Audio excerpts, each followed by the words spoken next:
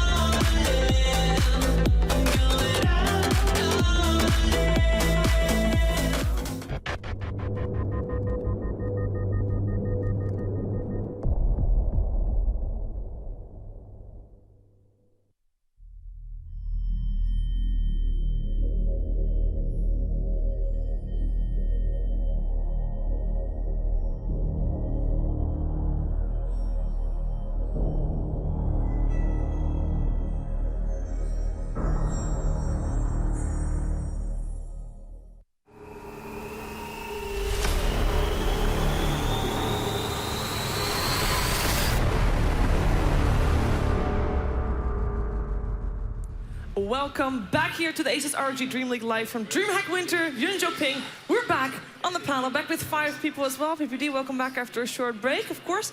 We are going to start with our best of 3s. Best of 1s are done. We don't like them anyways. Best of 3s is where it's at. Best of 3 is the real competition. Don't laugh. Oh, you know I'm right. I know. Yeah. That's just these games. We don't like them anyways. Just get them out of the way. Hey, they're kind of fun sometimes to watch because you never know what's going to happen, right? I agree, though. Best of 1s are not really that good of a format for Dota, but it's part of logistics, obviously. Yeah. Put a lot on the line to make it to the best of 3. What do you think the mindset is for the teams? Both come off and win, PPD. Is that a big important? I think they're confident. I think they both won very convincingly, especially Vega. I still think that they're the best team out of this little 4-team mini bracket. Even after seeing 4 Clovers being as disciplined as they actually were. That's true. They did play really, really well. Yeah, like I said before, like the Shadow Fiend really makes the game easy. I'd like to see them play without the Shadow Fiend and kind of see what kind of other strategies they have. See if they can still do it. Who knows? What are you expecting to see here, Lumi? Oh, your microphone doesn't work. What are you expecting to see here, Shane? Nice. Oh, I'm done. What I want to see is actually how... what, is Lumi just gone? How they actually match the aggression of Vega, like the early game push, how they deal with it. Maybe like someone... You need Bambo to get his farm again. I think like Darkseer could work for them. Yeah, he did amazing on Earthshaker. He was so farmed. Imagine what you can get with an actual farming card, like, you know what I mean? Like, yeah, I don't know. I mean, if he's able to get that farmed every game on Shaker, they should just keep picking it. Yeah. So we have both teams. I want to hear from you, the MVP for each team. Just as for the previous games that we saw, for the best of 1s, for Vega, MVP. Oh, Vega. For both teams, one for each team. Let me think. What was their lineup in game 1? They had Darkseer, Nightstalker, Ember. Luna, Ember, Darkseer. Then Disrupting. I think the Emperor actually played a really good game, knowing when to go in and how far to go in. There were a couple of situations where he engaged and you were like, wow, he's jumping really far ahead of his team, but he knew the limits very well. I believe that was no one in that game. Yep. Yeah. overall also, strong team performance, I yeah. think. There's no like super standout. It's How difficult about, to pick one. If I had to, it would be him. And how about for Clovers? Sexy Bambo. Over EGM Dazzle? Dazzle, here like plays itself, man. I play a lot of Dazzle. You just sit behind and click all your spells on your carry while he does all the work. Okay, well, if you think differently from our panel, or if you think the same, you can go to facebook.com/ROGNordic, where you can put in your MVP of this LAN finals. And that goes for all 3 days, so maybe don't judge based on 2 days, but fill it in and you have a chance to win a graphics card that is a Golden Edition GTX 980, which is a very popular graphics card, actually. It's sold out. limited edition. Can't get it anywhere else apart from if you win it here with us. So make sure to check that out as well as what can you win again, Lumi? Actually, your microphone doesn't work. Well, Oh, it works. it works. You were working. You're on, man. You're working. You're on. Hello. It's just like, Yay! I'm out. It works. Just drop it at them. Mic drop. So Corsair.com/DreamHack154. The ultimate gaming setup. The ultimate game. Now they mute me because I've done my. Come on, can we get some No, more no, hype you're than that? just, you're just very It's the soft, but you're ultimate there. gaming setup, man. The The ultimate. gotta ultimate sell it. gaming setup. I need a. Man, that was hype. It wasn't hype. Make it hype. I'm gonna turn up. Which gone. one's me? Okay, he's gone. It's fine. We're actually ready for the teams on stage. They're waiting for us, and we have already got no one there in view. Vega Squadron, they will be on the right side, which so far, or left side rather, but that's with the unlucky side. Stage right. Yep. Stage right? Stage right. Stage right. The unlucky side. Mag walking about this team. He'll be sitting in the corner, but we actually are not chronological order anymore. We go back Wow. to the next one. Or not. Or did we already have everything? I didn't watch the screen that much. We might have already had all of Vega Squadron.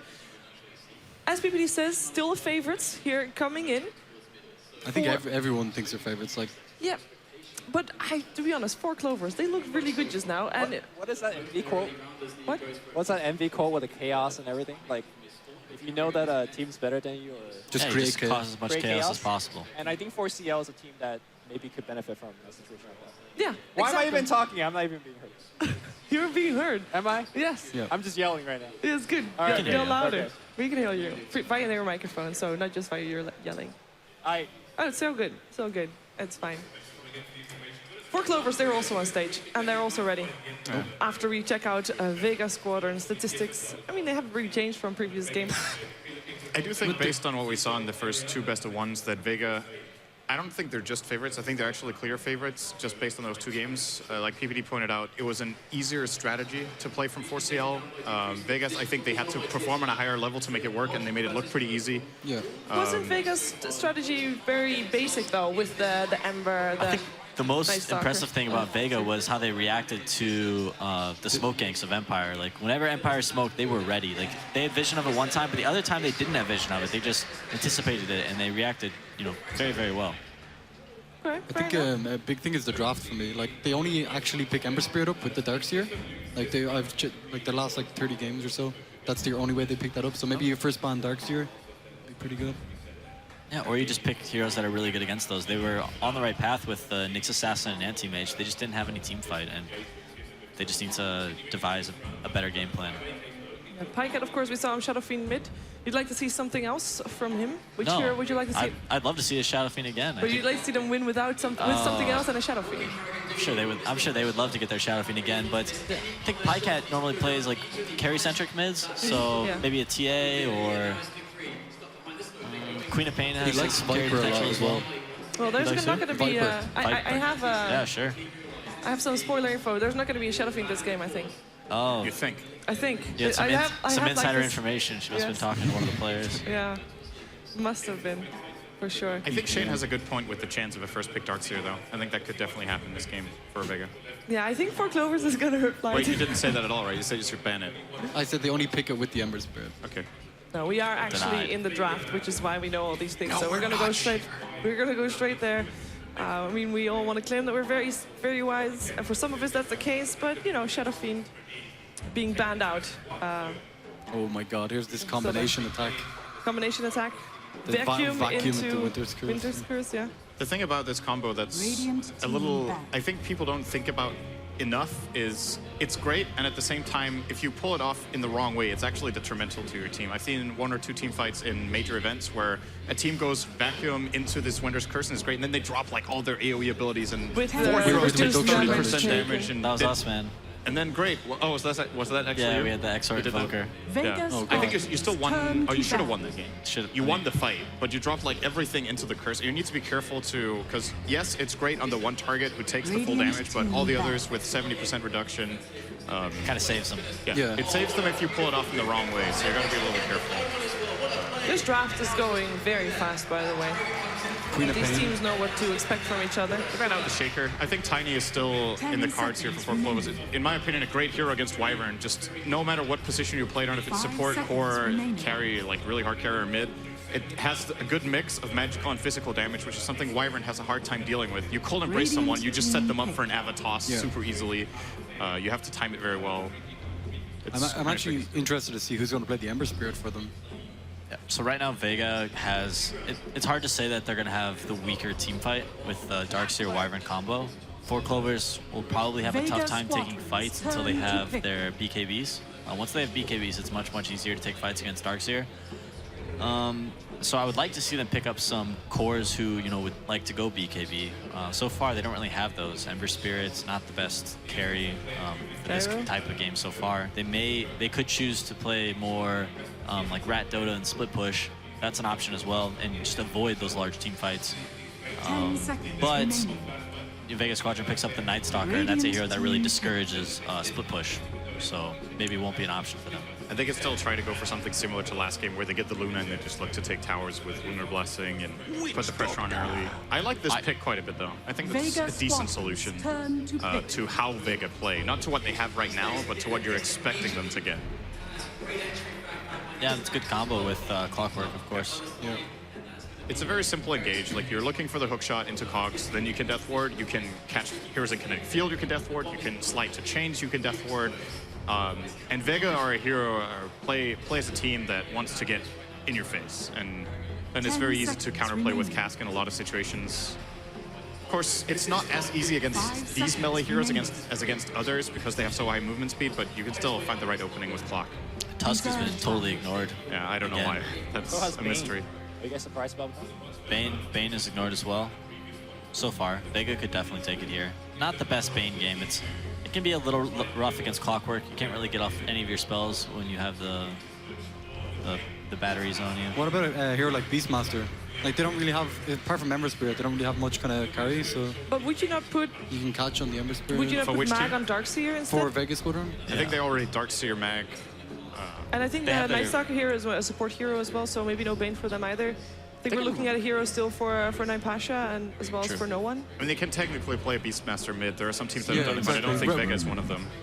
There's the AoE armor. Radiant I actually team choose to pick this into the Witch Doctor, so it the kind of goes posture. both ways. The armor's great against Death Ward, but the Cask is Pretty annoying. kind of annoying to deal with. Darkseer Sven is a very nice combo as well. You think about it though, they have Night Stalker, so they're gonna have the vision advantage. Most often times they're gonna be the ones getting the jump. It's a good combo with Darkseer, and the cleave, you know, will do a ton of damage. Vacuum Stormhammer, very memorable moment from TF3. Yeah. I like the pick. Vega squadrons turn to battle. And it's just so Vega, right? Even if it It's gets... definitely a posh hero. He's actually like, if you look at his item builds on his heroes, he plays a lot of like Sven, Luna, Ember Spirit, and he always goes treads drums. Even on a hero like Sven, where you wouldn't think drums are like a common pickup, but it just says to their playstyle, like they're very aggressive, and he likes to have the early stats so you can get things done and fight. For Clovers, one more left. Either for, well, probably for Pycat, as probably Nikwa will play the Ember Spirit. We're gonna see him play something else on the Shadow Fiend. Could see the Viper, like we talked, like Shane mentioned earlier. I think that they do need some carry potential somewhere, and that's gonna have to be out of their mid 5 lane. seconds remaining. And Vega banned out Razor to safeguard their Sven, so you can get a Viper who counters him Reserve time. in a different way. It's kind Yeah. of the same logic. You want to disallow to be the way enemy. better. Yeah. With Surge though, it doesn't really do much. That's true. It's still the attack speed slow for Sven is actually really annoying to deal with. Yeah, but the Crossa doesn't go through BKB anymore, which is like the big That's change. true. Yeah.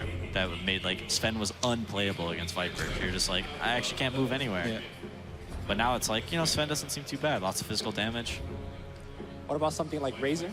Razor's banned. banned. Just got Okay. banned. But that was why they banned it, was to safeguard their Sven. Could you go the other way and just go magical damage like Lina mid or something like that?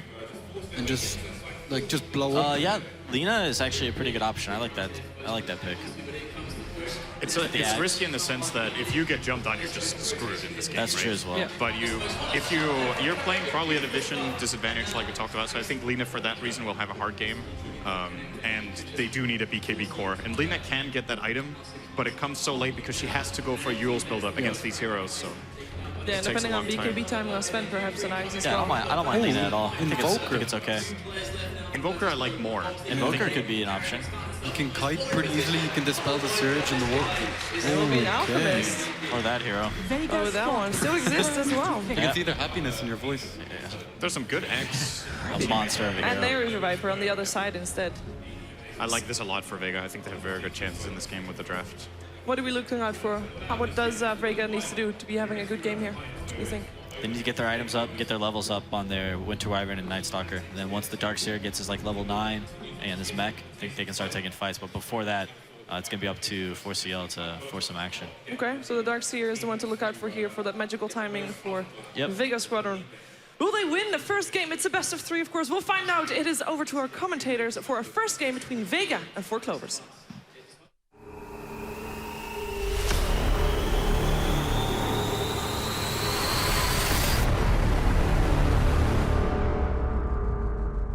Indeed, and welcome back here to the commentary desk with myself, Odie Pixel and Draskell. And, well, we're ready to get ourselves straight into the game, so let's not waste any more time as we get ourselves into Game 1 between 4 Clovers and the side of Vega Squadron and Andy. Well, we've got a lot of people on Heroes that they're going to be very, very happy that they managed to get through the draft.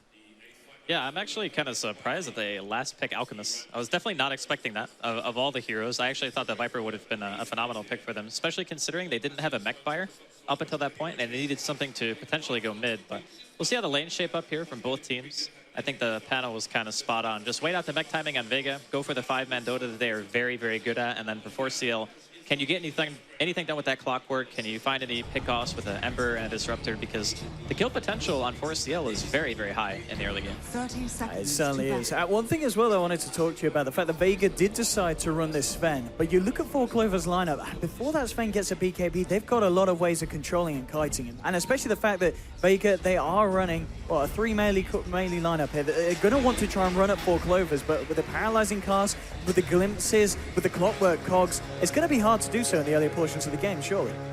Diving in is something you're always going to have to be super careful of. Like, Clockwork is one of the best heroes in the game at stopping heroes like Night Stalker, Darkseer, and Sven from just running rampant in a team fight. Because you just put them inside of the cogs, you have your battery assault going.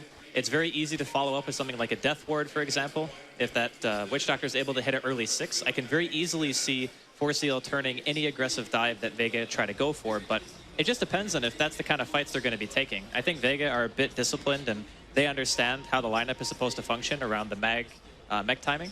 So if they just go for normal 5-man, then Bambo is going to be seen more as an initiator than a counter-initiator. So we'll just have to see how they decide to take the engagements. It's going to be interesting to see how disciplined both teams are. We did see, of course, in that last series, 4 Clovers proving to be very careful about the plays that they decided to make. And, well, that's, of course, going to be exactly what you need to do against a lineup as aggressive as Vega. Change now. Comes to solo. The rest of 4 Clovers not quite in the range to follow it through. But lane-wise, I mean, who's coming out on top here? Who's found the lanes that they wanted? I'm actually, I'm kind of liking the aggressive lane coming out here from Vega. If you look at Witch Doctor and Disruptor, these heroes, they don't really do a lot of damage.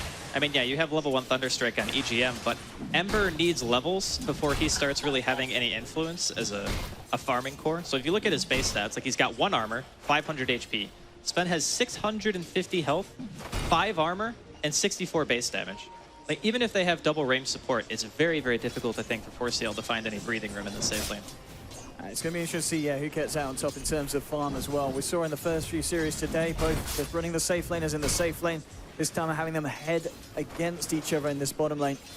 We'll see who finds the edge. I mean, the other lanes, of course, your mid lane, Nikwa having to deal up with this Viper, 7 for 4 at the moment, compared to 7 for 0. So Nikwa's finding stuff, but he's getting fairly low here.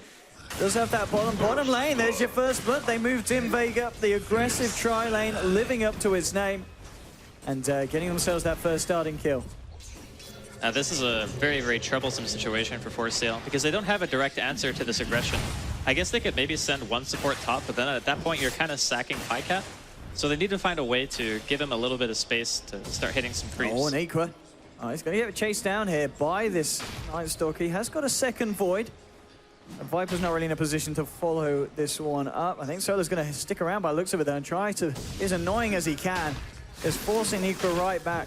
Nikwa does have a couple of bottle charges and drops the acid spray.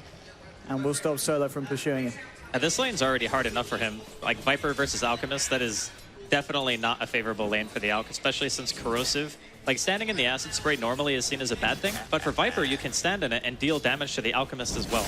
So it's not like a total net loss for him. And CSing with Nether Toxin on creeps on low HP, it's very similar to a Shadow Fiend, where whenever you have a matchup mid, you want the hero to be able to constantly deny the Alch's farm under acid spray, and Viper can do that very easily. Oh, so far in this bottom lane, they may have lost a hero, but they're still finding the farm here on Pycat. Well, now there's going to be a bit going in from Vega. They try and find him. They've got the Storm Hammer coming down. The cast will be there to try and buy them some time to get Pycat out of there, but Pycat looks to be in a lot of trouble, and he will go down. Solo very low himself. Has to get himself away from this Witch Doctor. Pops the charges. Looks like he will just be able to survive on 15 HP. But it's another kill here for Vega on this bottom lane, and this time is an even bigger one as they take down that Ember Spirit. It's just a perfect showing of how much stronger the heroes are from Vega in the early couple of levels.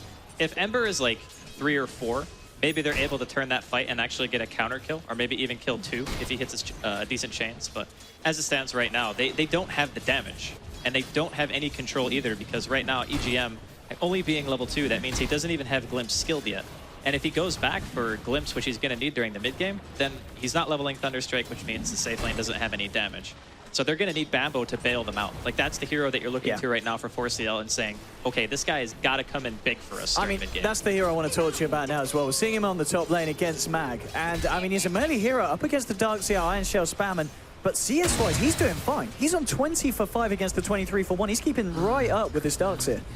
Yeah, it's a pretty old matchup, actually. We used to see this quite often a couple of patches ago, just the 1v1 Clockwork DS. And normally, the Darkseer is said to have a minor advantage, but there is always solo kill potential of the Clockwork if the Darkseer ever gets too far out of position and you land a nice hook shot into a Cogs and a battery assault. Oh, Storm Hammer down onto Pycat, and in comes the side of Vega, moving in onto the Ember Spirit, looking to kill him for a second time. The Voodoo Restoration doing a bit, keeping Pycat alive. In fact, they might find the kill first, and they do. They get the kill on the Night Stalker. Pycat, he's still living it. Is he not going to go down? No, the Storm Hammer will finish him off. I mean, the support's nearly keeping him alive there. But nonetheless, for Clovers, they found themselves 2 kills in return for the one that the Vega took. It looks like, all right, could be in trouble now with the Thunderstrike down on him. And down at the Slayer. He's going to become the Slayer here, and that is a 3rd kill here for this lane. So they may have got the Ember once more, but EGM and Saxa just joining forces and destroying the side of Vega. After having seen that fight go down the way it did, I'm wondering if it would have been better to just go 1-1-1 on the Wyvern and have like 1 value point into Cold Embrace, because I don't think 80 extra damage on your Splinter Blast outweighs being able to heal a hero in that type of situation. So say he puts it on solo, and instead of the Thunderstrike killing him with 1 auto attack, he lives through like maybe 3 or 4 more autos. That can be a really big difference, and maybe giving away 2 or even 3 kills in this case as 4CL just completely wiped Vega's tri-lane off. And that's a big win for them for sure. One thing we've got to note as well, whilst that was going down in the mid lane, Viper did get a kill onto the Alchemist, and Viper's still with the edge in that lane, 24 for 14 against the 18 for 3 of Nikwa. So things certainly looking a bit tough for this Alk. He's just about to touch onto level 6, so it'll be a little bit harder for Vega to go on him without putting more resources towards the mid. Yeah, this is one nice thing about the Alchemist in this game. If you look at Vega's lineup, they kind of lack burst until the Sven has items, right? So yeah, you're going to get a Void and a Storm Hammer and maybe a Splinter Blast, but that's the extent of it. If you can live through that, then Viper is all damage over time. I like this as well. Look at this. Bottom lane, Bambo coming in, picks up a haste rune, TP straight down, then he's got the hook shot. Level 7 on this boy. Vega, if they overextend, he's going to be there with a turn, and here we go with the haste rune moving forward. Bambo trying to look where to catch them out. The hook shots across, gets the Cogs onto 2. EGM will still go down to the Splinter Blast. There'll be a Cold Embrace back, keeping it alive, but the change from Pycat, burning them down. It doesn't look like it's enough, though, as 4 Clovers have to get themselves the hell out of there.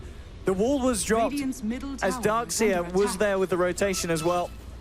And it is, in fact, 4 Clovers there, coming out on the back foot of that fight, even with that clockwork rotation. Well, imagine if he wasn't there. That would have been a total disaster if he hadn't landed that hook. So instead of thinking about it as the kills they didn't get, think about it as the kills they didn't give away, I suppose. And unfortunately for Pycat, he's still kind of underleveled right now. His Flame Guard got eaten very quickly, and he wasn't able to really do much in terms of damage. But that's kind of what we were saying, you know? This Disruptor and this Witch Doctor, they need level 6. And Saxa made his way top just to soak lane a little bit. He's now level 5, so he's kind of recovering in that regard. But the Disruptor is just barely level 4 at 7 minutes. So if anything, outside of the Clockwork's influence in this game, obviously we're going to be having Nikwa farm. That's kind of his job as the Alk. But you need the supports on 4CL to get their ultimates. That's the next step for 4CL to actually stop Vega from just running into them as 5 soon when that mech timing comes out. This Witch Doctor needs to be very careful up top as well. There was a Wyvern hanging around and could have gone in with the Arctic Burn if that Saxa came out too far. But he's playing it safe at the moment. Just trying to find himself that level 6. As Pasha, of course, with the rotation to top on this Sven, looking to find farm a bit of a safer situation. 4 Clovers, maybe looking to do something mid lane as we've got the backup ready and waiting. Bambo still has that hook shot back online. It's going to be Medallion the first time for this Alchemist, so this is the kind of build we're going to see Nico go for. It's a really strong starting build for a couple of reasons. One, Alchemist has terrible base armor. Medallion gives you 7. So you're basically sitting there at 10 armor with treads. You have 1,000 HP at 8 minutes, and you have obviously the chemical rage regen. So you're pretty hard to kill. The other reason is having the mana regen inside of chemical rage, since it gives you a flat amount of regen. That percentage bonus makes it so after you hit 11, you pretty much don't even need your bottle anymore. Like you pop chemical rage on cooldown, you get more than enough mana back to be able to spam acid spray. And it just means you never have to go to base. So this build is a very well-rounded one. We saw it actually at the Major. I think Miracle was the one who was doing it more often than not. Oh, yeah. But I wouldn't be surprised to see this kind of just be the standard thing. And I think a couple of Chinese teams also did this before in the past as well. But it's a very solid all-around build. Okay, we're 3 for 5 at the moment. Top of the farm is Nikwa, now breaking away with that Alchemist. Still no one on the Viper keeping up, and if they can keep this momentum, Vega, get to that point where they're ready to group up. Viper in terms of his iron progression, obviously got just... Okay, looks like he's going to go for maybe the S and Y straight up after that Treads Aquila, as he has picked up a second belt of strength here in his build. And yeah, of course, just leaving the mech duties up to this Darkseer. Mag already starting to work on that one with the headdress and making his way towards that buckler. But I guess once they get the mech on that Darkseer, we might see Vega be very happy in terms of just grouping up and ready to go with the push and getting the Viper involved in these fights. I think that's kind of what Vega want, but nice. Good hook Okay, shot. yeah, the hook shot as well. And Solo is there. They need some backup with the concoction coming out to no one. There's a cold embrace. Is it enough to keep him alive? And it looks like it just might. No one's going to stay alive. And he's going to get himself out as well with the war cry. Stormhammer out to Nico, and then she got strength. Moving forward, Passion out the Splinter Block, the slow as well. Nico's held in place, gets a concoction out, but he falls. The Witch Doctor on the sidelines going down as well, and they're not done. Vega, they're looking for more. Moving in onto EGM. There's in fact a buyback here from Bambo, and that is the signal for Vega to get themselves the hell out. And the buyback may save the life here of this Disruptor, but he's not going to find anything in return, and the flare just not enough to take down Showman the Slayer. Had that been any other hero on the side of Vega, I think they would have killed him. I think Viper is like hands down the hardest hero to take down because he has max points and a corrosive skin. On strength treads, he has 1200 HP and he still has 10 armor. I mean, of course, having Shoma there to throw out the cold embrace, that definitely saved his life. But I think any other hero in that situation, maybe the Sven lives too. I guess he has that war cry armor on top of it, which I think he also put on. Yeah, he did. Yeah, he put on the Viper cry as well, so it's very, very difficult to kill in that situation. Yeah. I mean, it was an admirable buyback there from Bambo too. There's a couple of low HP opponents retreating back to base. That buyback actually hurts him a lot, though. Yeah, that's something I didn't keep in mind. It was a big risk, and it didn't pay off. Well, it wasn't really... A medium risk. It was like a no-reward buyback. That's the thing, because he already used Hookshot to initiate onto the Viper in the first place. So when he buys back, he knows that he can't go in. He's just buying back to save his teammates, so they don't actually just get doped. High cap. It's going to be okay here, but Nighttime will get called out. Solo trying to move forward. There's going to be a concoction. Let's see if Four Clovers can jump back in on this one, but now not with the Viper there and the Wyvern as well. Vega feeling very strong in the mid lane. And not feeling vulnerable at all. In fact, Bambo's just headed back up to top to continue to get these levels. Does have the hook shot ready and just trying to find that gold so he can get that blade melt done here on the clockwork. He's still quite a bit away from it. The unfortunate part is he's not going to have his blade mail by the time that Mag has his mech out. So I think he actually, he just bought it on the courier. So 12 minutes mech, give or take, for Mag. That means that if they want to, they can start just going for 5-man.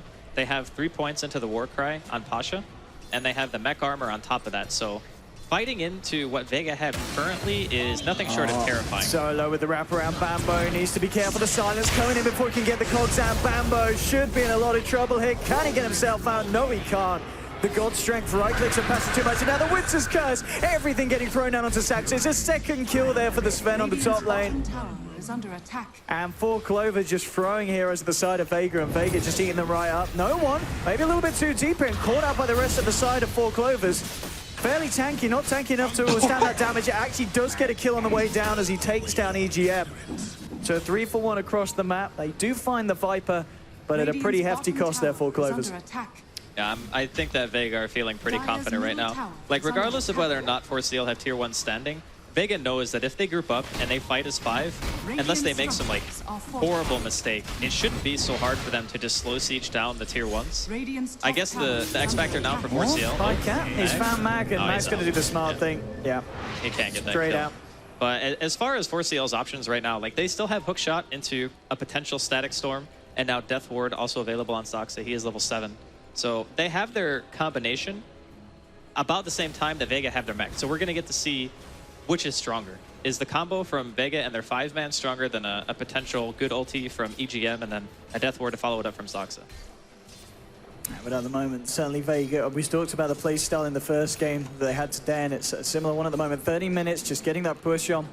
And the fact that we are seeing them pretty much take these fights for the most part without the Darkseer. Yeah. I mean, you add Mag into this as well, and he's the highest farmer. Like, he's just so been hard to hitting fight creeps. into. Yeah. I mean, here we have it. The panel talked about the Night Stalker with the Darkseer combination earlier and how strong it can be, just walking in. Like, double Ion Shell on, like, Pasha and Solo, that's pretty hard to fight. I mean, Bamba's got a hook shot here. I don't know if he wants to go in. Maybe with the TP they will.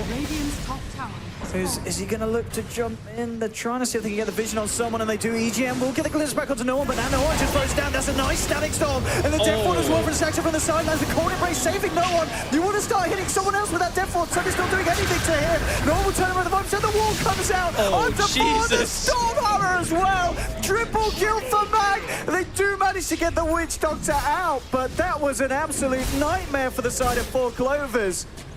And, I mean, the Cold Embrace, it came down onto the Viper, and he didn't take the Death Ward off him. Well, there was no one else in range. No one else was in range. That's the problem. I don't know, man. Like, Solo was dead no matter what, right? The supports were sitting behind the Viper. So they throw out a Cold Embrace.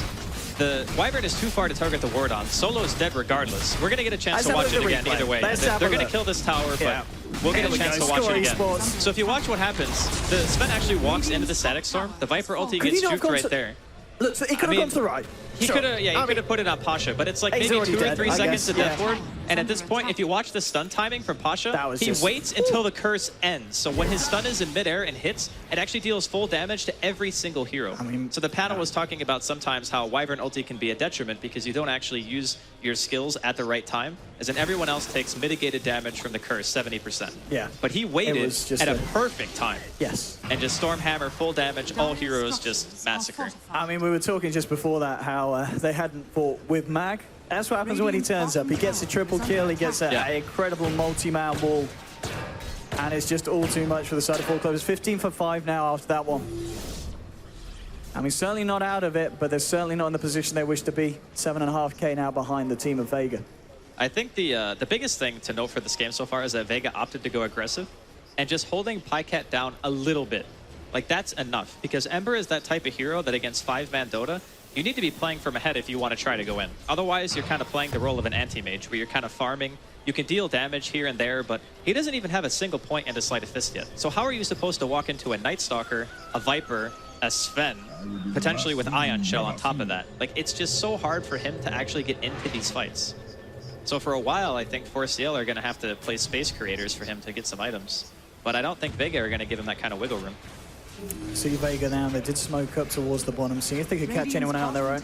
They'll find the tower nonetheless. In fact, the side of 4 Clovers just looking up towards the top lane. Bambo is closing in on that blade now, but it's not, of course, going to be as quick as he would have liked to have found it. And Vega certainly in this driving seat. Pasha now coming up to 2K gold, I imagine, on top of the drums. With this amount that he's saving up, is he going to go straight for the blink hit? Yeah, I think Blink is definitely the play. When you already have a good lineup for fighting, adding Catch on top of their monstrously good 5-man potential and just overall ability to constrict the map, I think it synergizes very well with what their team is built for, which is take all the outer tier towers and then control the game. Because having that Blink Sven, giving you that extra pick-off potential, means that the Night Stalker is going to be even more scary to deal with. You pop that darkness, you can't see anything, you don't know if the Sven's coming, you don't know if the Night Stalker's there. There's just a lot of things that 4CL are going to have to worry about throughout the mid-late game if they can't start getting themselves a foothold in the game. And there we have it. Blink now on the Sven. The next fight, again, if they hit that combo with the Vacuum or the Winter's Curse, 4 Clovers are going to be very, very scared. And Nighttime has been summoned here by Vega. Now fairly close here to the side of Four Clovers. Four Clovers just keeping it safe in the lane. Vega sticking together as a group in the jungle. I guess the question is going to be really what time are we going to see maybe the side of Vega look towards Roshan? Their team is okay at doing Roshan right now, but I think you maybe want lifesteal on the Sven. Like maybe he goes for BKB, maybe he goes back for like Mask of Madness or Dominator or something like that. I know that EG were really favoring Dominator at the Frankfurt Major, but we'll see what Pasha opts for. But once you get to that point, you get the 3 points and a Warcry already going for you. You got mech, you got good sustain. They can pretty much take it whenever they want. Oh, looking at this Alchemist, so it is pretty much this proper fighting build here as he finished off the Solar Crest and then went straight for the Blink Dagger. So Yeah, this is literally the build we saw at the Major. yeah, this is the way it's run now. It's not bad. The only problem with it is, as Alchemist in this game and Witch Doctor, Cold Embrace counters you so hard because you can Cold Embrace the stun. It stops all damage from Death Ward, and most of the time, 4CL have to go all in on one hero to have enough damage to get a kill. So what happens if that concoction comes out with a Solar Crest onto a target who just gets Cold Embraced? Then your entire damage opening is mitigated. And then you have to rely on like Static Storm damage that's only level 1 against a team that already has Mech and a Viper and 2 Strength heroes. I don't know, man. I'm kind of feeling like 4CL have very limited options right now. Whitecat he's trying to find as much farm as he can. He's on 6.5k net worth at the moment. Only a little bit behind the Sven. Of course, top of the board, this Viper, and the fact that they have got this mag, this Darkseer, 8.2k gold. Nearly double that of what the offlaner has, Bambo, for the side of Four Clovers. Obviously expected on that Darkseer, but Bambo just hasn't really found himself involved in as many engagements as he would have liked to. Only just sitting there with 1 assist at the moment on the board. Just hasn't found the opportunity really to just use the clock to its full force 19 minutes in. It's a very hard game for Clockwork when you have to be the sole initiator, you know, and you have to go in on a team that is built to 5-man as well. Like Clockwork's the type of hero that if you're having a bad game and you're playing from behind, you're basically hooking in to die. And then you need to hope that your team is able to get something big from your sacrifice. And if they don't, then you're just indefinitely behind. Okay, there's the hook, but it's a little bit off the mark from Bambo. Yeah. Won't catch Solo, and now Solo. They're going to chasing them down here, but the cogs will be dropped. The rest of Vega is moving in very quickly as well. They want to fight here. And here we have it, surging forward. Can they catch anyone out on the side of Four Clovers? It looks like Sam, well, EGM's going to be the one to go. Yep. Pasha just chopping through him there with a hammer. The warding right now from Vega is superb. Like you've got to run on Four Clovers. Yeah. And Saxa, well, he didn't run quick enough. Jets found out they're in the tree line. A second pick off for the boys. High cap. Has he got a remnant out? Yes, he has. It's only to the side though. Max there with a blink vacuum. Oh no, that was not the remnant that Pycat was looking for. It was of course the only one he had, but they saw him zip to the left straight away. And that's the Ember down as well. Double kill for Solo. And this is kind of getting from bad to worse for Four Clovers now.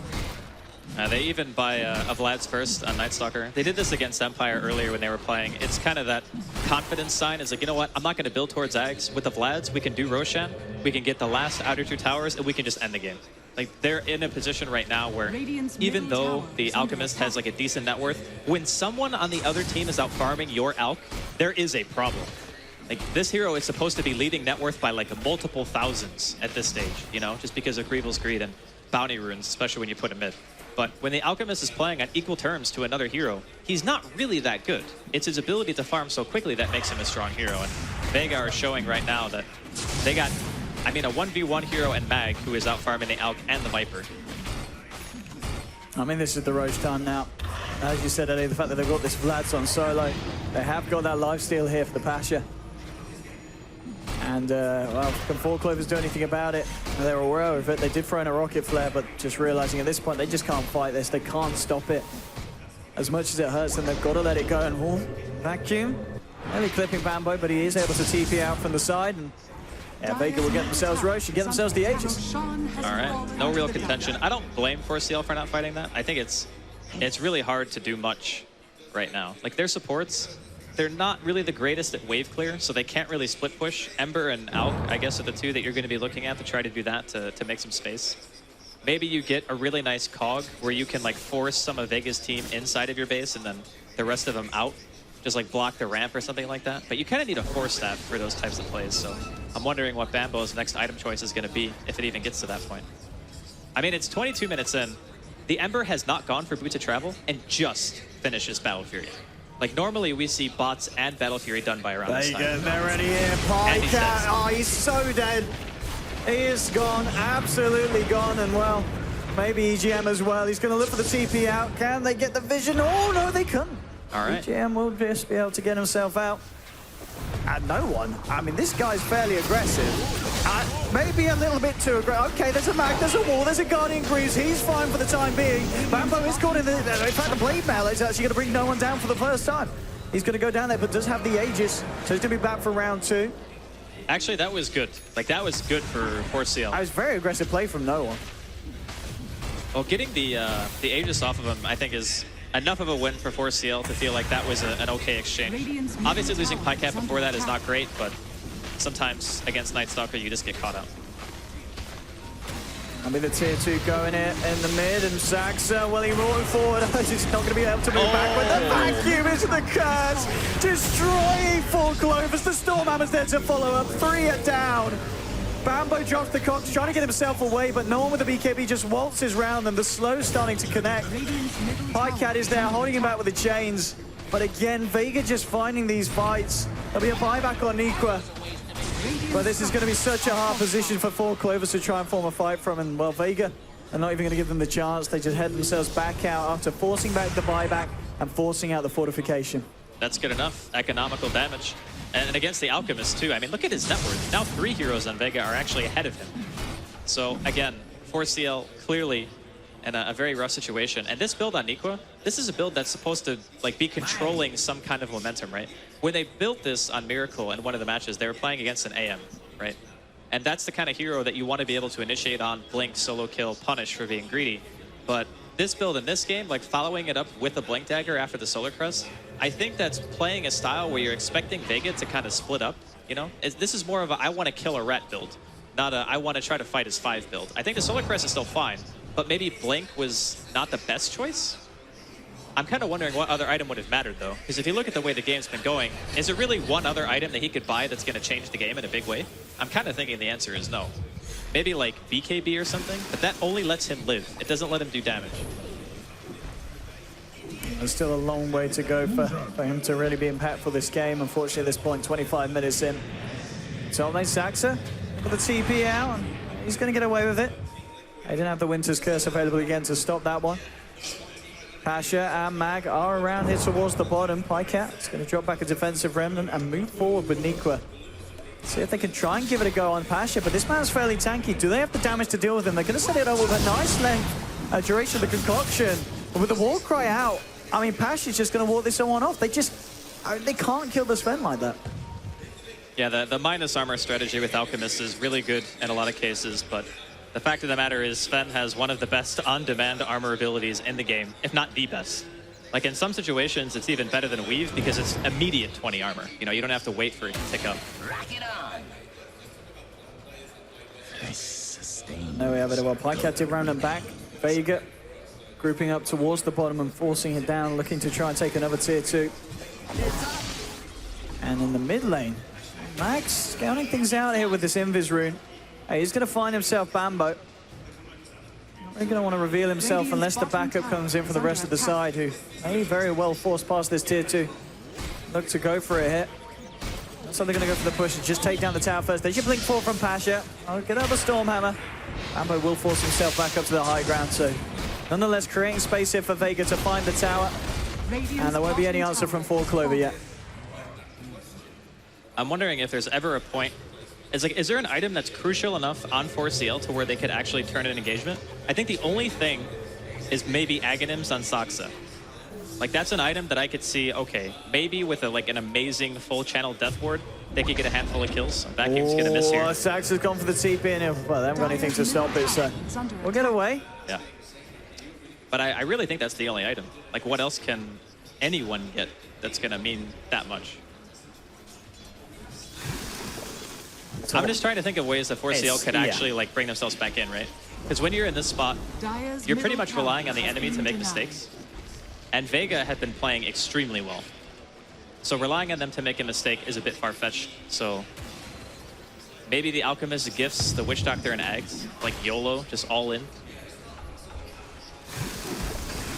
I mean, look at the. I mean, he is picking it up. He's got what coming up to 2K gold in the. Well, in he the already back, so bought a maybe he point can. booster, so I don't think he's going to actually gift him the eggs anymore. Okay. But I think that would maybe be one of the best chances. I mean, what does Nico get then? Well, what is it? What is he going to get? Is he just going to get the AC next?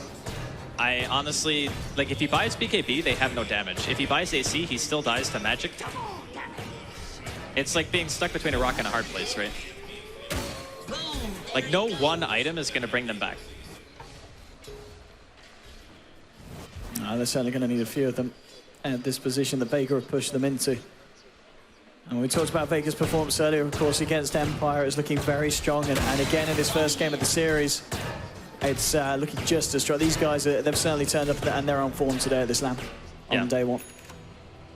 Again, I mean, Vega are one of the teams that a lot of people thought underperformed at the Major. And I agree. I think that they're actually a much better team than they let on in some of those games.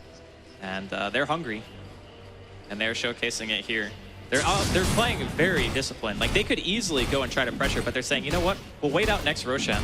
We'll get AC done on Pasha. You know, we'll finish up farming another item on the Viper as well. And then we'll get the Aegis and then go again and not give them an opportunity to get back in the game. Because the best way to lose a game right now in this patch is to push too fast and try to break high ground when you're not actually ready. Now, granted, at this point, Vega have accrued over a 15,000 gold and experience lead in a 29-minute game, which is insane. But even with that advantage, they're still not underestimating their opponents. They're not giving them the opportunity to get back. Yeah, they're just suffocating them across the map, keeping all those lanes pushed in. Yeah, this is what happens when you have a Night Stalker, right? Like, as soon as nighttime rolls around, and even if you want to be even harsher about it and pop darkness, and you have even less vision, then it's really, really hard to do anything about it. But they've completely warded up top lane. They've warded up the bottom rune spot. So they can see pretty much everything that they want and realize when 4CL are outside of the base, and they can just go back up and pressure them and make them go back so they're not able to just freely farm. I mean, Nikwa, he has now picked up a Sanj. I mean, is this just going to be a Heaven's Halberd coming out? Is it really an SMY out still at this point of the game, 30 minutes in? I mean, even the Halberd, there's a BKB, of course, done on Swag.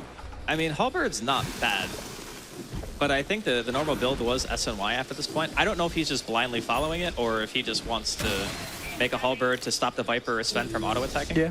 But the Sven already has BKB, so buying Halberd is not really that good. And it's a 10-second BKB at that. Yeah, they both got BKB. Which, yeah, it definitely doesn't make sense to buy Halberd. I think SNY is pretty much the item he's going for here. I mean, I guess in terms of cost efficiency, SNY is really good. It gives you a lot of stats. It gives you, I guess, what, like almost, no, it gives you 2.3 armor or something like that, somewhere around those lines. But as we've already said, it's not really about that one item. It's more like, what 2 or 3 items can you get? Because it's gonna take more than one. It's gonna take a lot. It really is. And Vega just confidently going wherever they want to on the map. Yeah, Roshan's gonna be up in like 15 seconds. That's probably gonna be Vega's next point of call to go aggressive themselves. There's, as you said, just disciplined performance at the moment. Mag, well, tries to find the vacuum onto Pycat. Gonna be a bit off the mark here, and Pycat, he'll just TP out in front of the Darks here. And yeah, Roshan's gonna be pretty much the go-to here for Vega. As we've seen pretty much in all the series today, Aegis does win the game. Yeah, pretty much. And it's just, again, it's just slow, methodical play. Vega aren't taking any risks. Don't really blame them. Pushing high ground against Clockwork, Disruptor, Ember Spear, Wish Doctor. Like, there are chances to get caught out in a really bad position, especially given the fact that Bambo now has Force Staff. So if he gets like that really nice hook initiation, you force a hero forward into the base, you cog behind it so the enemy can't really follow up. That kind of defensive play can maybe win 4CL a fight, or at least force Vega back. But for now, Roshan is up. See if Vega want to go for it. I'm sure they will. How's Solo doing towards that Aghanim? Aghanim's pretty much got it. Yeah. He's just got to get that final 150 there for the bit of alacrity.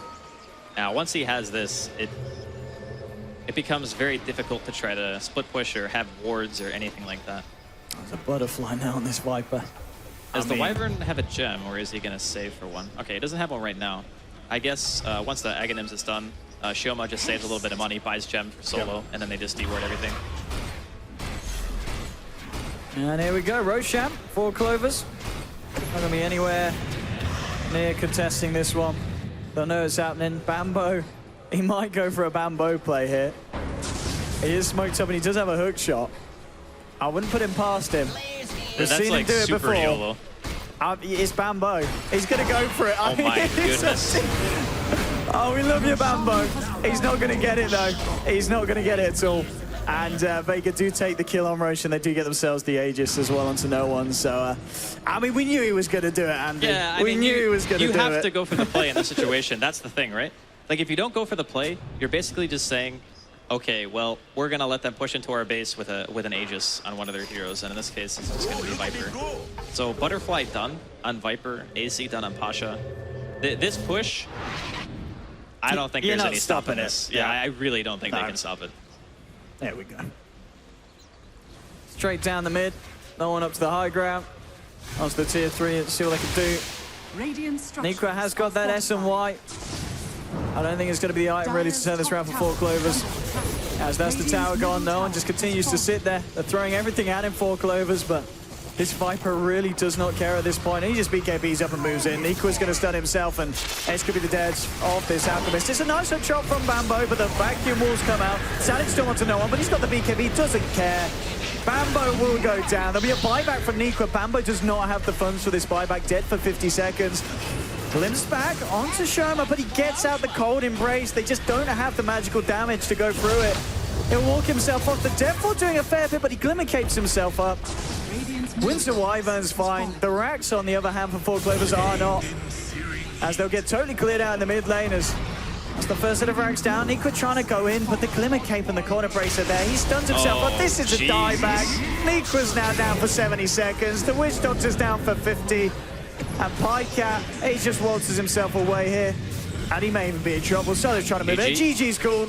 27-5. Vega, they had a very nice game one against Empire in the first best of 1, and now this best of 3. The first matchup, 27-5 against Four Clovers. Yeah. A very convincing performance. Well, I think Peter summed it up pretty nicely. He said, what can 4CL do before the mech timing and the 5-man comes out from Vega? And I guess the answer was they didn't really get a whole lot. I think maybe picking Alchemist was, in hindsight, not really the best because I think they needed something else that could control the tempo of the game. You got a Clockwork, you got an Ember, you have heroes who can fight. And 4CL had the first pick out of the second back phase, so they could have denied the Viper away from Vega and also given themselves somebody who could actually buy mech. Like, nobody on 4CL could buy mech, and they picked Darkseer very early on. So you knew, like, Vega, after seeing the game against Empire, you knew that they had already done that kind of strategy one time where they 5-man. Maybe just thinking that the Alchemist could live through the kind of burst damage that they had, and they didn't really need to worry about having a mech carrier or something else to control tempo, but Vega kind of just walked all over him in game 1. They totally did, and we were talking about the discipline before the game, and, Yeah. and Vega executing it perfectly once again. We'll see if they're able to keep it up in game 2, as this is, of course, a best of 3. But don't go anywhere. We're going to have a short ad break, and then straight back over to the panel before we come back with game 2 between Vega Squadron and Four Clovers.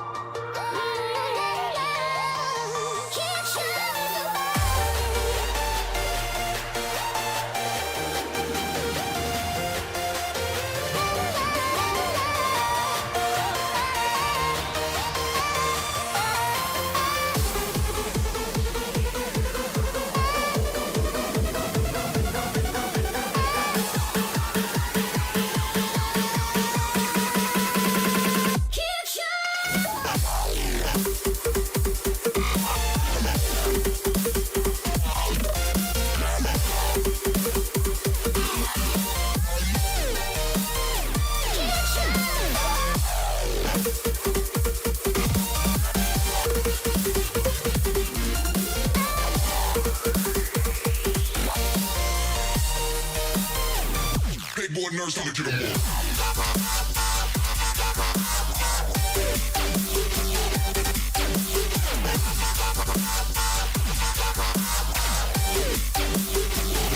Living life for the next drop.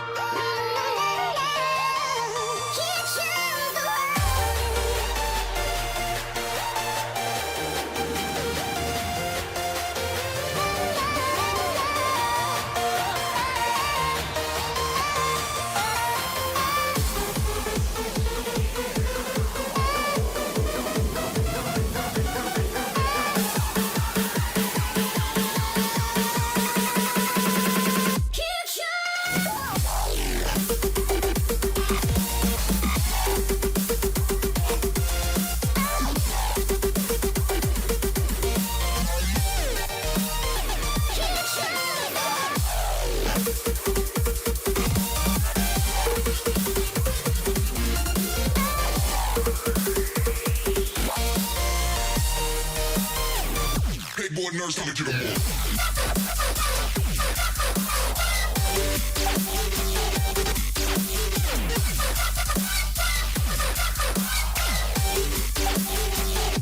Living life for the next drop.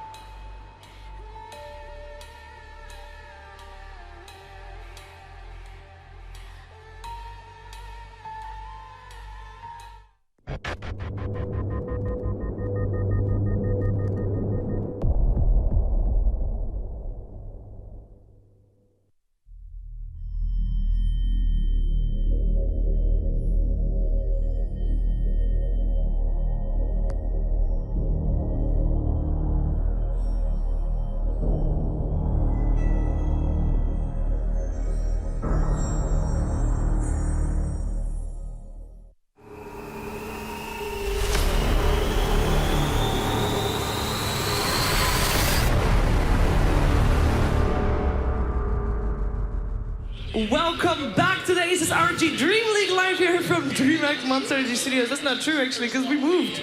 We're actually in Dreamleague Winter right now. Yunjo Ping, that's where we're at, and we are in the middle of our first best of 3. We are in the middle of Vega Squadron taking on 4 Clovers. It is a 1-0 in favor of Vega Squadron, and I want to hear from you guys why that is the case.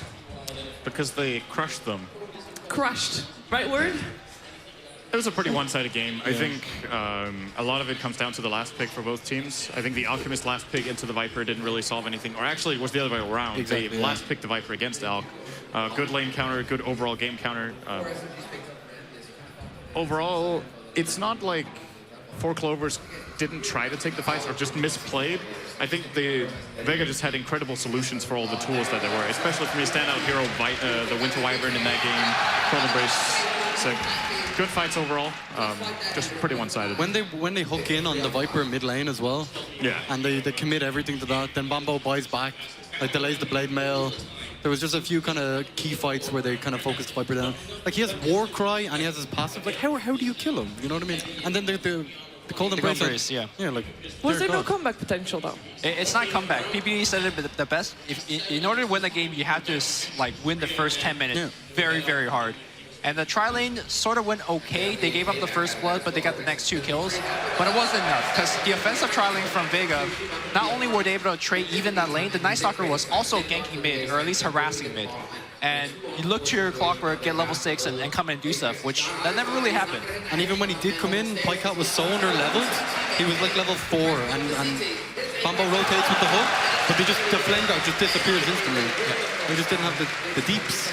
Didn't have the deeps. Now, we do have a replay selected for, well, to watch, actually. Luminous analysis with the replay.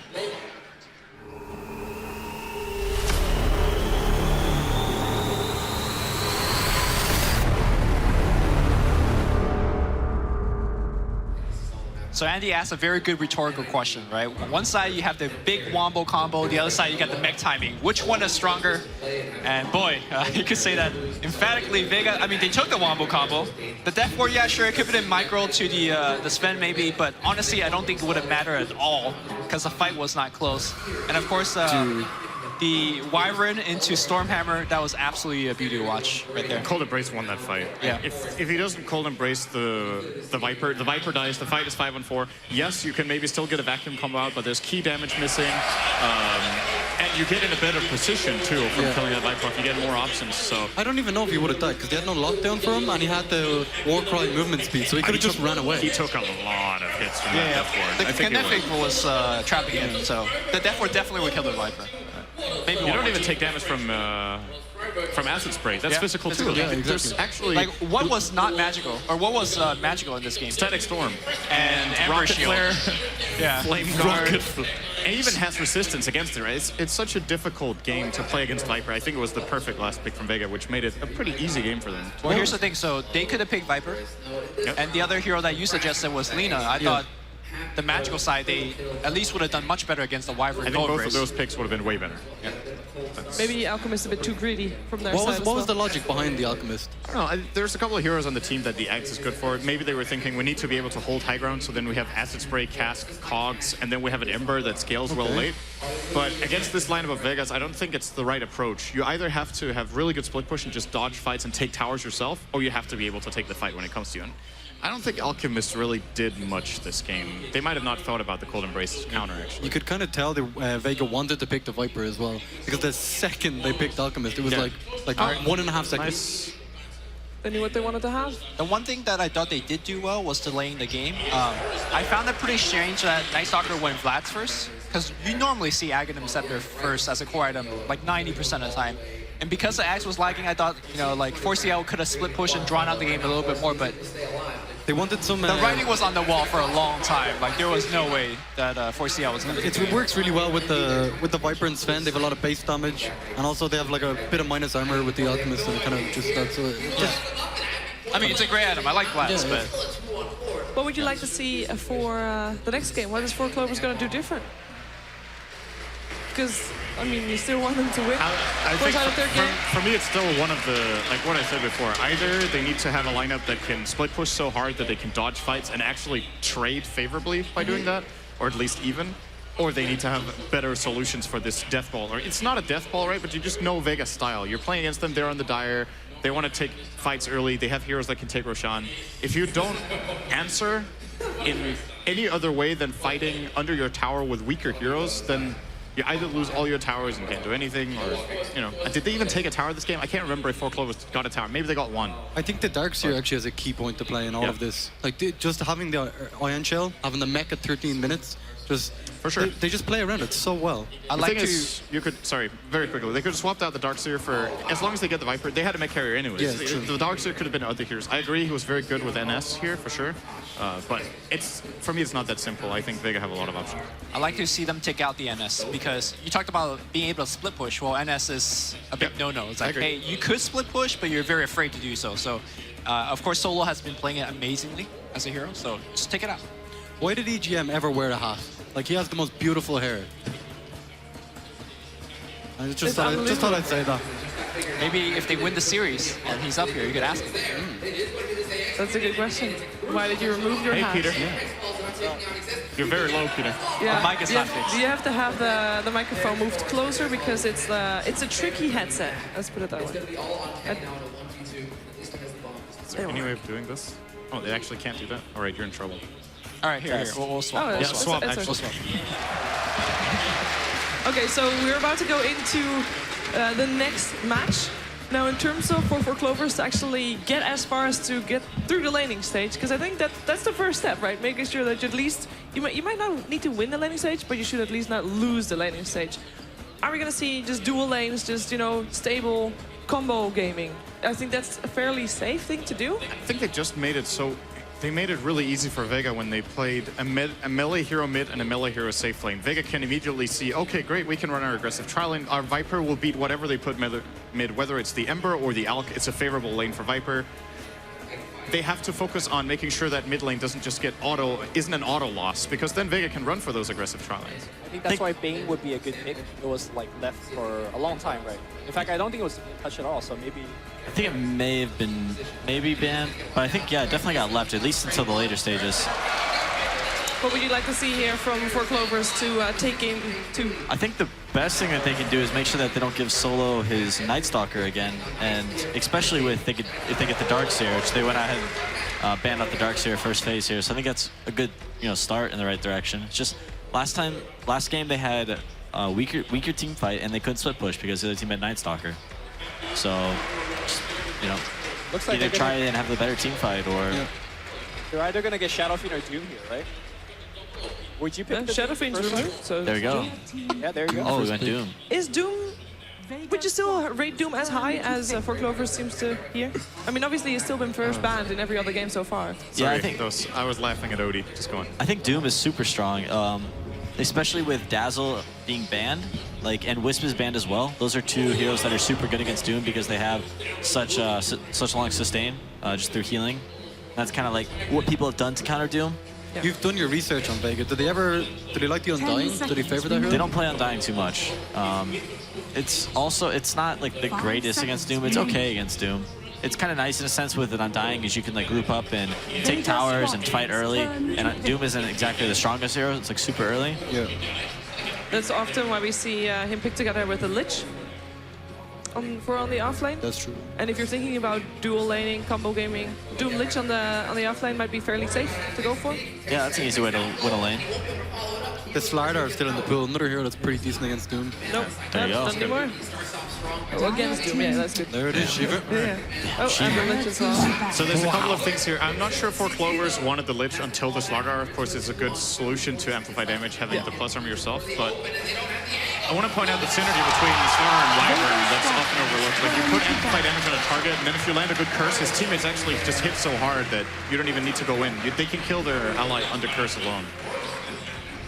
I wonder if this is going to be a safe lane Doom, because it's a fairly decent farming Slardar? hero. Dire team back. No, safe lane Doom. Oh. Because Bambo doesn't strike me as the Doom player. He likes to the low cooldown, the clockwork, Maybe the shaker, Nico. the tiny. Maybe the Nico will fighting. play it in the off lane. I think they play offlane Niqua Doom with Sox the Lich, and then they might safe lane. Actually, I think I've seen them play this where they played a safe lane Bat Rider, maybe for They did. Sexy Bambo. They did do that.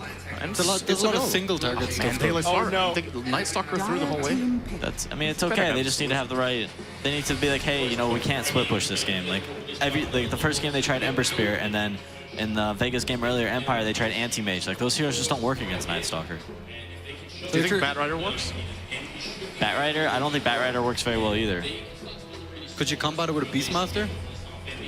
I mean, Beastmaster is an interesting hero because he does have the Hawk provision, but he also gives you a lot of push. And if you get an early Necro, you can kind of go 5-man objectives and do Roshans and push towers and look to high ground early. So he's okay for that. You just need to make sure that he's farming early. So putting in maybe a safe lane Beastmaster. Or what could about Beastmaster Lich? Beastmaster Lich? The problem with that lane is that Beastmaster actually dies. The great thing about Doom Lich offlane is that, you think about Lich doesn't really do too much to help your offlaner. So if you have Lich +1, a weaker hero, that hero can die. Whereas you have Doom, he puts on Scorched Earth, he's not going to die. Yeah, okay. So that's kind of the strength in that lane. I don't necessarily like Doom or Lich +1 offlanes unless there's a Doom there, or the other team is doing some sort of duel lane that is weaker, noticeably weak. Yeah. So far, Vega doesn't really give too much away in regards to their lanes. They did do the Slardar Night Stalker lane, or the Darkseer Night Stalker lane earlier today. Slardar offlane though for Maggie has played that quite a bit. I think Posh also plays Slardar, so Safe lane. yeah, I think he definitely he plays does, that yeah. hero. I don't think he goes drums, but The one hero he doesn't Yeah. go drum. yeah, maybe not. But Four Clover seem to struggle here with their next pick. They're How, taking how their does time. Zeus do against Night Stalker at the combat? they're just league? setting up the master plan. You know, Master plan. what do you think about Zeus against the Zeus is good. Zeus is a good hero for Night Stalker because Vegas like especially against Winter Wyvern? as well? late game you can just smoke, and as soon as your smoke breaks, you just Zeus ult, and then you see where everyone's at, and you can kind of take a team fight, and it kind of negates that vision advantage that Night Stalker teams most often have. How much vision is it Zeus ult gives now compared to the past? It used to give a lot of vision around, like They flying. nerfed It gives to less. Like 400. 400 something. And then you have the darkness on top of that, so maybe it's But not... darkness limits it to 475, right? That's the minimum. So I think it's Yeah, but it's still something. 400. It's something like you could be like, so like, example, like you're afraid to farm or you're afraid to split push. You can just spam Zeus ult Yeah. whenever you want. You can kind of see what's going on. So that's any kind of sight information you can get against Night Stalker is a good way to play against him. You would save Zeus though for the last pick in this case. Yeah, maybe. Let's see. There's still a co-op in the pool. It's like my number one like no matchup is don't put a Zeus against a co-op. That lane is a nightmare. It's also, the Zeus is, one thing is, Four Clovers need to get the idea. Like, very rarely you see teams even pick it up nowadays. That's true. but We're stretching. It's good against all three of the enemy heroes, actually. I think he's very good against Wyvern. Like, you have the spell burst to go through Cool Embrace. We saw that being a huge problem in the last game. And a hero like Slardar actually trades so poorly by engaging if he doesn't catch Zeus off in the crush. You just blow up to I kind of like free TA. spell combo. TA is good, too. There's Cold Embrace against that, though. So then you're struggling with that again. Amplify damage, Juggernaut spin. Yeah, I don't know. I'm a It still fan of has TA. some Lots of advantages. traps around the map. You see where Night That's true. Stalker and his team That's is good. moving. The traps are very good. Lets you, 5-man Roshan, 5-man Ancient Stacks. Pikehead's also one of the players that likes to play Venomancer in the mid lane, or as a core, doesn't matter if it's mid or not. actually a Also nice a hero idea. with, of course, a lot of vision. Yeah. Reserve time. It's pretty nice. The wards, Not the best against, I guess it's okay against Juggernaut, but it's all right. healing ward can be a problem, but it's also, it goes both ways. It's pretty easy to snipe the healing ward with the Venom wards. It's a 15-second slow against Night Stalker and Slardar, though, with a Gale. If you hit a good Gale, it's really strong. If Vega pick up a mech carrier as their last pick, like, how do they stop the high ground push? You know, they have a Lich, a Bane, Doom. You do have a ton of melee heroes up front, so I don't think they could kind of siege us They nicely. do go Bat Riders still. Okay. Vega squad. We're seeing a repeat of their previous turn to draft, huh? Mm-hmm. Probably Batrider solo safe lane and then some sort of dual lane mid with Bane. Yeah, most likely. Oh, the difference this time is, even though they might try to play similar style to last game, this time they won't get trashed in the lanes, I think. Bane Lich is, yeah, That's good. very Bane good. Lich Doom, those heroes, pretty good in lane. 5 seconds remaining. How about a Magnus for Vega? Did they play it? Vega, I don't think no one plays that. He plays a lot. He always playing like some pretty carry-centric heroes. He's more the Shadow Fiend, Ember Spirit, Queen of Pain. I'm not sure if he plays Invoker. But you won't see him on like a Panda or Yeah, the team a- fight a orientated. Puff, Yeah. something like that. Why do you think that Magnus is going to be a good pick here? They have Night Stalker for the vision. Yeah, And you Magnus. can Magnus like Seems can fine. walk around. Could be the pick. Also with Juggernaut with the crit, you just Yeah. destroy people. Yeah, I just don't. I'm not sure if I see no one playing that hero.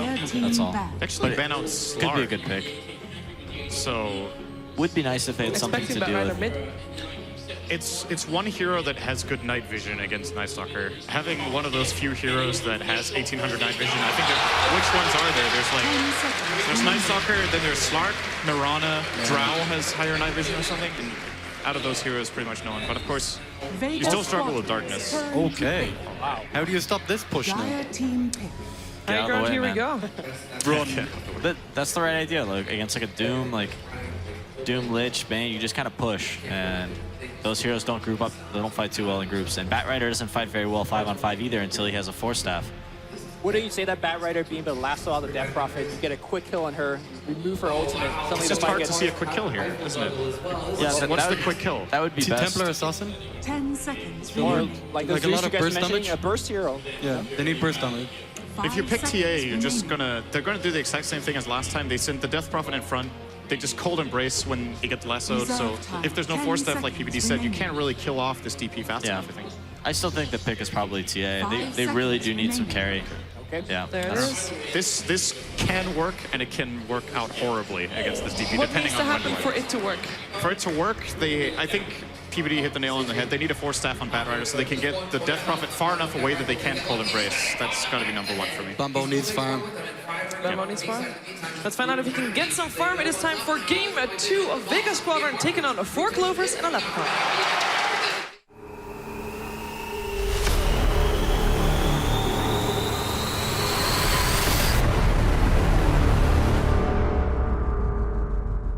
Indeed, welcome back to the casting desk here with myself, OD Pixel, and of course Draskell, and the game is underway. So let's get ourselves straight in. It is, of course, game 2 between 4 Clovers and the side of Vega. Game 1 didn't go great for 4CNL. They're gonna have to try something a little bit different this time, and well, they certainly have pretty new drafts from both of the sides this time coming around, and some very interesting picks, Andy. Yeah, you don't really see Death Prophet a whole heck of a lot, but I think it's really good with the kind of lineup that they're running here. They have the Juggernaut Healing Ward for sustain. They got that Winter Wyvern.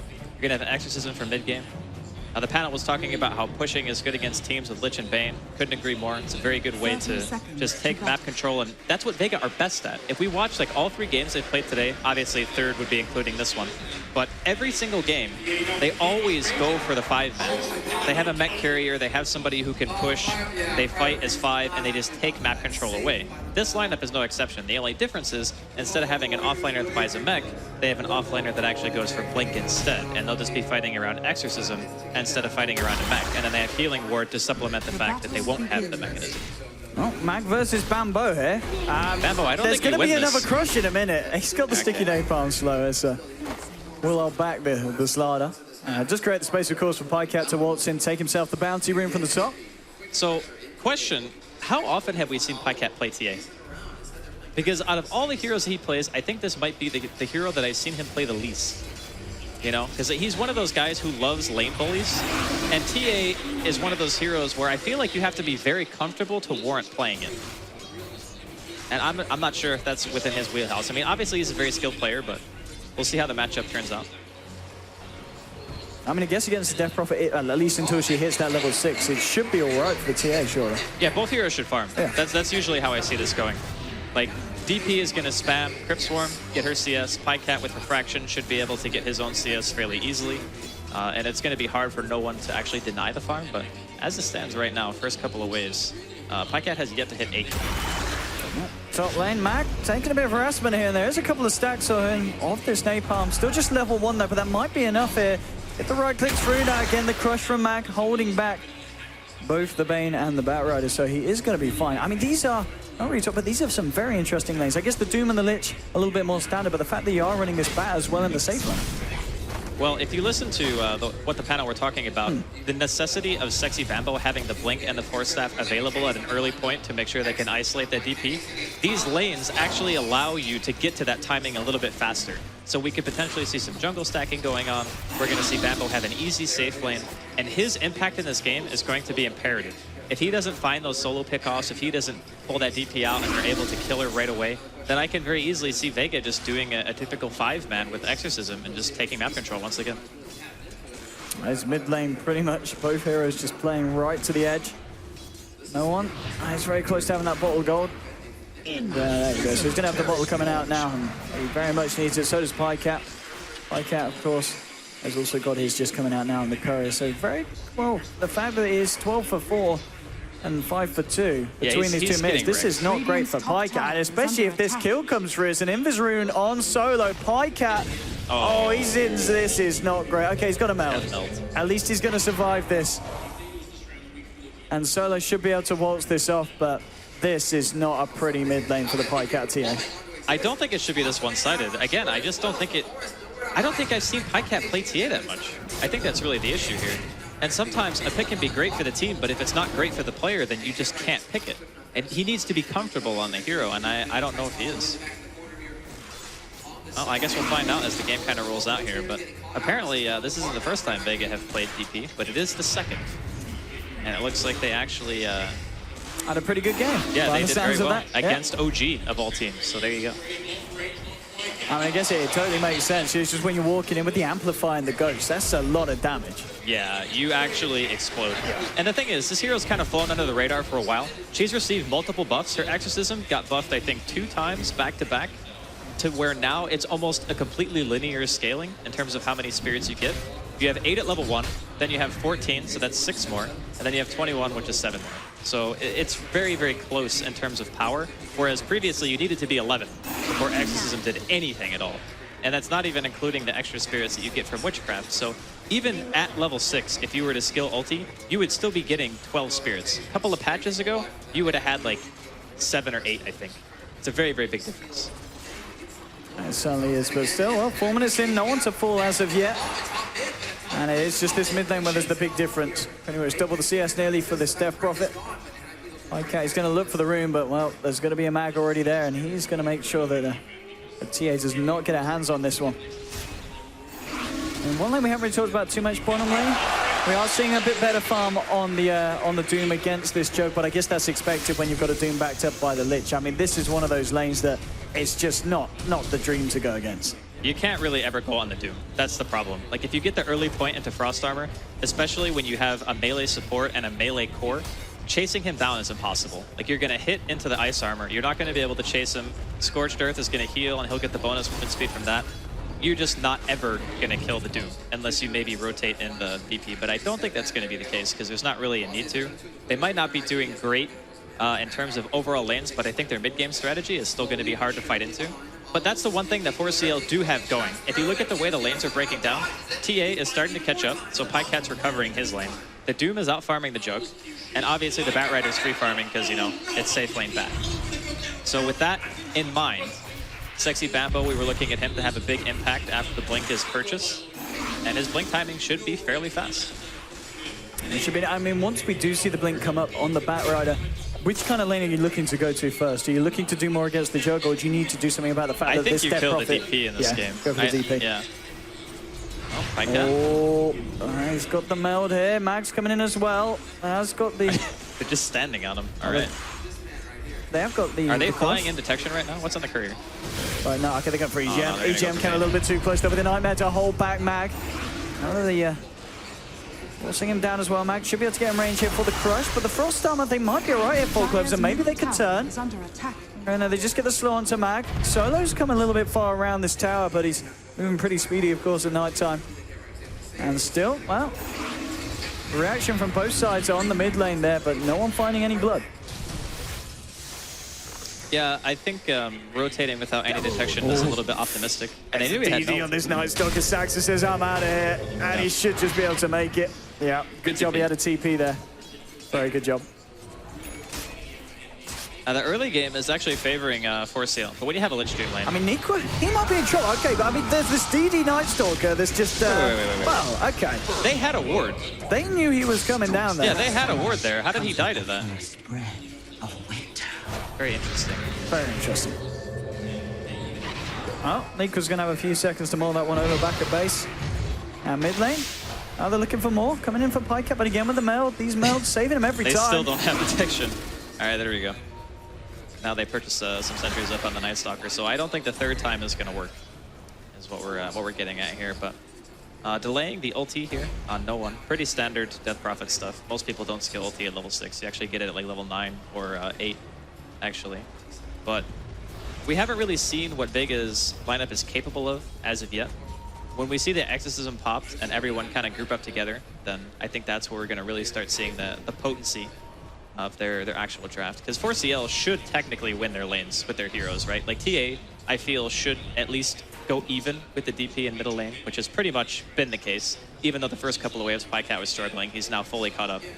And then bottom lane, Lich Doom should win against the lane that Vega have. And you can't really sit the Night Stalker there for too long because you want to try to get some EXP. And then top is just a Slardar against a Batrider. There we go. That's your Blink. Blink timing. Very fast, 7 minutes. But he's got to make something happen with it when you put these resources and making sure the pack gets it at this decent timing. Yeah, but because it's Bambo, we can expect him to make the plays. Like prior to the Exorcism coming out from the DP, that's like before the 5-man timing. So we really want to see something happen with this Blink, like right now. Like buy a smoke, TP somewhere to a tier 2, and then just go for it. Still in the mid lane, 43 for 10 on this DP, 33 for 12 on the Oh, TA. their safe lane ward just faded. It just faded as he TP'd down here. Okay, Pasha, he's going to get doomed up, lassoed up as well. He's going to try and walk it off. There's a void slow. Surely they can't keep Pasha alive now. Nico comes in close. Oh, are they actually going to keep him up? I think, is he going to survive? He is. The He's Doom didn't actually not last. gonna die. Oh, and Doom ends up dying. Okay. All right. I mean, that was extremely unfortunate for Four Clovers and very nicely responded to by Vega. I mean, they saved the Jug, who has 2 ults thrown down on him, and they get a kill off the back of it. That is just painful, actually. They're going to try and move it on to no one. The heals here from the Ghost. Going to put him in a final place, and Mag's actually coming in. Pykat's got to get out. He's got a haste. He's fine. Radiant's top tower is under attack. Well, he's trying to come back in here, Pykat. They're both incredibly low. Nico's turned up to the lane as well. So the important thing to note for the last skirmish, obviously revealing the Blink Dagger, not getting a kill. That's a really big bummer for 4CL, but they did make the DP use her ultimate. So this hero has a very lengthy ultimate cooldown. It's 145 seconds at every rank. And typically, when you pop that ulti, you want to be contesting a tower. To say that making a DP use her ulti defensively is a good thing is true. You don't want her to be able to walk up, pop Exorcism, and get free damage on a tower, because that's where Vega, their lineup starts to really come online. You get the tier 1s down, you abuse Night Stalker vision, you make it so 4CL feel very scared to do anything other than 5-man. And fighting into Exorcism, even with Doom, is very hard. So say you Doom the DP before she gets her ulti off, then of course the fight is probably going to favor you.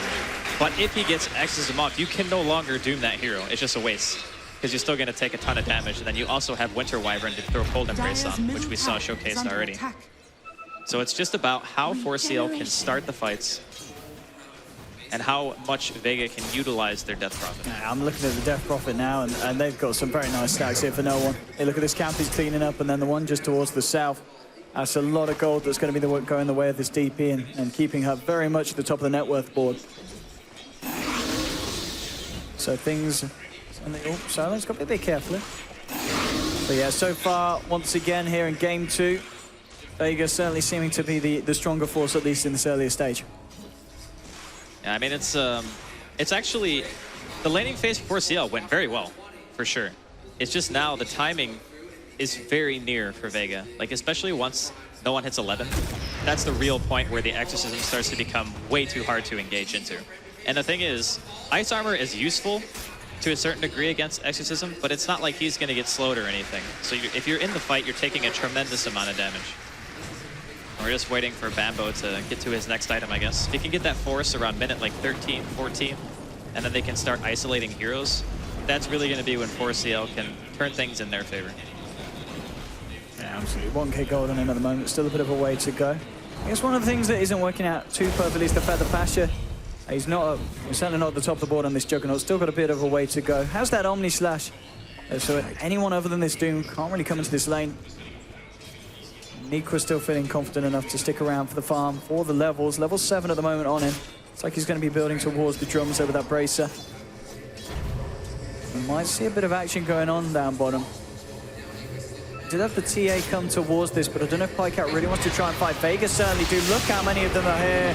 Look at the slows down to Nico. He's trying to walk it off with the Scorched Earth. The trap slows by him sometime. The Doom stopping the Omni Slash, but Matt goes in. Can't quite get the cushion out the chain front. There's the turn. They get the last hold on to no one. That's going to be 1 kill for the side of Four Clovers. And they may be ready to look for more. Mag stuck in the tree line. They should be able to find this one out. And this could be the fight that Four Clovers were hoping for. Max stuck. He's trapped up between EGM and Bambo. It's going to be a second death for the side of Vega. And we were saying how Vega were turning up at full force. Well, Four Clovers, they were very much ready to answer them and turn it straight around. That was the absolute perfect way to start a fight for 4CL. They get a Doom on the Jug prior to Spinner Omni being used. No one pops his ulti, and he's standing in the front of the fight. Like, Bambo. in the wide open, no protection. Look at this Blinkin. He's going crazy. He needs to remember the fact that there is this Omni Slash still available on Pasha. Well, Shome tried to go for the TP out, but the cancel was there from Bambo. And picking themselves up a third kill. That was so huge for 4CL. Like, they needed that so badly. I think they were just a little bit overconfident with the Exorcism out and just underestimating the amount of damage the Force Seal could do to him. Because as soon as they showed that the DP was out in front, and they knew that there was no way that Vega were going to be able to protect him, the Winter Wyvern wasn't close, they just blow him up. They throw a Chain Frost, they lasso him, like everything just dropped right into the TP, and she just explodes. Oh, we can see another fight here. Vega, they're coming in, they've got the Omnislash, he's trying to look for someone to go on, and he goes for the Saxon Lich. He'll take down one, now Blade throwing forward, trying to get EGM, the Amplifier's on him as well as they close in onto the Bane. Can he get himself out of this one? Use the Brain Sap with the crushes there. EGM in trouble as Pasha looking for the right clips, but EGM gets the feed strip off. EGM doesn't live though, they will be able to bring him down there with the Death Prophet. They'll get the silence out to Nico, but Nico's chasing for more, looking for Mag. The crush will come out, they're trying to control it, but the level death is there. Nico finds himself a kill on Starter, looks for the TP out. The damage is too much from the side of Vega. And this time it is 4 Clovers coming out on the bottom of this fight. And Bambo, well, he's still there down in the lane. He should be fine. He has got that blink hand and TP. But Vega showing 4 Clovers that they can hit back just as hard. Overstaying just a tiny bit for CL. They did get the tower and getting the kill actually on the Wyvern too. So, I mean, at the end... they're going to get more as well. Moving in. No. Chain Frost comes out. The bounce is relatively nice. Not bad. Not bad at all. As a Winter's Curse just drops straight down onto EGM. And now with the silence as well before EGM can get anything out. But he has got the Shadow Amulet just keeping him alive here. And this is the silence. No one needs to move forward with one more. Oh, gee. That was close. Whew. All right. He will live. The Lich, of course, wasn't as fortunate to do so. So just as when 4 Clovers started to turn it up on the bottom lane, Vega, they're certainly trying to meet the tempo. Yeah, I mean, the big thing here is Vega actually were able to get some kills after they pretty much got owned bottom, right? The first engagement, they lost 2 heroes, lost the tower. If they weren't able to get anything off of that, I think they would have been in a much worse position, but they were able to find a handful of kills. Not actually able to kill any towers yet, so the people who draw first blood in the tower category are Force Seal. Okay. 4 Clovers. They're ready to I'm go. liking this aggression. This is, I mean, this is what you got to do against Vega, surely. You just got to kind of try and beat them at their own game. It's like what I was saying is Yeah. you want to make the DP ulti in a defensive manner. Like that's usually the best way to make a DP ult, so that way they're not just getting free tower damage. Okay, I mean, here we go. 4 Smoke on Clovers. smoke. They're going to try and beat Vega at their own game, but Vega, they're pretty damn good at it. And if this fight kicks off, Vega, they have got a lot of heroes around. Bambo, he's going to blink himself away. EGM is still sitting here. I mean, if Vega come around this corner, he's got the Shadow Amulet. Okay, so he should, yeah, they're not going to spot him out, so he's just going to chill. And, well, he's going to be okay, but he's not going to be able to do anything with his position, EGM. Too many heroes around on the side of Vega.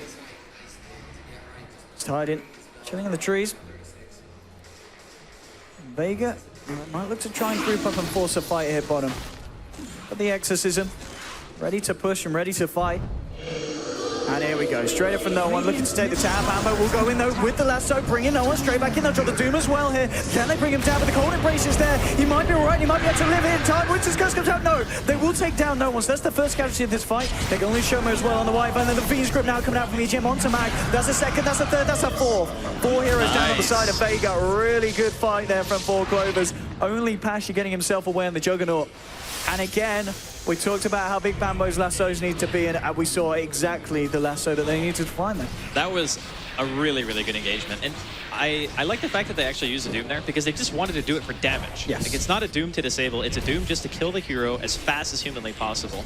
And they did just that. Like, they blew him up 2 times in a row. And they're going to get Roshan off the back of it as well. I They're think they massive are, for 4 Clovers. I mean, I wanted to talk about the last fight, like not the one we just saw, but the fact that they get that first good engagement, it puts Bambo in range of Force Staff. So without Force Staff, he's not able to make that play. So that first fight that happened in the bottom lane was so crucial because it gets him to a point where he's starting to be able to isolate the DP now. He doesn't need his team to help him out anymore. He can pull him so far away that even with the help of a Cold Embrace, it's not enough to keep no one alive. And until the until Mag Sardar has Blink, they're not able to help him. Like, no one can close the distance that fast yet. So there's this timing where 4CL had the advantage in being able to pull that hero out of position and just kill it. Yeah, this is certainly looking a lot better for 4 Clovers in the game 1. 8-6 at the moment, and 2 heroes at the top of the net worth, both on the side of 4 Clovers. And this is a game, we've got to remember that Pycat, he did not have a great time mid. And now he's top of the board, 7.5k net worth, and Desolator complete on top of the treads. And he's holding an Aegis, so he is very much ready for the fights that Vega have been looking for. Yeah, I'm really kind of wondering right now if the Yule's choice from no one was actually the best for this game. I think the only way you die is if you get lassoed, and there's not many games where I would say this, but I actually think like first item Lincoln's might have been like the best thing he could buy. Because normally you do one of two things. You build Yules for spam ability and just making sure that you can keep farming, right? Which is obviously why you buy in this case. And having it as a defensive tool, Yules yourself while your spirits are out, does a lot of damage. Like there are a lot of benefits to this item. But if the only way you can die is if you get lassoed, I think Lincoln's is like a must buy in this game. Radiant's middle tower is under attack. And we'll see what he goes for next. As well, mid lane, Asher still trying to catch up on the farm. It is very close across the board. I mean, it is just 1.5 behind that Pycat TA at the top. So by no means a huge amount behind. Certainly a gap they're going to want to close. Busy traveling out on Bambo as well, so he's going to be ready with every fight. And they're actually smoking up now. Bambo, EGM ready to follow through with Nequith. They'd love to find Pasha. It's a big kill if they can. And straight in, they'll get the lasso. Blade Fury was off in time. The Fiend script's coming out though from EGM. Wow, they dropped everything. Being thrown down. Okay. They want the kill, they get the kill. They're not messing around here, 4 Clovers. It's okay though. I mean, it's actually okay to drop everything on Pasha there because if they don't have every hero together, Vega's lineup just doesn't really feel that threatening right now. If the DP is dead, your damage output is negligible at best because Exorcism is being heavily relied upon right now to carry them throughout the mid game. And every time you take out a hero, it makes that 5-man just non-existent. So for CL, able to pressure the tier 1 here after getting a very nice pick. Let's see if Vega are able to do anything to stop it. Trying to move in, but Pycat sitting there with a refraction. Just smacking away at the tower, and okay, no one actually gets forced back there by Bambo. I think he's trying to force him into a favorable position to fight from. Winter's Curse comes out, but Bambo's fine. The Glimmer Cage there, the bell! Blowing up Mag, he just disappears off the map. The Ghost doing a lot to Pycat, he's trying to walk this off. He should be alright, does have the backup of his team, but Ghost can't quite reach him now. The Chain Frost being thrown in by Saxa. They'll get the trap slow, looking to moving on to no one. Bambo's there as well. They're converging in on this one, 4 Clovers, but the Omni Slash comes out. It's not enough from Pasha to get themselves any kills. Blade Fury's there, but Vega, they're just falling apart and they can't quite find the opening to go into this one. And they'll lose the Slardar, and they just don't find anything in return. And 4 Clovers, they're still happy sticking around. 4CL can even back up here if they want. Like they can continue pushing because I guess Lasso's back up cooldown. And with DP ulti being down, this is the time. Like 4CL have full momentum right now in this game. I gotta hand it to Bambo, man. Like when his team needs him, he just comes in the pinch like every single time. We talked about how he needed to have a great game. They give him a safe lane, he gets a blink at 7 minutes in. First lasso wasn't great, but the second and third ones did so much damage. Yeah. Absolutely, this is definitely 4 Clovers in their element at the moment. Blink Dagger now and Pycat, we've already seen how much, how quickly he can burst down some of the squishier heroes. And now he's going to be able to find himself in the position to do so much more often. And it just feels like, you look at the 2 cores and... Top lane. Okay, let's have a look what's going on here. Mag's being caught out by the lasso, drops the crush, but the fire's already down. Another kill, and as you can hear, a lot of 4 Clovers fans in the audience. Well, I think you can just take every Ender 2 tower right now, right? Like, pretty easily. And I apologize, I couldn't actually hear a word you said because of the CS. It's all the Bambo fans. It is, it really they've is. turned up today. Bambo Dota. Bambo. Well, Sometimes you just cheer ridiculously loud. Absolutely. I'm not going to take anything away from no Nipper playing right now, so home crowd. It happens. And Pycat, he's going to look to take this tier 2, and he might just get it. He's got backup behind him. EGM's there, and it does have a Fiend's Grip if Vega try and fight into this one, but I think Vega are just going to have to let this one go. They don't really feel strong enough to fight. We've seen them try it before. They used it, even using the Exorcism, they just can't seem to come out on top of the moment. They need something else, something that allows them to just find that pick-off beforehand. We've seen 4 Clovers do it themselves. Just each and every fight, finding someone like the joke before, and then fighting into 4 rather than 5. And it kind of feels like Vega, they kind of need to take a bit, a page out of the book of 4 Clovers and do that themselves before fighting as a team. The difference is, though, like 4CL have the pick potential. Yes. What hero on Vega can actually go for a pick? That's the big thing. Like, their lineup is not built to be able to stop split Bambo, push. look at him on this top lane. He went straight into the tier 3 with the lasso. And again, I mean, this is the combo. Yeah, it really is. The amount of bursts that they have at this stage in the game is insane. Like, during the draft, Peter was saying that he really liked TA because it's that one hero who can just really destroy the DP. And when you're playing from behind as Death Prophet against a TA, And if they could get Pasha here with the Fiend script, Pasha extremely far into enemy territory, and he's going to get punished for that. Under attack. Very, very deep on the die side of the map, and that's the jug down for 40 seconds. I think we could be seeing a third game here, Owen. This is 4 Clovers playing certainly a very different Dota to what they brought to game 1. Vega's game plan has just not really come to fruition at any stage. I mean, the tier 1 safe lane, tier 1 mid are still standing at 23 minutes as a lineup that has Juggernaut and Death Prophet. Like, if I saw this draft and I saw Vega versus 4CL, I'd say that Vega very easily could have snowballed, played their 5-man Dota, and just straight up just face rolled it, you know? This is the kind of lineup that they usually run very well. And even though this is the only time, other than, I guess, one other game in this patch that they've decided to run DP, I still thought it was actually a very solid pick. It's just that 4CL are finding the plays. They're getting the pickoffs of the most important heroes, and they're just stopping Vega from ever getting their death ball going. Bam, but look at this top lane. He is very much ready to go here. Sherma, how far is he going to come out? And I think the answer is too far. Straight in with the lasso. He'll take what he can get. Bambo, more kills for the tally. Cold Embrace is not going to save you here from the fire from the Batrider. And a mega kill streak now for this Bat. Bambo. It's working very nicely for 4 Clovers, and, well, 4 Clovers aren't done. There's a Nightmare onto no one. They don't have the Fiend's grip, but they do have a pie cap. Okay. Hey. I mean, this couldn't be going any better for 4 Clovers at this point. They seem to be just winning every single engagement that they jump into. Yeah, the way that they're controlling the map is actually very impressive, considering the team that they're doing it against, right? Like, Vega are certainly no pushovers. And this Blink Dagger from Mag, 24 minutes. This is an extremely late Blink Dagger, even by offlane standards. And here we have it, tier 3 push coming in from the side of 4 Clovers. 25 seconds until Death Prophet's back up. Does have a buyback. Looks like 4 Clovers aren't going to force the issue, though. It's going to be their turn to play disciplined. Like, you don't need to try to go end the game right now. You know Roshan's going to be up in like a minute or two. You can just go take that, get an Aegis up on your TA, potentially. Just go try to see Tiger on that way. I mean, this lineup from 4CL, it's a very skill-oriented lineup, right? Like, you have to find the picks, you have to control the laning phase, control the early game, and never really let up the pressure. But when you get to this point, and your TA is just so built, like, as a mid-lane hero, she is one of the best in terms of carry potential in a late game. And her physical DPS output is also something that is insane. And you can just get free Roshan after free Roshan as long as you're controlling the map. And this is the first time we've seen Vega today not in control. Here we go. Vega, they're trying to do their best here to regain it. Look at the push on the mid lane. Fortification coming out, of course, from 4 Clovers, and we may even see them try and fight the Max there with a blink. Straight onto Bambo. Bambo gets himself forced away, and he might be able to get forced again. He's going to be fine. Gets himself back up to the high ground. Saxa was looking for an opening there to get the Chain Frost in, but now they've found him and moving in with the Exorcism. Saxa will melt. So if they can find themselves the Lich, now they'll turn their attentions back towards the tier 1. We'll be able to find it. Just illusions here moving around from the TA. So if they could get themselves the tower. Roshan, unfortunately for the side, isn't quite up and won't be for just about another minute. That could have been a big turning point if Vega were lucky with the timing there. We'll see a smoke up now from 4 Clovers. They haven't got the Lich, but we're seeing how much they can do just as a 4-man. And Vega have got to get themselves out. 4 Clovers know they're fighting into a team that doesn't have Exorcism, and that's the go time for the Mandy.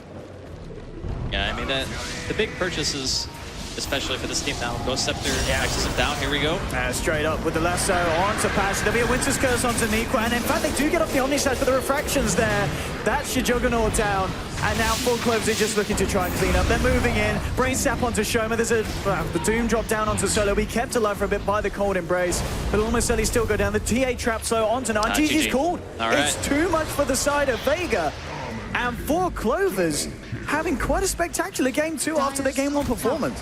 The first couple of really big fights actually just set the tone for the entire game. Like that 8-minute Blink Dagger. I mean, Vega even knew it was up because the first lasso they put on Pasha, and they also doomed him as well, and he still didn't die. So they already knew the Blink was on the field. And then no one walks into lane bottom when they were trying to push in as 5. Opens himself up to get lasso, dragging the tower, dies. They managed to do it a second time because Bambo gets a very early Force Staff because of that kill. Like, that whole engagement just set him up to have a phenomenal game, and he certainly delivered for the side 4CL. I really did. And I mean, we talked about game 1. It wasn't pretty. I mean, the scoreboard at the end, 4 Clovers did not have a game, but this time they seem to have worked out how Vega were going to play, and they dealt with it fantastic. I mean, you look at Vega's picks, the fact that they tried to run a Death Prophet, it's not something that we see all the time, maybe, feeling a little bit kind of confident going against Four Clovers, and Four Clovers showing them that you can't do that. They will punish it, and they'll play very nicely. Pycat's TA, we questioned it at the start, but he finishes the game, he doesn't die at all, 5 kills, 4 assists. That man, he made some magic happen this game. Yeah. And, of course, not without the help of Bambo. You can't leave this game without mentioning Bambo. I actually wanted to pose a question to the panel, see if, Peter has an answer. I was thinking to myself when I saw the bat, because he mentioned how it's not really always great to play Bat Rider against Night Stalker. Is there any other hero that would have done what Bambo did in the sign-up with Bat? And I think the answer is pretty much no, right? There's no other hero that can really do that. So I guess the question is, were there any other options? Well, we will find an answer out right after a short ad break. So don't go anywhere, ladies and gentlemen, because Game 3 is going to be around the corner just after the panel point. But first of all, a little ad break for you guys at home.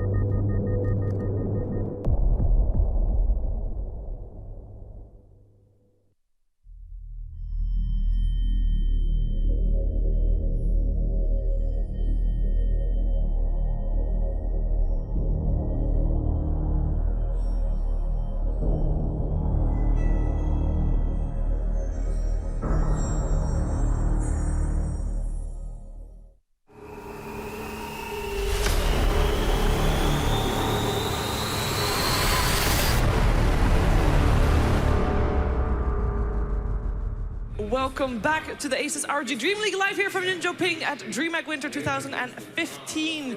We are going the distance here in this first best of 3 series of the day. It is Vega Squadron taking on 4 Clovers and a Leprechaun.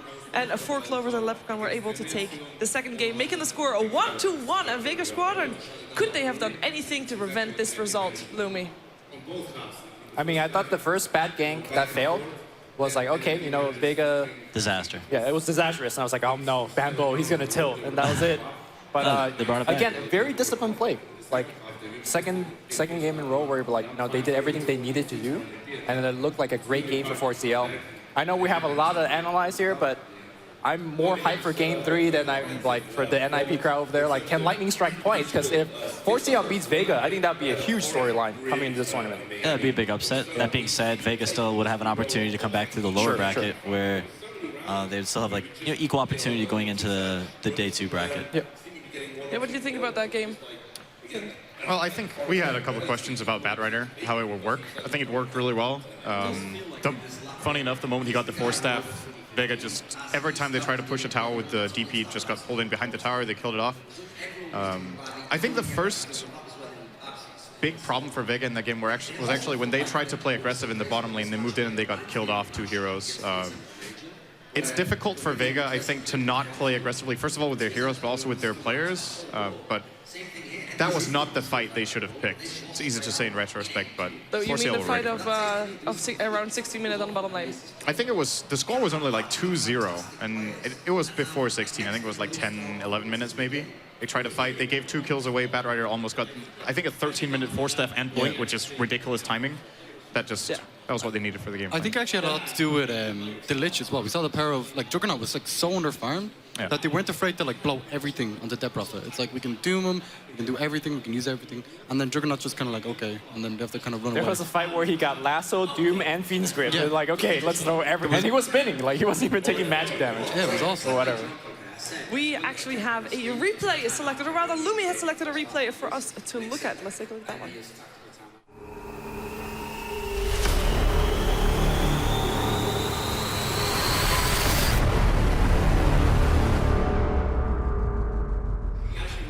So I think this is the one where Cinderin brought up that the Blink and 4-staff play against the first push that Exorcism was used, and he the got 16-minute mark. Yep. He got direct so far back, and they again commit everything for him. And here's where I think we should pause. Like, if you look at the Slaughter, today Demon didn't have a good Slaughter game, couldn't farm Blink, and I think this is one of the latest Blink timing. I think that was one of the in-game stats that came up.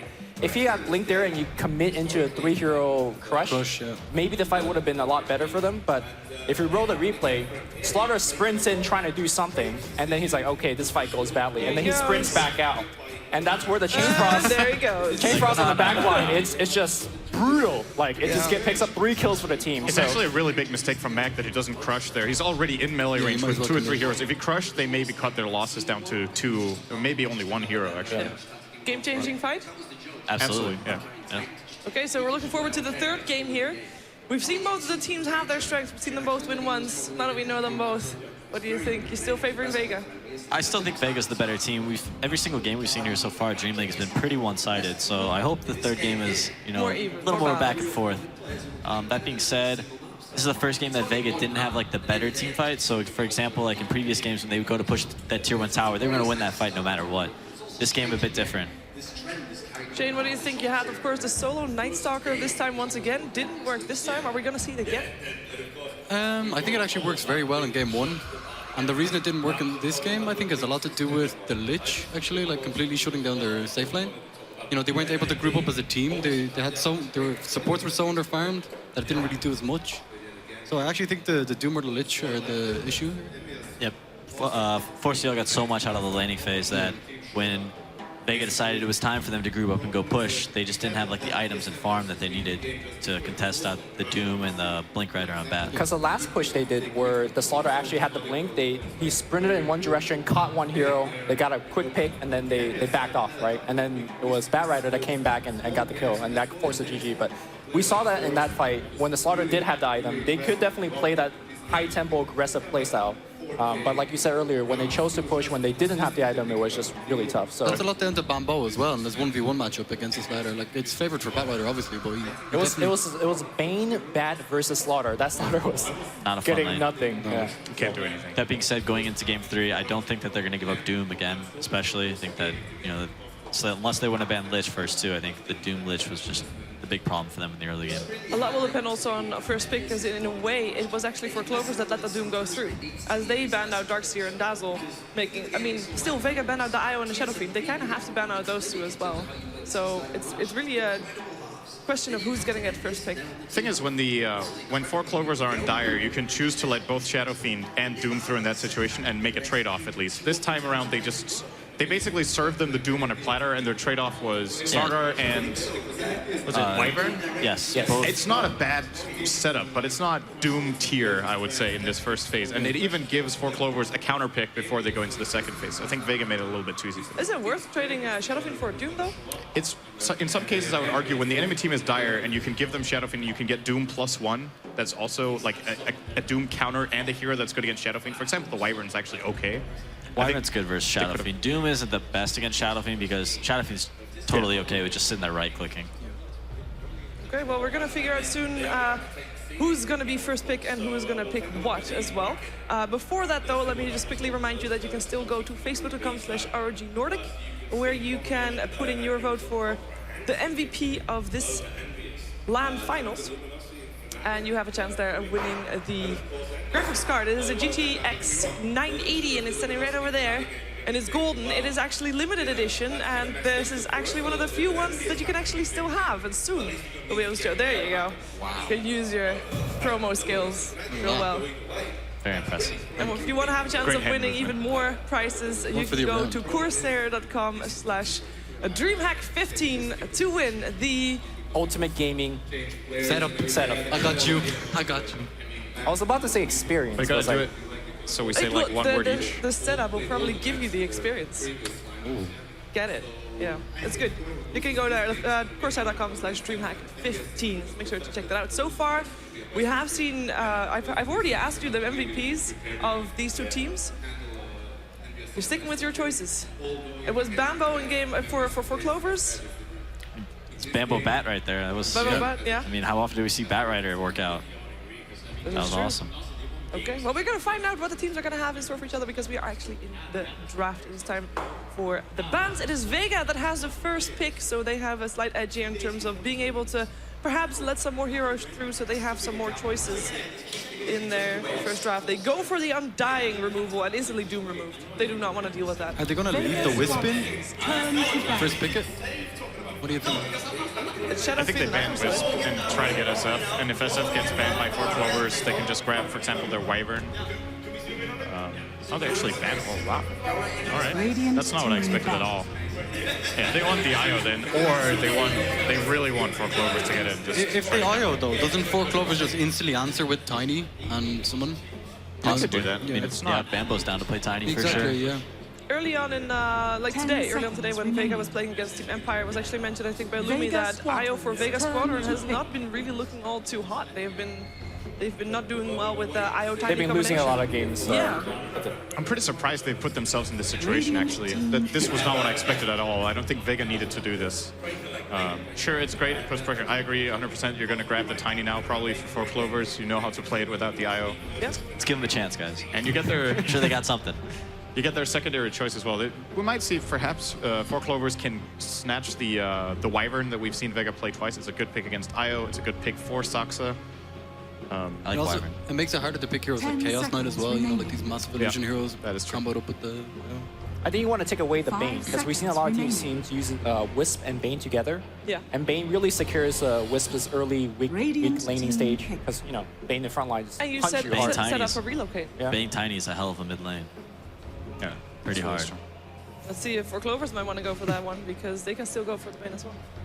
At the same time, if you don't grab the Wyvern, you probably... Vega, do they want to show their Wyvern IO as the first 2? I'm not sure. Okay, they do that. There's the Bane now for Vega if they do want that one. I think... Or do you grab the Night Stalker because they seem to like that more? Solo plays IO though for the team, and Solo also plays Night Stalker. That's true.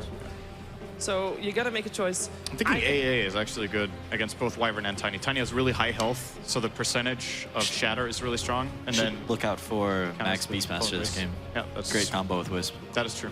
I'm going to mostly look forward to seeing perhaps the Disruptor from Sima in this game, because I feel like that will really fit with their lineup as well.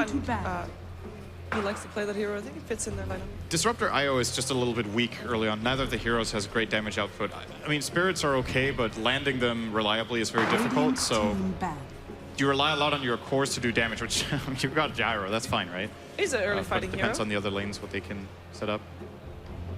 The thing is, all these supports that we've been mentioning, the Disruptor, the AA, it's just free food for the Tiny once you get the Blink, which I guess is always true when Tiny gets the Blink. It's just, I don't know if there's some supports you could pick that's less susceptible to that. Wraith King. Wraith King support? Yeah. When's the last time we've seen that, actually? I think Bane with a cloak survives, actually. Probably. Yeah. They kind of like the Sables regardless. On the side of Vega Squadron, that is. As Brood gets removed, still the threat. I mean, we saw Brood removed a few games ago as well against Vega Squadron. It's just a threat that Vega has. I think PPD's right on the money though. They need that like setup like Bane or Beastmaster. I think they'd be happy with either of them. I think both. Yeah. Both. Both of them. Both seems fine. Just take both. Let's not be greedy here. It's good. Take all the heroes. They're both great heroes. Which one do you think is more important then, if they only get one? I think Mag on Beastmaster is pretty game winning, so I'd go with that. Is that enough to deal with the Tiny? It's pretty good against Beast Tiny. is very good against Tiny. actually. Just put the boar on him as well in team fights. Boar's annoying. Roar is obviously great. It's really good with Wisp. It's like really easy to split push the map with Wisp. If you have Hawk Vision, it's really easy to run around with Gyrocopter and push lanes, and then when you do find that Roar, then the real kick comes in and you just burst someone down. Do 4CL ever put the Tiny on someone else than Bam? No. No. 100% no. Irresponsible. What is their reasoning behind the Lich ban?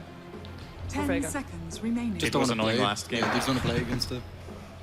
Generally doing dual 5 lanes against seconds Wisp is the remaining. best way to go. Wisp isn't... He's strong in like the mid lane, but he's not like the strongest in other lanes. So if you kind of do like a 2-1-2 setup and kind of sack your mid lane, that's a strategy a lot of teams try against IOs. This is a very good ban, by the way. The Bristleback IO together against Tiny is very strong. Of course, you have physical damage only on the Bristle against Wyvern again, but it's just a combination of Bristle and Gyro. You force out the Cold Embrace with Bristle, and then Gyro has all his stuff. It would have been a very good pick for Vega, I think, and no one plays it very well. This is solid drafting for 4 Clovers. I really like what they're doing so far. Bane is great this game. Enfeeble versus Gyrocopter, always good. There's Finally! First Tusk of the 20s. I said finally to Tusk. I mean, it's not like I'm super excited, yay, we get to see Tusk, but more like, why haven't we seen it yet? Tusk is fun. I like Tusk. It's really fun to gigantic play. snowball. Like, what was it in a Frankfurt Major 99% pick ban, I think? Might have been one game, maybe one game where it didn't get picked up. I have recently learned that Tusk is a really good hero for... Period. No, that too. But for people that actually don't normally watch Dota, and they just glance over, and there's like this gigantic snowball on the screen. Like, what the hell is happening? oh, and people actually what's are drawn that? in by that. It's Maybe I like should people play this like game. that. Like that. It's very easy to follow the action. Yeah, It is. There's very few It's spells where the pick. actual, like the noise makes so much sense with the animation. Like when you just see a punch, you know exactly what's going on. Like anyone When can you see see gigantic snowballs, like, whoa, you can, you can get hyped about that. You don't need to know anything about the game. You see gigantic snowball, you're hyped, even if you don't watch Dota. So are we going to see a carry shaker? No, EGM. I mean, you got... I don't know, yeah, I Yeah, guess. it's Core Shaker for Bambo. Oh, wait, it can't be. No. Yeah. Pycat mid Shaker? I'm sure Pycat can play I can Tiny. play Tiny as well. Yeah, yeah, yeah. Pycat Did might he? play Tiny. But they never play Tiny on anyone else. Until now. So They're we being got really, a problem here. They're being really stretched. We got a problem. Are they gonna go for the no logic gaming strat, Reserve having a time. core Bane? Core Bane, We've yeah. seen core Bane a Yeah. lot Core Bane. in the hands of Mitch. It could be. Well, you never know, Just have to wait and find out. Radiant team back. Was this the pick? That's a good question. I mean, you talked about how Tiny's naturally very good against Ember, and I tend to agree with that. Hello everyone and welcome back. I guess you're just saying we're going to have a very hard to pick lineup. Is that the goal? You have the save with the Wisp though, the sustain heal, get through it. they have tools against the Tiny as well. That have the snowball to back up the Ember against Griff getting caught by Fissure. Reserve time. It's a comfort pick for them as well. I'm not sure. This, again, 4 Clovers with... I think they're doing pretty much everything right so far in this draft with the Beastmaster ban There's now. still a Windrunner in the pool as well. I think Windrunner suits the draft very well. It's pretty good against Ember to catch. Decent against IO. I think Windrunner is good.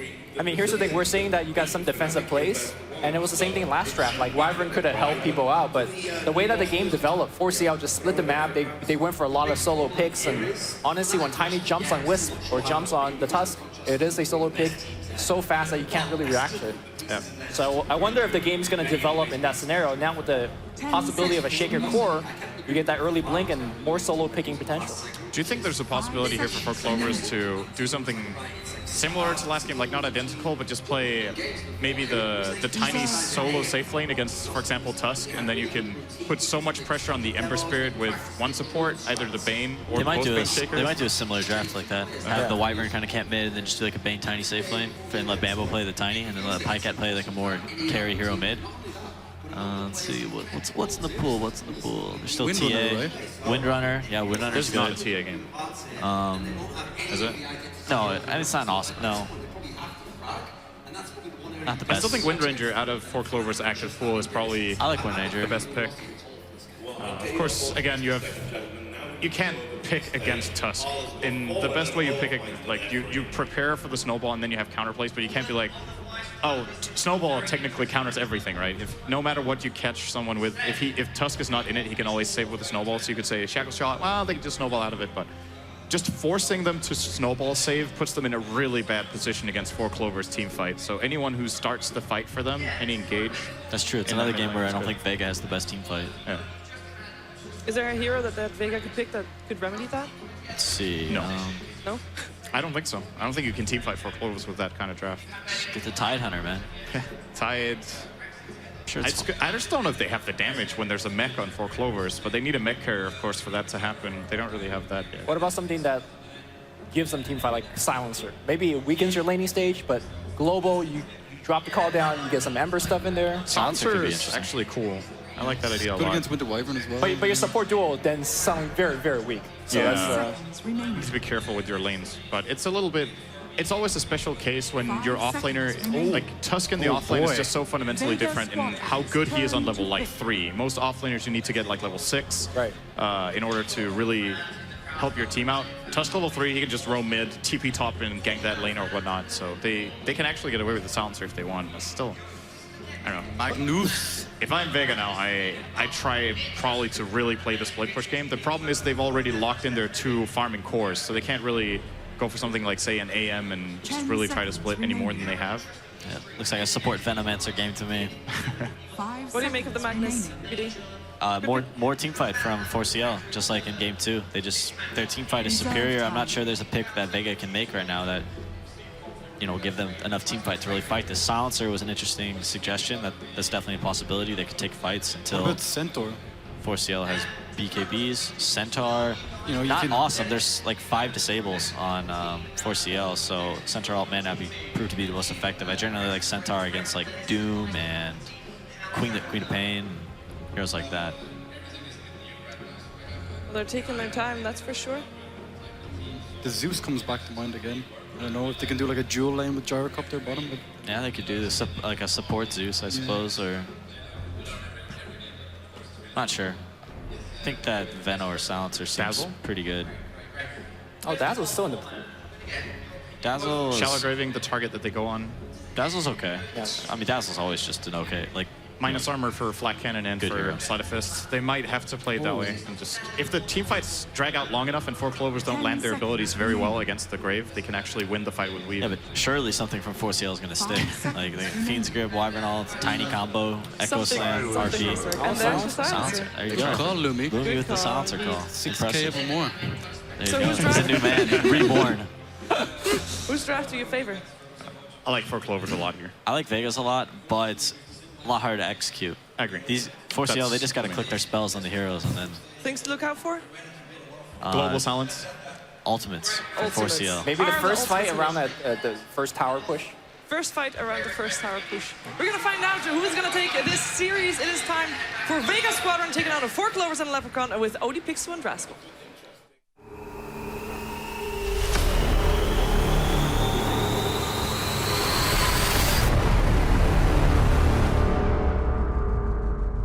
Indeed, and here we have it, the third deciding match between 4 Clovers and the side of Vega Squadron, and some very interesting picks. We've got, of course, the side of 4 Clovers going for that full-on team fight. Vega Squadron, they say, we'll bring a silencer to the fight. I mean, I always love seeing stuff that's a little bit different, right? I mean, of all the teams to run silencer, this is one of the few CS teams that actually doesn't run it too much. I know Illidan has played core silencer in the past on VP and things like that, but they're a team I haven't seen run it too much, but it is a good pick just to have that counter initiation. You go in, you go for like an RP, or you go for a Fiend's Grip. Like, that's the thing that comes to my mind immediately is Fiend's Grip, because it's so easy to just drop the global on that. Yeah. So definitely a solid pick here. But Vega's early game fighting potential is not too bad. I think this is probably one of the more even drafts that we've had, in the sense that both teams kind of want to try to do the same thing. They both want to fight with their heroes, but as PPD said on the panel, 4CL's team fight is just insane. I mean, 4CL's draft this game, do you think they've kind of looked at what they did in game 2 and said, we kind of want to do more of the same of that, but in a different way here? Yeah, it's different because in the second game, Vega had a lineup where they were running around with the DP and they wanted to just 5-man around one ulti. But this game, they have a lot more avenues of taking fights. And I still think in the early lane, like this mid Ember Wisp, for example, against Mag and Winter Wyvern, I honestly think that if Vega can control the runes, the lane should come out on top. But if for whatever reason they're not able to do so, then I can actually see the Nikwa Saksa lane going well for them here mid. You have been. Okay, I mean, that's your mid lane, your top lane. So we are seeing the off lane Shaker, of course, come out from Bambo. He had quite the game earlier today on this one. And this time he's going to have to deal up against this Gyrocopter and Silencer lane, which, I mean, that can't be a nice one to lane against. Yeah, this is actually a disaster for an Earthshaker. Like, anytime you even are in experience range, you're going to be getting hit by Flat Cannon. And obviously you have to start with boots, because otherwise one rocket barrage can just kill you. Mid lane, Saxy just trying to go in with the Arctic Burn Harass, creating that space here for Nikwa. And finally this bottom lane, so Pycat, he's going to be on the Tiny, of course. When you watch 4 Clovers, you know, you kind of think of Bambo being the Tiny man, but Pycat, he's going to show us how to do it in the position 1. The biggest difference for me, 4CL running Tiny, when Bambo plays it, he's never a core Tiny, ever. He's always just off lane. He builds mobility items only, so you can see Mag just punching the crap out of Pycat right here. Just kind of what he's got snowball. He might be dead. All right, this is... who's got the better movement speed here through? Okay, they've got a bang. Oh, there we go. Nearly body blocked Pycat there. That was close, and they're clarity up.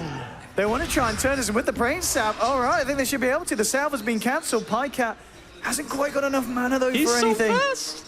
Oh. All right. I think EGM should have at least been able to get one more auto there, right? Because he's 315. I don't know, it's close.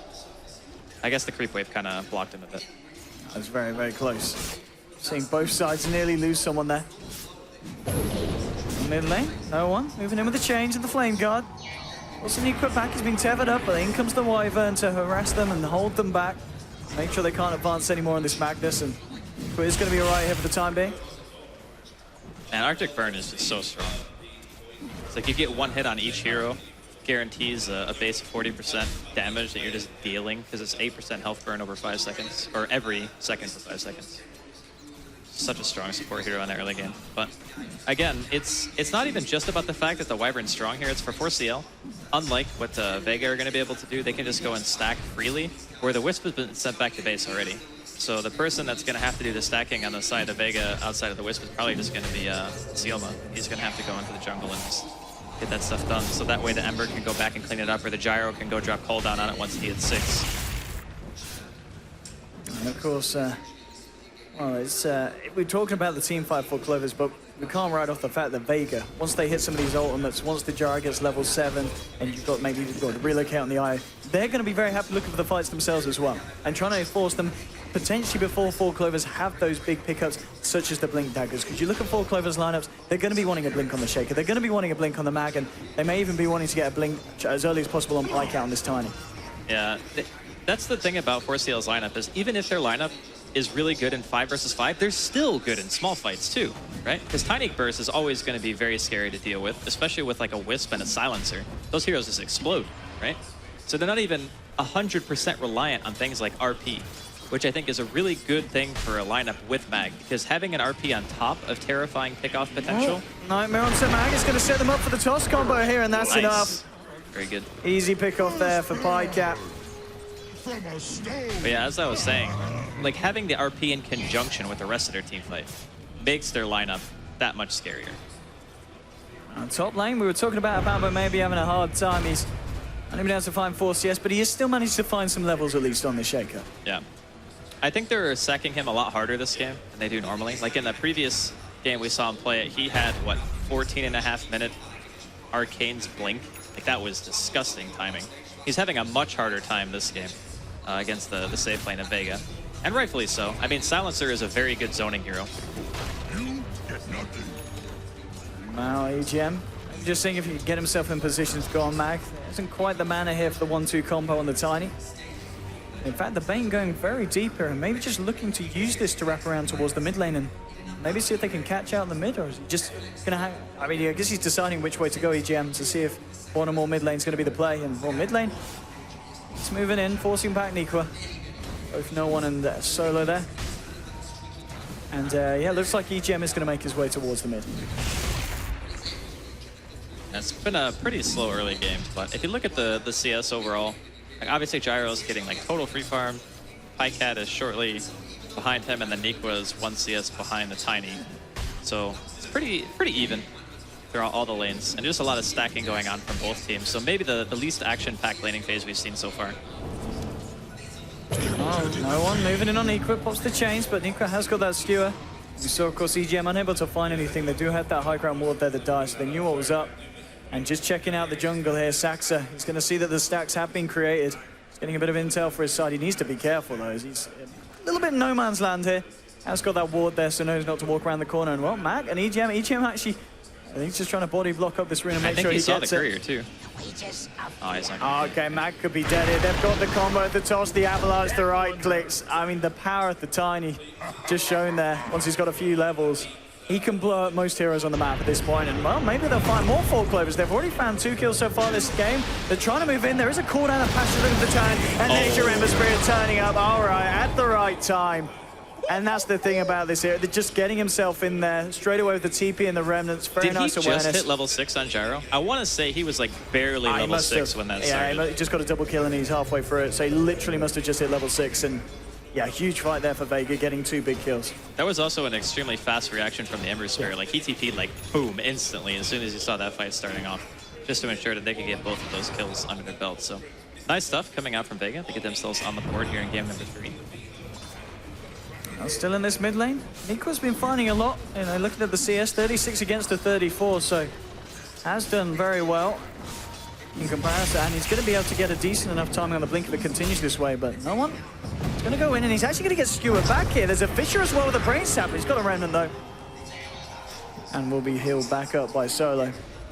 And this is one of these things, in terms of the catch potential, I guess, I know they do have a lot of stuns, but to really secure themselves a kill on the Ember, do you feel that they need really the RP or the Winter's Curse or the Fiend's Grip? Because at the end of the day... Those are the surefire kills. Yeah. Those are what you really want. I mean, until PyCat picks up his Blink Dagger, and you have that insane burst, yes, if you can catch him with his Flame Guard down, you can definitely kill him with a Tiny combo during the mid-game.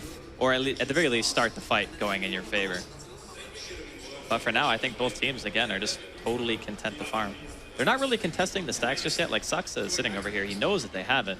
And you do have a Magnus on your team and a Tiny. So I wouldn't be surprised to see 4CL maybe go for a smoke play, try to contest the jungle and take those stacks away. Because if you do that, that's going to be relocate delayed for a long time. Like Solo's not going to get credit for those. Take it away from the Gyro.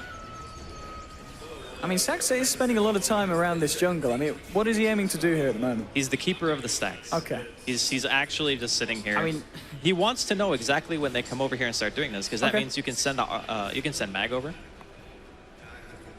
And it looks like, speaking of, he's going to be smoked up here. Yeah, they just want to take the stacks. They're not even looking to fight. They just want to steal this. This is a really good play. I mean, I guess with the shockwave they can, yeah.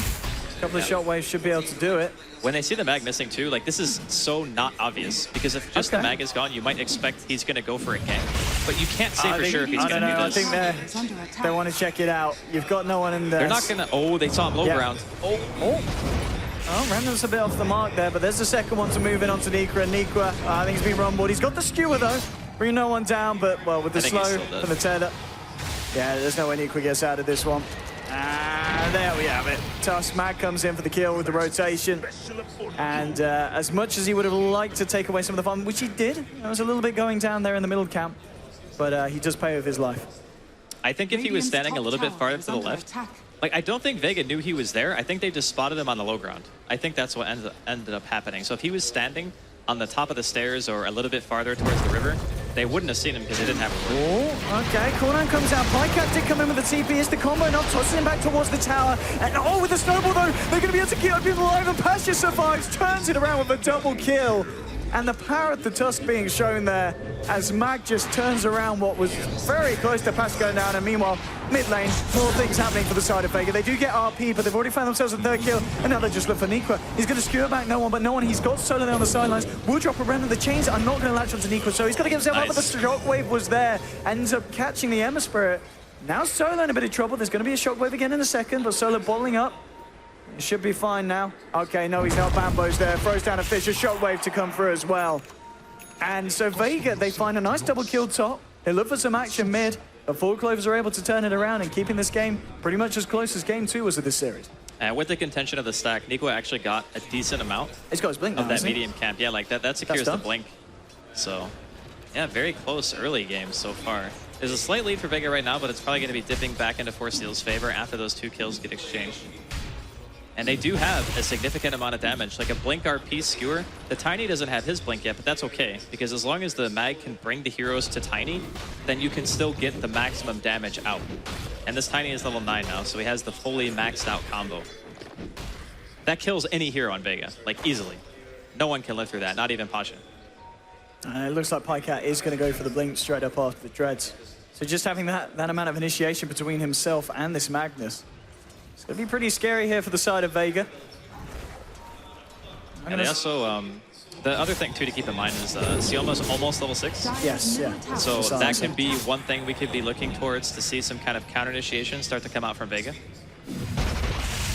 And Mag is level 7, so regardless of his 2 early deaths, he still is very high level. You compare that to Bambo's level 5. Yeah, we saw Mag make those great rotations, and that's really helped keep him at the top of his game. Relocate. Okay, here we go for a bit of action on Bambo, and then they're going to find it.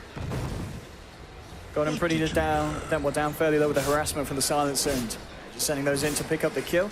That's going to be a bit of a plus intel here for Showman. He's actually sitting on +6 at the moment, so not too bad 11 minutes in for this support silencer. Yeah, the support silencer for me is really just a tool to stop the full combo from Force Steel coming out. And it is a pretty easy lineup to global against too, because as soon as you see one spell cast, like 1 RP or the Tiny blinks in or something like that, you global on it, and then you try to re-engage with your call down and your Ember Spirit, right? Because it's very hard to run away from that. So they have a method of starting the fight themselves and a relocate and a global, and they can also use it defensively. Okay, and well, Pycat, he's going to be going for something a little bit different here. It isn't going to be your blink, it's going to be your Shadow Blade. Bambo filled that thought as he could be in trouble, and Nikra is there, but there's your global silence, and that's what we're talking about, enabling them to turn it. And now Nikra's the one in trouble. They have sent Pycat in. The RP will come out onto 2, and maybe they can turn this Four Clovers. The Winter's Curse onto Pasha. Pycat will be able to keep himself alive. EGM gets the Fiend's Grip, but the Rocket Barrage is there. They found themselves a second. Can they find themselves anything more here? Moving in onto the Winter Wyvern at the same time towards the top. Matt gets the punch down as he gets himself a double kill. The Wyvern only just getting him away. Oh, the Spirit's going to touch. Oh, he can't quite get himself close enough solo.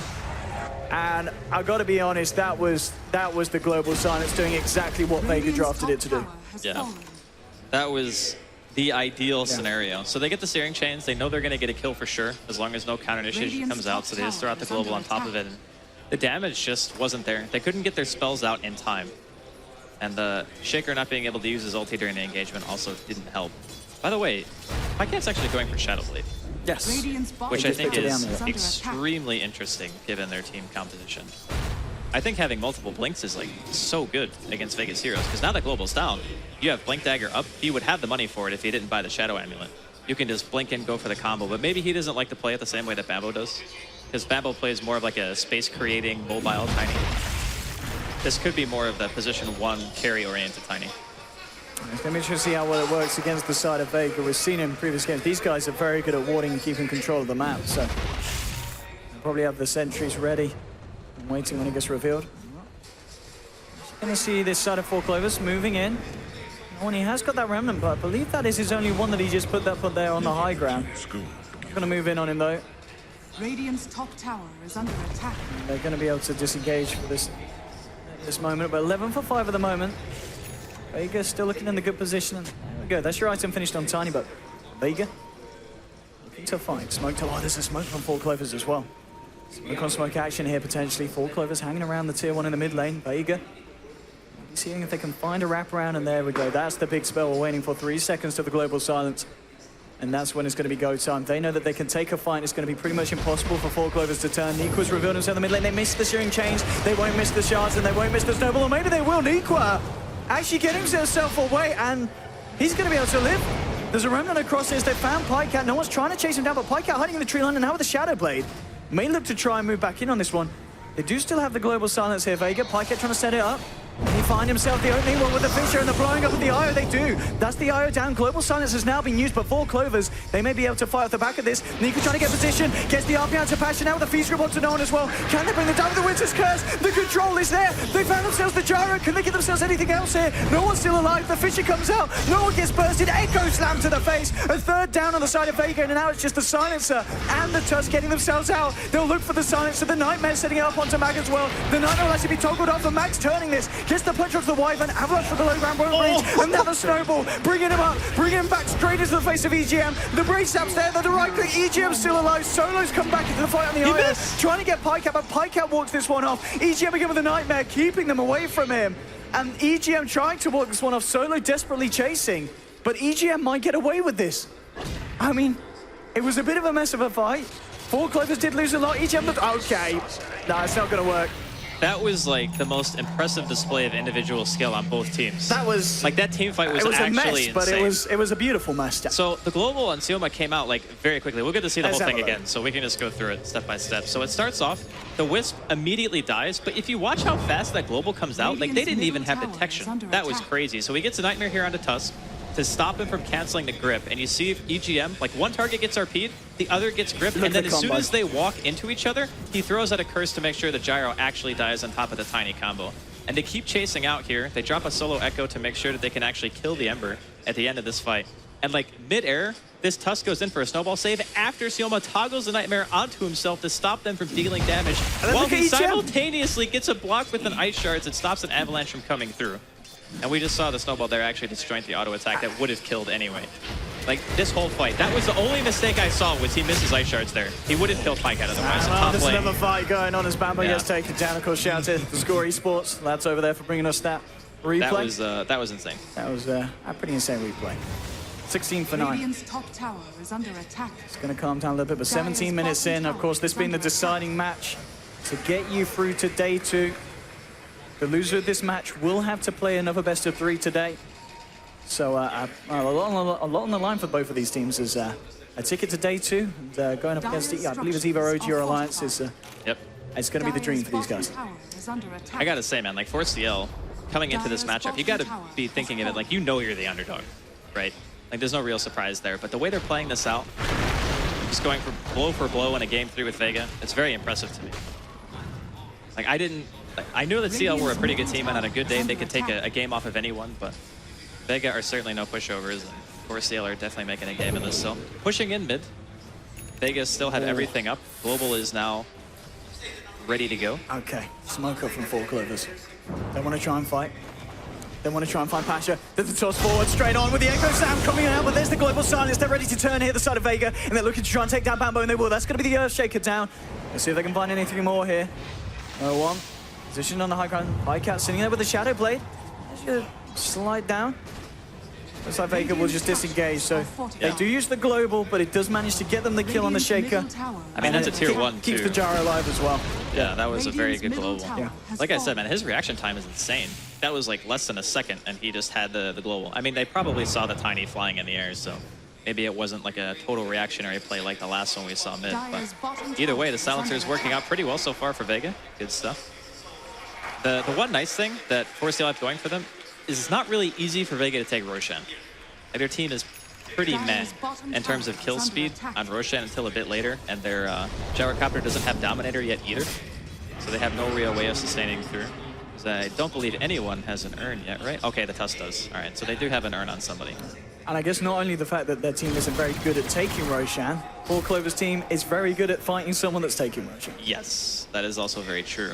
The one big difference, though, that we see this game for 4CL's lineup as opposed to earlier when we saw them playing when they had Shaker is the blink timing on Bambo is so much slower. Like, he would have had his blink, what, 4 minutes ago, 5 minutes ago? We were talking about that previous series, but he's still 900 away. Oh, no one! Nice kill. Oh, that is a big kill as well. That was a Shadow Blade and a double damage. Oh, wow, look, we've got the Nightmare and Solo here. Can they follow through with this as well? There is a Tusk They there. can just toss him. There's double damage on this Pike Cat. And that's another one gone. That was Dire's middle one tower hit. is under attack. He's got And the a DD. toss. He's got the DD. I think they brain snapped him too, actually. Yeah. Okay, and now Vega, they've got to be careful. Mag to walk himself away. They've still got a Fiend's Grip. If anyone from the side of Vega comes close, and 4Clovers will use this to just put a bit of pressure onto the tier 2 on the bottom lane, and Dire's structures are fortified. might just get it. The fortification has come out. I think they will get it, Yeah, Pike's going to stick around for this one, and this is a Pikecat who is now just about 750 gold away from a completed Aghanims, 20 minutes in on top of a Shadow Blade. Yeah, I like the Shadow Blade pickup after thinking about it more. I was kind of looking at the lineup of Vega and saying, okay, well, they can 5-man, but there is also an equal chance that this could turn into a split pushing game. And in that sense, having the Shadow Blade makes it really scary for heroes like Wisp and Silencer to really be alone, because it means you just die. Like, if you get caught out, boom, you're dead. Also makes them have to buy more detection, whereas just having a blink, you can get scouted out walking under wards, so you might not always be able to find those pickoffs, but the Shadow Blade not only increases your farming speed, as opposed to Blink, where you might have more mobility and getting around in the jungle, but you don't deal as much physical damage. Oh, Pikecat, have some mercy here. He's looking for no one. Get him. Is he going to go for it? Yes, he is. The 1-2, it's enough. And again, another massive pick-off there for 4Clovers, taking down the Ember Spirit with what looks to be incredible ease. Sax is in a bit of trouble, though. Max coming in with the punch. And yeah, Sax, is he going to... No. Yeah, he's fine. Yeah, he's fine. Okay. Okay, maybe not. The curse? Oh. Okay. Saxa. That Glimmer okay. Cape saved his life for sure. Definitely. But the thing that's really scary right now, if you're Vega, is thinking about going late game against Mag with a Tiny. Like, if you have Aghanims, and then you have Empower on top of said Aghanims, because Tiny is all base damage, right? So you're getting a huge increase. It's plus 90 for him. Oh my goodness. Well, actually, that's the Shadow Blade damage too. So I guess technically it's what, plus 68? Yeah, that sounds right. So 68 damage that he gets from Empower. Now look at this. This is going to be, and you know, factor into that the Aghanims, that cleave on top of it. But that's only level 2 Empower, and he's It's- getting 68 damage. It's going to get a lot more painful for the side of Vega. But Vega still, they've got relatively good farm here on the Gyro. Oh, it's bang on really with the Tiny. It's a very close deciding game, and I don't know, after just seeing this Tiny delete heroes and deleting the Ember Spirit just like that, it feels like 4Clovers, they're in the more comfortable position with their heroes. Yeah, but I think they still need to apply a little bit more pressure. Like going ultra late game against a hero like Ember Spirit can always be pretty daunting, just because of the way that he works, right? You never really have to commit to a fight. You spam your Sleight of Fist. You got Snowball Save, you got Relocate and Global to back you up, so it's really hard to catch him unless you do what Pykat's doing, which is just find him with a Shadow Blade and kill him when he's fighting outside of base. But I think like 4CL might want to try to apply a tiny bit more pressure. Like they can get the tier 1s, I think, without too much risk, or at least poke at them. But they're playing it very safe right now. And they are at the moment. Turning it down a bit. I mean, we just saw Bambo. He just picked up the blink. And I guess at this point, Pycat was level 15. And the Battle Fury now done on Ember Spirit. So be a little bit more ready for these fights. 4-star from Blink on Magnus. Nico's got 2k gold on top of that as well. I mean, I guess at this point, is this where you just have to get the BKB on the Magnus just to ensure that you can fight around that global silence and still find the RPs? It's either BKB or Lotus, Yeah. and I think BKB is the better choice for this game. Like, Lotus is that item that you buy when you really only need to worry about one thing. But the fact of the matter is, a snowball, the Searing Chain, you know, even eating cooldown damage can be pretty detrimental. So I do think that BKB is the best choice right now. Bottom lane, Vega looking poised to fight. You've got a bit of pressure being applied by Pasture. Some of them hiding in the trees, maybe looking for the bait. Is it going to work out, though? They will find the tower. They're not going to be able to find any kills with it, though. At the same time, 4 Clovers, they're looking to try and take something top. Pycat waltzing in, clearing out the wave. 1,800 gold now for himself on top of the Aghanims. I mean, is this a Tiny that needs a BKB himself, or do we just go for more DPS, more physical, more armor, get the AC online? I think the AC is a great choice here. Oh, TP reaction here. Some Power Rangers going on from Vega, defending their tier 1. Not in deny range just yet. Maybe they TP'd a little bit too fast. But I do think AC is a solid option. He could just as easily go BKB too. There's nothing wrong with it. Their team does so much damage. Like, that's true, they were ready, yeah. He can actually go BKB and still deal a tremendous amount of DPS in team fights just because of Empower. So it depends. If 4CL want to contest Roshan and they want to try to actually apply a lot of map control, then I think that going BKB is the right call. Because it means that even if you get globaled and you get caught out, BKB TP, unless they have the Walrus Punch on you, you can get out of any bad situation. And you can also just freely cleave people in team fights if you have that BKB, because there's only one disabled that goes through it. Vega now smoked up. They are making motions towards the Roche pit. We'll see if they're able to try and go for that one, and we'll see if 4 Clovers can react in time. They're not really anywhere close to. But I mean, the speed that Vega take this isn't going to be too great, so there will be a chance for them to come over. If they start to make the move now, and they might just do that. They've got a smoke, 4 Clovers. They may be aware that something's going on.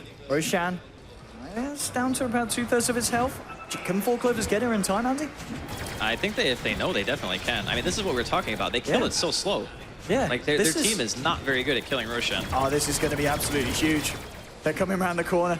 Max there.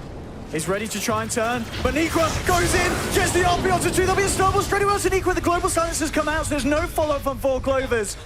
And they'll lose the Magnus. Great reaction on the BKB and great reaction on the global, but Pycat's coming in. Oh! Echo Slam onto 2, and the damage from this Tiny is just too much here. Pycat cleaving through the Winter's Curse. Max gonna fall down as well, almost certainly. There's a snowball biting him sometime. He's got the Glimmer Cape. But the Silence is stuck in the pit. They have lost 2 4 Clovers, but they'll take down 4. And they'll take the Roshan as well.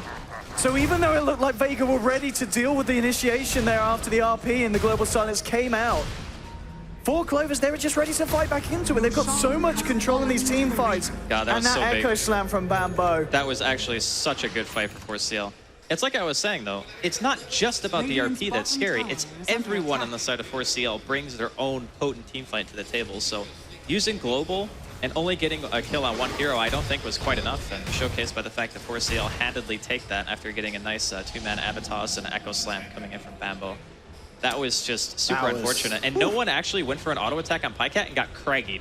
So he couldn't go to his Remnant, and then he got cursed on top of that. Yeah, so it was like, huge.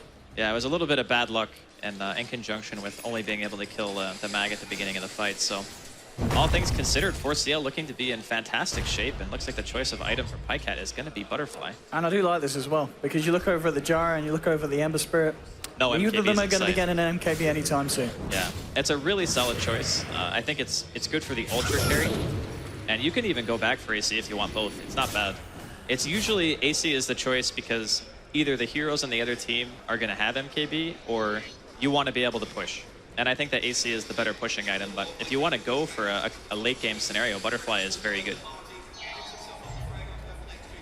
Vega are going to want to be a lot more careful with these fights that they take. I mean, we already knew it was going to be a risk when they went for Roshan. It certainly didn't end up paying off. That swing it. 4 Clovers going into this series, as you said yourself. They would have known that they were the underdogs, but they are playing Dota at the same level as Vega, and potentially even higher here at the moment. As after that fight, they're certainly the ones with the lead in this game. Yeah, they have actually just completely stepped up their game. You know, some teams, it's said that they actually play better on LAN than they do normally, like when you're just playing a normal online tournament. But I think 4CL could be one of those teams. And they have, like, every single person on their team, barring Saksa, has played a tremendous amount of Dota on land. You know what I mean? It's a very, very experienced roster, so not surprised to see them step up their game against a great opponent like Vega here in this third game. But Vega aren't out of it just yet. Oh, no, absolutely not. I mean, you said already, you know, with their composition, they've got every opportunity to take these fights and turn them around. Yeah. The biggest issue that they're running into right now is they actually just don't have the damage output yet. Because Silencer and Wisp, these are not damage dealing supports. They have very specific functions in the lineup. Silencer is meant to stop initiation or help their own initiation secure a kill. And the Wisp is pretty much a relocate out and a mech at this point. Like that's his only purpose. Spirit damage is not really as threatening as it used to be. The Ember and the Gyro are supposed to be carrying the damage output right now, I guess, in conjunction with the Tusk, but against Tiny, who has 2,300 health and a Butterfly, dear God, okay. He's mega dead. But the Ember is not quite to the point where his Sleight of Fist is going to stop 4CL from pushing. And having to go back for Blink instead of going for another damage item on top of that means that Pasha has to go all damage. He's going for what I can only assume is an MKB right now, as he has Demon Edge in his inventory, but double damage on the Tiny. This tower is just going to melt. Yeah. He doesn't even use his He's going to save it probably for the high ground push at this point. He's still got that Aegis. They're going to feel confident pushing for more here, 4 Clovers. Let's see if Vega can stop it. Like just being topped up here. What a call, embracing power coming in out again from Nikwa. And here we go. This is going to be the push. DD's out. Look at these slaps. Fortification has to come out straight away. That was 3 hits. And Pycat is going to play it safe here. Just sticks back, clears out the wave and all. Okay, Ember coming in with the slight. Remnant's back out. I don't know if you wanted to TP there. Okay, Snowball saved. They got a Snowball. Global Silence has come out as well. They should be keeping from Pasha, but still, the right clicks from Pycat are too much, and he's got the Aegis. Winter's Curse now onto no one. Niko's there with the Skewer. He's also got an RP, but he's a little bit too late. The Remnant came out in time. Ember gets himself out of there. But that is Pasha down for 50 seconds, and he does not have buyback. I don't know if that TP was the play, Andy. It must have been a misclick. I don't think he meant to TP that far forward. Like maybe he meant to TP on the high ground and missed. He's fine. This could be Rax, so there's no glyph. I don't know, man. That was a super questionable TP. Let's say the range Rax. They'll probably want to stick around for more. I mean, still 30 seconds without this Gyro, but it looks like they're playing it safe. Yeah, I think playing it safe is fine. Or they could just wait for the creep wave too. Yeah, just get the creep wave and then go in for more. That works out. Okay, so BKB now purchased on Mag. Getting this Rax could be... If they get this Rax and Pycat buys BKB, I think they have an insanely hard time stopping him. And he's almost got it. So. No, he's not. He's been a bit careful now. Now Vega maybe looking to turn. Just has come out. They'll have the Snowball falling onto Pycat, but there's the defensive nightmare there. Nico screwing himself across. Now no one coming in. The snap from Bambo, catching out Pasha and Shima on the back lines of this. Pycat thinking about trying to go back in, but the sentry's being dropped. There's a Fiend's Grip onto no one. The cooldown's coming in from Pasha. He's trying to turn. He's found one. He's going to look for 2 as he moves on to Saxon with a Rocket Barrage, and he will get it. They'll take down 2 from the side of 4 Clovers. That is going to be the gem going back the way of Vega. So the defense, well, they lose the range Rax. They don't lose the melee. And they do take 2 kills off the back of it, and a gem. Maybe a bit too hesitant there from 4CL. Like, I think they could have easily taken the Rax. And even trading Pycat's life for it, I think, is worth it at this point. Just because that's guaranteed damage, you know? Throughout the entire game, that wave's going to be pushing in. They only have 2 heroes that can really deal with it. The Ember and the Gyro. Like, even the Tusk is going to have a hard time stopping that split push. The Silencer and the IO can't really do it at all. But they end up paying for it. They lose their supports. They lose the gem. Getting Vega a little bit of momentum at least for the time being. Now this game so far, like 4CL, once this Tiny gets BKB, he's just gonna walk up to buildings. Like, what are you gonna do? He's got it. He is ready. He's absolutely ready for this one. Pasha, still a bit of money to go before he has got that MKB, so he can at least try and do something against Pycat when he comes in with a push in his BKB. But this Tiny, I mean, we knew that Bambo could play it, and now we're seeing that Pycat, he can very much step up to the mark and have an absolute game so far on the hero. God, Empower is just insane on this hero. And Pasha, oh, if they catch Pasha out here at this point, they did just see him on that ward. Yeah. They're trying to close around here, trying to scrap in. Look for the Avalanche, but Mag is there, actually throws down the shards. I think he's going to want to get himself out of this one, though, and indeed doesn't want to try and initiate. Hasn't got the backup of his team. There'll be a smoke now picked up by Bambo on the Shaker. We may very well see 4 Clovers trying to go for more. They're just trying to push in this top lane at the moment, trying to take this final tier 2 away from the side of Vega to expose their base just that little bit more. But I mean, what's the game plan here for Vega? I feel that they really need at least another item on no one on this Ember Spirit who's just sitting on the Battle Fury Blink. And they do need to finish off this MKB on the Jar. Yeah, you got to hold high ground. I mean, that's really what you go for now. You got Ember, you got Gyro, fight and choke points, try to land a good call down, throw out some Sleight of Fist, try to whittle 4CL down before they can just go up to your base with a Tiny who has Empower and just start beating away at your tier 3s. The scary part about it is that Vega still don't have Glyph for another minute. So if Pycat wants to pop a 10-second BKB just to deal tower damage, at this point I think that's perfectly okay, as long as you disengage when the BKB is down. Because you don't want to get into a situation where you don't have BKB and then the enemy team is able to initiate on you with a global silence. It gets very, very risky at that point. But I guess even having BKB up on the Magnus now, you can just break the silence, go back in. Because if they go on some hero, they will have to global. Like, they can't wait. Because if the counter initiation comes out from Nikwa and they're not ready, then the fight's just over. Like, a good RP wins them the game at this point. They want to play it safe as well. They're picking out Roshan. Roshan is actually going to be one of the shorter respawn timers, coming up in just under a minute. So if 4 Clovers do hang around and are able to take this, it's certainly going to make the defense that little bit harder for Vega if Pycat's got 2 lives in him again. Yeah, Roshan's been pretty much the story of the game for me. There's that one Roshan fight where Vega kind of got it really low. 4CL come in, they get that RP that baits a global, and they still take the fight 4v5. Like, that was pretty much the point of the game where it got real tough. Versus Pycat. Pycat with the damage, the right clicks. God. Pycat, he's going to be able to get himself away there. The mech coming out from the eye, just topping him up. That was incredibly close there, Pycat. Nearly being able to find that. He missed his avalanche, right? Like, he BKB'd before the BKB was in time, yeah. Yeah. Sometimes that happens. When you're chasing a hero who's really fast, you want to try to go for the auto attack out of Shadow Blade to maximize your damage. And then he threw the avalanche, but the thing is he got so much distance between that auto that he was able to BKB in time, so. A little bit unfortunate, but Pycat's going to be fine with it as he's now picked up a crit. No one just pushing down this lane.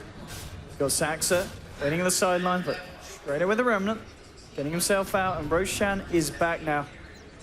They kill it in like 10 I was going to say, they could take this so quick with the empowers. Do they want to go for it? I mean, I think if Vega don't fight this, they have to sack a set of Rex. Like, the global doesn't really do much at this point, and the Wisp isn't really being utilized because they can't relocate gank a team who's sitting together as 5, you know? And when you have map control, the IO can't really do much for you anymore. Like, you need to have another hero who can push the lane or hit towers and deal a lot of damage. That's why you so often see like CK or Sven or Tiny partnered with Wisp, because those heroes actually kill buildings.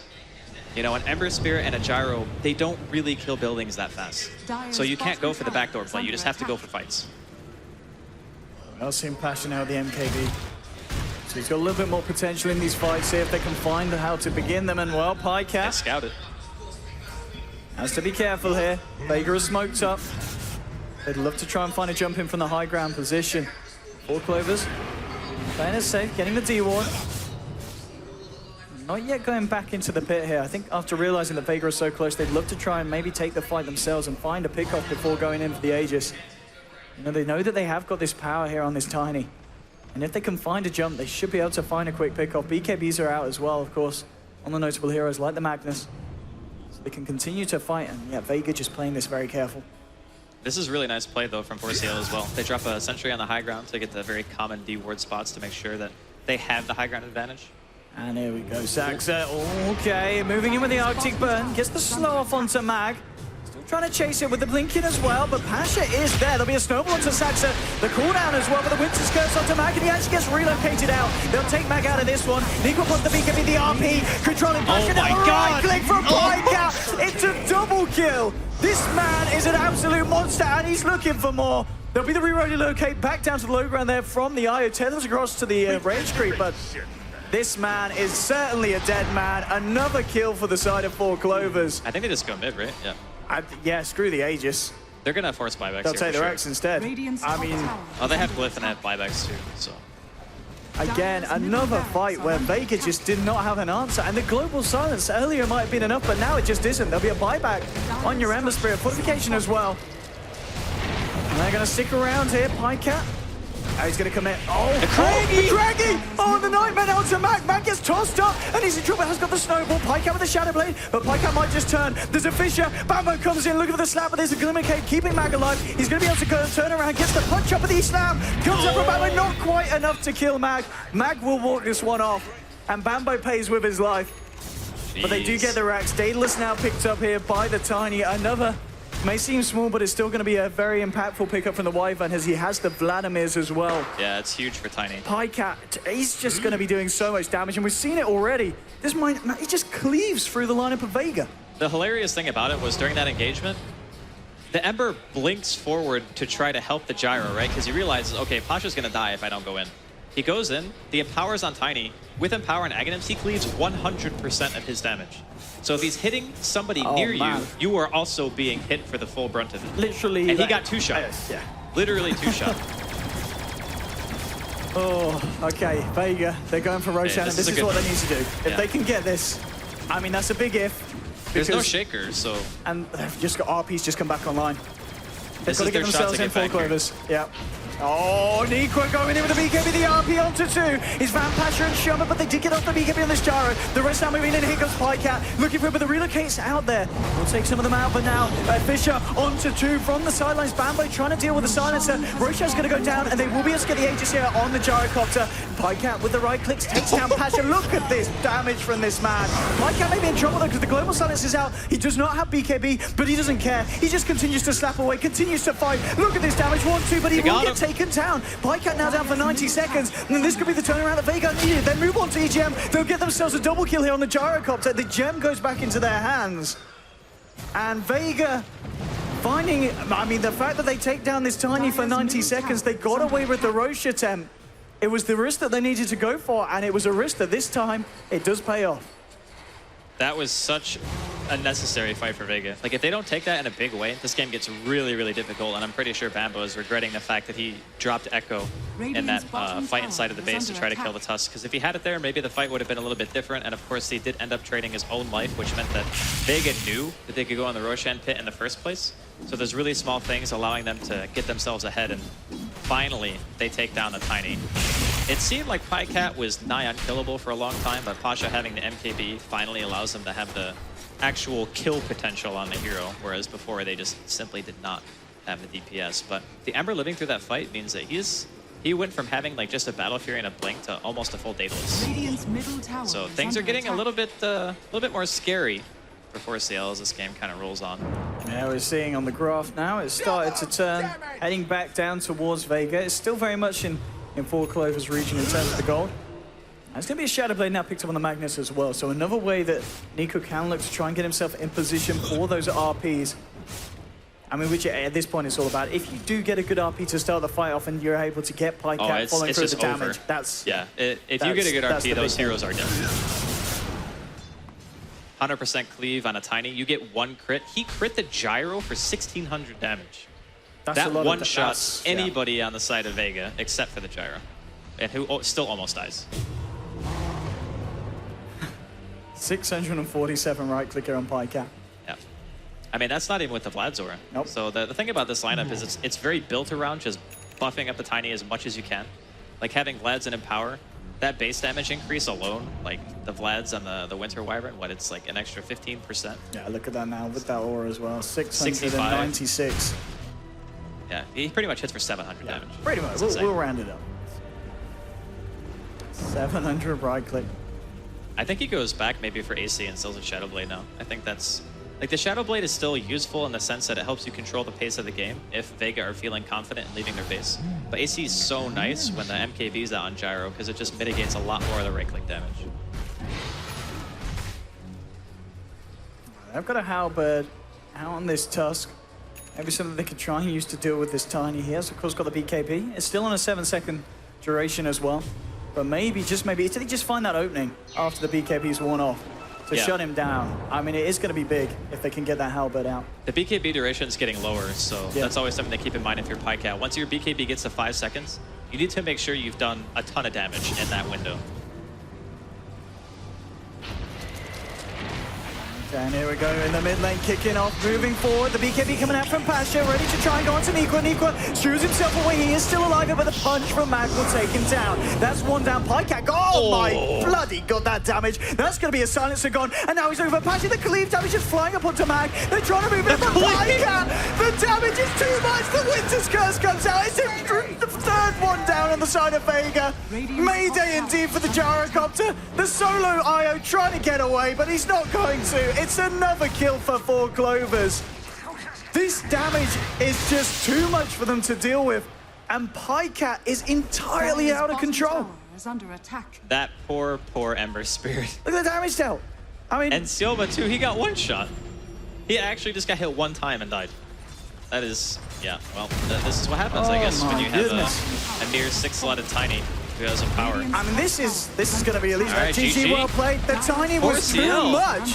4CL taking the series, moving themselves forward to day 2. Vega, of course, will be back with a second chance today. But 4 Clovers did it, and they take down Vega 2-1, which that's going to have impressed a lot of people out there. Yeah, I gotta say, I came into the series thinking that Vega were the heavy favorite. Like, it wasn't even a small underdog thing. It was more like, I think Vega should win, you know? But, I mean, 4CL showing once again that they can hang with some of the best. Very impressive stuff, especially from Pycat. He had a phenomenal game. I really like the synergy of the team that they picked, and the silencer fell a little bit flat for Vega. I think Sioma, his timing on his globals wasn't bad. It was just that they never really had the follow-up to utilize the global, you know? They used it defensively a lot of the time, and it just never really felt to me like they were able to deal enough damage in that window to secure themselves a teamfight win. And outside of that, 4CL's lineup was just a little bit stronger. Absolutely insane. 4CL are going to be very happy with that one. And of course, that's them done for today. They will be back tomorrow to play in day 2 of the Dreamleague LAN finals. But again, what a performance. We will see Vega again today. They'll have another chance at getting themselves through to day 2. But that's it from myself and Andy as we head over back to the panel to hear what they have to say about that pretty incredible series.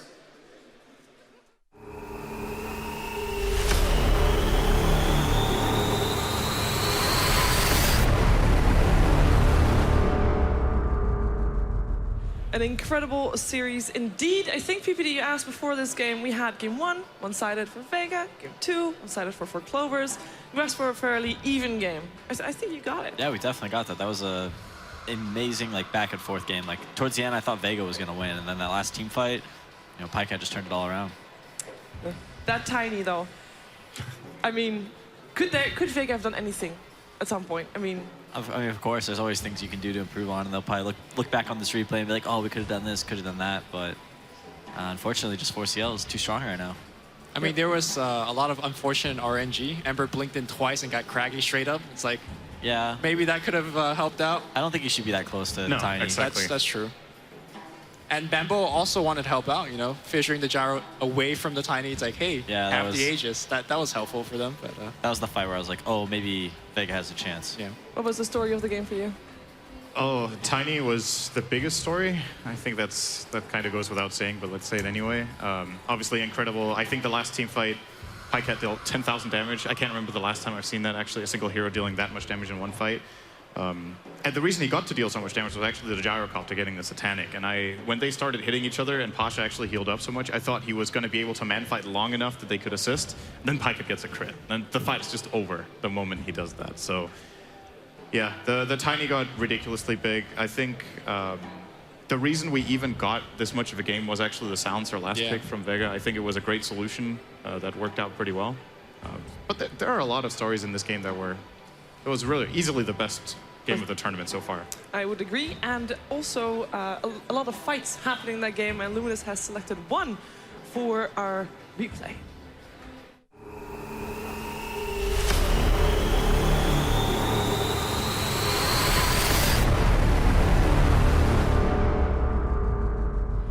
I think this fight was replayed once during the game, but I mean, it was such a long fight that we could watch it again.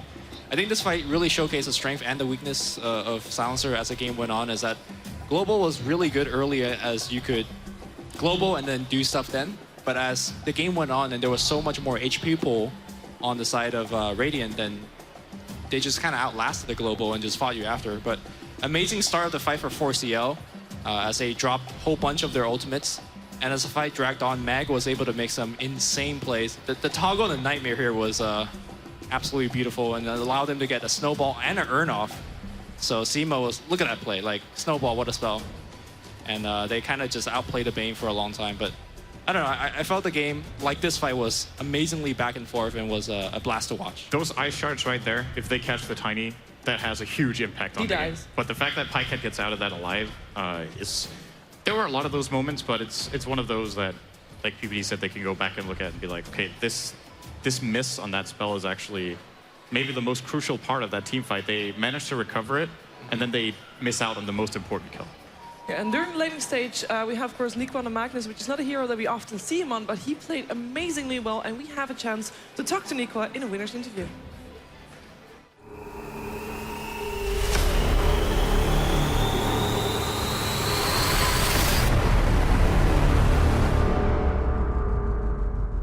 Welcome to the panel, Nico, and of course, congratulations. You have the rest of the day off?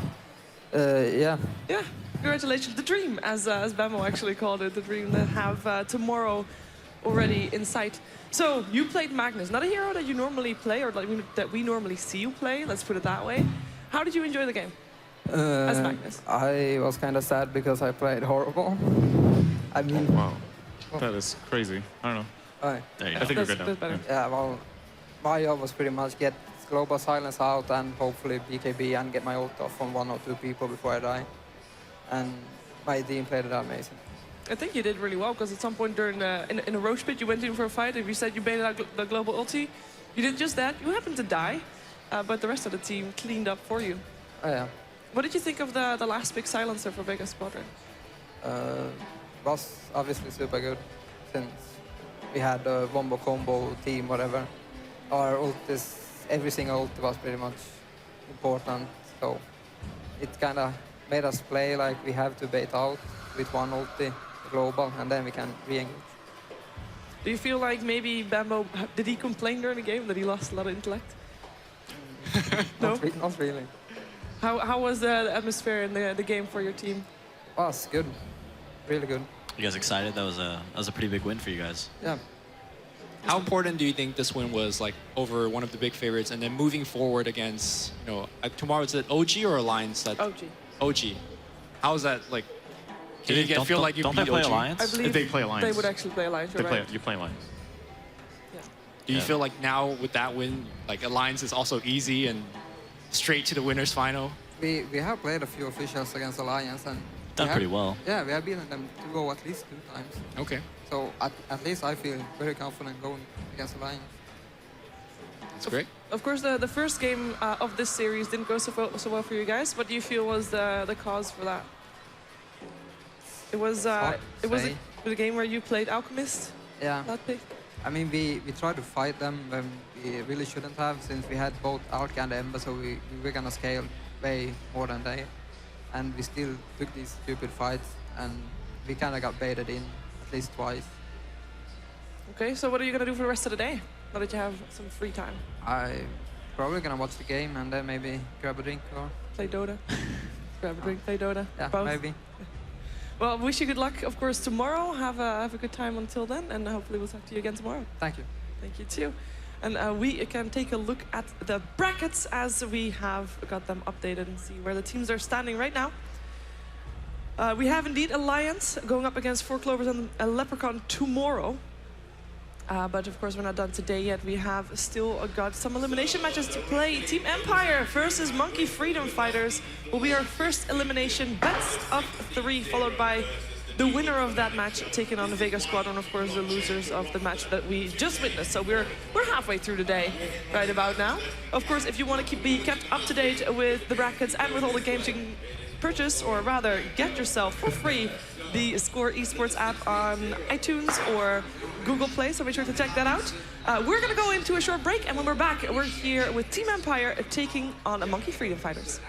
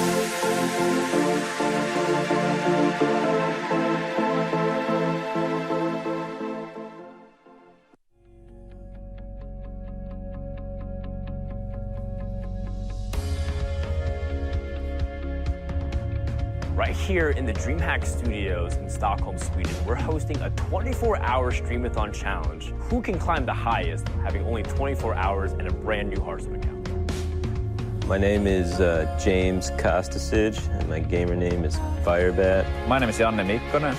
My name is Sebastian Force. My name's Andre, known as Reynad in the gaming world. Oh man, it's so amazing to be a part of this event again. 5, 4, 3, 2, 1.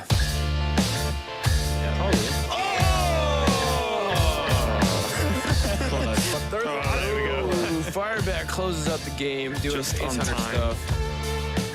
Okay, Yeah. well, here we go. Man, the Doom God sealed the deal, then. Read and weep it. In order to play for a very long time in this Streamathon, they have to use very reliable PCs. So for this event, we're using the ASUS G752 notebook PCs, which last for a very long time and don't overheat, which is very important because a lot of these streamers, they're doing so much with their streaming setup. They have to capture monitor resources. They have to be able to stream some of their music going on too, and they're also trying to interact with their fans. And so with all this combined, they really need a very strong PC that can stay cool the entire time. Those are the G752s. Woke up early this morning. ASUS is doing a really great job at esports, and what they're doing for esports is great. It's really amazing to be a part of it. Yeah, now I'm having a good time.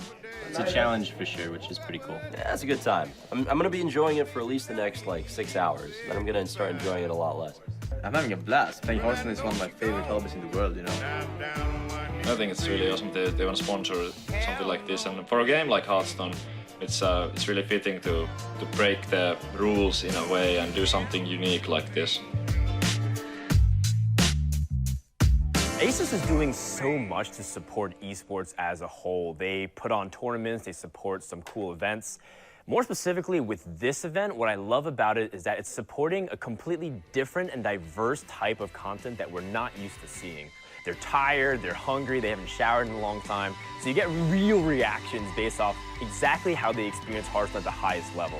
All right, Savitz, back on the horse, climbing again. And I mean, these guys literally might push each other into the top 100. Top 100 would be amazing. That is a really cool story on both these guys.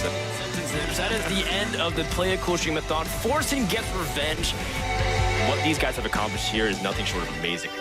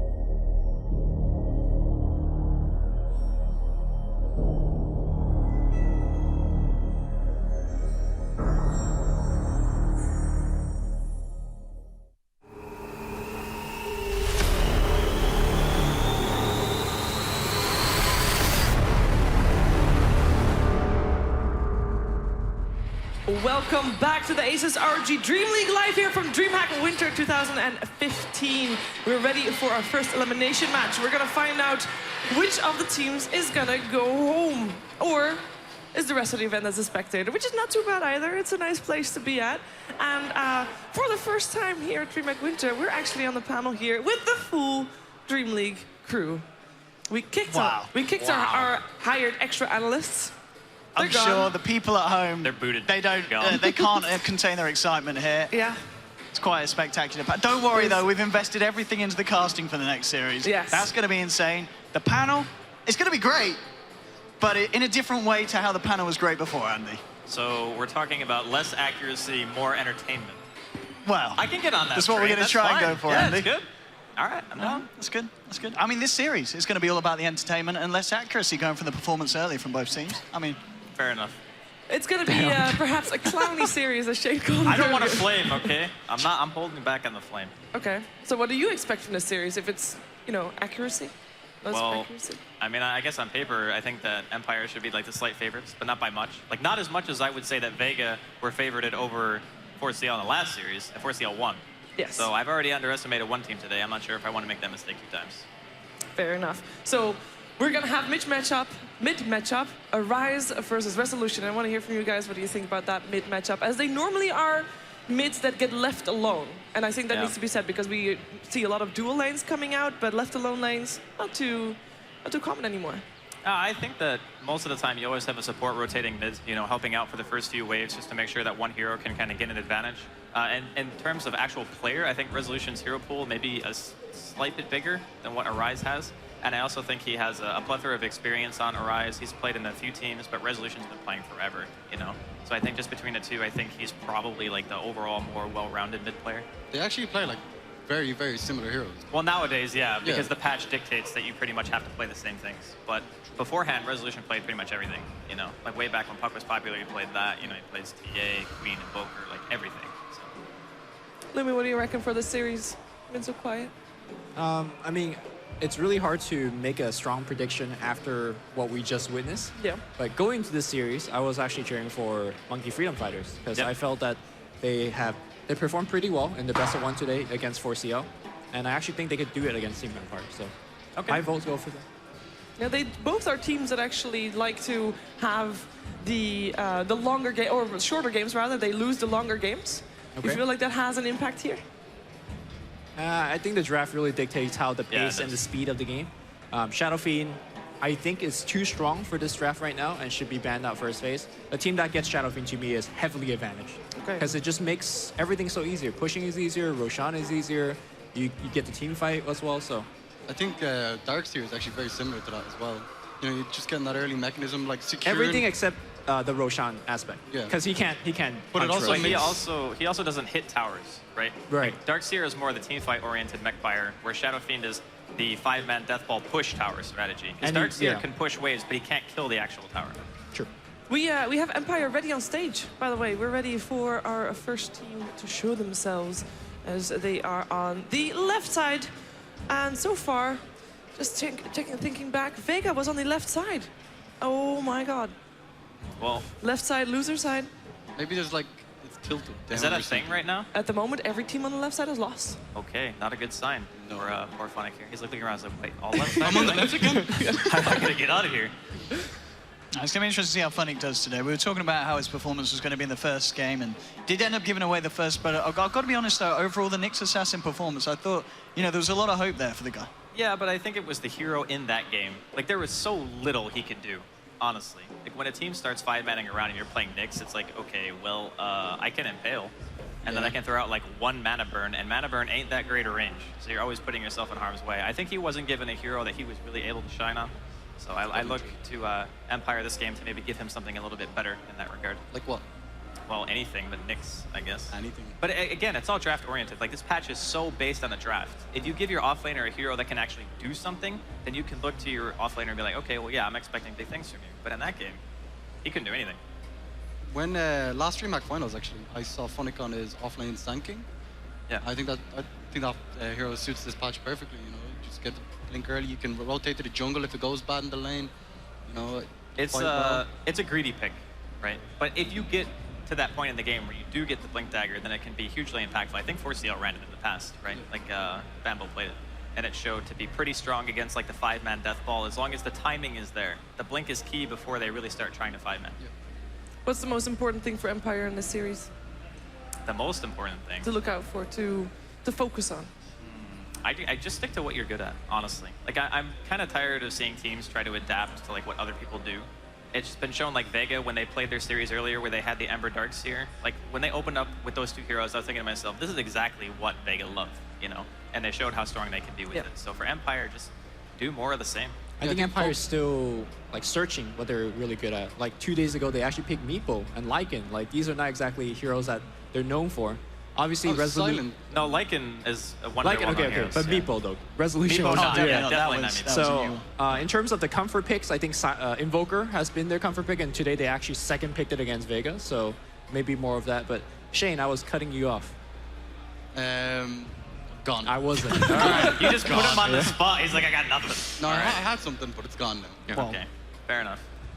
Okay, I believe that we also have the other team ready on stage. Monkey Freedom Fighters also fighting for their chance to stay alive in the tournament. They're on the right side though, so they're pretty comfortable. Sure. So far, so good. Unless you're in that end seat, I heard it's very close to the edge. Really? As in the edge of the stage. As in scary falling off? Don't fall off. When I walked in, I took a look on the left and it's like a millimeter away from the edge. Like, and it's like a 4-foot drop. So if you sneeze and your chair goes a little bit to the left, you're just a goner. So I believe that on the corner it's actually Sing Sing sitting there. Generally, he is one that sits fairly still, even when he's playing. That's why they put him there. I was gonna say, because if you have someone there that actually is animated when he plays, then you're gonna have a problem there. As Arise is in the middle, he's ready. I'm very jealous of all these guys' sweaters. It's very warm. The person I hope has a good recovery game is actually Kebab, who is gonna be coming up next because he was like 1-13 on Venge earlier today. His keyboard broke. Like things are going wrong. Actually broke? I think it can fix itself now or something. The keyboard. A self-fixing keyboard. I think the wire was like loose or something. Yeah, something like that. But okay, he is definitely a very experienced player, been around the scene for a long time. He played that Venge game, right? Yes, he did. It didn't really go well for him. Like, he was eating you talk like a lot of about games. missing chain stuns and sometimes being out of position. Well, he swapped himself in for death most of the time as well. Yeah, there was some really nice swap-ins to skewers. They were pulling that The combo. lineup necessitated that he did that. Like, there was no other way they could have taken the fight unless he sacrificed himself. So maybe give him a hero where he doesn't have to suicide in order to be effective. That would be nice. Yeah, it's a good strat. So one thing for Monkey Freedom Fighters that actually stands out as opposed to all the other teams is how they distribute their farm. So they got 3 cores. They got themselves Demon, of course, Arise, and Sing Sing. And all these 3 have about the same farm that they get out of a map. Well, normally it is obviously your number 1 position gets the most farm, your number 2 position, second most, etc. What kind of impact does that have on a game? I think it's very similar to what we just watched for CO. I mean, one game we saw Bambo highest on the net worth, another game we saw Highcats Tiny. And to answer your question, it's a game where everybody pitches in because Bambo is carrying hard second game. We have Highcat carrying hard the third game. Yeah. So everybody could step up, everybody could make some plays. And even we had Nico up here, he wasn't very happy with his performance, but like you said, he sacrificed he himself did for what the he team. needed to do, baiting out Global, scaring people out of Roshan bit. So I think that has a lot to do with the draft though as well. Like people are picking, like the drafts are very versatile, and people are picking like different cores for different lanes and this kind of stuff.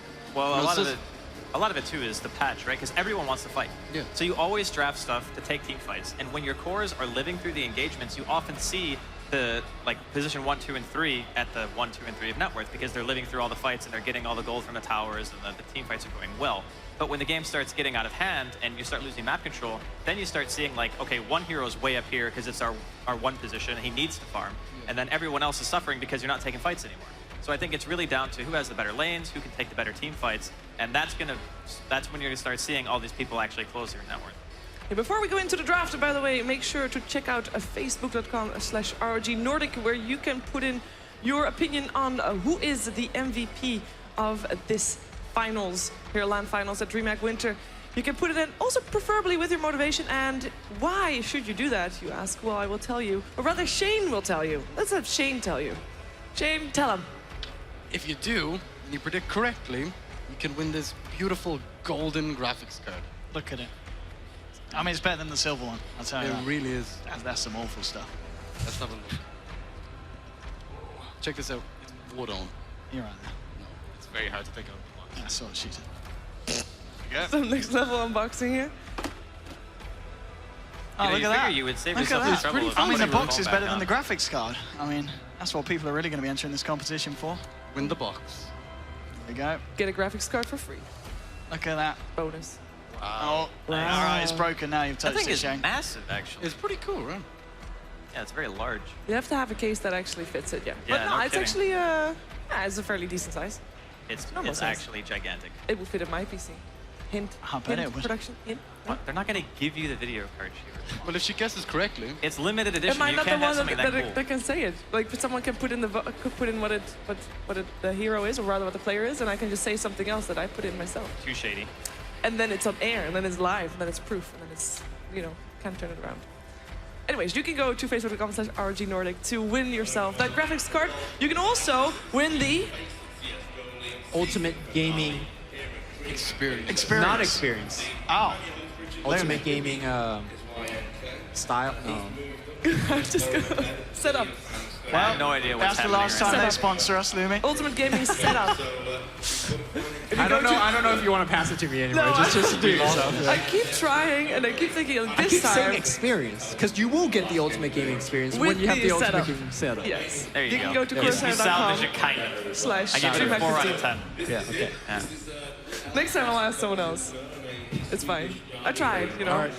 We are actually One into the job. draft, so we can take a look at what the teams have in store for each other. We're, of course, here for Team Empire taking on Monkey Freedom Fighters, and it is an elimination best of 3. So this match, or this game specifically, is not an elimination game, but it is the one that will set the tone of the rest of the best of 3. Monkey Freedom Fighters will be on the Radiant side, Empire on the Dire side, with first pick as well.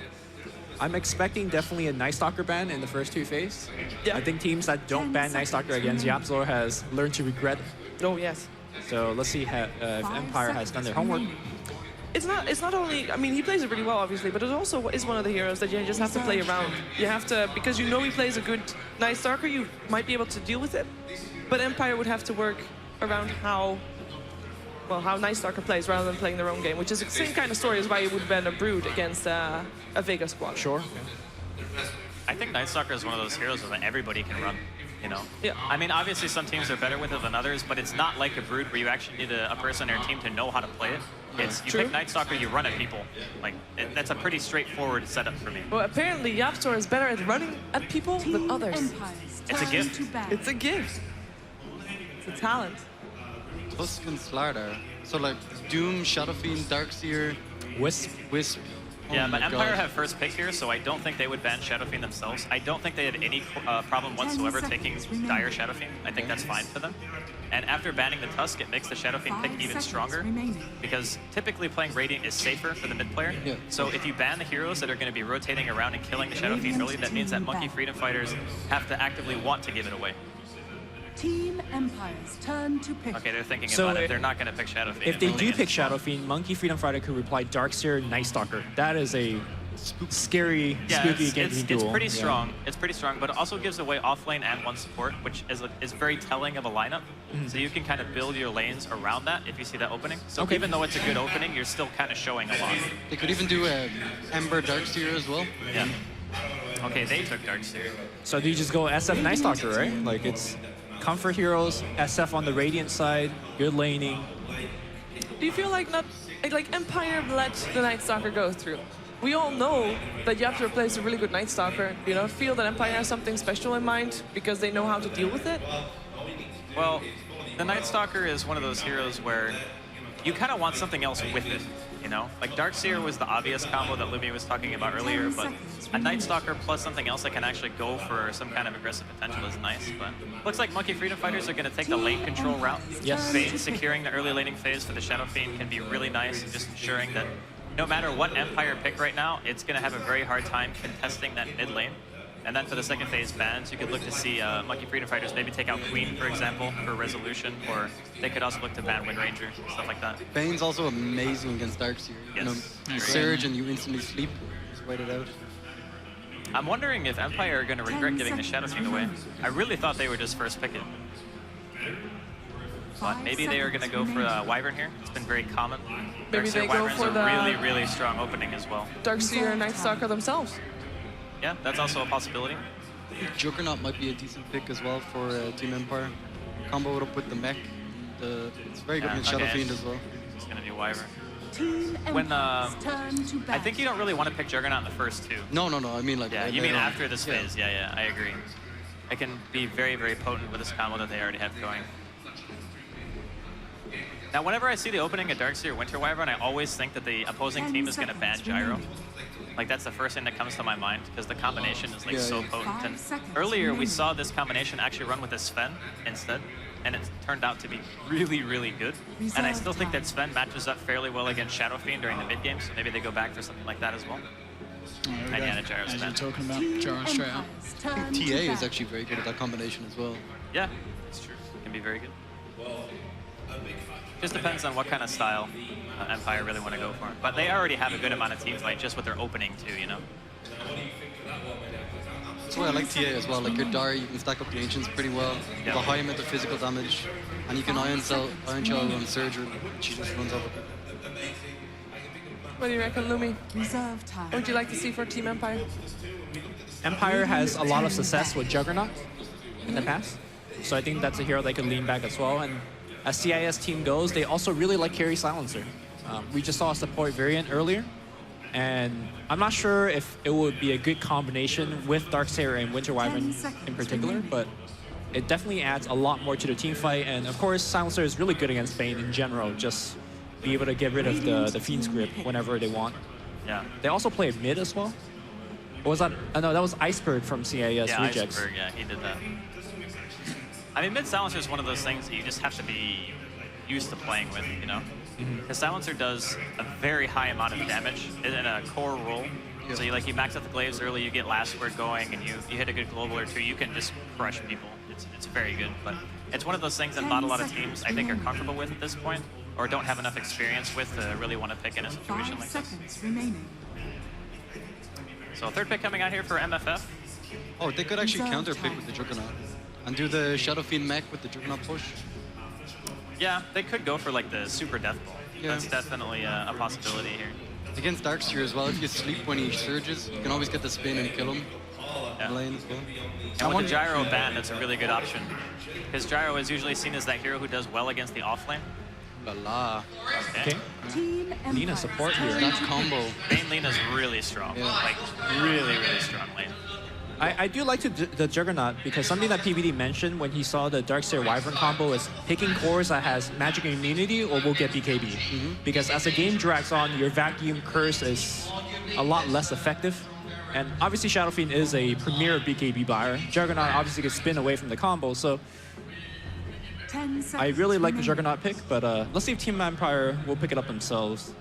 TA is actually super good now for Empire. There's no way to break the fraction so far on MFF. They already have taken Darkseer for themselves. Winter Wyvern they also have. Gyro's banned, Doom's banned. Okay, they're gonna deny pick the Juggernaut actually. Radiant team. Yeah, it's good for both teams. Yeah, of course. I think MFF would have been really happy to pick Although, themselves. with that said, Healing Ward is not going to be surviving for a long time. I was hoping to see this. All right. The sing-song Mirana is coming out.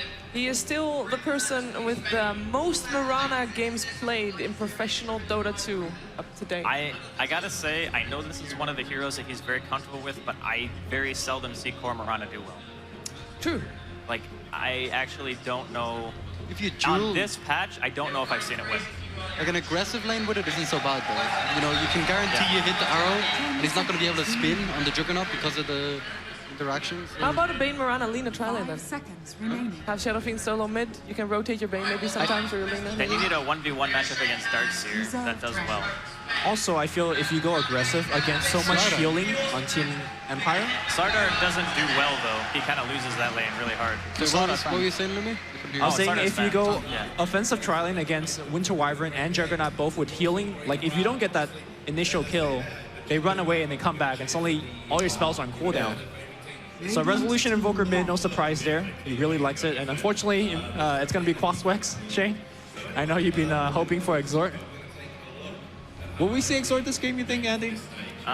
It's one of those things where it's what your lineup needs. So 10 seconds Quaswex is typically picked against the heroes that have low mana pools, you know, like Strength heroes, Night Stalkers, 5 Sven, stuff like that, where Okay. the Tornado EMP is really good. It's still okay this game, and it's kind of the flavor of the Reserve month, time. so I still think he could go Quaswex, but Exort is better in this game than the one we saw previously. What I see happening is he just gets Alacrity, and they just push high ground with it like super early. Yeah, no, I agree that Exort could be good for this game, for sure. Because the other thing, too, is you want physical damage for the Shadow Fiend, like outside of just the Juggernaut. So you have somebody else who can kill him through BKB, and Invoker as Exort can definitely be that hero. And It's obviously, very weak in lane though. You know, like it's easy to gank him. yeah, it is, but I don't think that we're going to be seeing more than one hero rotate around early, you know? Because if you split up the Bane Mirana lane, it's very weak. And I think they're just going to go for like a standard 2-1-2. Or they have the Bane just babysit mid for Shadow Fiend like we were talking about earlier. And then they just have the Mirana farm safe and then just pick off lane. Oh my god. They pick a Drow on Monkey Freedom Fighters. What, Jimmy Mirana will have Sing Sing on the off? No, I think we're going to see something more team fire in there, like a Brewmaster. Jimmy likes that hero. Brewmaster would be great, but I'm kind of feeling we're not just going to see something a bit more orthodox like the Jimmy Clockwork or the Jimmy Shaker. Anything that lets What you about the Jimmy fight up Tide? front. Yeah, Tide, not Brood, Tide. Clockwork. It's Anything gonna be that lets literally you Clock or Shaker. Anything that lets you kind of go in and start the fight. I mean, right now you have the Bane Mirana combo, but as fights break out, I don't think. Oh, they go with Brewmaster. Team Good call, Lumi. Empire's turn to pick. Once again, so last one for Team Empire. It's the best one to round their Aloha lineup Dance with. Rubik. They need some stunning That support. actually would be amazing in this game. There you go. Hey. Hey, I don't know about that accuracy PPD being dropped down Got here. you guys here. We've been pretty good on the panel so far. So what to look out for in this series?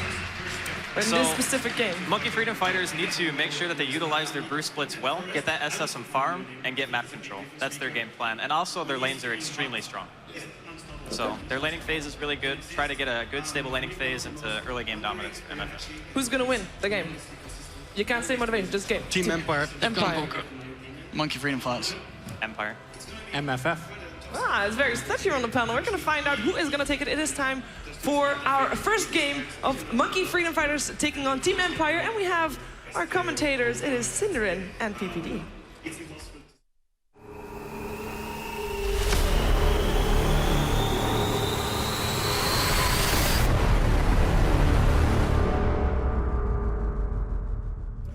This is going to be a very different kind of series than what we've seen so far. It's a series of firsts. It is the first time Empire meet MFF. It's the first elimination match. It's the first time we cast together. We see Mirana, we see Brewmaster, so much good stuff. Of course, I'm Sinner, and with me is PPD.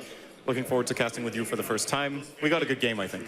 Yeah, these teams kind of, they lost their best of ones. Not a big deal. They can still bounce back, and it's a good time to do it when your back's against the wall. Elimination coming straight up. So what do you think about the approach from MFF in this? Obviously, it was a very different draft from what we've been used to seeing so far. They grab a couple of trademark heroes for their players. Do you think Mirana is a hero in Dota right now? And what about Brew? We've actually been playing around a bit with Mirana. Artur, if you ever watch his stream, he loves this hero for some reason. He's just totally fascinated by it. He's like, oh, this hero's so good. We're not the biggest believers in it yet, but we're not ruling out the possibility. Maybe Monkey Freedom Fighters has figured out the hero more than we have. So I think he's a hero with a lot of potential. I think his ultimate is very underrated. It can be, very, very effective, especially in the mid game before gems get picked up. Yes, of course. He also is very good at securing lanes, which is what a lot of teams are doing right now. Is just trying to win lanes. Yeah, judging from the draft, as you said, it's good for the mid-game. It looks like both teams have really mid-game oriented drafts. There's Brewmaster on one side, the other team, of course, with the Invoker, who is known to be exceptionally strong in the mid-game, but maybe falls off a little bit later on. They have that together with, of course, the Darkseer and the Juggernaut, mostly considered also a mid-game carry, sometimes late. So I think we're in for a lot of mid-game aggression in this lineup. I did like the Panda pickup a lot. It's actually really, really good this game. There's not a bunch of BKB heroes on Empire, so generally against Panda, you're like, oh, we can go fight once we have our BKBs.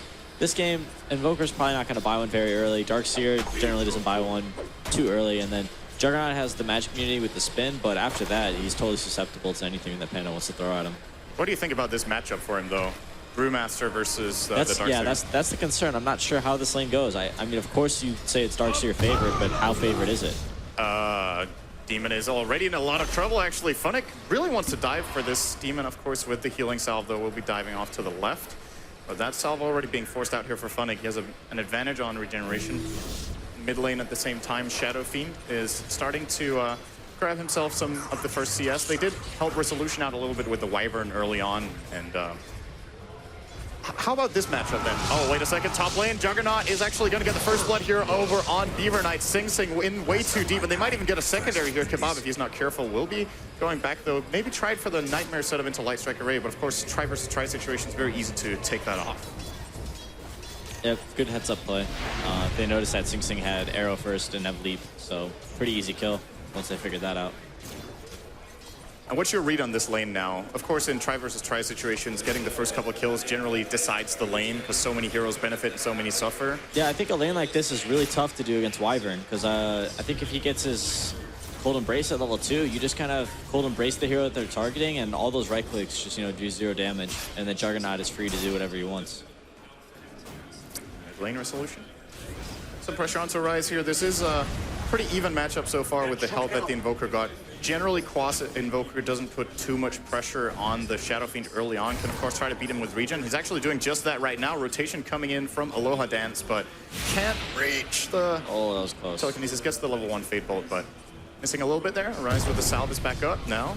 Funnick versus Demon again here in the bottom lane. Looks like Funnick is getting the way better exchange here. 12-2 against 5-2. Expected, or do you think Demon should be doing a bit better here? I think that level 1 engagement was pretty bad for Demon. He lost, he didn't get any CS under this tower, and he, barely got away with his life. His arrow will fly astray here, so nothing really being found by Monkey Freedom Fighters. His top lane is a concern, though. I'm not sure. If they're not able to get kills in this tri lane, that's pretty much why they picked it. They were like, okay, we're going to pick this aggressive tri lane, we're going to crush this lane, and then we're going to put Panda in the safe lane. And maybe he doesn't do great, but he still gets his levels. And losing this tri lane can be very, very bad for Monkey Freedom Fighters. And there is that Cold Embrace you were talking about. It's very tempting in try versus try to skill the Splinter Blast just because of number of targets, but I think it's a very good read here from No Fears to go for that Embrace. And Empire seem to be doing really well in all 3 lanes, actually, just winning out on farm. Surprisingly, Boker's doing so well. I think this matchup is I want to say pretty Shadow Fiend favored. I mean, I imagine as the lane progresses, Shadow Fiend will get more and more ahead, and he'll eventually retreat to the jungle and surpass Invoker's farm. But there's no one stacking for him, though. That's the downside with running an aggressive trial lane here, is that that's true as well. No stacks, he'll have to stack for himself. I know the new Alacrity, like the Exort Invoker, actually does super well against Shadow Fiend. It's actually a really hard matchup for SF. Funnick starting to do the classic Darkseer play here, which you can very easily get away with when it's an aggressive trial lane on the opposite side. Just cut the wave, take all the CS. Brewmaster can't really farm that well under tower with the amount of regen he's already lost. Looks like Demon will, however, be getting... Was that a bottle flying out for him there? It was. So he's got a bottle and an Invis rune.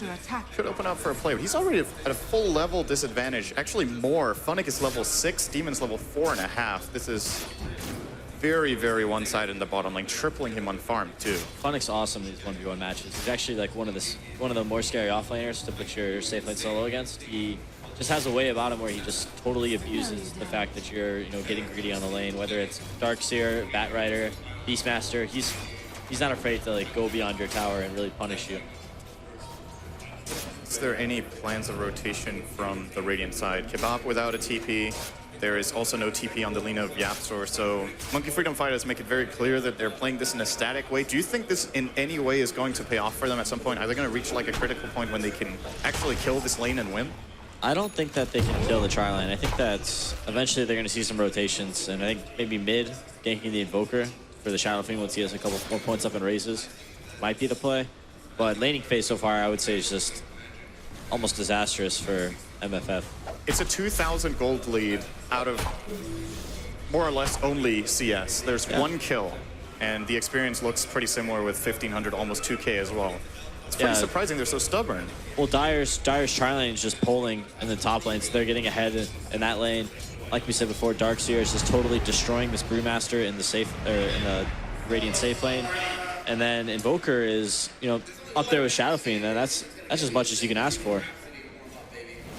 And now we're going to reach that scary point for Invoker too. Resolution has got 2-3-1 build so far, so starting to have a lot of damage between EMP and Tornado onto Arise. Actually just going to burn his mana here and be a little bit of a nuisance and force him away. And actually Arise is choosing to fight here because of the rotation from Lina. The Tornado, what just happened there for Resolution? A little bit of a misclick, I think. Oh, yeah, I mean, he probably could have tornadoed the SF there and got the kill, huh? Yeah, it looked like he wasn't sure whether he wanted to tornado the Lina or the SF, and maybe went for a little bit of a goal between the two heroes, but unfortunately... Yeah, he tornadoed the Lina so that he wouldn't get stunned, but he ended up, the Lina just like, he just cast the stun after he came down from the tornado and killed him. Minor misplay. It's very important, though, for Arise here, who was looking to be killed off there by the Invoker. So the rotation at least puts him on level 7 here. He's going to get his bottle refilled as well. Coming back into the lane. And it's huge for the Lina, too. Get that kill. Yep. That trial lane was going really poorly for him. He's now level 4. He's got boots, magic wand. Back. Do you see any kill potential for them in the bottom lane on Funnick? They can Dispel Magic, they can Cyclone the Surge. If Lina hits a stun, it's more or less a kill, right? Yeah, it's a pretty low percentage play, I'd say. They gotta, Radiant has to play that almost perfectly, but in theory, I suppose it's possible. Not sure it's worth the risk, but we'll see. Funnick's putting a lot of pressure, so he's definitely giving an opening here to Yapzor, but yeah, the Brewmaster can't follow through. He's being pushed behind his tower. Actually, the tier 1 is almost fallen already. 160 health on that one for MFF in the bot lane. And Mirana sitting, we haven't talked so much about this. We talked about the potential to kill. Looking at just the raw farm in the top lane too, Mirana 19 to the 42 of Juggernaut. It looks like MFF have finally had enough of that top lane and just abandoned it completely. Yeah, start looking for something else. It's time for Potent to turn into the true 4 and just start throwing arrows from random spots and hoping for the best. But this is not a lane he can play, right? He's against level 7 Invoker.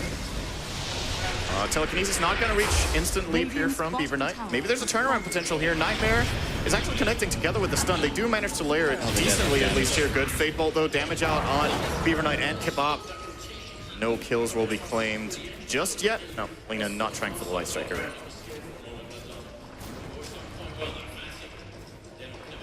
And the tower did fall in the bottom lane, by the way. It was claimed by the Dire, so not denied at the very least. He is filthy rich right now. This is What's that? Does he have anything on the courier? Oh, he went Soul Ring and Bottle, and he still has... He almost has a mech at minute 9. It's about as good as it gets. 60 CS. And the Jugger is pretty much on par with him, which to me is the surprising thing. I mean, Darkseer getting this lane, fairly predictable that he's going to win that, but Juggernaut got so much out of the top. He really did. I think he got the first blood as well, so yeah. Big boost there. I think we're going to see a timing here where Empire hits mech on Darkseer. Invoker gets enough levels to do some things. Whether he wants to get Urn, I'm not sure, or he is getting the Urn. So yeah, we're gonna have the Urn, phase boots on Invoker, mech on Darkseer. Juggernaut's gonna be start pushing his own lane, and I'm not sure how much MFF can do to fight them. Maybe the Pandalt, maybe they'll see a big Pandalt, and that'll get them back in the game. A couple raises from SF. Is there any sort of key item apart from the Brewmaster Blink? I guess that one's pretty obvious that you would be looking for MFF in order to be able to teamfight this at all. SF is probably headed towards... He has 2.3k, he could buy Yeah, I'm not sure what he's going towards. Might just buy the mech. He could be going for... I mean, BKB is super awesome this game, but it's always a rough game. It's not that bad. I would like to see him just go Treads BKB here, I think. And then no mech? Yeah, it's not that great against Juggernaut, though. Juggernaut's very good carry against Shadow Fiend. He's holding on to his gold for now. Rise, surprisingly, very rarely do we see a Shadow Fiend hang on to this much gold 10 minutes in, but he seems like he hasn't made his decision just yet. The Dendy SF, just get the brown boot blink. Just start throwing some raises. Be exciting. High risk, pretty low reward. Oh, there we go. They got the Nightmare into split. This should be a kill on Funnick. Nope. They don't land the second raise, but with that Cyclone, should send up for the third, and Kebab will claim that kill. Big kill goes to the Brewmaster, so progressing toward the Blink. His gold count right now is about 1,000, so still quite a ways away from it, Demon, but at least making some progress. Meanwhile, in the top lane, Invis rune on Yapster might be thinking about this. Actually lets the Light Strike Array go, but without Laguna Blade, there's no way he finds this kill. Yeah, so it's going to be tough for MFF to defend this top side now that Panda Split is down. Steal Dragon Slave as well. Rubik has very quietly claimed level 6. There's a lot of good steals in this game. I think the main reason Lumi pointed out in the panel was, of course, being able to steal the Brewmaster Split. There's also Fiend's Grip. Fiend's Grip, yep. Arrow is a really good steal, too. Anything Podum is pretty good. Lena's spells are all very good, too, for the most part. That's Invis mid. He's going for it. And Requiem is trying to find the angle with his Shadow Blade, but didn't manage. Do you think Shadow Blade is the choice of this game for a Rise? Smoke up from Dire. Looks like they're getting ready to dive mid. Oh, yep, they're going in. There is no Shadow Blade available just yet. All right, he just evaporated from that combo, as well as, of course, the Dragon Slave Fate Bolt. Lots of damage between that. You saw him being burst there.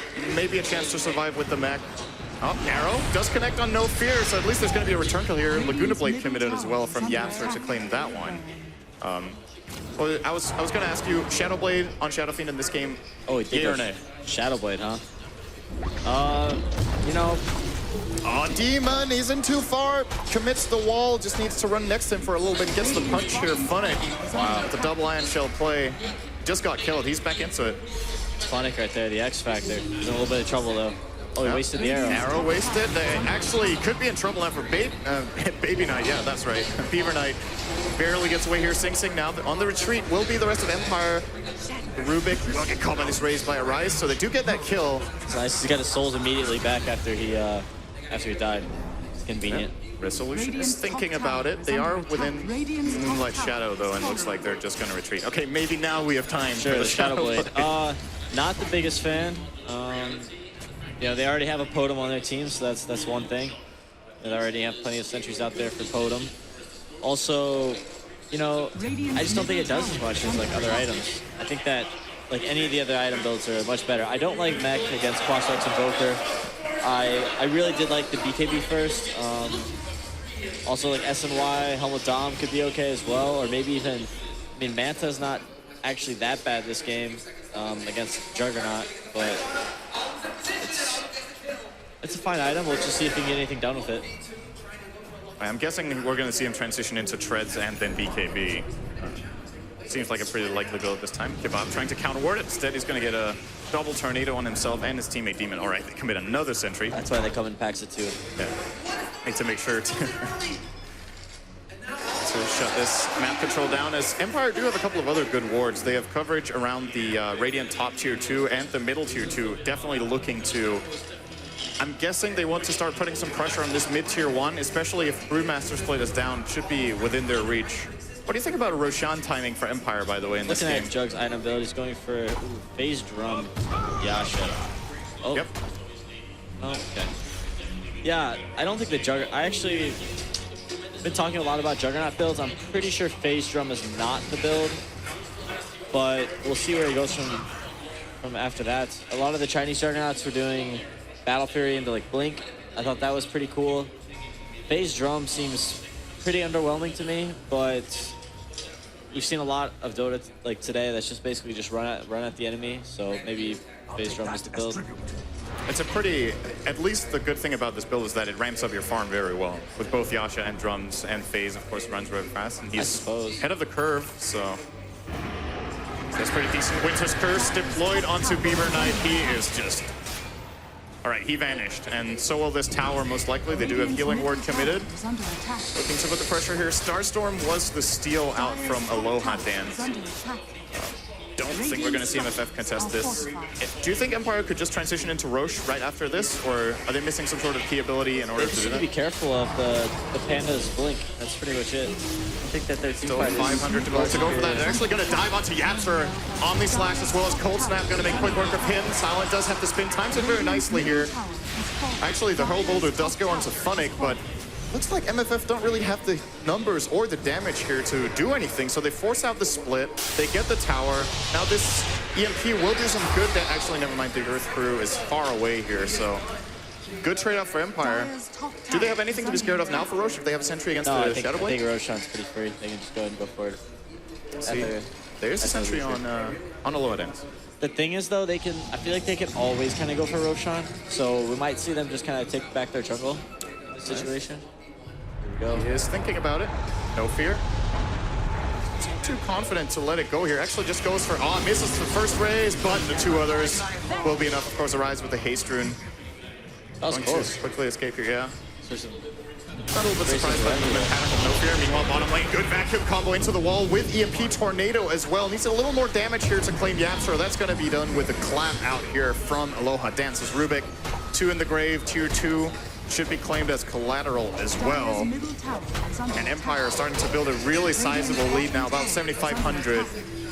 Seems like this could be on the way to becoming a very one-sided game. Kebab came in too close. He gets telekinesis into the other 2 heroes. Clap once again committed together with the Ion Shell. Now Beaver Knight is back in business, but he really doesn't have very much to provide right now. Lots of spam pings out on that wall. I'm not sure what exactly that was all about from Demon. And the tower should now be falling as well. What do you do with your MFF right now? It seems like everything's just falling apart very quickly. Well, Shadowfiend's still farming. He's getting more and more items. I gotta think he's gotta go for a BKB. I think he bought another item. Let's see what he has. Boost of Travel. Boost of Travel, huh?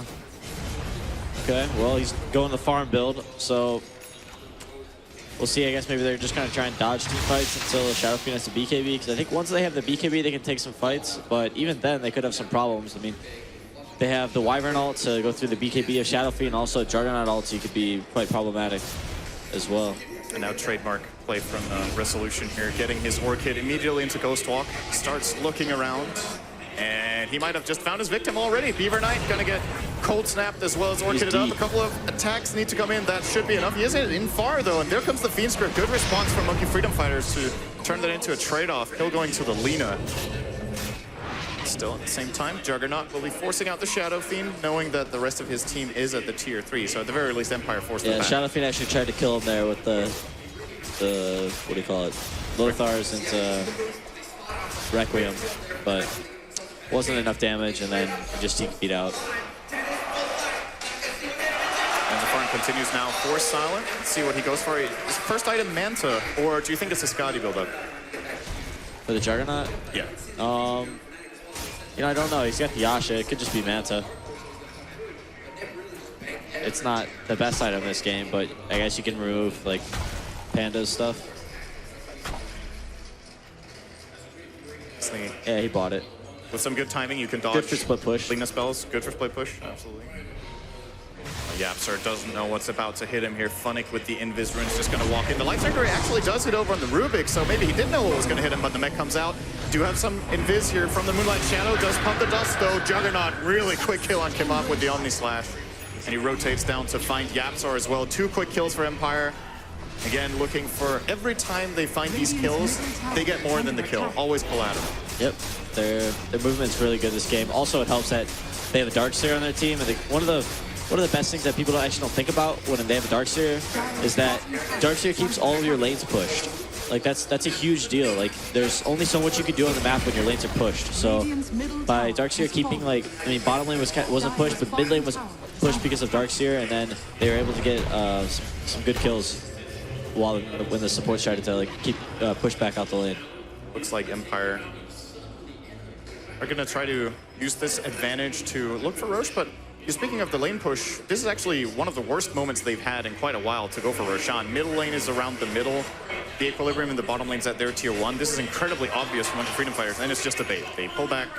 Yeah, that ward on the hill there is pretty big. I think purple is not smoked, so they saw him. Oh, yeah. They're just like, oh, he's beelining for Roche. So Man, Rise is just going in really aggressively here. If there's any sentry there, he could just be losing his life for almost nothing, but gets a little bit of information. There's the Blink Clap split from Demon. 2 good races from the side as well from Rise. Very, very nice kill over on the Rubik. Now they've got a Fiend Script on Sound as well. Arrow. Vacuum into a really good EMP, but it's not enough. No, well, the wall does come out, but it's a little bit late from Funnick. I think he didn't have the mana for it. And now Rise has the potential to wind up the Requiem. Actually cancels. It doesn't need it. They get the kill with the double Starstorm. Now they follow up and No Fear. Really, really big turnaround here for Monkey Freedom Fighters. Rise, 4 man. kills for nothing. The Shadow Fiend plays. Killing it. Value on that Shadow Blade. And was that an SNY? Yeah, he's going SNY. Forget the BKB, man. Says he doesn't need it. That pretty much just put them... I mean, they're still behind, but it put them back in the game. I mean, yeah. I trust him. Solution. It's going to be porting to the top lane, looking for a Rise. Maybe he does have the Dust as well as the Orchid, but it has cooldown here on his spells, kill, I so... think.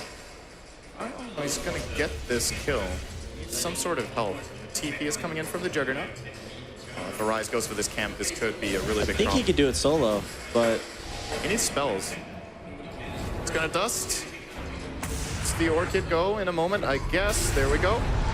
All right. Completely mistimed that, and Arise actually just takes him out solo now. Silent, gonna be looking for Arise. He is still dusted up, but there are creeps in the neighborhood, and there comes the Moonlight Shadow when the Omni Slash jumps to the creeps. Nice play by Arise. First of all, cutting the tree line to get in the fog, and then letting it go. That is not how I saw that play out. Well, he didn't have his invokers, like his invoked spells. They weren't lined up for what he wanted to do there, so he was kind of playing with cooldowns for a bit there. And he felt forced to use the Dust because of the Shadow Blade. He had to go for the play, but... Yeah. Big backfire. Empire are losing a lot of momentum in this game right now. They still manage to hold their towers for the most part. Rise. Silver Edge. Running in here. Good engage from Yapsor. All right, that's a pretty hard-hitting Shadow Fiend. Yules. Could be another kill. Good back wall from Funnick, but... Oh. You're not soloing 5 heroes. Instead, the game just turned around on his head within the last 3 minutes. Yeah, this is huge, man. They're on the back of the Shadow Fiend. They're just bringing it back. Also, Lina, Yapsor is just, dominating from this 4 position. He's got so much farm. Arcane's Yules, another 1,000. Do you think this is an Aghanim Scepter game for Lina, or you're looking for more utility like Force Staff, maybe Ghost Scepter? Ags isn't the best this game, but I still think it's pretty good against Juggernaut, and it also gives him lots of stats, makes him tanky. He can maybe survive an Omni Slash or Invokers combo. I think it's fine. Seems good. Seems good. Seems like it's first shot time for Empire as well. They know there's a couple of abilities on cooldown, of course. They know the Requiem was used, but it's actually ready again. But maybe it's more about the lane positioning. They feel like Monkey Freedom Fighters are not ready for this. This is a high-risk play, though. They do have a Sentry, of course, but it's actually about to expire pretty soon. It's pretty high risk. They have a that Pandalt is up, but... Wyvern. Yeah, MFF has no idea this is happening, so... Gonna claim it with that dire positioning here. Who'd you give the Aegis to, Juggernaut or Invoker? I think you give it to Jug, so you can just kind of frontline in the buildings. It's pretty much the direction they're headed this game. Especially with this Juggernaut item build. Not a fan. I haven't seen the Manta have much of an effect just yet. Arise. Hitting the tier 2 tower up top. He is going BKB now. Yeah. He's almost got it. True. 700 to go. If he gets the tower in this creep wave, that should pretty much be it. Yeah, he's mega farmed. Dire's top tower is under attack. Shaping up to be a very close game now, and you got to start wondering, now that Monkey Freedom Fighters are back into it, they do have a core Mirana. She's still very far behind on farm. What do you want to see out of Sing? He's got a Mithril Hammer. Is that a Deso or Yeah, I would Maelstrom? imagine it's a Deso for sure. More of a utility hero at this point. Doesn't seem like he's going to be carrying the game, but he picks up a Deso, maybe another damage item, then of course he'll be a glass cannon, but he'll still do some sizable damage. Down in Fizz. We'll see Alola Dance's Rubik, but it's difficult for him to find an arrow angle here. However, Funnick might be a little bit of an easier catch. Never mind, couldn't blink away, but pretty clear to Sing that Funnick will be farming this camp. And with the rotation from Arise, Funnick is actually going to be in a lot of trouble here if he doesn't have blink ready. He's screwed. Easy kill for the Mirana, and it is going to be a Maelstrom actually. So looking for the farm build-up rather than the immediate glass cannon. Huh? Yeah, okay. Do you think this game's going to go that late that it's going to pay off? I don't know. I thought Empire was going to be able to end this game pretty early, but they're kind of throwing away their lead here. Tornado EMP whiffing entirely from the Invoker. Might be a counterplay. Good Orchid, though. The Curse also over on Kebab, so some really big abilities being used here from Empire, but they're not finding the kills, and now Arise is going to show up. Gets a very quick kill over on Aloha Dance's Rubik with the help of the Fiend Script from Kebab, and they're trying to catch the Wyvern as well on the back end. Arrow from Sing, just marginally off the mark. Still, I'm looking at this gold graph, and I'm just seeing green dots for the last 6 minutes. Nothing has worked out for Empire apart from that ROG. Ever since that Invoker death, outside of Radiant's like tier 3 tower mid, they've been falling apart. Like they've been split up constantly. They've been trying to go for these 1 to 2 man ganks. Of course, you know their team fight isn't. I mean, they don't have a Panda on their team, but they still have a Darkseer Wyvern. And how many combos have we seen out of that? Yeah, no, man, we've seen some really good vacuum walls, but it's always when the rest of the team is imagine if there's dead. Wyvern Curse there, maybe some Invoker spells, an Omni Slash. See if they can manage to get together. Of course, they have a much clearer game, or you could say play call right now with the Aegis on Salin. Might make them gather up a little bit more, but it doesn't look like it. He's actually split pushing with the Aegis right now. The rest of his team is Split pushing is fine, but gotta make sure you're not throwing away. Oh, they go in hard on this illusion of Arise. Not identifying that their smoke didn't break. Rubik with the telekinesis gave it all away, and Resolution even attacking him just made it even more obvious for Monkey Freedom Fighters. So they dodge another bullet. Monkey Freedom Fighters, they've got to be feeling pretty confident. Even though they're playing against Aegis, they now have the BKB on Arise, 10 seconds. Maelstrom is up. They have split ready. They're gonna take this fight into Aegis. Pretty confident right now.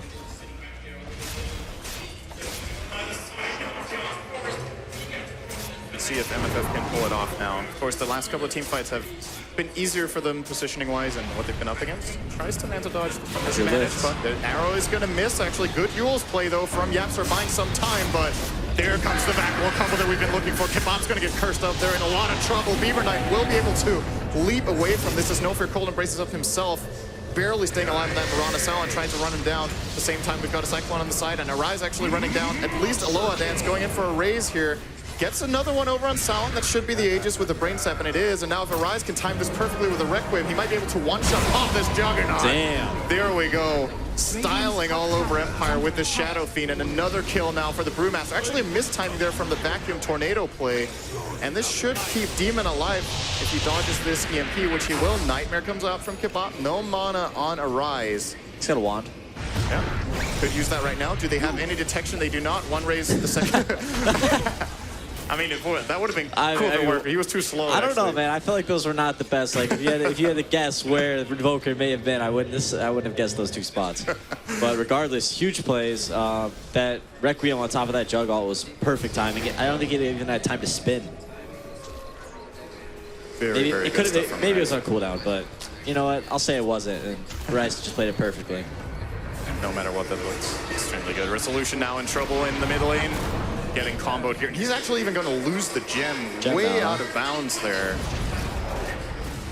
Big claim here again for Monkey Freedom Fighters. And for the first time this game, they're actually going to be leading now on gold pretty significantly too. They've claimed a couple of thousand now. Experience looking even better for them. You got to say, just in terms of game flow, Empire just don't seem to be landing their combos right in these fights. Something happened, voice crack. Something happened mid-game and they just lost all forms of direction. Like there was some communication breakdowns or some strategy flaw, like what they wanted to do from like 15 to 25 minutes, and as a result, all they did was die over and over, and the Shadow Fiend with his boots of travel was able to come into every single fight, back up his teammates, and just collect kills left and right.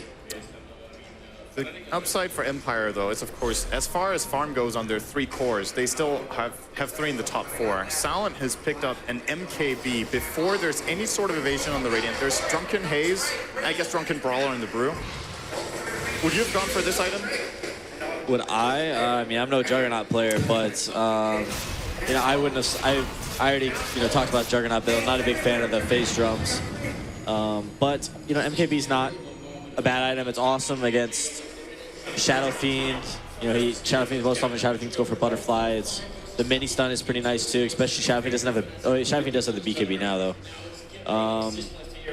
Yeah, it's good versus Panda, but I mean, it's an okay item. The thing is, like, you go phase drums, Aquila, like, you don't have too many slots, so he's got to get rid of his TP next or his Aquila and then pick up another item.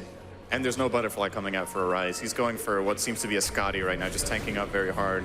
Is there any value to any other item? Is there a good reason to get Linken's here? Or definitely not Linken's. Linken's is not the item. Scotty seems pretty good. Tanking enough to survive Omni Slash. He's got his BKB to handle whatever Wyvern Darkseer and Invoker want to throw at him.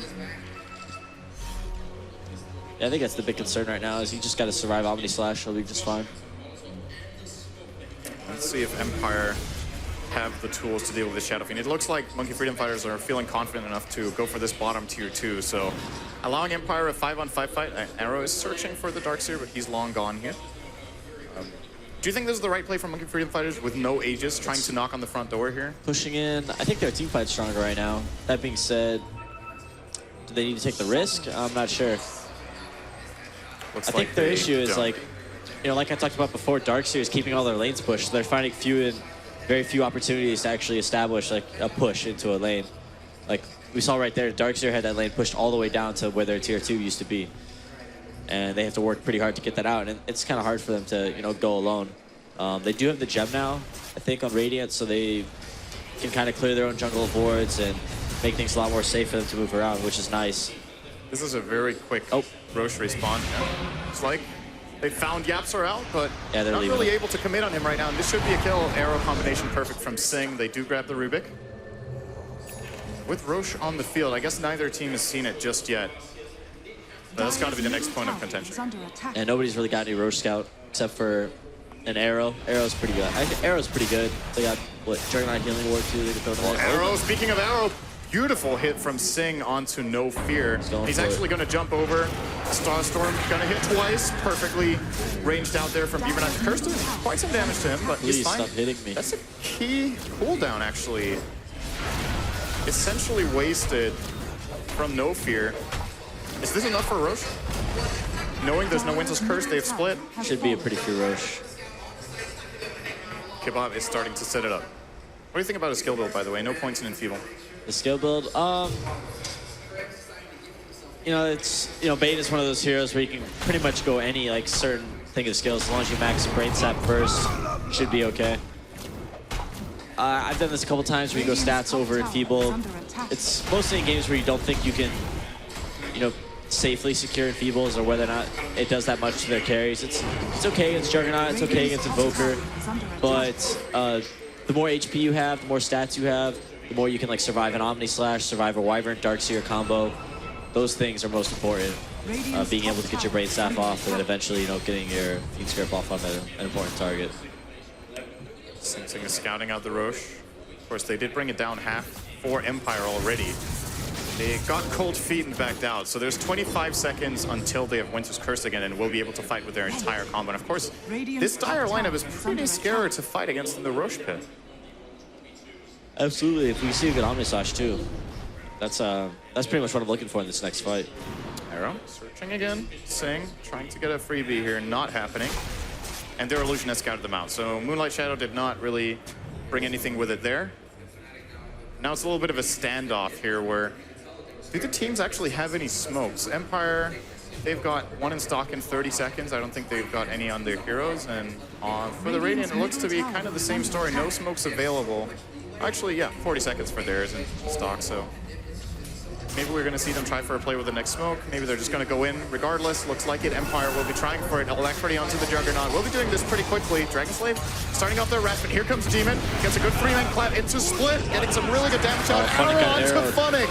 That is huge if they can block him down, but doesn't look like they have the focus fire right now. This Laguna Blade will be able to get the job done from Yapstar together with the Fiend's Crypt. Silent now trying to finish off Roshan. Perfectly timed Cyclone from Demon. They even get the Rose kill and the Aegis over on Arise, and now the kill on the Jugger. That could not have gone any worse for Team Empire in that situation. It makes you wonder, do you think Empire needed to put all their heroes in the pit? Couldn't they just do it with Juggernaut alone? Yeah, I think they're scared of like where MFF could come from, like where could Rubik stand and actually be effective in the fight. I mean, I guess he has a blink. He probably could have like been chilling around the Ancients, but I mean, yeah, Rubik died instantly in the pit. Darkseer died without getting that wall off. Key arrow there. Juggernaut like was committed to Roshan, didn't even Omni Slash that fight. Wyvern got his ult off, but that's about it. MFF, I wonder if they want to force out this Juggernaut buyback and if they actually think they can get away with it. Well, it looks like they think so. They're going to jump in on Demon. Arrow's going to fly through. Didn't even manage to connect because he died so fast to Arise. And now 5-on-3 situation on the board. No buyback on Rubik. They have the Aegis, of course, on backup and doing some good damage to this tower. They don't want to waste split, it, though. Yeah. Full disengage. Blink away. Moonlight Shadow. And they're out. Probably wait for Panda ult again. Do one of those hit the racks with Shadow Feed, Panda blinks behind, ults, make some space, hit some buildings. This is a key item, though. I like this choice a lot in this game from Funnick. Going for a BKB. Yes, it's a must against Panda. That being said, SF does a ton of physical damage. Mirana does some physical damage, not a lot. Laguna Blade with Axe. Yeah, Laguna Blade with the Axe. Arrow's gonna go. Ooh, actually does connect, but not on the intended target. Still, this should be enough with just a Laguna Blade on Vacuum. Trying to buy the time, actually manages and gets the Vacuum or the mech off. Very nice play from Funnick, just buying that extra bit of time to save his ally. Good mech, good mech. Ophir does get away. MFF with a little bit of a cooldown now on the Laguna, but of course it is a short cooldown. Closing in on level 3 on that, by the way, for Yapstar. This is a support Lina we're watching, but he's a pretty rich one of the... The arrow was super close. Kind. On Yapstars. Well, who's actually catching who? Looks like Monkey Freedom Fighters will get the opening, but good telekinesis from Aloha Dance is going to disperse the fight for a bit. For Empire. Tornado, yeah, he needs to get this Omni Slash off. He will, won't actually get that Omni Slash off. And now, what's the turnaround going to be? Hesitate a little bit long there, and you do get a trade-off 1-for-1 getting the Bane for Resolution. But with this Brewmaster's play continuing inside the base, they will be claiming the Rubik as well. 2-for-1 trade. Arise survives pretty much unscathed, and we're looking toward the mid lane. Arrow from Sing scouting out, not finding anything. They kept waiting for the Darkseer Wyvern combo, and the Omni Slash just, once again, it just didn't happen. He had plenty of time to cast it too, right? After the spin, it felt like he was running for a bit, just hoping for... Yeah, he got stunned by the Panda. He could have got like MKB canceled by the Shadow Fiend. I'm not sure, but either way, he would have been Omni Slashing into a Panda split, which isn't ideal. That makes, I mean, that's another reason why Panda was a pretty good pick this game. It's pretty good against Juggernaut. And it goes both ways, but definitely seems like an okay. Tornado, EMP, and Vacuum all committed just to harass Arise a little bit. They got a lot of deep push. Pretty hard to high ground into Darkseer, Wyvern, Rubik, Invoker. But I think, you know, they're just too strong. Shadow Fiend is way too farmed. I don't think there's anything Empire can do to fight him. He's 10-1 and 9 Arise in this game. We were questioning his Shadow Blade. He made it work. Gotta say. And what's next on the menu for him, in your opinion, now? Is there anything? Sorry, what? What's next on the menu for the Shadow Fiend in his item build? Shadow Fiend, huh? Oh, so he's got Aegis for now. Probably not Butterfly. AC? See, Panda's probably going for... I'm not quite sure. There's pretty luxury. You could go for like a Daedalus. That doesn't sound too bad in a game like this. Got eyes. You could also go for something a little more. We'll get the blink clap, and this should be a very quick kill, unless this telekinesis actually connects, which it does. But Sing Sing is coming in from the top, claims that kill on Mirana. Mega kill for him. It's freebie. Could go for something unconventional too. Like Shiva's Guard isn't an awful item on Shadow Fiend in a lot of games. A Hex for Juggernaut could be okay. I think probably Daedalus would be better though. Let Panda get the AC and then just go hit the buildings. You could go for the Yules combo. They're looking for it on Funnick. He gets the BKB off, but there is a Fiend script. Still, they don't have the Shadow Fiend in the neighborhood. They aren't able to bring him down. Winter's Curse finally getting deployed. Sing Sing's just getting pounded by his teammate, but they didn't follow through with any secondary, so they couldn't bring down the Mirana. And now, well, Empire, speaking of secondary, they're looking for it. They will get a vacuum against this TP of Mirana's, and one more attack from Resolution. Actually, the Urn Charge is going to do it. Now Demon kind of stranded in no man's land. Cooldown on Boots of Travel will blink to the side, but he's spotted by a ward. They see him. I think he is in quite a bit of trouble here. Might have to commit his split to even stay alive, but you're not interested in that. Will BKB first, gets the clap off. Damage is not arriving just yet for Empire. If he can get a blink off, he will be fine. Still 10 seconds. Sunstrike will connect as well. Should be keeping his blink canceled for now. There's the split. Keeps getting canceled by the Cold Snap. Very nicely done by Empire. And all of a sudden, 4 kills go their way. This is a very difficult game to predict. It seems whenever you're leading, you're losing. Yeah, that was pretty big. They forced out the BKB from Panda. They didn't kill SF, but they got everyone else. Dire's top tower. They really tried to kill the who did they start on? Either way, they got saved, and then the Wyvern all totally took Podem out of the fight. And the Juggernaut Healing Ward just healed up Invoker and Darkseer, so. The good thing for MFF, though, is that this time around for Empire, after a good fight, there's no collateral. There's no Roshan. They didn't have good wave push. Can't really do any tower damage, so at least they'll come back alive. But at this point, they honestly just need farm. Like if they're like 2 of the 3 cores can catch up as, you know, the one strong core that he is. Speaking of that, would you turn Invoker into a physical DPS now, or do you go like full utility? He's got Orchid, Axe. Is this a refresher game and transition to exort damage, or? You could go refresher. I think Hex. Requiem on Funnick! He needs another raise. Actually, it doesn't need another raise, just BKB pop, but Arise doesn't care. 70 seconds on the sideline for him. All right, go ahead. There's the Hex. Yeah, he did get the Hex. I think that was a good choice. And what's next then? Careful, Juggernaut. Gonna get hit out by the Scotty here from Arise. Can't really escape. Might have to commit the Omnislash just to stay alive. Good defensive 4-step out here from No Fear. Even gonna commit. That's not what they wanted. A little bit of a waste of a Winter's Curse here, and that might open up the front door for Monkey Freedom Fighters. They're 5-on-4. Darkseer on the sidelines will have to buy back if they want to hold these barracks, I think. Crew Split is available. Sing Sing sending an illusion, so is Arise. They're just harassing these heroes, keeping them away. There goes the tower. Drunken Haze out in the Invoker Tornado. Not really going to connect on anything apart from this Shadow Fiend illusion. And there goes Jimmy in with a blink clap split, forcing out the buyback. Juggernaut being Fiend Script and Laguna, but a very, very good cold embrace. And a nice vacuum wall from Funnick. Should set Empire up for a good team fight, but no! Maybe. And now they're kind of out of damage. Funnick also being chased away here by the entirety of MFF, and they will be claiming him. At the very least, Rubik got a return kill onto Beaver Knight's Mirana, but they're suffering really heavy losses. Buyback from the Rubik, getting them into a 4-on-3 position, or actually 3-on-4 rather, not favoring them. Hex goes out, they just don't have the damage. Ice Wall trying to buy space here. Jimmy will pop off the BKB, and that is enough to secure this kill onto the Rubik, who did buy back. That was essentially a dieback. Now looking for another kill over on No Fear. Does have the 4-staff ready. Can he get it off? No, stun locked until his death. And now Resolution, the last standing survivor here for Empire, can't really do much in his own. This is definitely 2 lanes of Rex. Might just be game. Yep, that might just be it. Juggernaut once again not able to get Omni Slash off. You know, your one position is just totally useless in these team fights. They're just throwing all their cooldowns out on Fiend Squid. Oh, Laguna Blade, get out of here. Says Yapsor. Sending him back to the fountain. That's 70 seconds. GG is the call out from Empire. And I think the panel was split 50-50 with who was the favorite this game. I think a lot of people said Empire was the favorite, but I mean, honestly, Empire's been not very impressive, not the old Empire we're used to seeing. So nice to see some newcomers take a big game, and we'll see if they can finish it out next match. Yeah, of course, this is a best-of-3 matchup as Monkey Freedom Fighters are now up 1-0. Do you have any, I guess Arise is the obvious standout performer in this game, ending the game with 14-1. Yeah, absolutely. I questioned the bot's Shadowblade build, but he farmed a lot. He got some good pickoffs across the map. He was back this game. They played great. Also, Yapsor and Lena did an amazing job. He was super farmed, and he was always relevant.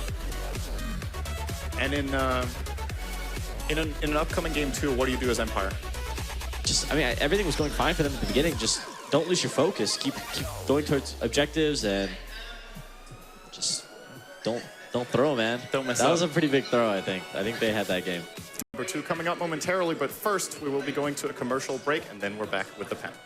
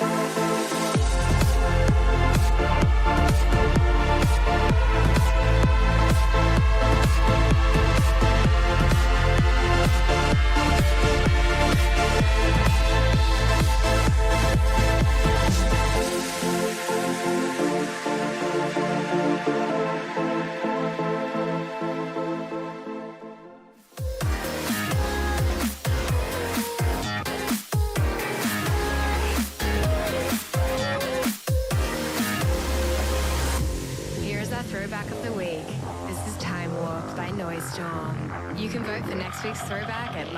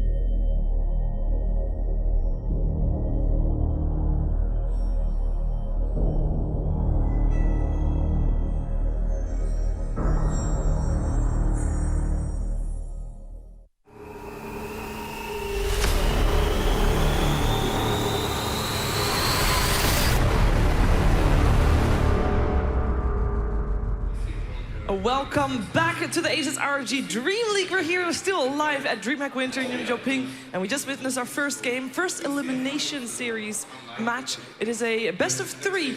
Team Empire is now on the ropes as they lost this game against Monkey Freedom Fighters, which, according to our experts, was not very likely until the draft was done. We had actually 2 people still rooting for Monkey Freedom Fighters, but Team Empire on paper should have won.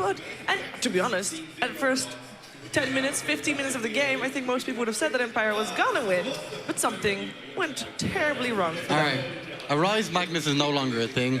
Arise Shadow Fiend is the new thing. I would just say Shadow Fiend. No. It's definitely a Rise Shadow Fiend. Let me paint the picture, okay? Go. Yeah. Paint the Jimmy picture. was getting dumpstered in the bottom lane by Darkseid. Yeah. You were. Jimmy's reaction to that, he was like, come on, getting ripped. come on. Okay, offensive tri-lane, gave away first blood. Not the best, right? And then Shadow Fiend buys Shadow Blade first, and Andy and I had that knowing look. It's like, bro, he didn't go mech, you know? It should have been mech BKB, they needed to fight. They picked the Brewmaster to fight. And then stuff just happened, you know? Like he walked around, got solo Requiem kills. Yeah, when they killed Resolution, like he solo killed when he went around the tree line and stopped him when he went invis, you know, when he had the dust. He kind of was like, all right, they got problems. Like this is actually starting to become a problem. Whereas before I thought the same thing as Lumi. It's like, okay, we're gonna fight, man. We're gonna try to take towers. You know, we got a pretty strong lane. But all in all, I think the vacuum that we have, I think, on the replay, that is what you chose, right? Yeah. Yeah. Well, we'll see it, but I kind of wonder what Team Funnick was playing for when he did that. Well, we are gonna see right now. So let's take a look at the replay.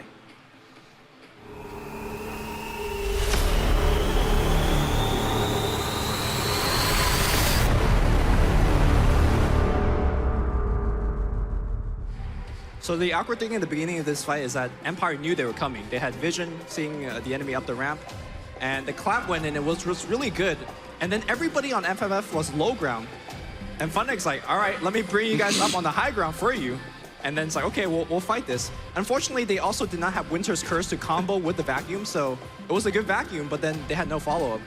And once Arise got to the high ground, it was just, damage happens. That vacuum actually gave them, what, 2 kills? Or no, actually, I think the Wyvern dies too, right?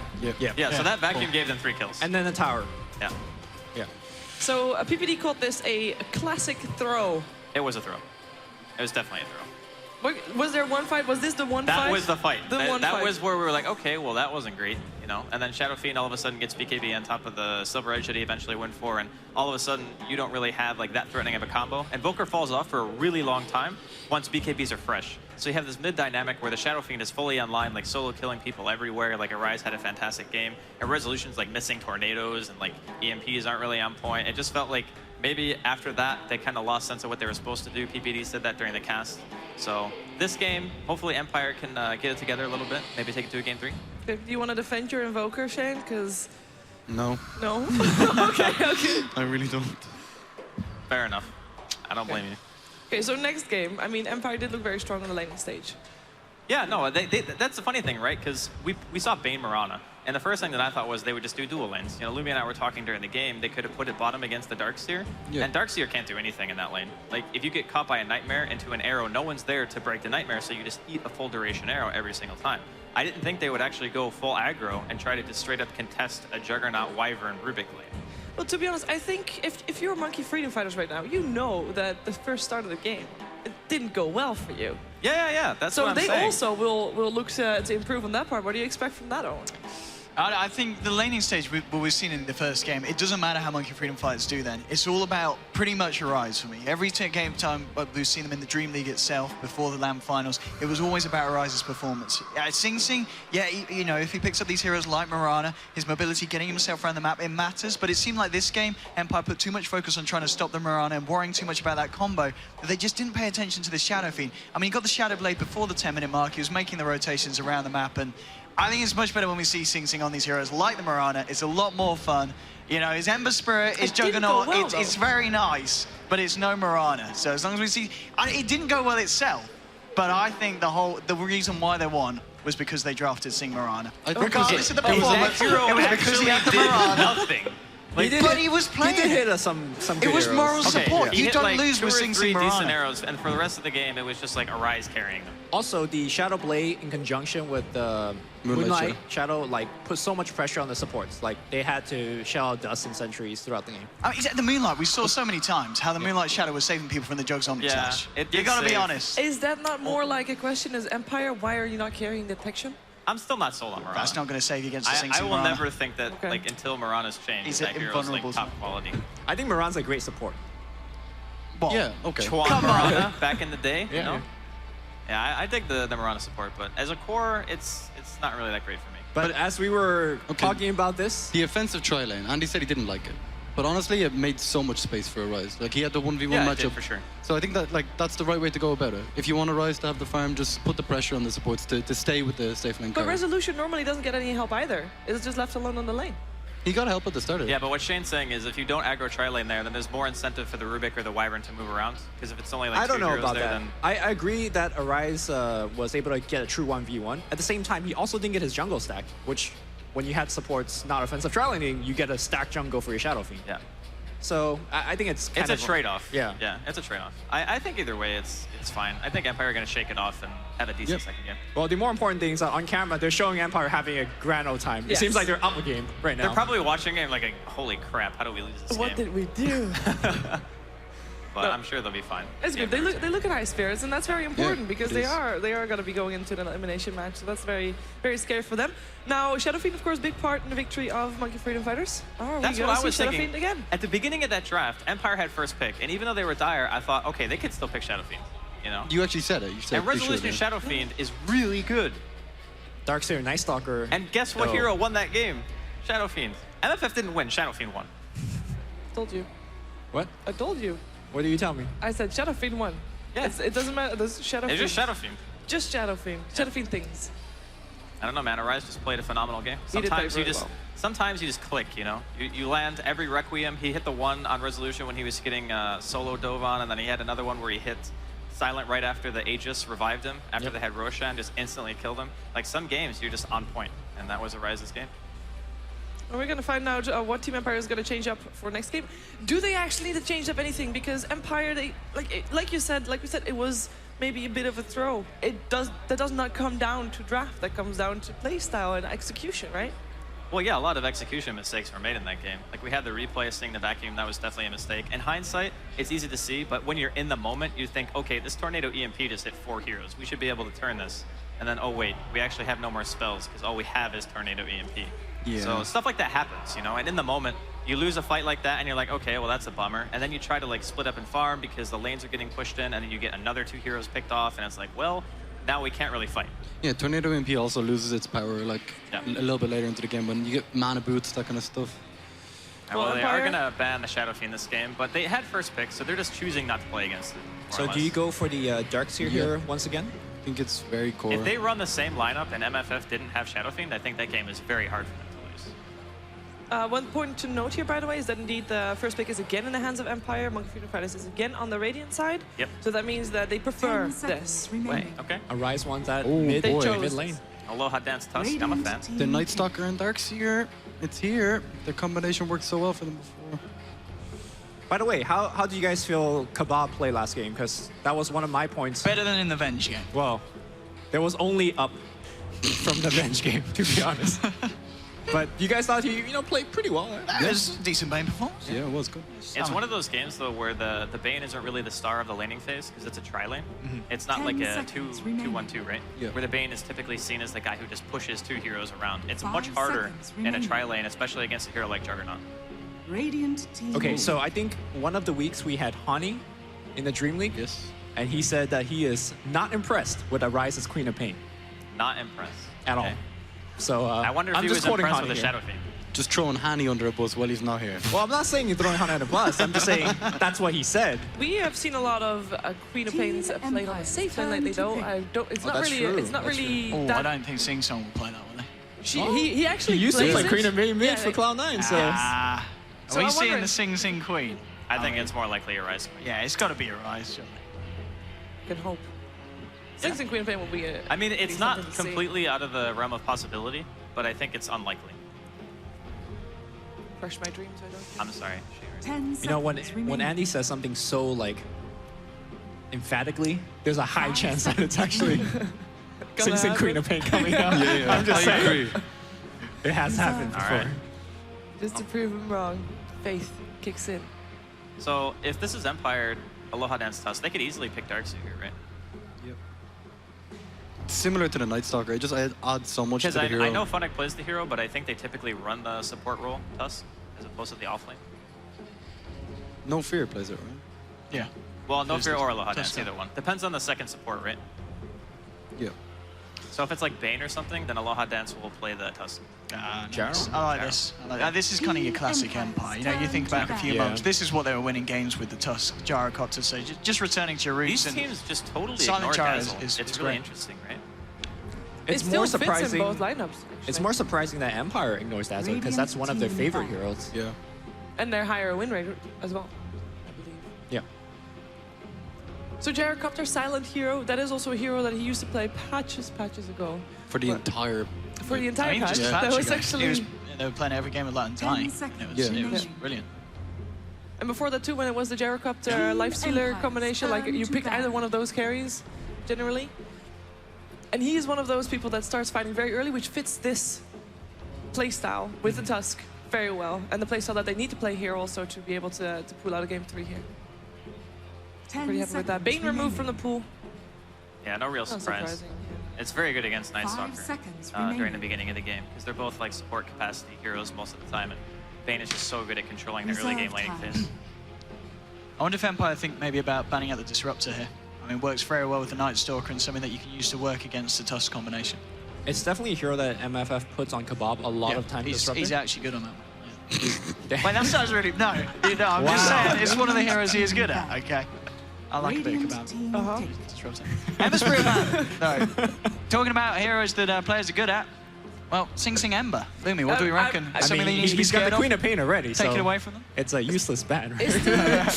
Is the Sing Sing Ember, I mean, is their win rate with that not really bad? He played really well today. You know, in the Yes. game that they lost, he played really, really smartly. I think it was kind of a stand-up performance. Even though they didn't win the game, he kept his cool, he played sensible, he managed to find the farm, he's putting a lot of pressure across the map. That seems like something that could work against Empire, who are going to be looking for these team fights and maybe not prepared to, you know, split up and react to the split push of an Ember Spirit. We literally say that every time Sing Sing plays Ember. And It's then like, he doesn't win. He I mean, he plays doesn't well, win, but he gets very close to win. Okay. But what is it with, There's your with Disruptor, Ember okay. that Okay. makes Sing Sing not work on him? Or maybe it's his playstyle? Is he... No, he's good at it. But why doesn't it fit in the team? I don't, he doesn't win the games, but he's still good at it. Okay. I mean, no one pretty much said it.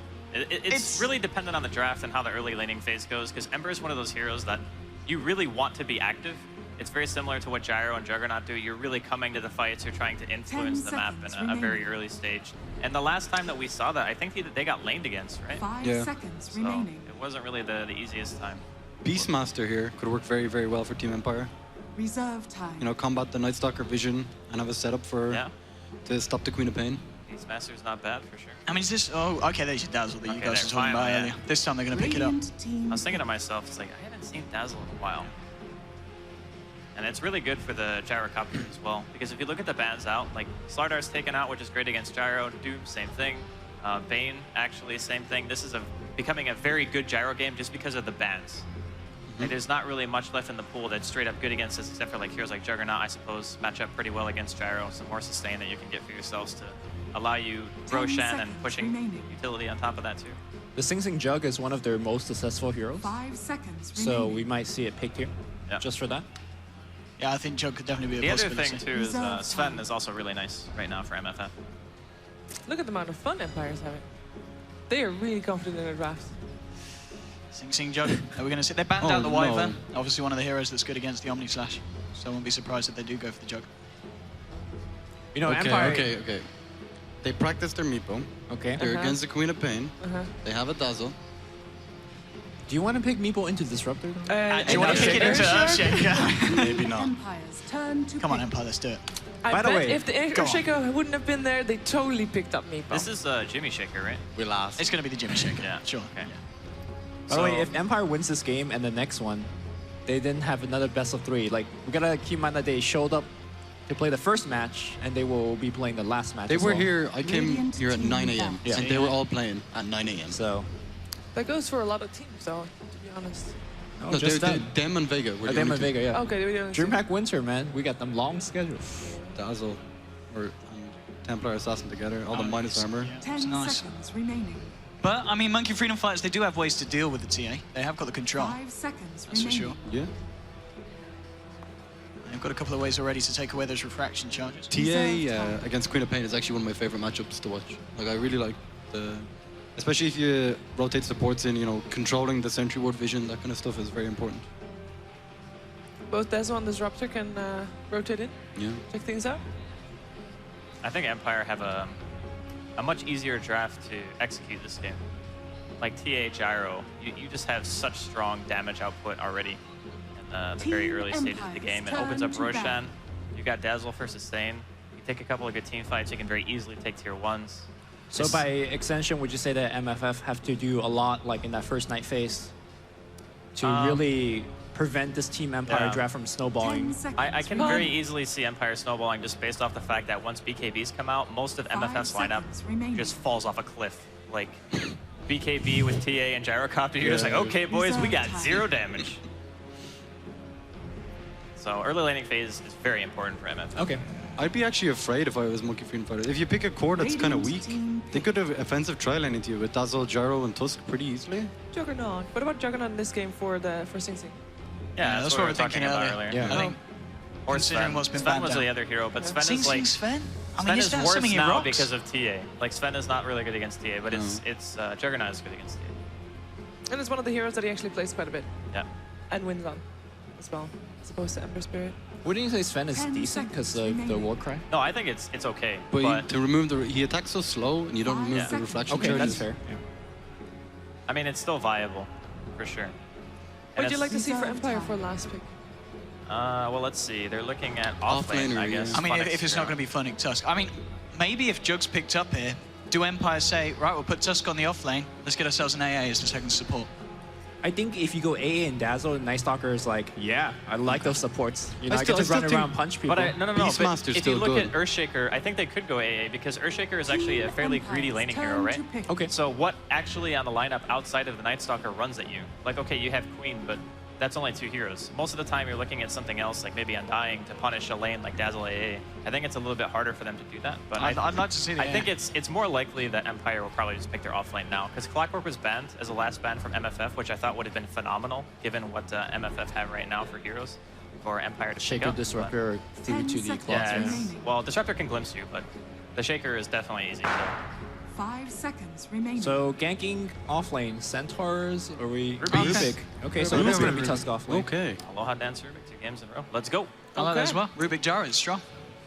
So what do we reckon here? Empire Are we gonna win see- game 3. Yeah? Yep. Game 2 also, then? Yes. No, I mean like they're taking it to a game 3. They Okay. will. We are seeing in game 3. You agree, Shane?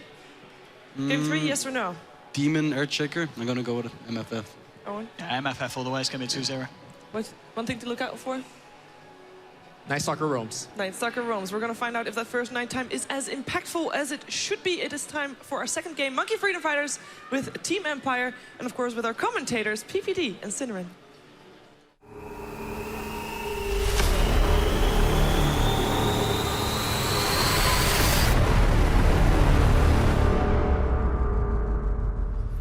Welcome to game number 2 between Monkey Freedom Fighters and Empire. It is indeed myself, Cinderin, and PPD bringing you the second game of this series. And the panel said, let's jump right into it here. Of course, we're looking at the top rune already. 30 They said, seconds look out to for go. Night Stalker roaming in the first night.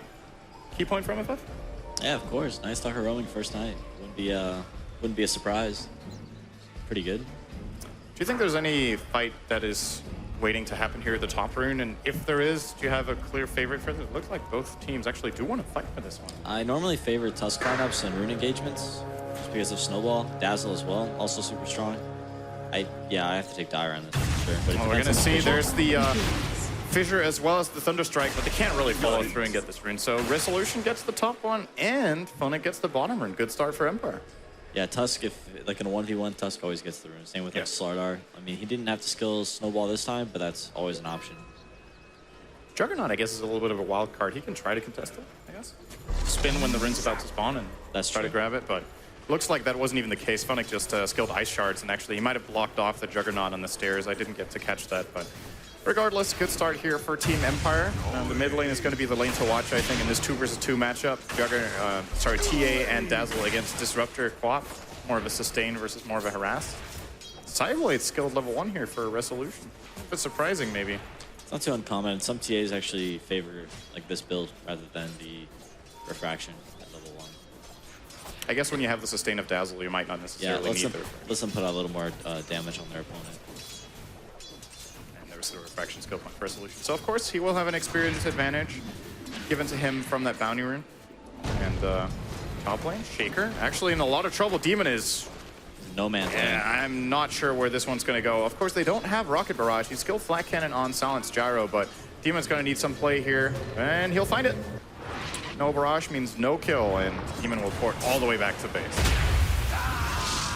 Bottom lane. Some harassment being put out here. Funnick with the snowball, escaping the Blade Fury as well as the Yapser's Night Stalker's harassment. Now, round 2 as Kebab joins the fight, but they don't have Glimpse, and Funnick will be just fine with his boots build up. Sitting on Salve and 4 Tango is going to commit the Salve. Looks like Monkey Freedom Fighters aren't able to find exactly what they're looking for just yet. Yeah, I think so far, like, you know, as good as things could go in 2 minutes, Empire's having a relatively good early game. Dazzle stacking up the Ancients. Tusk got a bounty rune, he's already got his boots, and almost level, yeah, he's gonna get level 3 off this. And Resolution is winning mid pretty handily as well. He forced Arise all the way back to base, so he has to walk.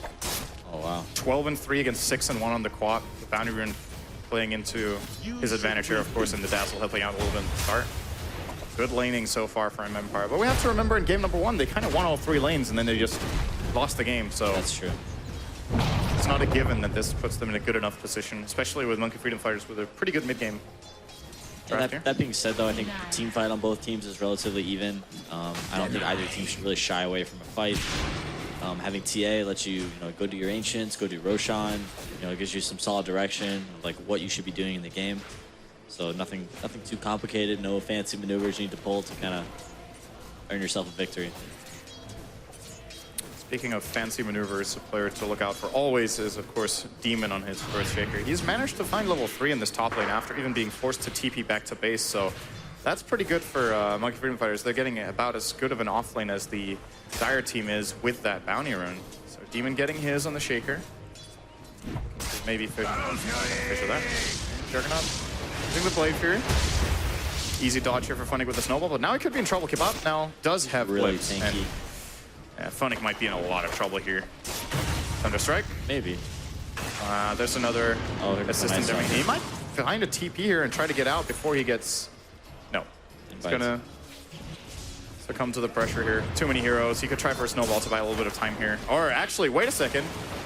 Okay, there's another Void in 2 seconds. Yeah, he's definitely dead here.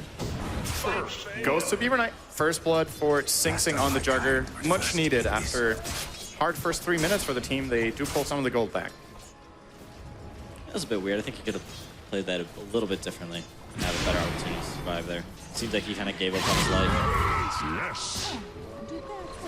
But regardless, good plays from MFF, bringing the first blood offlane Tusk, who was having a really good early game.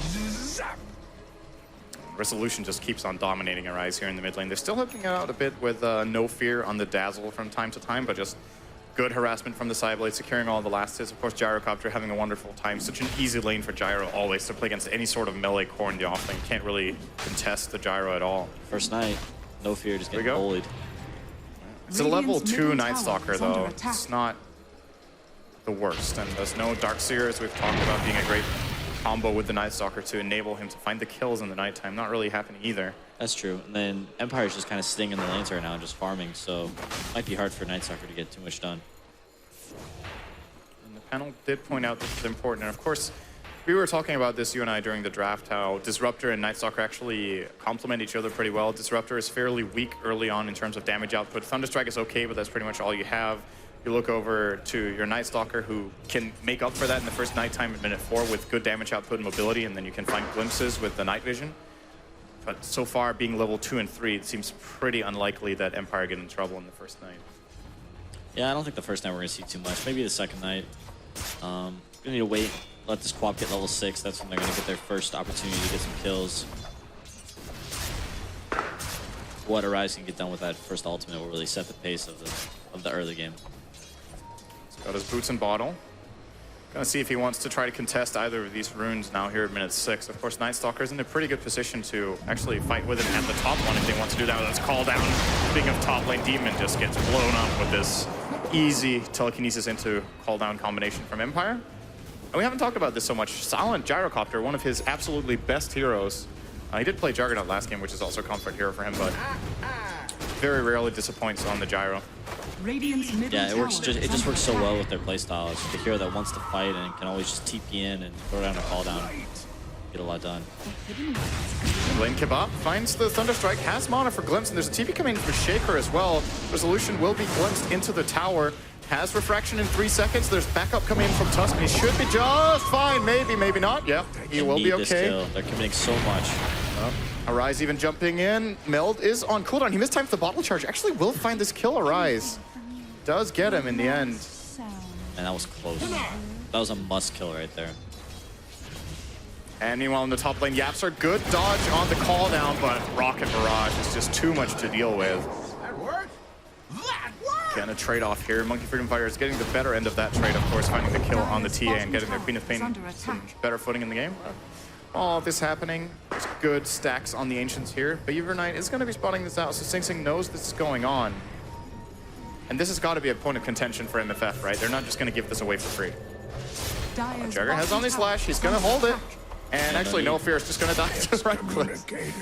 Nothing you can do there. Snowball mid lane. They're going to catch off Yapster. He's in a very bad spot here. Nice block here from Funnick. Take advantage of the situation here. Resolution getting himself a kill in the mid lane now after just being the victim of one. And yeah, that was a poor death. This has got to be the Ancients actually almost conceded now from MFF. It's going to be daytime. Not Circa doesn't have darkness. I don't know if they even have a chance of contesting this. They still have Omni Slash. No Quap ults. I mean, it'll be tough, but oh, actually got a killer in the top lane again from Gyro and Rubik combining once again. Actually, without even using the call down this time. Very easy kill with Telekinesis, Fate Bolt, and just a little bit of Rocket Barrage. They're starting to put pressure on the tower. Silent with his Ring of Aquila makes this pretty quick push. The Rubik's hitting a ton of farm. He's already level 6. Yeah. Got his mana boots. All these deaths are really adding up for MFF. It's going to get a lift onto Yapstar. This call down is not going to miss. It's daytime. Yapstar just way too far, and he gives up kind of another freebie, just like the tower mid tier 1 kill that Empire found on him. Similar style, just goes in way too close, and very easy kill for Rubik with the lift. Together with Gyro. The 4th death. That same story every time. And this not only gives them this tier 1, but they're doing the stack at the same time. Nice TP in from Beaver Knight, but good response here from Rubik getting the steal onto Blade Fury. I still think Juggernaut will be able to find one kill here, maybe with his phase boots if he finds an angle, but actually no. Gyro with his own phase might be able to just get enough of a gap, and he will. Gyro's a fast hero, especially with phase boots. They lose nothing. They get a tier 1. They get a quad Ancient stack onto Resolution, even has a haste rune. They avoid a kill. They force a TP. Now, yeah, Arise was looking for something on Rubik, doesn't get it. TP's out as well, and mid lane, Yapster doesn't get caught by the shards, but there's still a trap, and Resolution with this haste rune was thinking about it. Glimpse to keep him safe. TP in as well here from... Who was that actually? Was that Queen of Pain, I think? Yeah, Quap ported back mid from like the dire jungle-ish area. So Empire are really taking the... They're in control of this game in terms of speed. They're forcing the TPs, they're making the plays, got the first tower, all the Ancients. This is a very fast Deso coming in from Resolution. Absolutely. What abilities would you say, is there any ability out of Monkey Freedom Fighters where you just say, if this ability is on cooldown, they can't contest Roche? Or does it need to be more than one? I would say they definitely can't contest Roche if they don't have Quap's ultimate. I think also Disruptor ult is pretty big for them. They need to find, Quap needs to find his level 6. Getting that on top of TA or Dazzle or Tusk or even Gyrocopter is going to be crucial for them to win a team fight. I'm not sure if they can even team fight right now. Bottom lane, Kebab. Yeah, he needed the level 6. They're not going to let him have it. Easy catch again. Funnick going in here. He's going to find his level 6. He was off to a good start in the lane. This is a fairly late level 6, actually. Minute 10 for him. He has been mobile. Moving around the map. Shaker almost finding his as well, Demon on that one. But Empire are probably looking to put on the pressure here. They've got 4 heroes in the bottom lane. They've got the Dazzle in top, actually cooldown on TP, so it would be a 4 and potentially 5, but Monkey Freedom Fighters aren't even close. Probably just giving this up.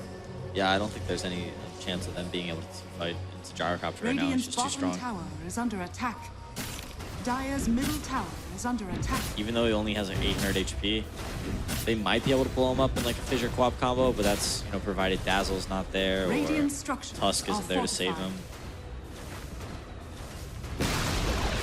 Pretty tough position for MFF so far. This early game did not go as planned.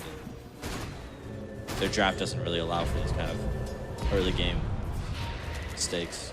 In comparison to the last game where they did have that Shadow Fiend scaling very well and keeping the farm. Oh, actually, wait a second. Middle lane Yaps are once again being caught out. This is his 4th death on that Night Stalker, but might be a turnaround here from Monkey Freedom Fighters. Good Sonic Wave and Fissure will secure the kill. Immediate steal out of the Rubik. Demon gets a decent echo off, not enough to secure that kill on the Rubik, and he actually gets a triple. And now Resolution on the dive toward Kebab. We'll find that one call down. We'll be greeting the Juggernaut as he comes in. The second missile might land. Actually, no. This TP is so long that he doesn't even get to be hit by the call down. Quick kills here for Empire. They found 4, only traded their Tusk. It's got to be Roshan time, right? Pretty soon? Yeah, they can do whatever they want. Say's just like, why do Roshan when I can just keep killing heroes? Gonna get another triple stack here on Ancient's Resolution, looking for the bottom rune, probably. We do get a replay of this last fight here, so the glimpse onto TA getting her away from the fight with Snowball, of course, makes this very easy to bring in the Rubik, who has a hard time getting in, usually gets up the blade through here, good damage, and did Sonic Wave. Immediate steal, returning it onto 3 heroes. Just great heads-up play there from the Rubik, of course, off Aloha Dance. Yeah, looks like they weren't broken after that game 1, which you said they kind of threw away, which I agree with. Looking good. They've reset nicely for this second. Yeah, they seem pretty, you saw them during the draft. They were like laughing and smiling, having a good time, which is not something you often see from a team struggling in the lower bracket of a tournament. Man, Resolution's GPM has got to be through the roof. Almost 600 minute 12 on a TA is pretty exceptional.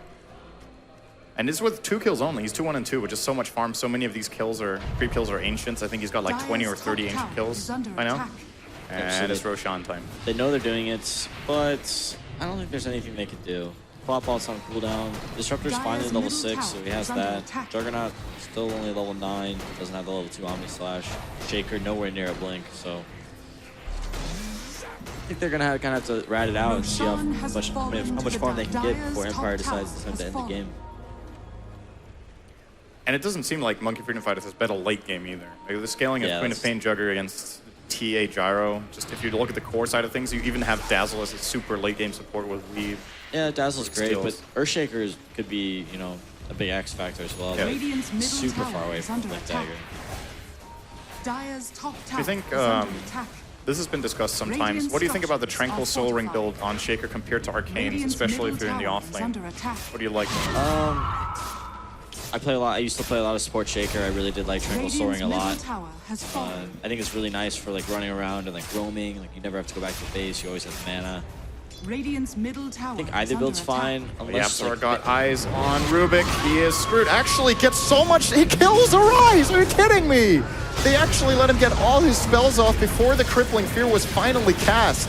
And now the trade-off here for Empire is looking to be a lot better than it should have been. Omni Slash has been deployed as well. They're going to get a good call down here. Now Resolution's up in here. 2 or 3 hits should be enough to get Kebab as well. And this should be a full team-wide. Kebab going for a juke. That's never going to happen.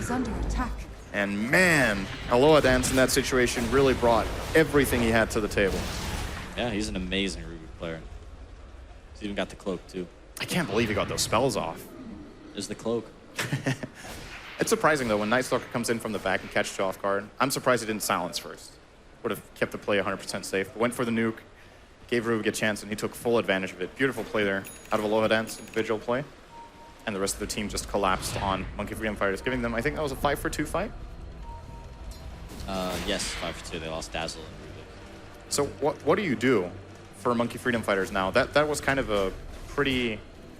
I don't even want to call it that risky of a play. They just made it a little bit of a mechanical misplay. How do you recover from this now? It's tough. It really is. Like you gotta find this Earthshaker's blink, or you gotta have a good disruptor ult. you kind of need to like play smart, play safe, try and farm your items, but really capitalize on any mistakes that Empire makes. That's pretty much your only way back. Gyro's going to find Arise. He will blink into Rubik's face, and immediate steal here on the blink. He's going to even blink body block just to style all over Arise. And Empire now, we're starting to hear the ownage sound. They are on 5 or more kills in a row with no response from Monkey Freedom Fighters. Looks like the tier 2 could be next, as they've actually spotted Kebab, and they're going to drop a trap. He can try for the TP here after the glimpse, but no, Rubik's already there. Actually, a little early on the lift, might give him an opening out, but just going to drop the static field and run. That's kinetic field rather. That's not going to help. Man, this is, I feel like this is the Aloha Dance show right now. Yeah, he's dominating. He's playing really well. Rubik's one of those heroes that generally pretty hit or miss, and his Rubik is usually pretty good. In this game, it's definitely very exceptional. Now approaching more than 10,000 gold lead, minute 16. Of course, the magical number is minute 20. Teams that are ahead by 20,000 gold in minute 20 have never lost in competitive Dota. I think the score is about 700 to 0, something like that. See if they can make that. Demon trying his best to get out of here. Not going to happen. Good rotation again from Guess Who. Just showed up as the blink, looking for a secondary, but Night Stalker took the other side and got away with tape.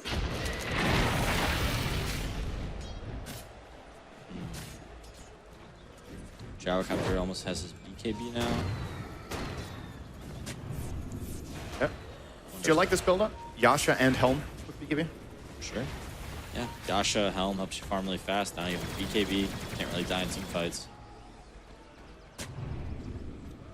It's either that or get the SNY, and BKB seems like a better choice this game against Earthshaker and Disruptor. You're not that big of a drums fan on Gyro? No, I don't think so. I think the hero's like, yeah, he slots up too quickly, I think, for drums to be a great pickup. Team Empire getting another tower. Finally, Monkey Freedom Fighters will be looking for some sort of trade, and this one will be successful. It looks they will be getting the mid-tier one. We got a Rubik player there. Aloha Dance trying for another big play. This one fails. We'll get glimpsed, actually. Kebab a little bit scared of the rotation, but there was none to be seen.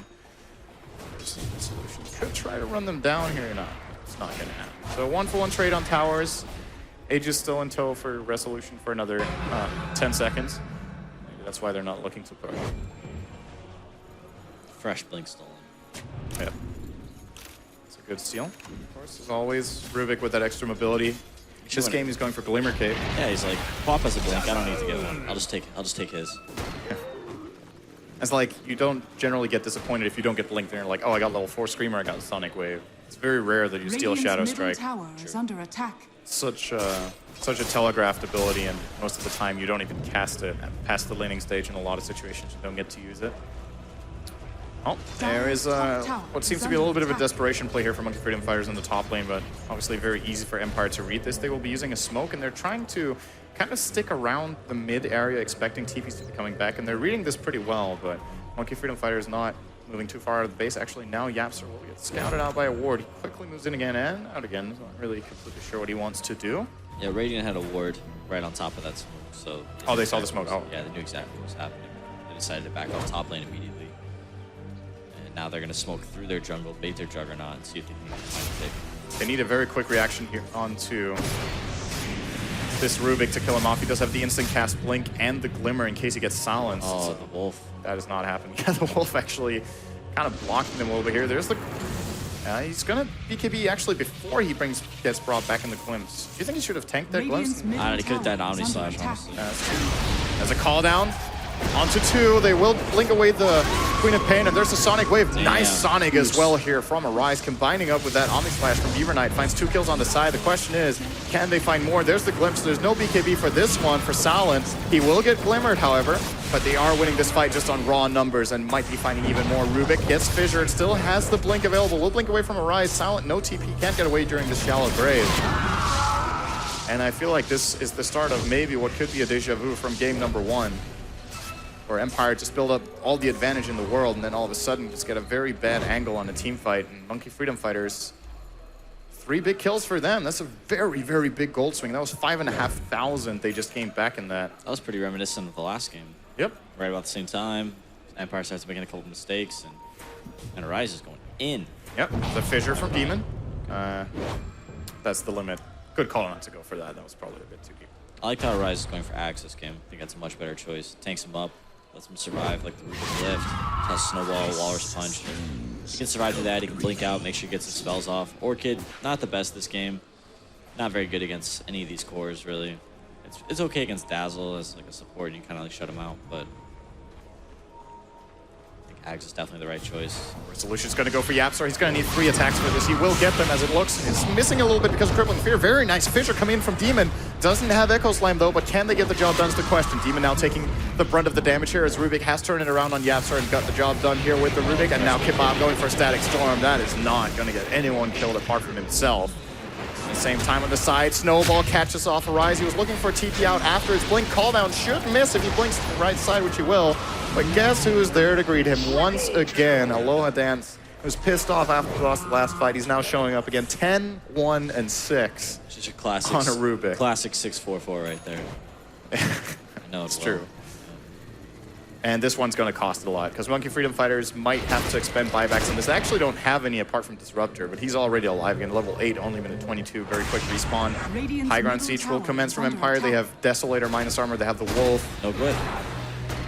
Yep, no glyph either. That's true. This is at least the tower for free. They know there's no Static Storm or, well, they actually don't know Echo Slam for sure. It's coming up in 5. And oh, there's a glimpse. Not using BKB here though. Silent wisely, playing it slow.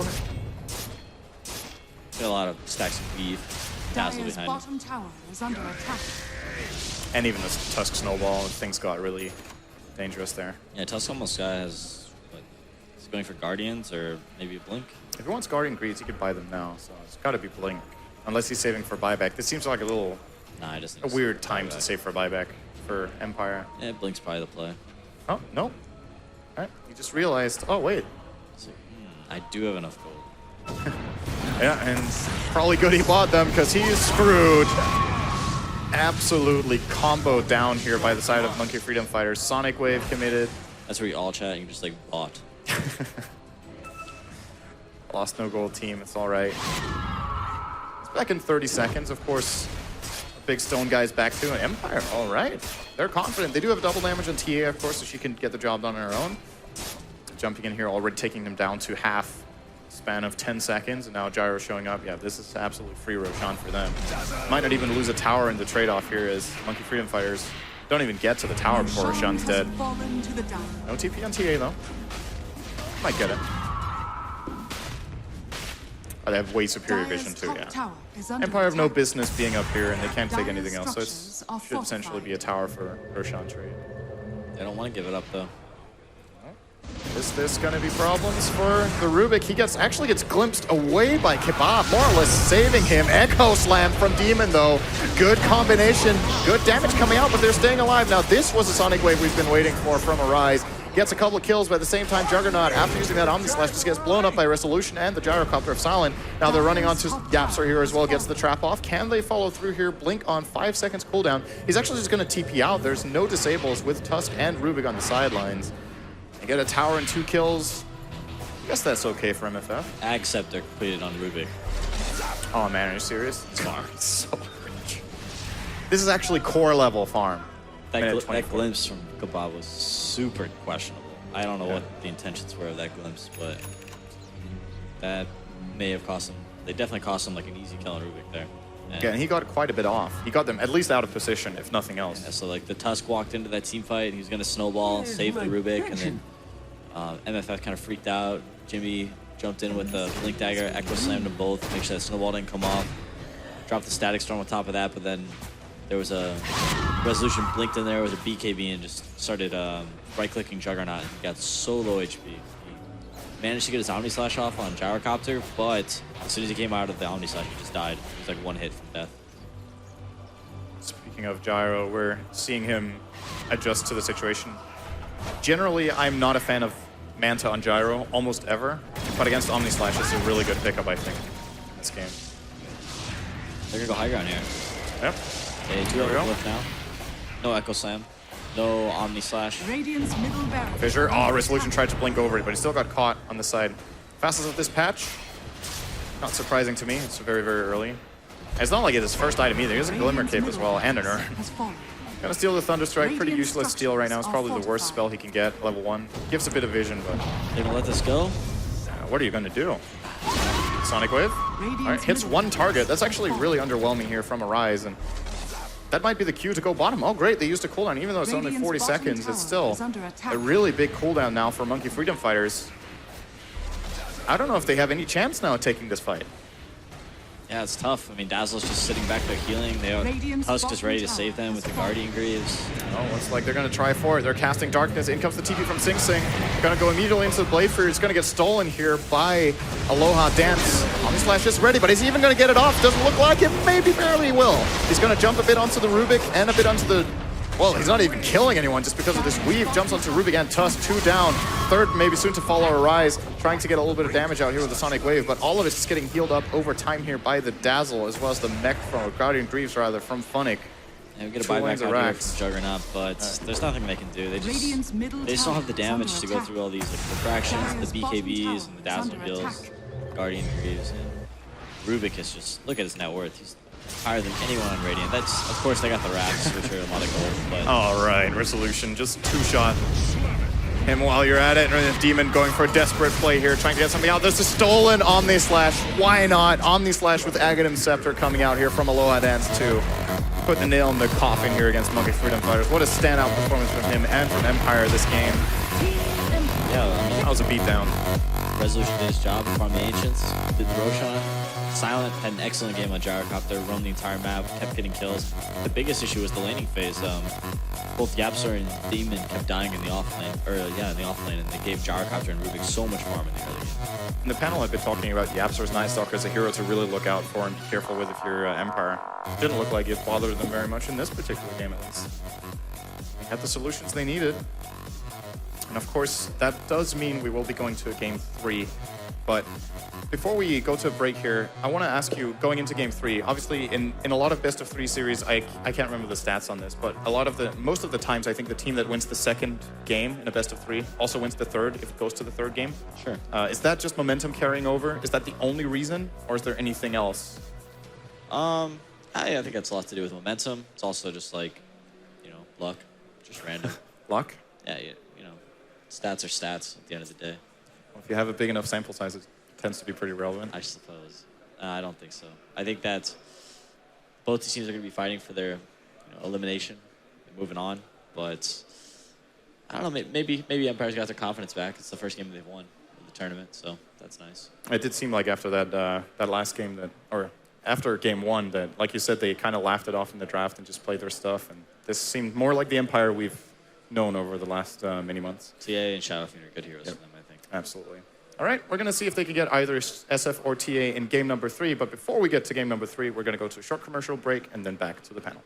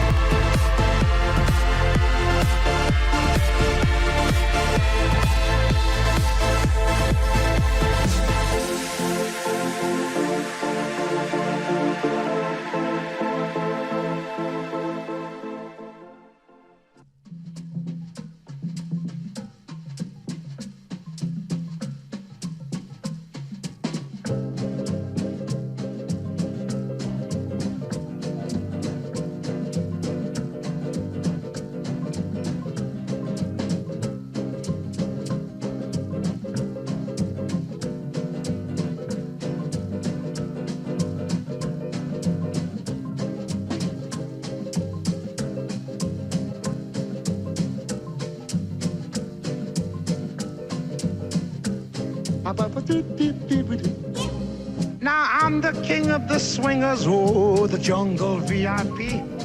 I've reached the top and had to stop, and that's what's bothering me. I wanna be a man cub, and stroll right into town, and be just like the other men. I'm tired of walking around. Oh, ooby-doo, I wanna be like you. I wanna walk like you, talk like you. You see it's true. And ape like me can learn to be human too.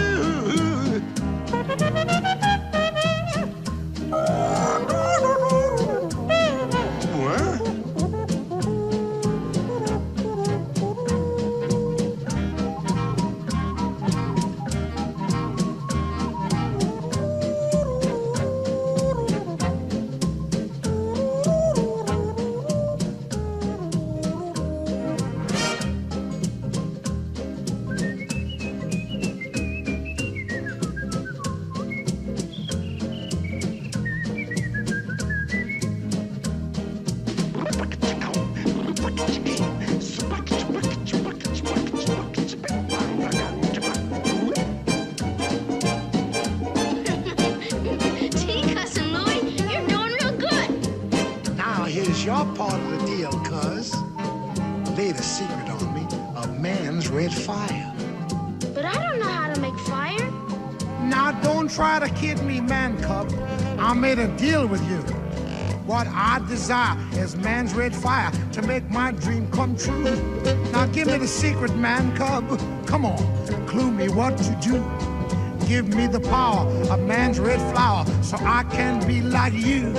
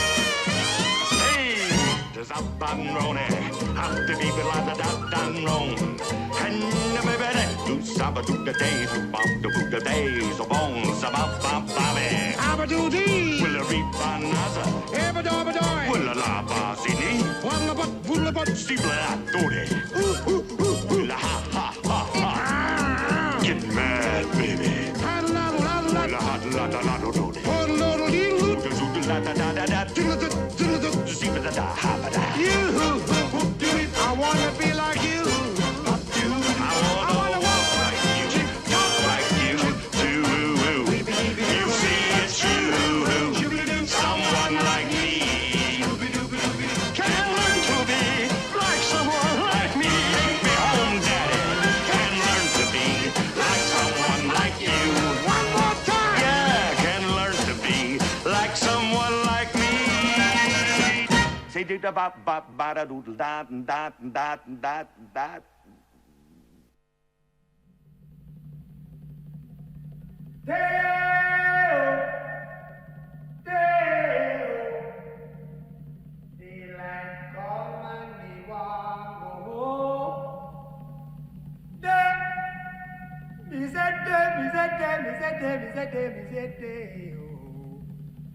Daylight come and me want go home. Work all night and a drink a rum.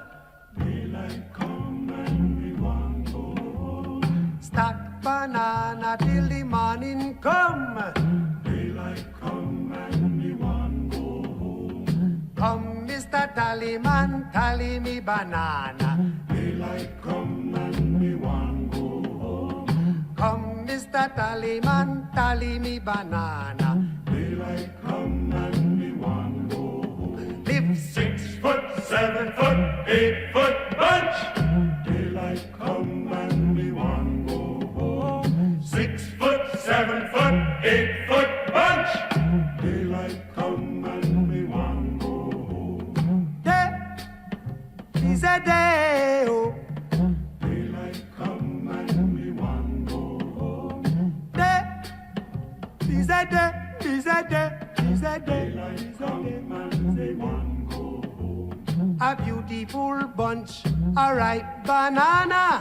Daylight come and we want go home. Hide the deadly black tarantula. Daylight come and we want go home. Live 6 foot, 7 foot, 8-foot bunch. Daylight come and we want go home. 6 foot, 7 foot, 8-foot bunch. Daylight come and we want go home. Day is a day, oh. Daylight come and we want go home. Day is a day, is a day, is a day. Daylight come and we want go home. Come, Mr. Tallyman, tally me banana. Daylight come and we want go home. Come, Mr. Tallyman, tally me banana. Daylight come and we want go home. Day-o, day-o. Daylight come and we want go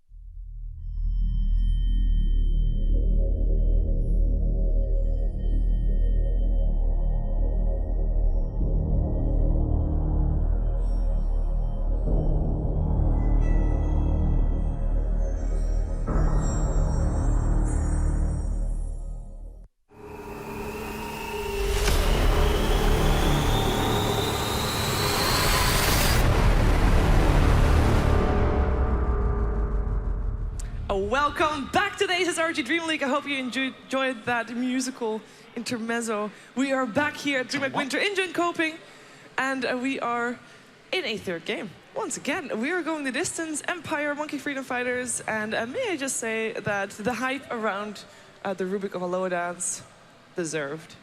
Warranted. 100% deserved. Definitely warranted. Definitely. So, story of that game. Was actually the story of that game was that Rubik from a Loa Dance. Well, it's more like how they got there, which was, I think every time Jaro got level 6 and got cooldown and call down, they got a kill.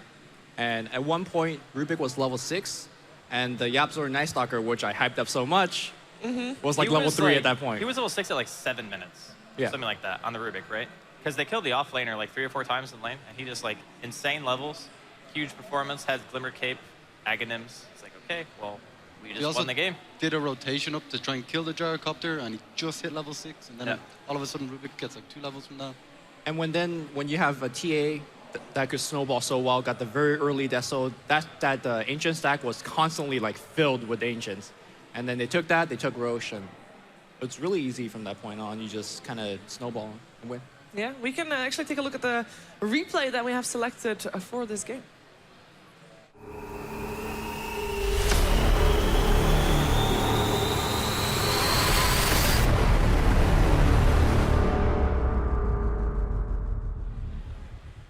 What a replay. What a replay. I love that. I mean, this bit as well. I selected this. Look at that smile. Did you guys think this was a good replay? Look at That's this. just when he killed Roshan.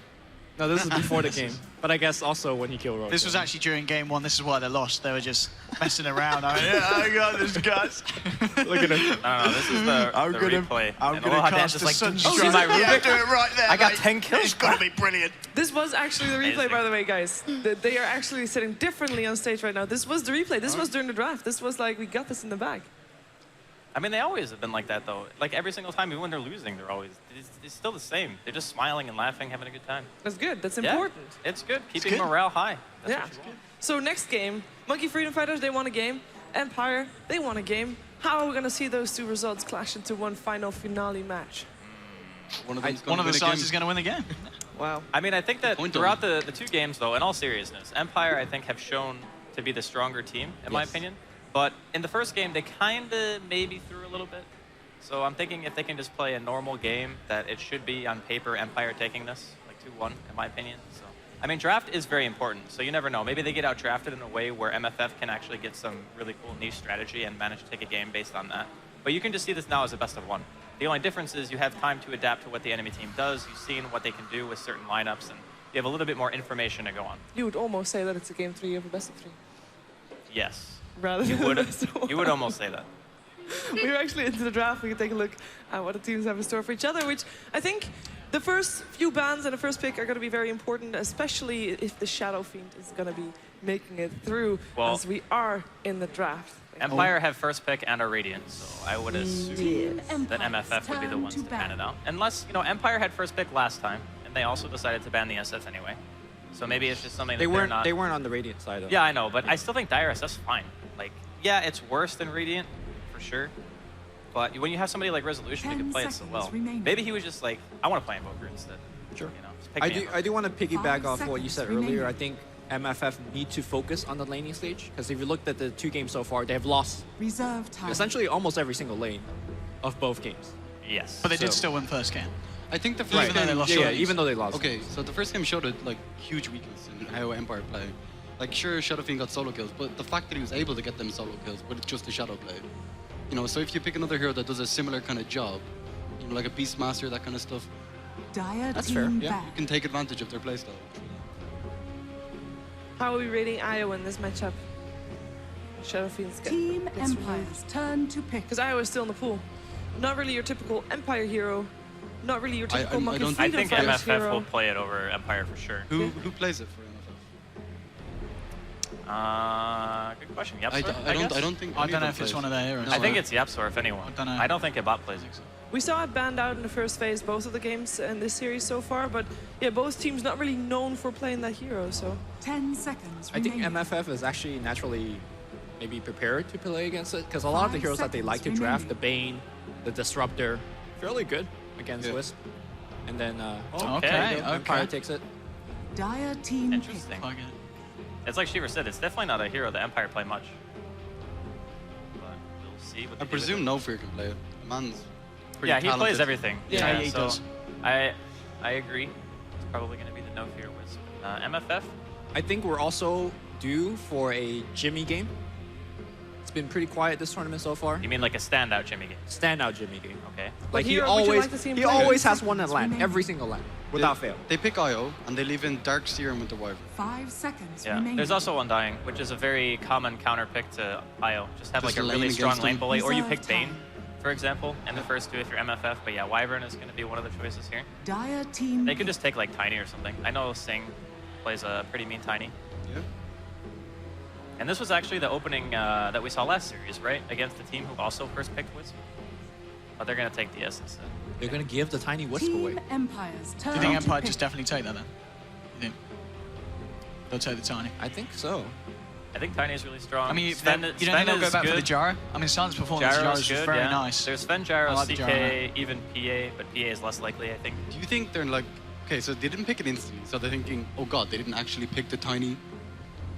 Like, do you think No. that's going through their head at all? I think they're thinking about whether they want to do the tiny Wisp dual lane 10 mid, seconds because remaining. as a dual lane mid combo, it puts a lot of pressure on what the enemy could 5 pick for their seconds own mid lane. remaining. Like Tiny is nonchalantly walking up to you in the laning stage is very Okay, scary. that's good. Okay. And I think we Team saw the Empire's statistic earlier turn today, to like bat. Tiny plus Wisp is like close to 70%, whereas Tiny without Wisp is more like 40 to 50%. So the numbers don't lie. No, that's true. I mean, the combination is strong for a reason, has been for years. Like, even 3 years ago, you know, that lineup 10 was still considered to seconds be very remaining. strong. But the decision, I guess, that you're making when you 5 decide not to pick it seconds in that remaining. situation, say Empire had decided not to, is, okay, well, we're losing at least one, if not both of the really good partners Reserve for Wisp. time. And we need to decide if picking, like, an offline hero or something else is more beneficial than getting that partner. And Empire decided that ultimately is not. Now, last time that Arise Team played against this Empire's lineup, turn to bat. they picked him the Bristleback, and he did not know how to play the matchup. In fact, he died to died. Tiny Wisp like 3 times. So I'm not sure, maybe after that game he has practiced his matchup. This is the time to show it off. The Bristleback is a 10 fairly seconds decent counter, would you say? Or would you say, not a counter, but a hero that could sustain in the lane? I still think Bristle I'm going to take it out. See, here's the problem that I think in that matchup is that you have two heroes that you're giving stick charges to at a very early stage, and one of them is Wisp. So you're pretty much giving like double benefit to the Tiny. He just has infinite mana and spam you out. But they are going to get rid of it anyway. Just don't want to have to deal with it. The other heroes that you can look to are potentially like TA does all right, Razor, Viper, Queen of Pain. I was going to say, did they go back for the Arise Quap? I mean, I don't think he necessarily had a bad game in the game we just saw him. No, he was hitting some really nice ults. It was just rough. Teams pick up Timbersaw against it lately as well. Alliance did that, right? Alliance, yeah. Timbersaw and Darkseer is actually crazy good as well. The Iron Shell with the Surge. Does Arise play Timbersaw? I have never Arise seen him play it. plays everything. It's a Does question he of whether he actually plays play it well. I don't think he plays everything. Wait, so was Hani right or wrong about the last game? I thought the quad was all right. All right, okay. I thought, but that's just me. I mean, what did you think about the quad? I mean, my burger tasted very good, to be honest. Well, there you go. We had a food break. We had a food break. Yeah, we hadn't eaten all day, so. Sometimes that's allowed in what is it? No, you have to 14-hour cast day? for 14 hours, never eat. And you know what we need to see here? I think we need to see Sing Sing Jug, Arise Magnus back on the pitch. I don't like Dragons. Darkseer with the vacuum, I'm saying, pretty nice. With the Winter's Curse as well, you've got those setups. So if you get the Empower on the Jug, you know, goodbye heroes. I like Lena more. Lena's really solid setup. I think they actually send Lena mid. They played the Yapsor played it earlier, but I think the Yapsor did play it well earlier, though. Do you think you just send Lena mid before even... yeah, I guess it can still work. Just nuke out the wave. Yeah, but you're gonna need help for sure. Yeah. It's one of Arise's heroes, yeah, it is. It's one of his definitely one of the best range heroes to stay far away enough where Tiny can just walk up to you and get that almost guaranteed toss back. And someone that can blow up IO. Sure. Yeah. Burst damage. Although I'm still not 100% sold whether this is a mid because Yeah. Yapsor played so amazingly in game 1. They can actually have a nice setup as well. Vacuum, Winter Curse, Light Strike Array. Light Strike Array, okay, yeah. And if the combination is really good, Vacuum into Light Strike Array, you need a bit better coordination with that, perhaps. I'm sure they can do it. If they can land like Vacuum, Tornado, EMP, pretty sure they can land Vacuum, Light Strike Array. Yep.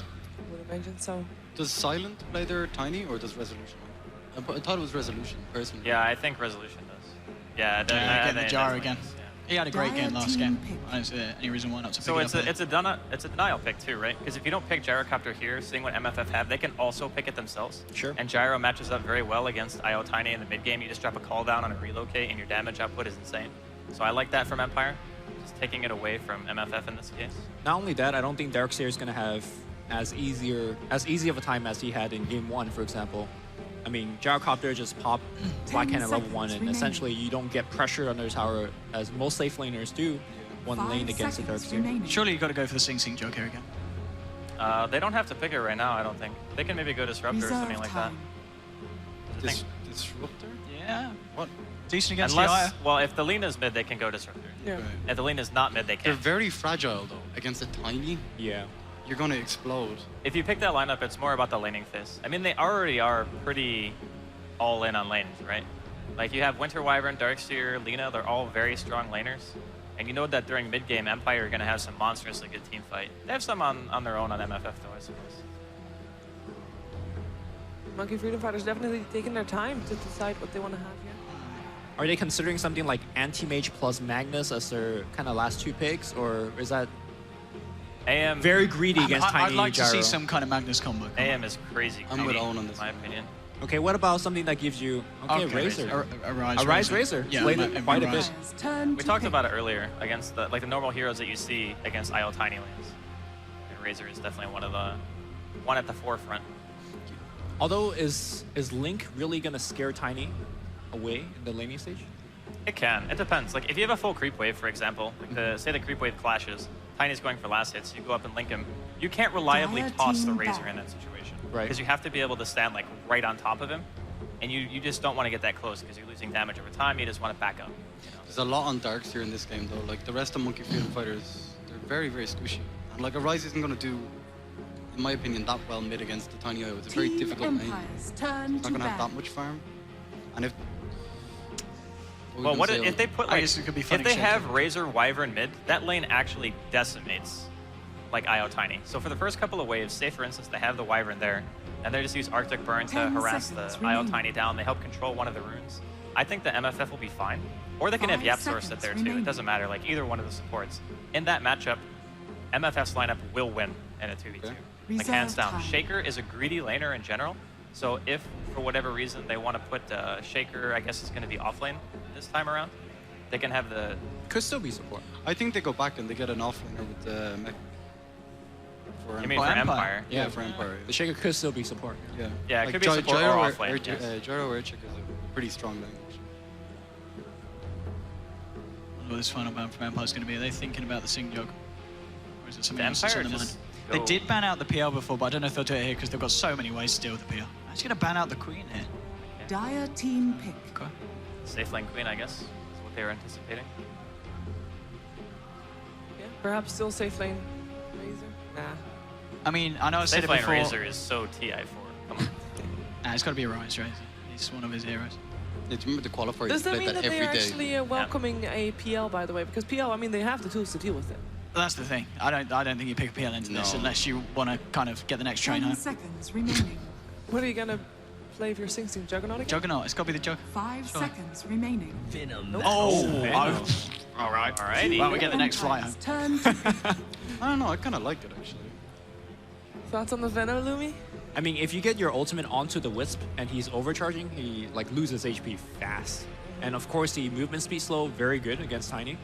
Even if he's getting the tether movement. Gives you vision as well to try and stop his blink if he does go that build. Sure. It's a very interesting choice for sure. So who's when who's playing the Venom? Sing.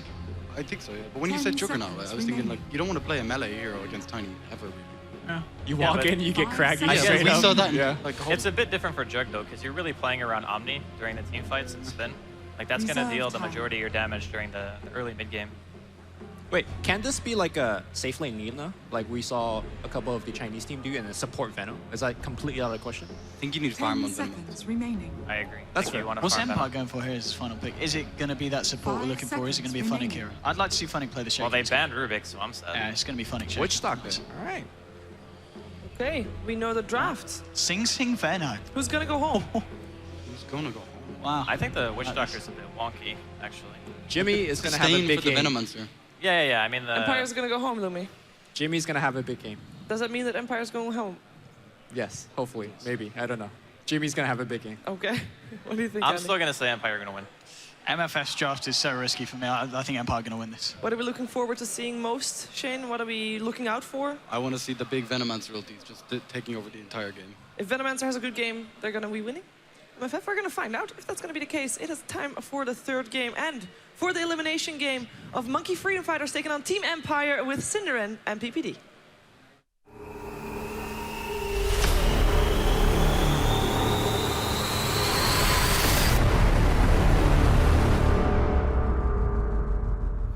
It is indeed time for do or die for, well, both teams. One will do, one will die. It's Monkey Freedom Fighters versus Team Empire. Game number 3 with myself, Cinderin, and PPD. And we've got some really different drafts across the 3 games out of this series. This, for me, stands out as a very odd one from Monkey Freedom Fighters. What do you think? It's definitely unique. It's different. Venomancer Core is a hero that's been, he comes in and out of the meta every once in a while. He usually does really, really well. But nobody really likes playing him, so eventually he just kind of falls out of favor. This looks like it is going to be a safe lane Veno this game for Sing Sing, as they will be running the Razor of Arise mid. Yeah, I think a lot's going to depend on this mid lane. I'm not sure. Like, it seems like Razor on paper does pretty well against Tiny Wisp, but I think after Tiny gets a couple levels, Razor can die pretty easily. And the movement speed of Razor, not that overwhelming, 295. Of course, you can get unstable current, but doesn't really compare to Tiny's move speed with a tether. We're going to see how that lane plays out. I think this time around we'll have Demon playing the Darkseer, actually, so we're going to try to do what Funnick did very well in game number 1 in the off lane, but he has a way, way worse matchup than no. Absolutely. Gyrocopter can almost solo this lane, so with a little help from Witch Doctor, especially if they cut the first wave and make sure they can't get anything, it could be pretty big. Demon at least manages to get rid of the Sentry Ward there, so gets himself some decent gold out of that with experience. But already in the bottom lane, they're laying On some pressure here, onto Demon, but Flag Cannon has been skilled by Silence, so can't really commit to that with Rocket Barrage. Just gonna hold the lane still. But this should be level 2 for Demon in a moment. Yeah, he's doing well. I mean, it's weird when you go Flag Cannon level 1. It's like you want to push the lane out and not let the creep wave affect you too much, but Flag doesn't really do that much level 1. Like your auto attacks don't do that much damage to creeps. So they had like a better block. It would have been a lot easier to zone the Darkseer with the whatever the first spell's called. Rocket Barrage, sorry. It's getting a bit late here. Still got another best of 3 to go, so we're good. Mid lane, Resolution gonna get opened on with Arctic Burn as well as the Static Link here from Rise, so looking alright in the mid lane, looking pretty even. Denied. The top lane, of course, we do have Funning on that Shaker, as you mentioned. Actually already managed to get 5 CS up against a Veno-Lina lane. That's very surprising to me. I don't know how he managed to do that. Off to a good start for him as well. Shouldn't be expecting too much more farm for him to come out. Actually, he might be in trouble here if he isn't careful. Stepping back. Nothing. He might actually just die if they hit a Gale. But Beaver Knight didn't try for it here. Yeah, he's playing super risky, it seems, but must have a sixth sense about where Lina is. He does have a TP, but he doesn't mana for it, so they didn't even need to time the Light Striker rig directly. Could have got spawn for him. He does have the mana now, though. Managing to get level 3. Chance over for another Sia. Gets another one here, and then Yapster with the pull should be bringing the wave back into a good position. That's the really risky thing for Shaker here. The hero in the offlane can generally find some levels by just Fissure blocking the wave and pulling it back, but he doesn't have mana anymore. The wave is now in an awful position for him, and he probably just has to retreat entirely. He went boots first, but it seems like they missed the connection on the pull here, so there's going to be a little bit of a double wave coming at him. It's not too bad. It's one extra creep. And there's a double wave for Empire as well. Should be fine. Save the wave. Bottom lane Demon managed to get level 4 actually already against this Gyrocopter, Witch Doctor lane. That's really surprising to me. I don't feel like he should be finding this much in the offlane on Darkseer. Of course, it's a hero who can very easily transition into jungling. They do already have, that's a triple stack, I think, on their hard camp that he can take. They can also give it to Razor. What do you think? I think you give it to Darkseer. I'm not sure how much more Darkseer can lane down here. He's doing okay, but I don't want your Darkseer to be farming. He's kind of just like leeching experience. I guess he's getting a couple CS here and there.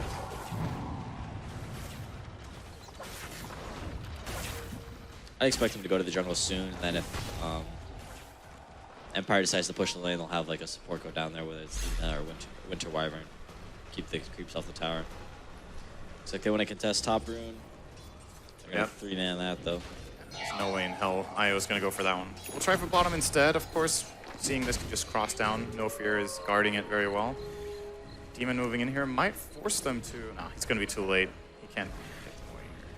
So Tiny's still farming mid lane like really well. I'm not sure if that was MFF's goal, was like shut down Tiny in lane, or they just wanted a hero that was kind of good against Tiny throughout the game.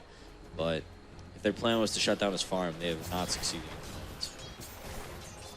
Oh, and at the same time, they're trading farm on a Veno for a Gyro. Top lane, there's going to be a good Gale connection here, and that should be the first blood onto Funnick. Will go to Sing Sing, finally punishing him up here in this top lane. He still has managed to get level 4, though, so I don't think Funnick is going to mind this too much. There's also going to be a pretty big wave pushing into his tower. He can TP and claim that XP. Yeah, it's a... Radiant's top tower is under Somebody's got attack. to die eventually. Or Shaker is probably like the hero to do it too. He's like no defensive capabilities other than Fissure, and if he gets Galed, it's pretty much all over. Bit of pressure in mid. What do you think about this opening for Resolution in terms of this item build? Going for Bracer and then into a Belt of Strength, obviously, for the treads. Do you think there's that much need to emphasize health here? Is there anything better he could have gone for? I think it's fine. He'll just get the treads Dire's and bottom tower is under attack. start to do stacks in the jungle. Probably go towards Blink, but that being said, it's not the best Blink game. He might just rush an early Ags. Yeah, that's one thing we haven't talked about so much. MFF's lineup, I think, scales really poorly into the late game. Razor is okay in some games. There is a Gyro and a Tiny he can steal from here, but Veno gets really hard countered by BKBs. Empire have plenty of good BKB carriers. At least all 3 of their cores can use them very well. Stacks being stolen here. Oh, that's big. From MFF. And if No Fear walks out here, he could even be in trouble. That's the shortest static link I've seen ever. But he did manage to get quite a big portion of this. Demon gets level 5. He's trying to cut around here, be a little cute with getting experience. He'll succeed as well. Yes. Not too bad for Monkey Freedom Fighters in this early game. Yeah, it was okay. Gold is pretty much even. They've got a bit of an experience lead, mainly because of the Darkseer compared to Shaker. Speaking of which, Shaker will try for a Fissure block top, but Sing Sing was on the right side of that, so he didn't get caught next to the tower. 7. Okay, that's the stat. Is that not the build he's going for right now? Yeah, it is. Oh, okay. Just want to standard. I see a lot of Venos these Radiant's days that middle just, tower is under attack. they're just like, I don't want to skill wards for now. They get like 3-3 at level 6 and just tap. The wards are just so good, and it really super good against Shaker. It totally dissuades Tiny from going Blink. And we talked about how squishy the analysts talk about how squishy MFF's draft is, but if Tiny doesn't have a Blink, it's not it's not the worst thing. Like they won't just get like Blink comboed instantly by Tiny, so they may have a chance to fight. Demon gets caught out here. This cooldown is off the mark. Actually, Demon runs back into it, so he will get killed after using his wall. But even with him dying here, I still think Demon has done a lot. He managed to get quite a big portion of both of their stacks. Actually, almost single-handedly farmed the stack on the left. So he is level 6. And I do believe they gave the stacks to Arise in their own jungle, so he's also level 7.5. Who did the stack on the hard camp? The bottom was it Tiny? Both the hard camps on Empire's side got taken by Darkseer. Oh, he even took the one on the left. Yeah, exactly. He still got almost all of it, so... That's pretty big, man. It's pretty good. For Demon, it's 1,000 gold lead as a result. They also have a tower, so I guess that kind of makes it even in that sense, but... Now this mid lane is starting to be a little bit scary for Resolution. The Plasma Field being level 4 just puts so much pressure on Tiny, forcing the IO to stay here. He's currently going for the bottle, or for the rune rather, got a bounty rune. Rotating back into mid. Let's see, what items is Sing Sing going for on the Venomancer? Midas. Midas, okay. This next item could go Ags, could go...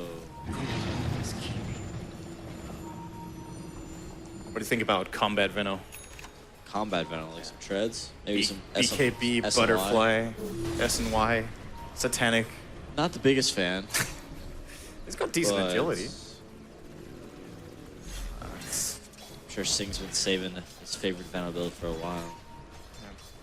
No, I think he'll just go Ags. Ags probably seems like an appropriate decision. I'm just interested to see when they'll rotate. Like when can they take this Veno and just like move to mid and start pressuring that tower or bottom. It's a good point. Being level 8, this is generally where Venomancer starts getting really scary, and getting it so fast by playing it safe lane should really allow them to put a lot of pressure. They could leave the Winter Wyvern up here solo to get level 6, and then put Veno to push either bottom lane or mid. I agree 100%. Not bottom lane. No Fear is going to take a lot of damage. He will be dying here, so Rise is actually TPing out next to Nine Shield creep. This is not the fastest of games we've had, but this is pretty good for Freedom Fighters. Let's just say that Silent. Textbook rotation to the top lane will be combining with Phoenix Shaker, Fissure into Calldown. Very powerful combination. Wyvern can't really do anything. Yeah, big play. Kill the top net worth there for Dire. Radiant structures are fortified. Do get a little bit of a trade-off on pressure in the bottom lane. Wyvern's got his soul lane now. So. Yeah, now he got it. I was just playing all along. Let's see where Sing Sing goes when he respawns. He's going for... He's got an Aquila. Wait, is that? Yeah, Tranquil's Aquila. Think about that. In cold, there is comfort. And now he goes mid. Oh, Laguna Blade. Not even close to killing Resolution, actually. Just gets kept alive here by Overcharge. Radiant's bottom tower is under attack. That's a big cooldown wasted. Now, Sing Sing just poured it in here. He just poured into his death. And they might even be going further on the Yapsor here. If a couple of spirits hit with the urn, this could be enough. He doesn't have any mana, but dodging the spirits pretty nicely here. Still doesn't matter. Here comes the Gyrocopter. And meanwhile, in the bottom lane, Demon as well as Arise have found one. They managed to get down Resolution, but No Fear with a good TP out. could still be losing his tower. Oh, there's a relocate. Arise's in a lot of trouble, but there's actually no one being brought with the IO, so they can't go for... Oh, good vision there from Funnick. Demon on the run. Will be getting out. They have nothing to catch him, but they still defended their tower. They got a key kill on this Razor for Shaker. A lot of gold down his pocket. Probably going to see a sub 20 blink, I guess. Yeah, probably. He's fine. Relatively well, even if they give up the first Radiant's split. bottom tower has been denied. Sub 20. I don't know about sub 20 minutes. We'll see how much he farms from now. GPM of 200 from here on out will be enough. Actually, even less. Just a little bit of jungling. Do you think at this point on Empire, how important is that Blink Dagger compared to, say, getting the Tiny really farm? Like, if you could give Shaker one double stack and he could get almost a Blink minute 16 definitely stat. worth it. Like, prioritizing a little bit of farm on your Shaker to give him that Blink, and then you kind of back off farm for the rest of the game. Yeah. See if that's what they do. It looks like they're going to smoke first, so Shaker, of course, with only the Fissure ready, no Echo Slam, but still such a great combination with the Gyro. They might be able to find an angle here, an angle. Yeah, that one Venom Death mid was huge. Like, he just ported mid, he was like, alright, I'm gonna crush this tower, and then he was dead. Now that they're looking to do it again, Empire do have really good defensive abilities. I think a lot of the times when we talk about IO, people focus so much on the tether ability and the relocate, which is of course important, but spirits are really, really good for defending towers. It's got a big damage output. Called out. Bottom lane, they found Demon. He has pretty much no escape route here. This kill will be going to the Gyro. And at the same time, IO actually managed to get the bottom rune, going a little bit toe-to-toe here with Kebab on the Wyvern, but this is a fight IO is definitely winning, forcing out the Winter's Curse, but rotation from Yapstar will be getting it with Laguna and Dragon Slave. So Kebab baited him just long enough for the rotation to come in. Still, they're not taking this tower, and I just feel like, looking at MFF's lineup, it's kind of on a clock. Have they got enough? It's tough. I mean, they don't have great, like, it's hard for them just, like, walk in and hit a tower. They have, like, Venom wards, which, you know, aren't very good at pushing towers. And then they're like walking into Fissure, they're walking into Witch Doctor cast, Call Down. They don't have those, they don't have that kind of like initiation. So. I guess the key hero to look to is Demon. He has to get the mech for the Darkseer, has to get levels up in vacuum so they can fight kills. Their lineup's just missing. It's missing that like catch. Like, sure they have relatively good team fight with Darkseer, Venomancer, and Wyvern, but how do they force a team fight? If Empire says we don't want to fight, I mean, they don't have to fight. And it's a little bit surprising, too, when you look at Empire's order of drafting. They went IO Tiny in the first two. It's very clear against that duo that you need some sort of catch. They have Winter's Curse, I guess. I think what they wanted to do is just like, they wanted to team fight. They'd be like, hey, let's just, you know, Tiny Wisp, you know, Rush with CIS, Dota, like, they're going to fight us. Let's just, you know, let's pick some heroes and fight them. But, you know, Empire doesn't have to play like that. They can just farm and go late game, and they're going to win for sure. They're just seeing a tendency here. Monkey Freedom Fighters are putting so much emphasis on mid that they're just getting slowly but steadily out-farmed on the lanes. 2 lanes being pushed out by Empire. Actually, Demon might have found an opening here for his team. Gets the wall off. No vacuum being expended just yet. It's level 2. An IO without boots might be a victim here, but Resolution gets a good toss. Actually, now Demon gets just killed off alone. His team couldn't catch up. And well, the distraction does give them a tower, but at the same time, the trade-off happens in the top lane where Funnick, if he gets this last hit, almost already has his Blink Dagger at minute 14. And he is... Yeah, oh, not getting it. Now might actually die. He stuck around very long there. Laguna Blade, relocate coming in. Echo Slam is buying the time necessary, I think, for Funnick to get out. Survives with 20 health, another rotation coming in from No Fear as well. Beautiful player from Empire, taking on multiple fronts. They find 2 extra kills here that they didn't actually even go up there for in the first place. Yeah, they're crumbling, man. This is looking very good for Empire. It's a very frustrating position for MFF to be in. Like, they know they have to force these fights, but they just don't have any ability to force the fights.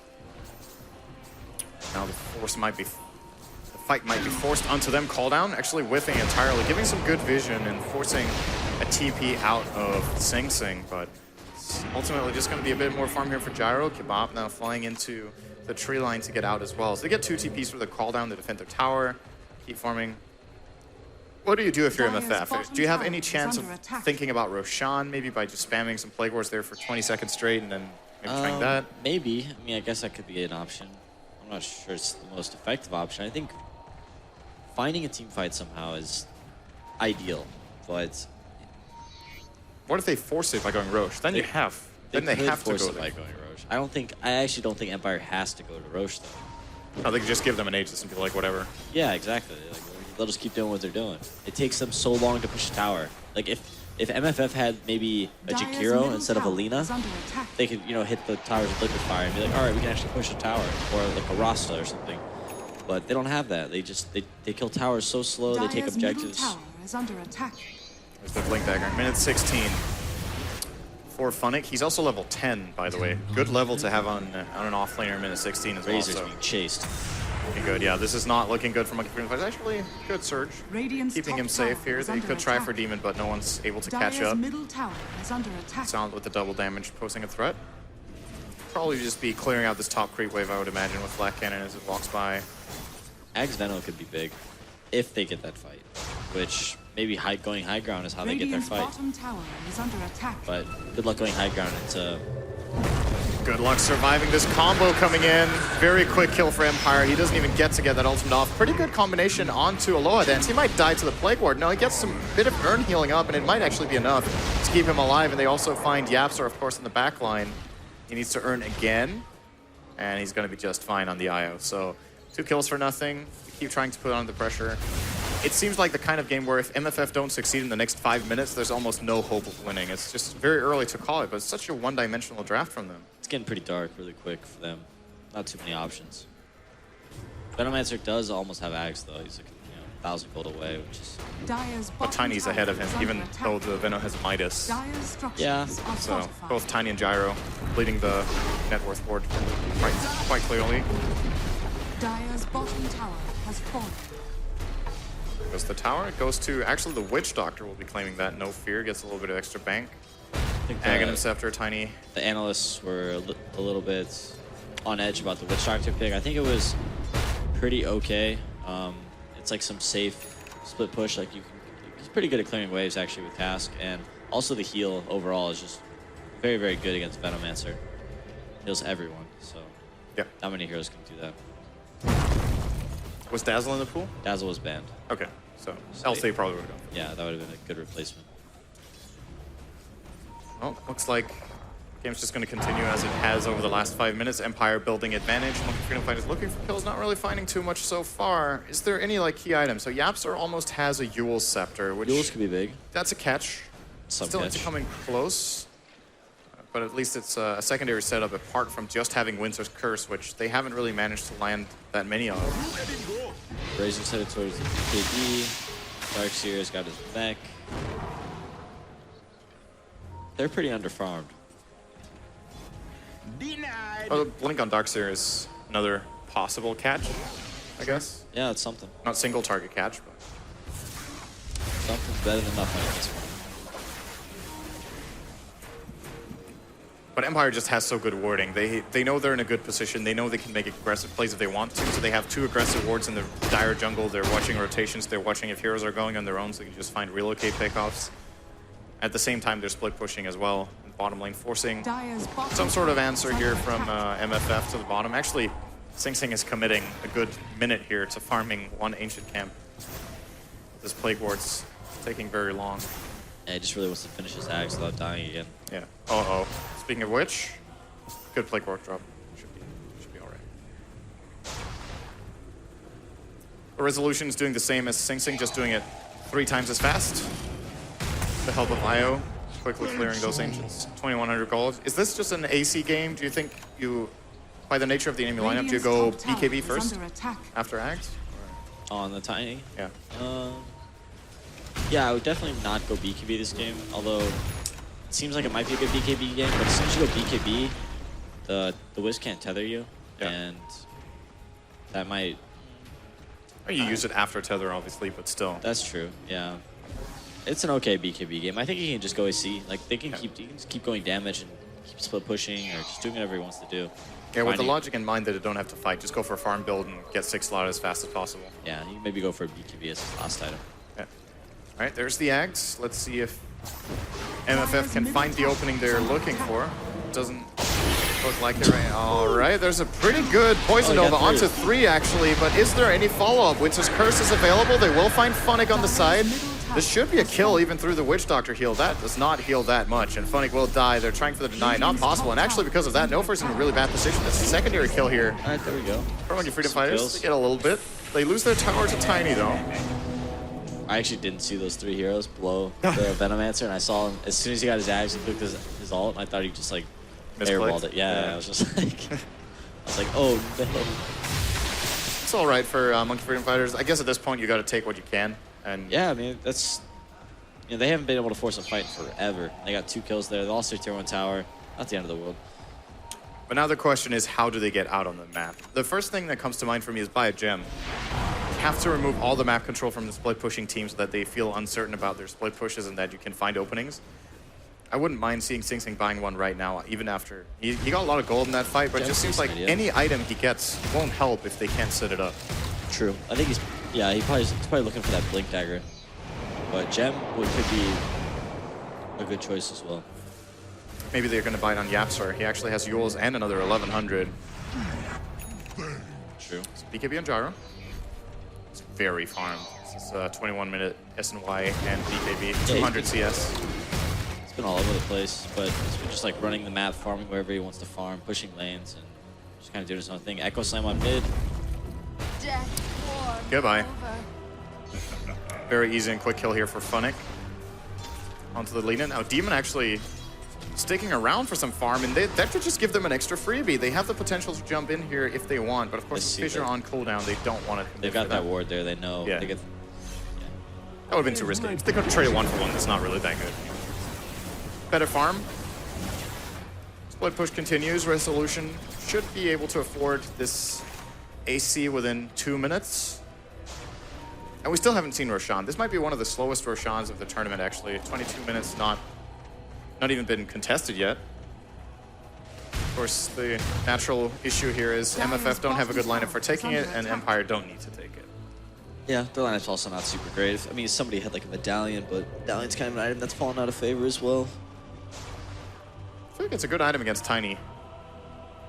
Yeah, it's okay. When you turn it into a crest, mainly. Yeah, that's a lot of gold, though, for somebody. Yeah. See the drum being used. Resolution. Was looking to maybe try to engage on a rise, but thinks against it, walks back here. Got a smoke. They're That's a smoke. Yeah, MFF. They're out. They gotta start doing something, but it's being read here by Empire. They might have seen it with their ward in mid. Nothing gonna come off this either from MFF. See Lena use some gold. No, actually, never mind. She just lost a lot on that death in mid. Wow, she must have lost like 400 gold to that kill that Shaker got on her. And the steady climb continues. 7,500 gold now. Team Empire. Top tower is Experience under attack. pretty much the exact same. And there's their blink for Veno, and you just, I mean, we've been harping on it so much right now, but is there anything, now that you're seeing the game develop, is there anything better MFF can do right now? Like, apart from just losing this tier 2 tower in 5 seconds. They gotta start like baiting heroes maybe, like bait your Razor, bait your, I don't know about your Venomancer, bait your Lena maybe, and just see if Empire will jump him, and maybe you can jump in with your Venomancer. Bottom tower is under attack. Yeah, they were looking for the smoke play to result in a tower in bottom. They barely did damage and they lost their own tier 2 to Tiny. They forced CP back, and Empire with a very successful rotation here, just going back into the enemy jungle to farm. Now TPing bottom with Tiny, continuing this. I'm even starting to see MFF. This is the second time in this game, I think, that Arise is using I have the Storms just farm. They just simply can't fight the fights. Well, they're fighting a little bit here in mid, but who's actually fighting who? Yaps are just getting blown up. Now, Arise does come in with the ultimate, stealing a lot of damage here from the Gyrocopter, and this is a pretty good ultimate from Kebab as well, but it's just going to get torn apart by Funnick, and the IO keeping the Gyrocopter just fine here. 224 damage actually stolen by Arise, so there's 0 damage being dealt by Silence Gyro. It's only for a short while until they could consider turning around on this. This is, of course, 5-on-3. Venomancer using his ultimate onto the Gyro. Is there a relocate? There is actually one. No, he doesn't manage to get the tether off. Oh, never mind. He relocated in the Tiny, sorry. So he's going to go and just get a couple of return kills instead. They did get the Gyro, but it's going to cost them dearly here. Razor's down. This is a dead Venomancer as well. Resolution unstoppable. Maybe on the hunt for more. Can't really get to Demon, but yeah, Empire just playing a stable game. MFF trying something special here we're not really seeing. I think they're playing really, really well. They like identified what they needed to do this game, and they're executing perfectly. This tower's gone. Kebab has a Splinter Blast in the tank to harass a little bit, but middle tower has fallen. it's looking so easy for Resolution to take care of these buildings, and he's got a lot of money, and it will be the BKB now, actually, by the looks of it, so it might be the go call for Empire, get that BKB, go Roche, and then try to end the game, but if this was it is a really important game for them. It's an elimination game. Do you think there is no looming threat further down the line where they're like, okay, maybe now is the let's time? not take this late game against Razor Venno cores. But by nature of how this team likes to play, they probably aren't here to mess around. They want to go to bed, get some rest before it's over. Don't they have another best Actually, of 3, yeah, don't that's they? right. They have another best of 3, so that's why they want to end it so they still have some energy left for that best of 3 against Vega Squadron. Should be a really hard matchup for them as well. 300 gold to go for Resolution, so I'm imagining we'll see this BKB turn into a Roshan attempt for Empire. Maybe even earlier. Of course, Funnick rocking the Force Staff now as well. I didn't think we mentioned that. He has the gem that they bought on the Witch Doctor, so the first gem purchase was by the Radiant. Still not seeing any coming out from MFF. Oh, they're trying to smoke. It gets broken immediately by the Invisible Shaker. They're pinging it out. Can't do anything about it. Dust comes out too late from Demon. Man, they're trying, but it's just not working right now. Yeah, they keep making some plays, and I feel like they're getting the short end of the stick on a lot of them, but overall, I don't think this draft is appropriate to win a Dota game. What do you think of Rise's build-up here? He went BKB first on Razor, expecting to fight Empire. Hasn't really got to fight much. He's now going Yasha, S&Y probably. I would expect the S&Y to be finished up. Does that help at all against this? Like, I guess it's easier to keep your static link running when you have all that movement speed, but yeah, it tanks him up a little bit too. It's fine.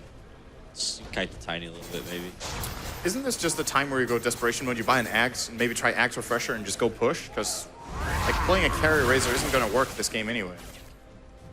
Yeah, I mean, that would be an option as well, but I don't know, man. But this game is just, they need to win a team fight. They need to win like 2 team fights in a row. Well, look at Resolution. Now he's feeling confident with that BKB in hand and might be forcing a BKB out of Razor. He will. They can relocate away if they want to. Demon blinking in. Actually, Resolution just trying to kill while being static link. Doesn't give a damn about this. Of course, Tiny, one of the heroes that can still deal damage even after losing so much. He will find Kebab here if he gets the toss off. He will. So BKB's traded off. Empire do get 1 kill, and now they might have found a good opening here on Yapsar. He will dodge the first call-down missile with that Yules, but he's not even going to get a single spell off as Resolution just walks in and hits him. Meanwhile, Babe, I don't keep calling him Babe Knight. That's happened a couple times. Beaver Knight, Sing Sing finds the kill on the Shaker in mid, but kind of a small consolation after what they just lost. Yeah, it's a big cooldown. Yeah, it's still worth it though. I mean, they got the kill on Shaker when he was like porting out, so he burned the battle wall to kill. That's it. Definitely better than getting no kills. Razor survived there. I thought they were going to take that fight because Tiny's BKB was getting lower and lower. But they decided to kind of like half fight, half not fight, so maybe a little bit more together, the fight was better. It's like Monkey Freedom Fighters know Roshan is up and they want to fight for it. 4-on-4 situation. No Poison Nova though, but they still have the advantage in numbers. They cannot let them have Aegis. No. Like if Tiny gets Aegis and can survive a battle wall, they're just going to lose all their buildings. Trying their best to push out the lanes. They did manage to push out mid a little bit here. Gyro's obviously going to make that very quickly go the other way. Clearing this out with 3 flat cannon shots. Already at that amount of damage in this build-up. Looking to counter ward here. The gem, of course, helping out with that. What are you going to do now? Monkey Freedom Fighters, they've got to do something. They still don't have Poison Over for another 30. They might have to try to commit everything else and just see if they can make it work with maybe a blink back wall here, but there's good vision from Empire. They're going to vacuum on the cliff. That's not too bad here from Demon. Relocate is available, but it doesn't look like he won't be getting it off here as the Tiny Illusion's actually clubbing him to death. Oh no, actually, does find a hero to tether down to. That leaves Resolution up here for a while. Did kill off Demon. They're trying to look for Kebab here. A lot of damage being stolen by a Rise. Now he's going to turn it on to No Fear. 2-for-1 exchange. Relocate be bringing Tiny back to base. I think, actually, no, aggressive relocate. Instead, they're going onto a Rise. Of course, he has damage stolen, but not from the Tiny. Because of that, Resolution can be running down a Rise here if he wants to. 10 seconds on Avalanche, will be making it. Well, if nothing else, Monkey Freedom Fighters delay the Roche, but they don't get it unless there's a big play from Sing. Good damage. We'll be killing off the IO. Now Resolution has no escape route. He's gonna die to this Poison Nova, so all things considered, I think if you're an MFF, this is probably the best you could have hoped for. Yeah, that was good. Call down? Maybe next team fight. Blank? Yeah, that's good. I mean, Empire... Gonna get instant replay from the Score Esports here of that fight onto Roche. You see the rotation here. Lina gets spotted out really early, and the Shaker just isolates her away from the fight, so they manage again to just make Yapsar a non-factor, and here's the call down. Yeah, I was hoping Kebab would freeze the Darkseer there, so he wouldn't take any physical damage from Tiny. Yeah, but he's more he's pretty focused on killing the Wisp, which he almost did, which would have been a pretty big deal in this team fight. Not sure if there was any buyback on the Wisp to relocate back in. Regardless, they have to try to play for it, right? And Yapsar actually, he did end up surviving, but couldn't really commit very much into that fight. Toward the end, did get picked off. So, MFF, all things considered, holding that Roshan probably fine. I'm still looking for their win condition in this game. I think the Venomancer's next item is going to show what their state of mind is for what they need to do. It is going to be the Octarine Core for him. So lower cooldown, of course, a lot of lifesteal from that Poison Nova. But it's one of those weird situations where when you have this Octarine Core, the cooldown goes from 60 to 45. You still only get one in a fight. True. But I think one's all you need. Unless so you would have gone for something else than Octarine? Oh, I mean... No, I think Hex for catch? Octarine's all right. Hex would be cool. Invisibility. That being said, I think like one Venom ultimate on the right heroes is enough for them to win a team fight. This hero does so much damage. Dire's bottom tower is under attack. There's someone else on the field who also does a lot of damage. It's Resolution with Kiras and Moonshard. He's got ridiculous attack speed right now. He hits twice a second without overcharge, and he's not scared to show it off. So he's going to go right into the Dire base, actually, without Aegis here. He's at the front line together with Gyro. Every cooldown for Monkey Freedom Fighters is available. They're actually showing up pretty late here. Beaver Knight's going to drop out his ultimate, doing good damage, but he's already lost his life. The question is if there's any teammates that can do anything. Demon trying to help out, but BKB popped by Resolution just makes him pretty much immortal. They are going to get the kill on the Witch Doctor, but that's the only casualty of war here for Empire. Gyro didn't even need to use BKB. He's just going to run into a Rise, hit him a couple of times here, force him back with his MKB proc. And a Rise, well, he's going to do what he can, but this base is just in shambles. Get Tiny, man. What a hero. All right, there's another barracks. Let's just continue here for Resolution. Why not clean out the entire base within 40 seconds? And Demon with a last-ditch effort doesn't get a single spell off. Blink Echo, GG. Empire, they kind of threw away game number 1. Game 2 and 3, they did not mess around. Yeah, they played really well. I really liked how they played this game. This was the biggest outdraft of the series, but they deserved it. And hopefully they have a better game against Vega, because they first match up against Vega, they were very outdrafted. It led to them pretty bad in that one series. Do you think they have a better chance now based on what you've seen in this best of 3? Are they more warmed up, or are they still playing into Vega's hand with playstyle? They haven't played a lot of officials in a while, and they've been playing online a bit, but no lands, and playing against a team like Vega. Maybe they were a little nervous. I think their draft, they second picked an Invoker, which was pretty weird for me to see. Yeah, maybe they found their comfort zone a little more, and they'll draft something a little more normal. At this time, of course, they did go back to an old Empire Classic in the IO Tiny. First time they played this tournament with obviously great success here. Do you think that's going to be a hotly contested hero, the IO? We didn't see it that much in Frankfurt. A couple of teams ran it, got it banned against them, but it seems like the metagame of this tournament is IO. MFF really didn't take the Tiny. That's what the other teams are doing. I think that's a good way to counter the Wisp. Like if we're gonna go to look at the stats again, there's like Wisp has a really he has an okay win rate, but his win rate is like abysmal when he doesn't have a Tiny partner, and then Tiny's win rate is super high against Wisp. So. But then Tiny Wisp together have a really high win rate. So as long as you deny the Tiny Wisp, I don't think it's too bad. Well, we're gonna see what Vega and Empire have in store for us shortly after this. But first, we're gonna throw it over to the panel to hear their thoughts on the series and, of course, the exit of MFF.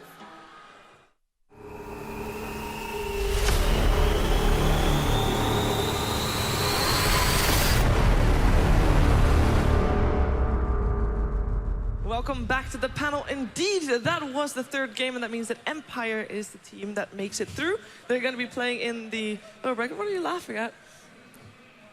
Empire players making funny faces behind you. Okay. They always look so happy all the time. Just smiles. They actually were the whole series through. Smiles paid off, though. They won. They ended up making it through. They're not out of the woods yet, though, because they still have one more best of 3 to play tonight. It's going to be a long one here. As what do you think of that match, Owen? I thought it was a good one. I think from the draft, we were always kind of questioning the Venomancer as the final pick. I was hoping to see Sing Sing pull it through. You know, he got a good amount of farm. We saw some good ults in the fights, but at the end of the day, I mean, Empire's draft was just so strong. You're going up against a Tiny and an IO backed up by a Gyrocopter. The Venomancer just wasn't going to cut it at the end of the day, Lumi. I thought the game started out very well for them. Vena was top of the net worth at one point, got the early Midas. I love the TP mid by Demon, and then they smoke ganked the stacks. They didn't get the full stack, but I think Jimmy ended up cleaning out some of it towards the end. Oh, yeah, hey. There was a lot of Jimmy's going to have a big game. Jimmy's going to have a big game. He normally does. That's what Lumi kept saying. Come on, Lumi. Big game. I was hoping for one. That's it, you're off the panel. Right. Understandable. But I think another thing, too, I want to say, Peter mentioned this during the game, is that the Razor as a matchup against the IO Tiny is on paper pretty good, but I didn't really ever feel Arise's influence in the game, if that makes sense. Like, he was going into team fights, getting some nice static links, you know, plasma field, but other than that, he wasn't really doing a whole lot, in my opinion. And their lineup kind of needed to get a really big wombo combo to actually take a team fight, and I think that's a lot of the reason why you want to pick Venom in that game, is you see a relocate, you drop a Poison Nova, a Vac, and you can maybe take the fight off that. But I never saw like a clear win condition. Like, when does that team actually just say, okay, we can go end the game? Well, there was another team that did have a clear win condition and that did know when to end the game, and that is actually our replay. Let's take a look at that.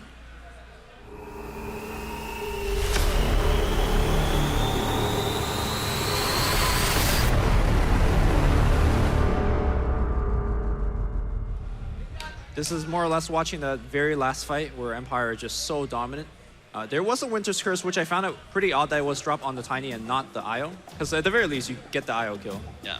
But I think at this point, even if you drop a big Poison Nova, there was not enough. Just lost too many fights before this point. Sing didn't have Blink, right? He did. He did have Blink. Remember, he blinked oh, yeah, up to right, a cliff to drop a Poison Nova and stuff like that. But second time in a row where we see an essentially immortal Tiny. And in this game, there was just no opposition for this Tiny. It's true. This Tiny was, of course, played by Resolution. And we have a chance to talk to Resolution in a winner's interview.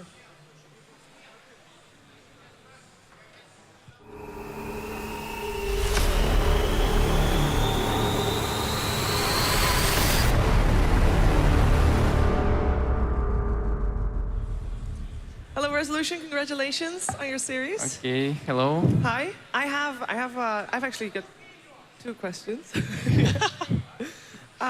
First game of the series. What made you not pick Shadow Fiend? I don't know. We just didn't have a right plan to do against them.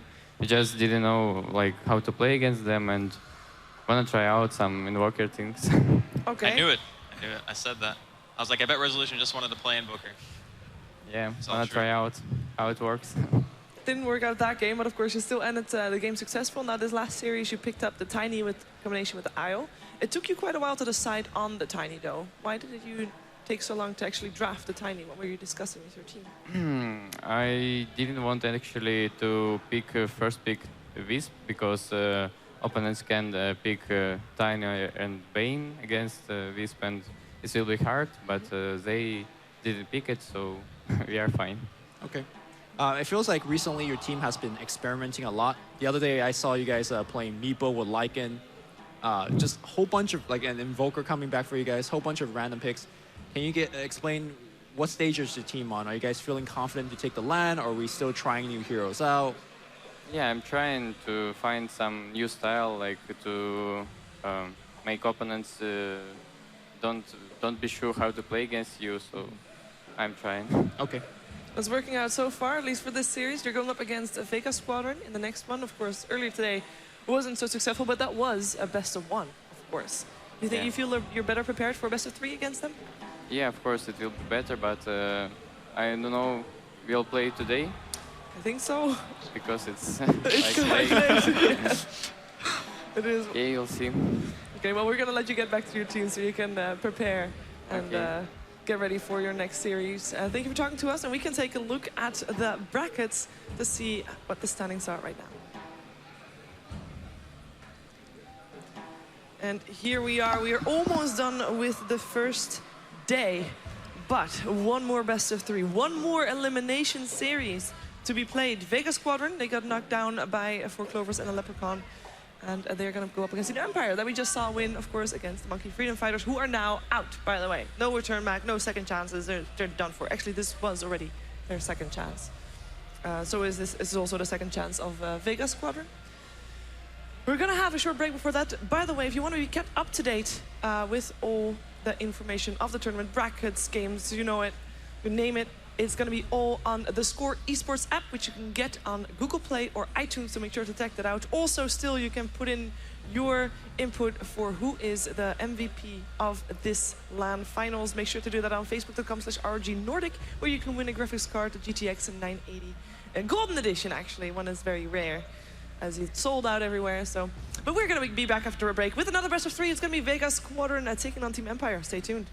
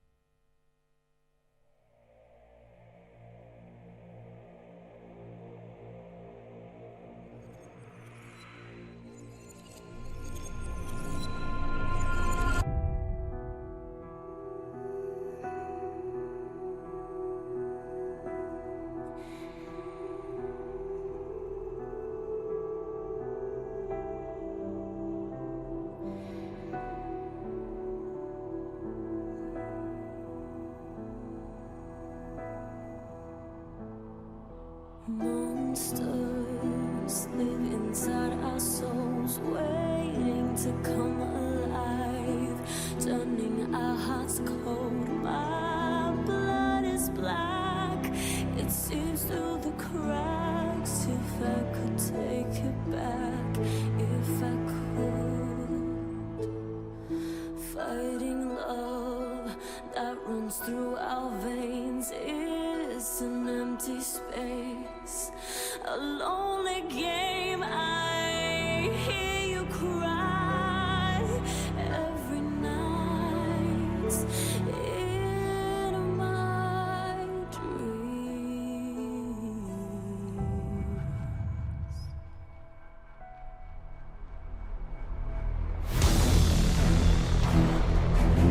I'll take it back, my Valkyrie.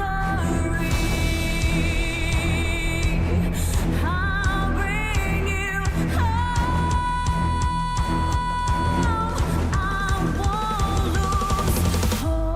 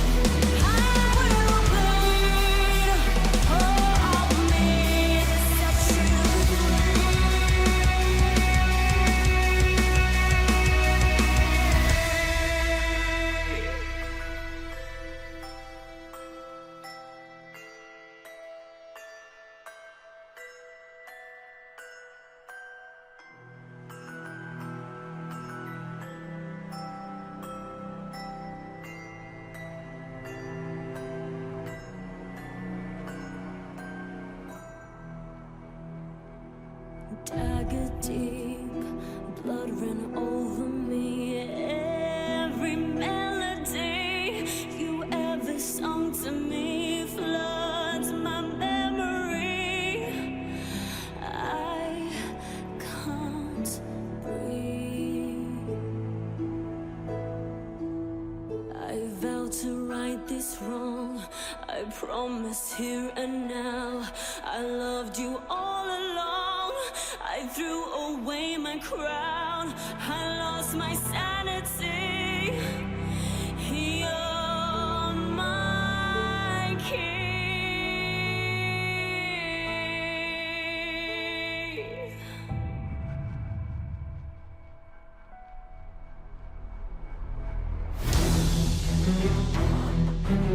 I'll bring you back, my Valkyrie. You're coming home. Never lost hope.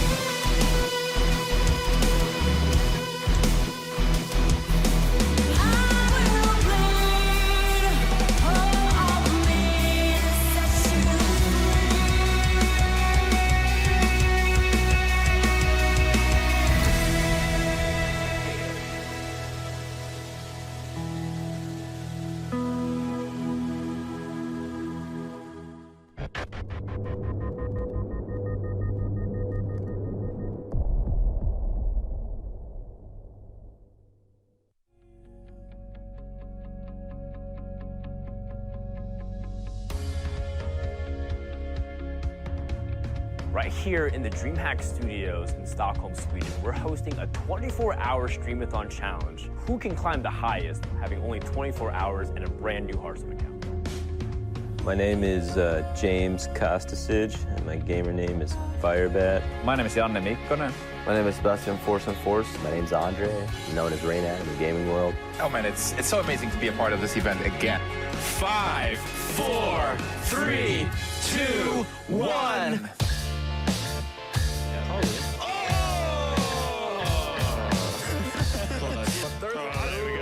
Firebat closes up the game, doing Just on 600 time. stuff. Okay, yeah, well, here we go. Man, the Doom God sealed the deal then. Read and weep it. In order to play for a very long time in this Streamathon, they have to use very reliable PCs. So for this event, we're using the ASUS G752 notebook PCs, which last for a very long time and don't overheat, which is very important because a lot of these streamers, they're doing so much with their streaming setup. They have to capture monitor resources. They have to be able to stream some of their music going on too, and they're also trying to interact with their fans. And so with all these combined, they really need a very strong PC that can stay cool the entire time. Those are the G752s. Woke up early this morning. ASUS is doing a really great job at esports, and what they're doing for esports is great. It's really amazing to be a part of it. Yeah, now I'm having a good time. It's a challenge for sure, which is pretty cool. Yeah, it's a good time. I'm going to be enjoying it for at least the next, 6 hours. Then I'm going to start enjoying it a lot less. I'm having a blast. Playing Hearthstone is one of my favorite hobbies in the world, you know. I think it's really awesome that they want to sponsor something like this. And for a game like Hearthstone, it's really fitting to break the rules in a way and do something unique like this. ASUS is doing so much to support esports as a whole. They put on tournaments, they support some cool events. More specifically with this event, what I love about it is that it's supporting a completely different and diverse type of content that we're not used to seeing. They're tired, they're hungry, they haven't showered in a long time. So you get real reactions based off exactly how they experience Hearthstone at the highest level. All right, Savitz, back on the horse, climbing again. And I mean, these guys literally might push each other into the top 100. Top 100 would be And amazing. that is a really cool story on both these guys. That is the end of the Play It Cool Streamathon. Forcing gets revenge. What these guys have accomplished here is nothing short of amazing.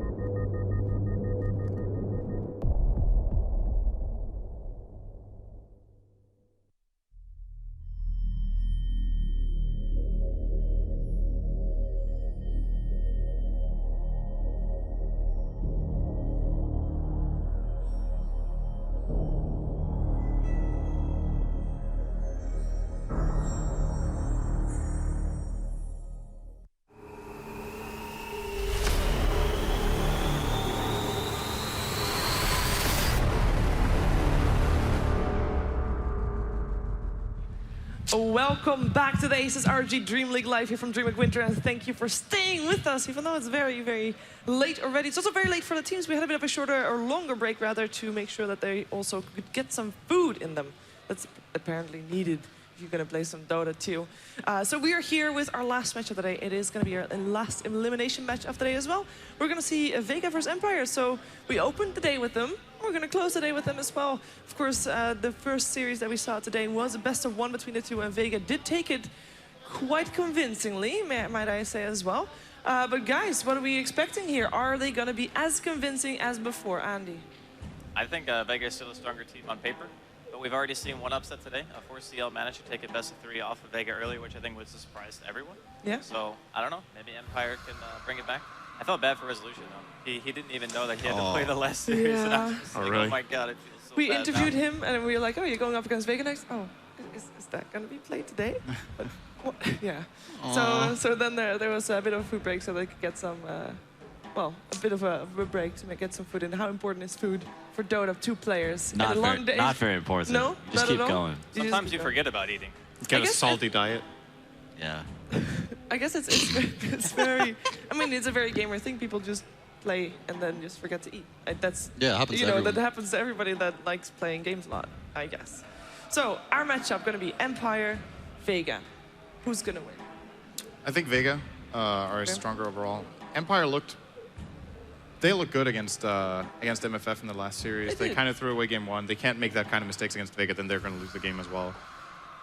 That said, I think a lot of it, especially in Game 3, was just draft. I think it was a very easy game for them draft-wise, and Vega, once again, aren't going to give them that easy of a game in the draft, so yeah, they should be the favorites going in. I'm actually surprised that Vega didn't just make it through the winners bracket, honestly. So they still have high hopes. I guess a lot of people were not expecting to see the same matchup here again. Now, we did just talk to Resolution, and he talked a bit about the first series as well, or rather about their playstyle, about how they're trying to find the right playstyle to basically throw their opponent off their game and come with something that's surprising and new. And obviously, Invoker was part of that plan, which, I mean, the plan didn't really come to fruition all that much. No Invoker this game, Shane, what do you think? Well, Mag said earlier that they 100% knew they were going to pick it. That's why they had to pick it in the first two, because they were going to second phase ban it. So I really don't think they'll pick Invoker again, judging by the way they played it in the other games. It just didn't work out for them. Yeah, I'm not sure. Like, he played pretty good in laning phase. Like, the Invoker wasn't really that bad in the first game either against Vega. It's just, it was the heroes they picked after it. Like, you know, you pick the Quaswex Invoker. It's like, you kind of want to go team fight or, like, take fights early on and kind of get those scrappy fights in the forest where, you know, Invoker does really well. And they just, like, they picked farmers and Nyx who just, like, did nothing that game. So it's kind of a cool combo, though. Like, they have the EMP, the Nyx Mana Burn, and then the Mana Void. I think their drafts will be a lot smarter. They lost all to EMP already. In this next series, I think Empire's drafts will be a lot smarter, and I think we'll definitely have some closer games than we did in the first matchup of Vega Empire. Now we are going to see the teams getting ready on stage. It is, I believe, Team Vega that we're going to start off with. It is Team Empire that we're going to start off with. Phonic joined Vega. Yeah. Please jump around. It's late, you know, give me a break. Fine. It's going to be Empire on the left side of the stage. By the way, they did just win on the left side of the stage, the series, which is the first. They broke the curse. They broke the curse, so perhaps they can do it again. We're going to find out, though, as the teams are still, as you can see, not entirely done with their food. They've gone for the noodles. Phonic played super well in Earthshaker last game. Yeah, he was really good. Solid. His Darkseer was actually pretty good. Yeah, that was really good, too. He died first blood in Earthshaker, though, but he still came back, got a really early blink, and that being said, it was like an easier game, like we talked about, like draft-wise. He was pretty able to like go wherever he wanted and do whatever he wanted to do, but still made some plays. I'm really hoping to see Aloha Dance play Rubik again. That game was so fun. Yeah, that was nuts. He was so farmed. He was third on net worth at the end of the game. I believe at 20 or 21 minutes or something, he was like 10, 1, and 6 on a support Rubik. That's crazy. Playing against a Quap as well, he'd like constantly steal the blink and just go. He went straight Glimmer Cape because he was like, I don't even need to buy a blink. It's the dream Rubik game. Yeah, it was good. A lot of fun to watch. They will be going up against Vega Squadron. Now, Vega has had the first game in their hands. They had Night Stalker for that series. I'm actually curious to hear from you guys a Vision game. If you're going to have a matchup where we're going to see a lot of fighting happening, which we already prepared to see in the first game of the day, Vision game, how important is that? Are we going to see Night Stalker banned or other heroes that give vision? We talked about Zeus earlier today. We've seen Venomancer just now as well. How important is that? It's always very important. Vision is never bad, obviously. No. If you want to play a split push game, it's great for securing that you know where you can go when and put the pressure. If you're looking for a fighting game, it's all about having the better intel going into the fight, knowing the position of the key heroes, etc. I think Night Stalker is a key pick, mainly for Vega. We didn't see Empire prioritize it that much. They actually gave it away to Yapzor as well. A hero that I'm surprised we haven't seen is Beastmaster. I just think he's been banned, though. He's been banned a couple of times, but I think if you can justify a first phase Invoker pick, you can justify a first phase Beastmaster pick too. And talk about the Vision game with the Hawk as well. Yeah, he's extremely good at giving map control. I think since teams started rushing Necrobook 3, which is kind of funny because it's a throwback to like 6 years ago in Dota 1 when everyone did that and it owned, then people just stopped doing it. They went like Blink Dagger, started going 4-staff. Axe for a while, which is not really that good. But Beastmaster's a super core when he has Book. He can solo kill carries when he has the vision for this. And Vega have arguably one of the better Beastmaster players much in CIS Dota. So. I think Vega also like knows how to play against this like Vision Wars. They're very good at the 5-manning with like Luna and Gyrocopter. I think that's kind of how you combat like a Vision-centered lineup, which involves like a Bounty Hunter, Night Stalker, or the Beastmaster. These games that we've had, the first game that we've had between the two teams was fairly quick. It got delayed a little bit. But in fact the game was over fairly quick, and then it lasted for like 10 minutes longer because they wanted to make sure. I am actually curious to hear from you guys. How long do you expect the first game to be? It's hard to, You have to see the draft, right? Like, No, just make a bet. Somewhere between 15 Go and for it. 60 minutes. I will say 30 to 40 minutes at the latest. At the latest, it's going to be done by 40. You can I say think that. so. Well, the average game time is what, like 35 minutes? in this 35. Yeah, that's patch? why it's a safe bet, right? Oh, nice. I'll go with 35 minutes, actually. I go with 32. Oh. 32, what a random. What was your guess? Between 15 and 60, I said. He doesn't I'm count. fairly confident in my call. I'd say 51 minutes. 51 minutes. 51? All right, I'll do 45. You can't jump ship. Well, yeah, of course I can jump ship from 15 to 60. That's not even a No, bet. you can't just go lower. You're a flip-flopper. It's in between. No, I have the high end. Yeah, he's got the high end. Whatever, I don't even I want got to the do this low bet end. Why anymore. don't you take I'm 52? 32. 52. Yeah. There's some prices. 45. Right now. Just saying. I'm within my span. I Just didn't go jump one ship. over. That's all right. That's so be it. You all want to have the cred to back up the rest of the claims for the rest of the tournament. It's like, you remember that time when I was right about how many minutes this game Yeah, lasted? it's got to be 45. 51 minutes. 32. Very accurate. Okay, so we are actually in the draft. Empire will be having first pick, and Dire side, well, Vega Squadron will be playing from the Radiant side on. Looks like they're still not sure what to ban out first. Oh, there we go. It is the Shadow Fiend. I guess the first couple of bans, what kind of surprising things could we see? Which heroes would you let through if you're Empire right now? I think Wisp is going to get through. Yeah. Even if Vega just won with that? You mean Rather Empire just won with I that? don't think that. I think that hero's beatable for sure. And Especially with the heroes you pick nowadays, right? Like early Slardars, Undyings, Darkseers, a lot of heroes that pressure the lanes. Like Wisp isn't so good at dealing with that. All right, my microphone was not picking up anything. She Great. just like plunked it on his head. Like. Nah, it's good. No, I was just mentioning. Wisp ban, actually. Okay. Yeah, I think you just beat that hero in the lane. There's a lot of heroes that are picked in the first two that are very good laners nowadays, like Bane especially. Like they even said that they didn't want to first pick Wisp in the last game because they assumed that they would just take Tiny and then Bane, and then all of a sudden your Wisp feels not so great. But, that's true. They didn't That's a end up good doing point. that. Oh, we're not going to see it. I think key heroes to keep in mind right now are Dazzle, 10 seconds Winter Wyvern, remaining. Tusk. Night Stalker? Night Stalker, yeah, arguably. 5 seconds remaining. I'm still surprised Tusk hasn't been as highly prioritized Yep. as we Yep. have seen Vega as we have seen up. it in the major. I mean, Turn to pick. it's moving on up throughout the tournament for sure. The first few games of the day, we didn't really see a lot of him. Might have but- just forgot about him. Well, Empire has maybe. been picking a lot of different stuff today, right? Yes. Resolution was saying he's experimenting a bit, trying to find a good strategy for his team, something that he can use to throw their opponents off guard. But you have to assume that Empire and Vega have played against each other a ton, right? Yes. And they know each other, as in even before they were in the same teams. Like these players are very, very familiar. I'm with very each other. surprised that there's one hero today, I think, that's the most surprising out of any that we haven't seen for me, and that's Undying. That there hasn't been a single Undying game. It's been banned in a couple of games, Yeah. but the hero does have its weaknesses, and teams are figuring out more how to play against it. But there's just those games where you have a lineup that's so good for a fifth pick Undying, where you just force fights and just take towers, and the enemy team can't fight into Tombstone because they have shit attack speed on their heroes. So Or like all these melee cores we're seeing a lot yeah, of as well. exactly. I could definitely see it being a pick. I think a hero like Ember Spirit doesn't deal particularly well with Undying at his power, like the power spike he has in the game. It's going to be Quap for now, though. That's arguably another hero that hasn't been given as much priority as it should. It's mainly been a second phase pick, I think. Some games completely ignored. It's a decent solution to Dazzle. They kind of counter each other. Yeah, if you get that Orchid out as well.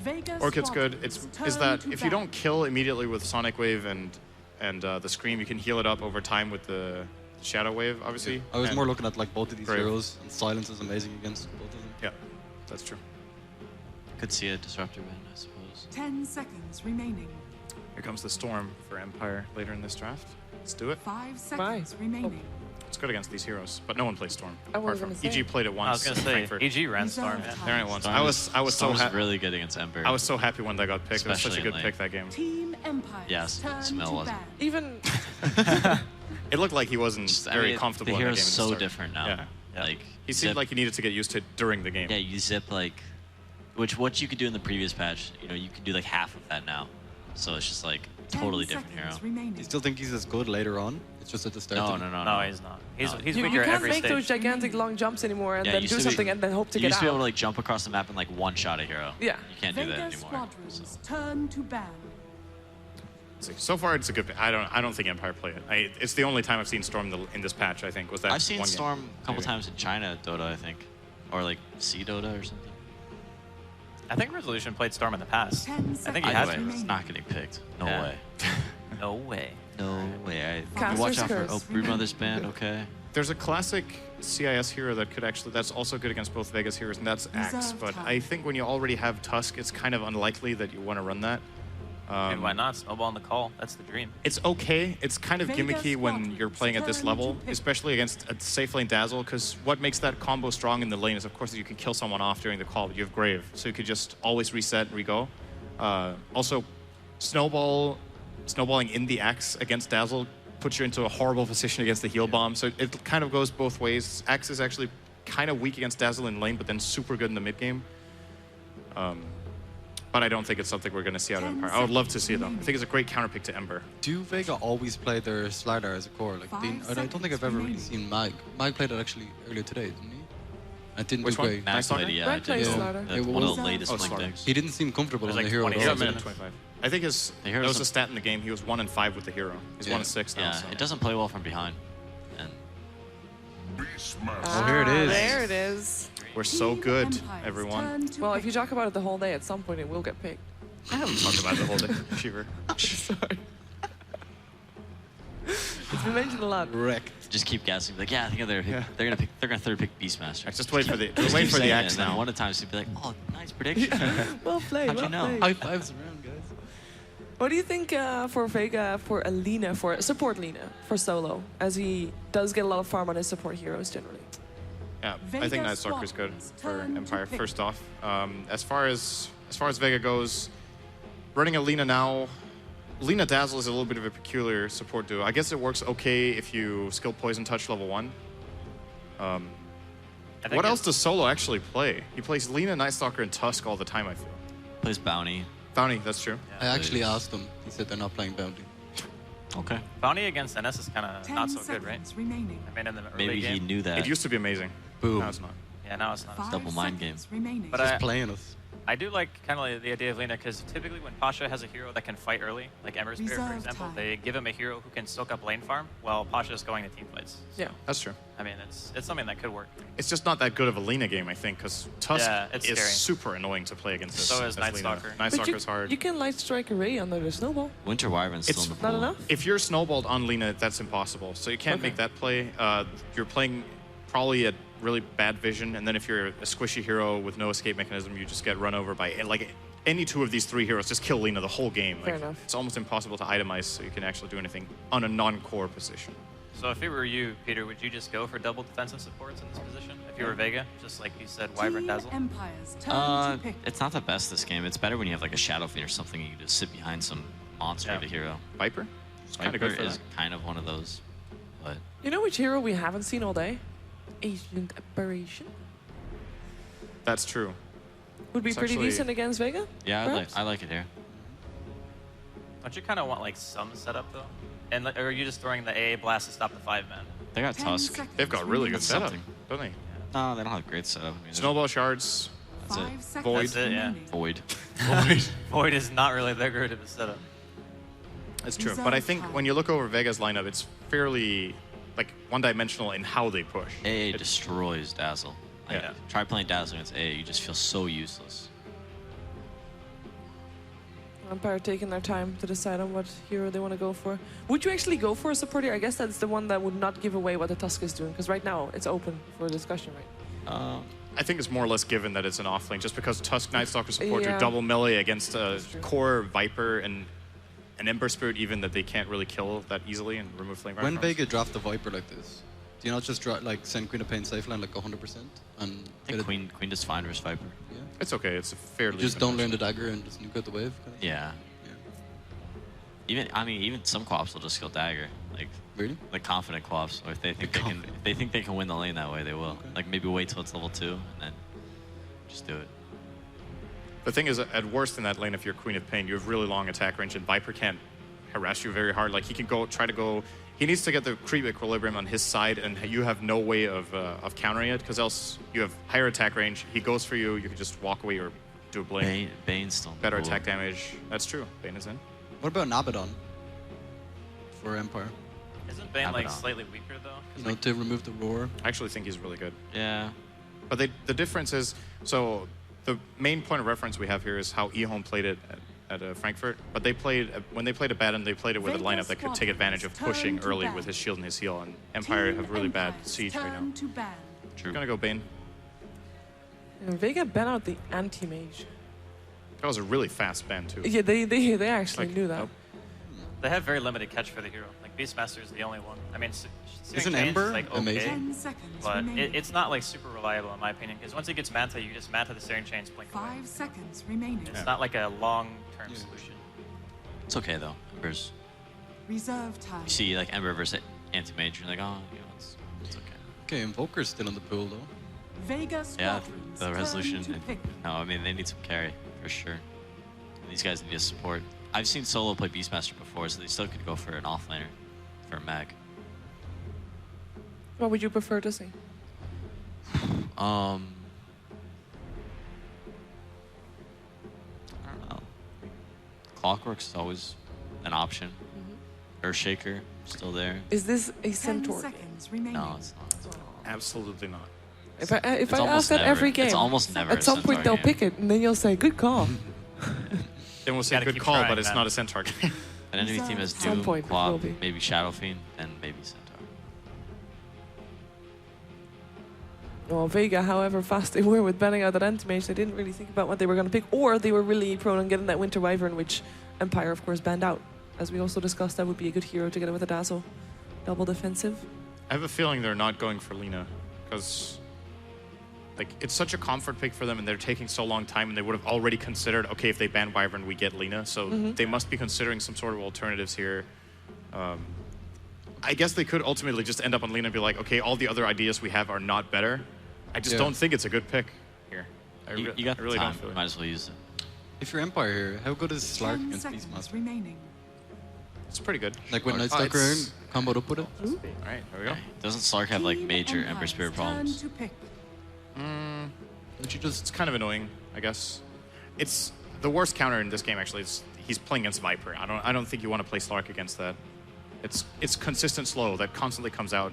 If you go on Viper with Slark, you get corrosive on you all the time. So yes, you're stealing stats, but it comes at a trade-off. I think that's a gameplay thing, though. I think you just go kill support. Yeah, you kill everyone else. You don't actually go. Oh yeah, for sure, Viper. but I don't think that's the way Vega are gonna play the game against this Slark. He can't. I don't know. Maybe if they can manage to spread it out. I guess. Remaining. They don't need a super hard carry, but they need Reserve some time. physical damage, I think, Fighting core. for sure. With the Juggernaut and Gyrocopter both banned out. Yeah, it Sven? doesn't, 10 seconds Who's left? It's not a second game. you lose against Beastmaster and Viper, right? If you're Sven. Luna. There we go. Man Dota. Which draft do you prefer? I like Vegas. Same. Sim? Yeah, I think Empire are gonna struggle with single target damage. They need to kill the Viper and Spirit Breaker. somehow. Luna I don't has think like so many problems this game. Yeah. What's the one thing to look out for Team Empire? What do they need to do? Is there a certain timing, a certain item that we need to be seeing, expecting at a certain moment in the game? BKB on silent, and when they try and push. I actually think the mech on Tusk is really important in this game. Yeah. Okay. We're going to find out if they get those in reasonable timings. It is time for the first game of our last series of the night. It is Luminous Inverse and OD Pixel on the microphones.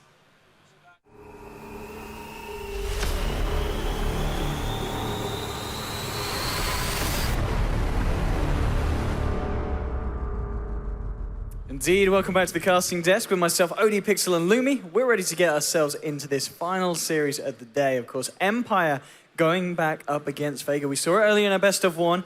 Vega, they did have the better time. The question is, of course, in a best of three situation, can Empire turn it around? We've looked at the drafts, Lumi. What do you reckon? Is this the draft that Empire need to bring to the table to take down Vega? I'm not sure whether it is. I mean, your last pick, Luna, it's going to have to do a lot because she's going to be the hero that has to sit in the front that, you know, when you're pushing tower, she's the one doing the most. And I'm not sure whether she's tanky enough that you have a Viper Strike you could throw on her, you could have the Beastmaster Roar you could throw on her, and then you have the Spirit Breaker. Got 99 problems. There's a lot of stuff that's going to be coming this Yeah. Luna's way. That is for sure. And, well, obviously knowing the play style of Vega, they will be very much ready to throw it at her when they start to group up and go looking for those fights. And it's going to be interesting to see how these teams match up in the laning situation, because you look at Empire's team and they have got some very strong laners. You know, you're looking at a lineup that's got a Bane, you have got that Luna who's going to have a final time with the CS and Tusk and Quap. The lanes, they're not going to look too bad for Empire, are they? Yeah, the lanes will be fine, although it depends on how the Queen of Pain versus Viper matchup. PPD talked about how the confidence Queen of Pain will skill the dagger. We'll see whether Resolution will do it. I mean, the lanes aren't half bad for Vega either, so I think really it will come down to the fighting. And honestly, I think Vega just has the better fighting lineup. They just have the better lineup, period. So yeah, we'll see how Empire plays out of it. Oh, wow. Resolution will be able to get himself the bounty, and Pash is caught in the shards, and this could very much be your first blood, and it will. All right. Indeed, the shard trap and the walk around for the Ember, not enough to save him.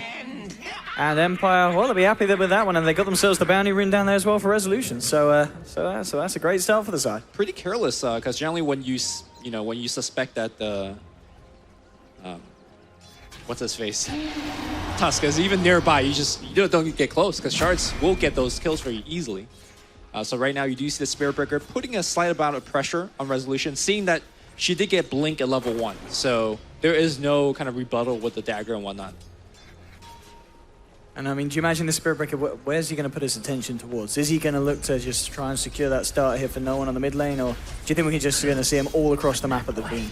I think what he can do is bully the Bane around a little bit. We talked about how Bane trades very well. Spirit Breaker, once he does get the bash, is a hero that could at least somewhat challenge the Bane. And here we go, we have a charge on the bottom lane. It won't result in a kill or anything because he's still level 1, but... And is he going to be right? I guess he's fairly tanky. There is a Void, and from coming out from Funnick on the Night Stalker, and they'll force Sherma back down to keep it safe in the lane. Yeah, they definitely need to alleviate some pressure off the Ember Spirit. The laning stage definitely not one of his strong points. He wants that level 5, 6 very quickly, and Funnick as well as No Fear is going to be giving him a ton of trouble. So Spirit Breaker essentially forced to really help out this lane. Indeed.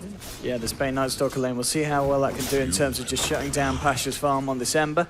And of course, back on the top lane, one of the lanes we've not talked about yet, it is Mag, of course, on that signature Beastmaster. He's having to deal up with Aloha Dance on this Tusk and also Silent on the Luna. I mean, how's this lane going to match up? Do you think, once again, we're going to see a pretty decent performance from the man on the Beast? All that thought, charge on the mid lane takes away the regen. We won't get the full regen heal, but, denying it is also good. But back to your question, I think because the melee Tusk is trying to zone him out, once you get a couple boars spawned on him, the Tusk is going to have a tougher and tougher time. With that said, though, the Lunar Blessing Aura will help Tusk punch pretty hard. Again, with these charges from the Spirit Breaker, setting up some action onto No Fear. They're moving with the chains. There'll be a Nightmare. No Fear trying to ward this one off. They're trying to chase him down here, and they should be able to find it, and they do there with the Poison Touch damage from Dazzle. That's a freebie. Vega will take that one, and that will put Spirit Breaker at level 2. And that 17% is now officially online. I mean, it's exactly as you said, Lumi. That Spirit Breaker was just looking to be on the back of the Bane the whole time. But top lane, you've got Tusk and Luna moving in very deep. They'll throw down the shards and they'll get themselves the kill there. So some very aggressive diving there from the two of them, but it totally pays off, and there's going to be no reaction from Vega, as they knew that the Spirit Breaker had already gone on bottom lane. Exactly. That's the reason why they felt so confident with that dive. And, when Tusk hits that good shard and when your Luna punches so hard, especially now with boots, you are going to run down the Beastmaster. Absolutely. And hitting about 85 right click at the moment, 3 minutes in. It's not something you're going to be able to walk off, even as a Beastmaster. A relatively tanky hero in the lane. Mid lane, how are we looking? 20 for 5 at the moment on this Viper compared to the 10 for 2. Not the ideal lane here for Resolution. Yeah, generally when you pick Queen of Pain to really dominate the mid lane, but, Viper, one of the decent counters. Of course, Resolution on the Queen of Pain, what you're looking forward to at this point in the game is have that TP once you hit the level 6, be a threat on other parts of the map, and maybe get a key gank on the Ember. But yeah, not having the best laning stage. Bottom lane, there'll be a charge across as well from Spirit Breaker. Going on to No Fear. Poison touches down at the bashes as well. Pasha goes in with the chains and the Flame God. They'll find the Bane. And won't be able to find Funnick. He'll be able to walk it off. But yet again, another kill here for Vega on this bottom lane. Still 2 for 2 and Resolution. Oh, he's going to try and turn here onto No One. There's a rotation in from the Tusk. He's going to snowball across onto Mag. But now Mag and No One would just turn their attention towards Aloha Dance. And that snowball was not the snowball he was looking for. As Vega do pick themselves up a kill there. Charge onto Resolution. The action hasn't stopped. No One is there with the right clicks. And if they can hold him in place just for one more... Oh, they needed one more, I think. Poison? There. No. Poison? Orb of Venom? Nah, it's not going to be enough. It's 18 HP, incredibly low. Quap very lucky to get him away with his life there. Bottom lane, Funnick trying to move in onto Solo. The chains again from Pasha, catching up too. There's a Nightmare to try and set this up. Try and get themselves in position with the Snowball Fraud as well from Aloha Dance. The Crippling Fear, he can't get himself out of this one, Pasha, and they'll get themselves the kill. Nightstalker just getting himself away, and Solo, he looks to go down as well as Aloha Dance and Nova chases the jungle. He's looking for the TP, he's going to be able to make it. Yes, they don't have the damage, they don't have any spells. He will be able to escape. And that's the downside of playing Dazzle so aggressively. He actually does not have Grave skilled up yet at level 3. So, but I was liking the Spirit Breaker pick more and more because normally you see teams just conceding the laning stage to the Bane. But Spirit Breaker like, yo man, I'm the real laner here. I'm going to charge at you. And yeah, so far it's been working out very well. And speaking of which, another charge happening to the bottom lane against No Fear. Okay, let's see if they're able to follow this one through. No Fear's got to be careful with his position. There is an Ember Spirit with a full mana. Ready to jump in as well, and here we go. Charge in, moving forward with the Flame Guard. They've got the chains. In fact, they're going to get lucky with the chains. They both went back towards the creeps. So Bane's going to be able to get himself away. Top lane, Mag trying to hide himself in the trees, desperately biting his way through them all. He throws out the axes, isn't going to save him. And they'll take him down. There's Lucid Beam to the face. Silent picks up another kill on this Luna. And a lot of action so far, 5.5 minutes in, 4-3, favoring the side of Empire. But I mean, are they really the ones coming out on top of this laning stage, Lumi? Yes, they are, but they need to come out on the laning stage. Yeah. I talked about how Luna needs to get... no one.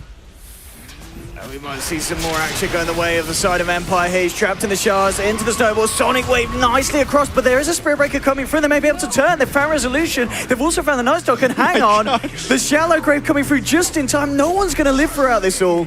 And they lose 3 heroes on Empire. So the only reason that the Viper lives is because Dazzle got level 4 off of those Off kills. the kills, yeah. Yeah, and then he got to use it. And again, relentless aggression, charge happening on the bottom lane. No Fear. Well, he has no mana left. He does have a Mango, but a single bash will seal his death. Yeah, he's got the chase, he's got the Flame Guard, but look at these TPs. They're ready to turn the Nightmare now to the Spirit Breaker, followed by the Snowball. Beautiful control from Empire. They'll get themselves the kill as well. This is exactly what we expected coming into this series. Exactly. Yep. But the big thing out of all of this action is that Luna has been getting absolute free farm, leading the CS. Top of the board in net worth as well. But she needs to have this kind of start because she needs to get absolutely huge. The panel talked about how she has a ton of problem. You need BKB, you need a ton of items to make sure that she just doesn't get bursted down. I mean, what's the build we're going to see? Tread Tequila looking to build into the helm now, then straight into the SMY, or do you need a BKB early on, or could we even see the drums coming out this game for Silent? I think if she feels the game is going well, like if they keep controlling the laning stage, keep winning early game fights, maybe you could delay the BKB and go for one more farming item on top. But if it goes south fast, then you need a BKB ASAP. Yeah, BKB is going to be pretty big this game.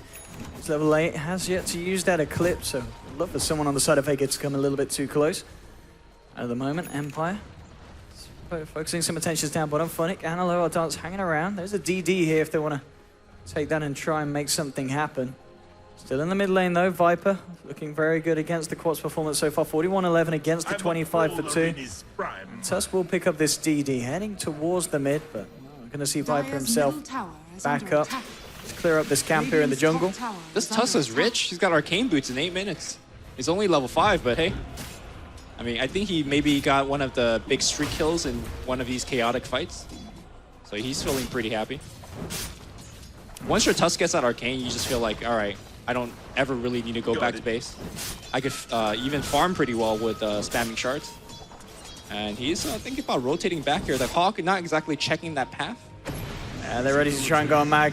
Nighttime comes out to allow them to try and close this gap on the Beastmaster. Straight in with the shards and the snowball. Silent moving in. He's going to use the ult here. Trying to go forward. There's some TPs in from the side of Vega. It's actually going to be enough here to force back the side of Empire. Empire unable to find anything there done with the initial ult. The rest of them are coming in. They want to try and find the cleanup. They'll find a Beastmaster kill. Now with the shards, looking for Solo as well. The Crippling Fear gets laid down. Silent himself in trouble as Shoma and no one moving past the tier 1 here. Silent desperately trying to get himself out of vision. There's TPs coming through. Can they keep this Luna alive? I don't know if they can. The Sonic Wave is big, bursting them down low.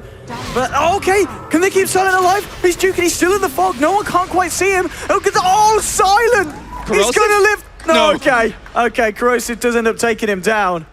But a bit of a mess of a fight. There's a fight going on there at the tier 1 at the same time. Fights going on at the tier 2. This is glorious CI Soda at this best, man.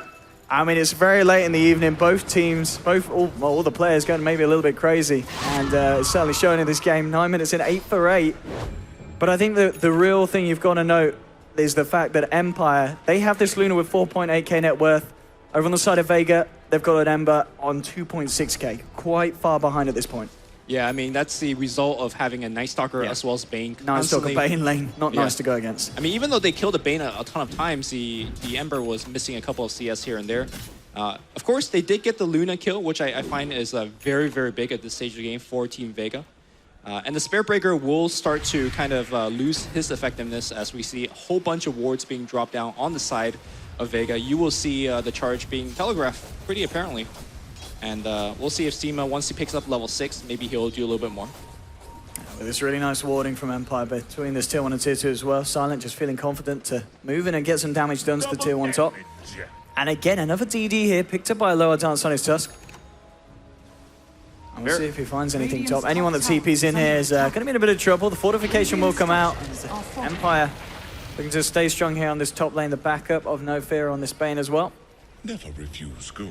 So the previous Eclipse has been, I want to say, used fairly poorly because he ran into a creep wave. And I don't think any beams actually hit a single hero. But of course, with the Dazzle teleporting in and Grave at the ready, he wasn't really going to get a kill anyways. And that ultimately put him in a pretty terrible position and eventually got picked off. Again, without BKB, he has to watch his very low HP pool. Silent, the backbone of this Empire lineup. Of course, if they do win some big fights, power pushes will come. They might find a kill. It's Snowball straight onto Mag with the Wolf's Punch as well from the Tusk, but they'll turn around with the Roar. No one's there on the Viper and Tusk. He went a little bit too deep that time, and they will punish it, Vega. They'll take themselves the kill. There's a charge on the bottom lane onto Funnick. Passion trying to move in with a triple remnant, straight away with the burst, the chains as well. Not quite enough. Now Funnick's looking to turn. Gets the Void out onto the Spirit Breaker, and he'll find that kill. And now he's going to look for more. The backup's there. The Nightmare to set it onto Pasha. Crippling Fear, Sonic Wave to the face. So Pasha will go down as well. Double kill for Funnick. And a very nice reaction there from the side of Empire at the tier 1. And for Vega as well, on their own tier 1 up top, if you notice, both the teams that are making the aggressive play are the ones that's losing. On one side, you have the Dazzle teleporting in with the Grave.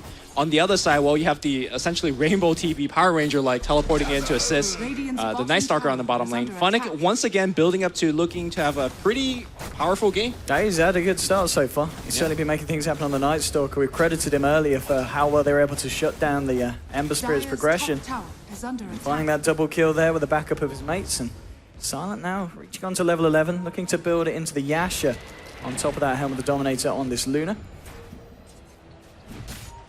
Well, we'll see what the next plan of action is from both sides. Top, looks like Vega themselves looking to try and take a tier 1 from Empire.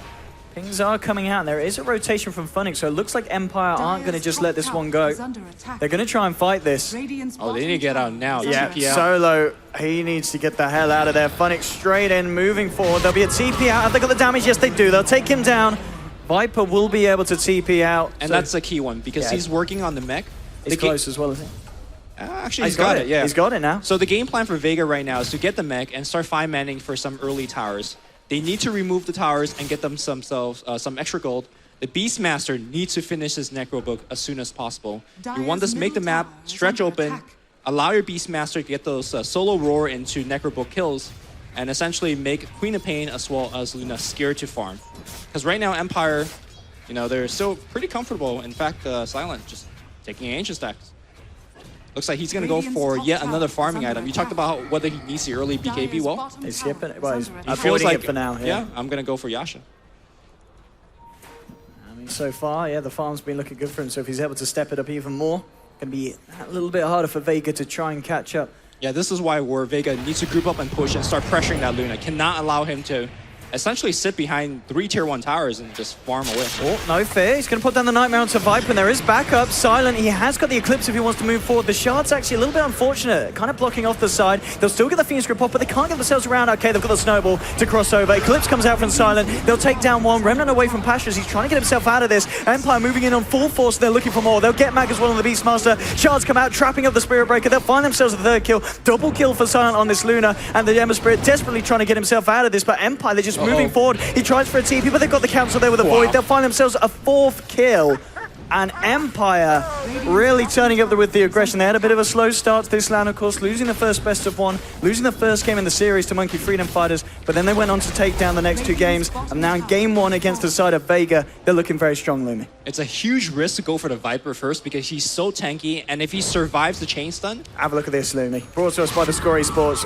Where does it go wrong for Vega? When do they realize that they should possibly leave this fight? Well, they were hoping that the Viper will survive long enough to get off its mech, because once that happens, you could kind of just fight back. But the Eclipse providing that huge burst of damage, forcing the enemy team to go back, and at this point, you're trying to run against Night Stalker as well as Tusk during nighttime. It ain't happening. Of course, also, Spiritbreaker was forced to fight without getting his level 6, so they really need some key levels. Beastmaster also unable to really do too much without the high levels of Necrobook. On top lane, Resolution. He's not going to quite spot out the Spiritbreaker here at the moment.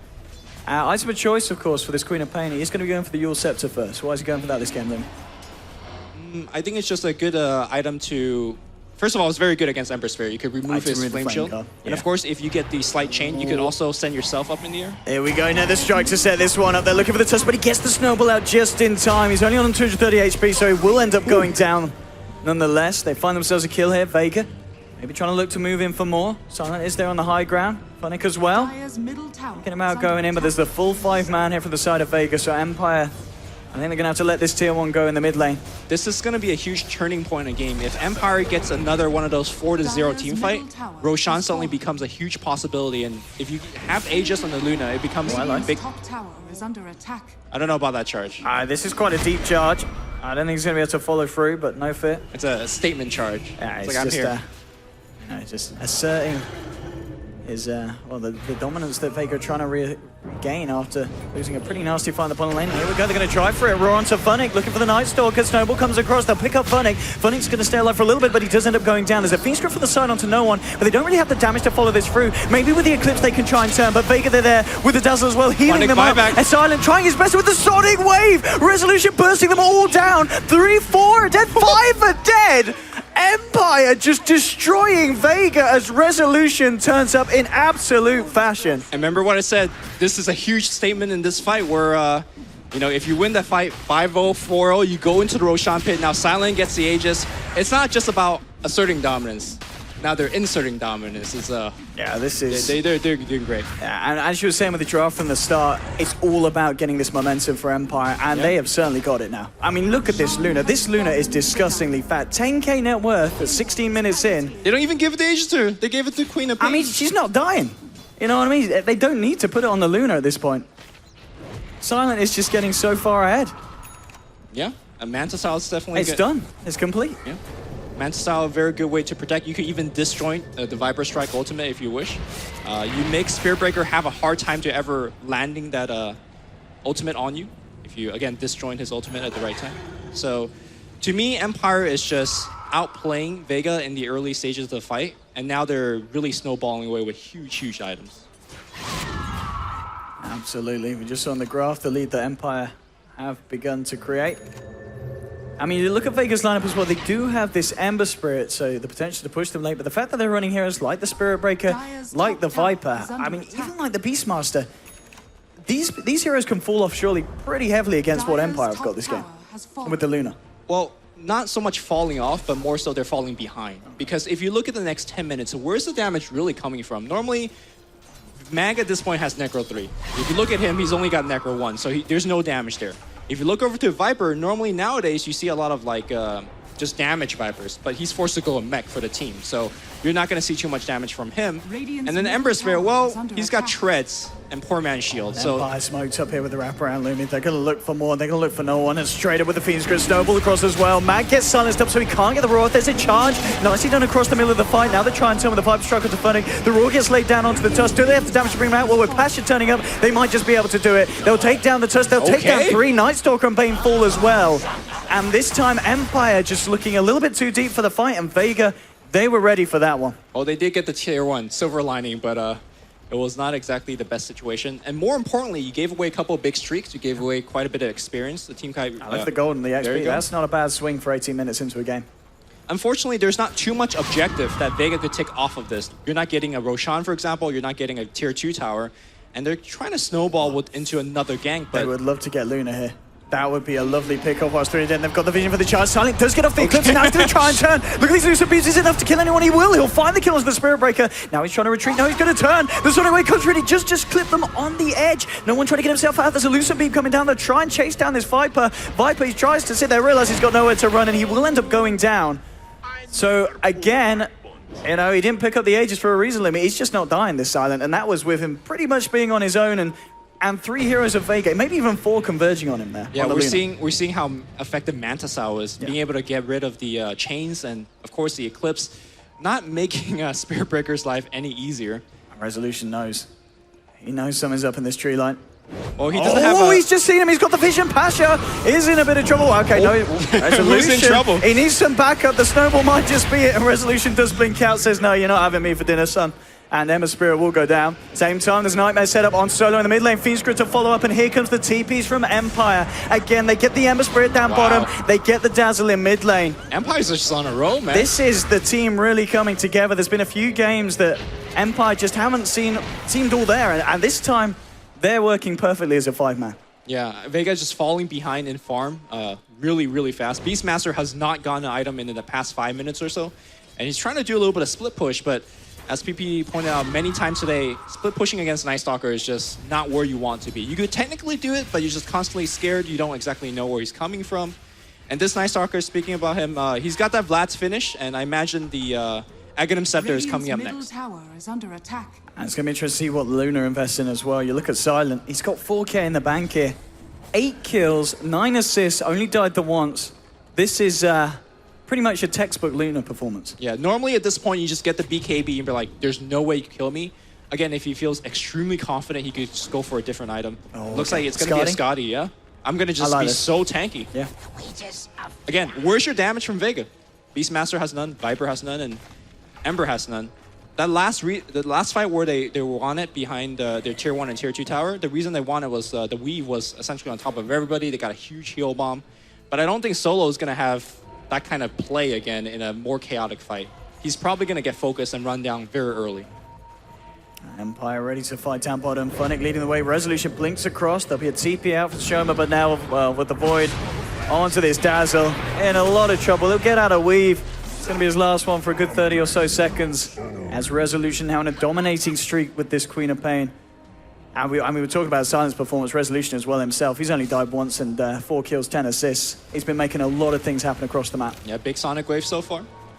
To me, the standout player has been the Tusk. Okay. Being able to farm that very quick Arcane now into mech. And once he gets that Guardian Greaves, you just go 5-man. There's, again, not enough damage to really push them back from the continued usage of that GG boots.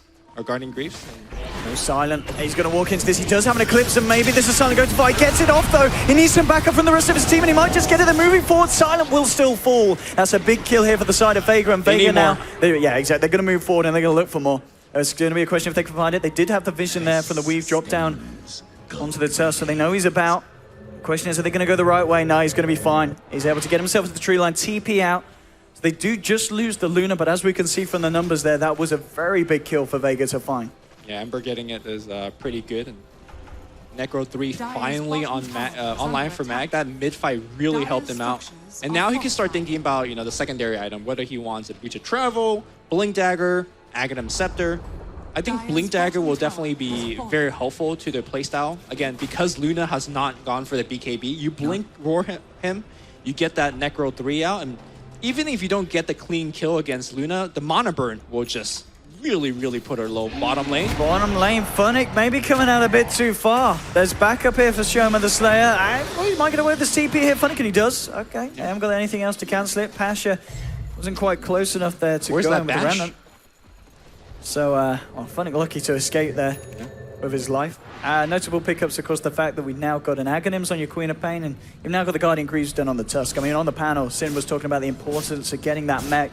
I mean, 23 minutes in, you've got to complete your Guardian Greaves. Yep. That's the next level. Not only that, they also picked up a gem on No Fear, so they're looking to close out this game. We're going to just make sure you have absolutely no map control, and that's going to be somewhat hard to do against a team with the Beastmaster, because the Hawk is going to be somewhat helpful. Absolutely. Can he go for a little bit of a cheeky solo kill here?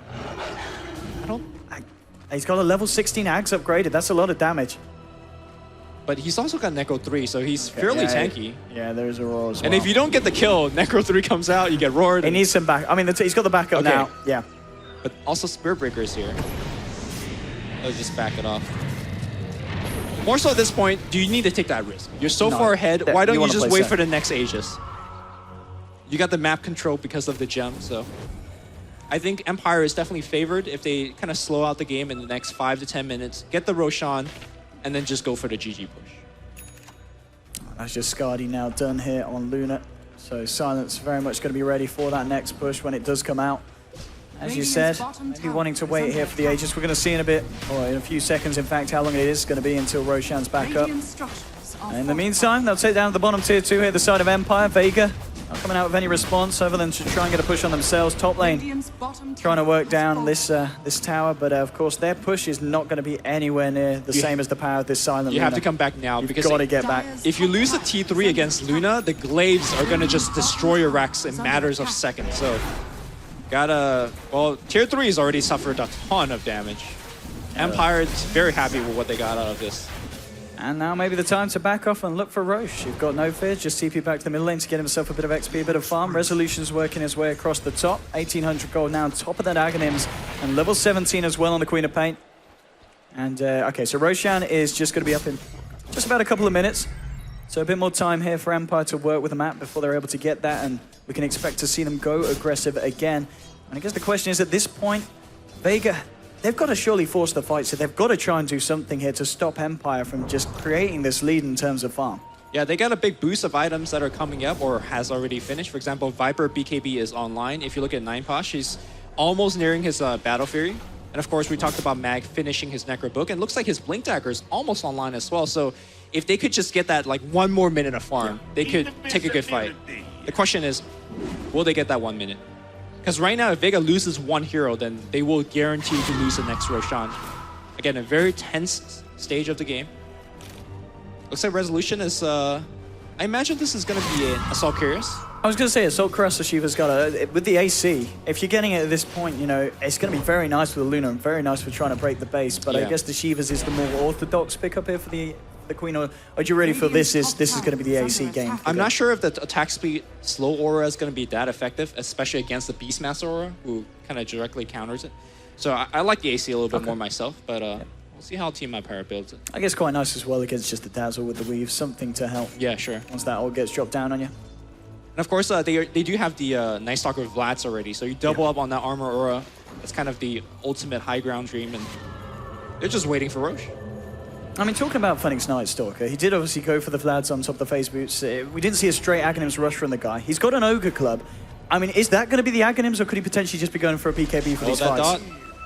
We could see something big happening here. Empire smoking up. If they can get the jump onto Pasha, that'd be perfect. And they do. Fiend's Grip straight up, and they move in. The Shallow Grave does come out to Pasha. The Snowball picking up the side of Empire, moving forward. They get out the Eclipse. Sonic Wave comes across, clipping them all. Pasha, he's going to go down almost certainly. He gets off the side fist, and he will fall. They've already found the kill onto the Bane, though, so it's a 1-for-1 at the moment. But now they're looking to move in for more Empire. They'll be able to find the kill onto the Viper. 2 down, double kill for Silent. You'll see Shoma just able to charge himself away on the Spirit Breaker, but meanwhile, Silent's just cleaning up house. Gets himself a third as they pick off the Dazzle. Solo to fall as well.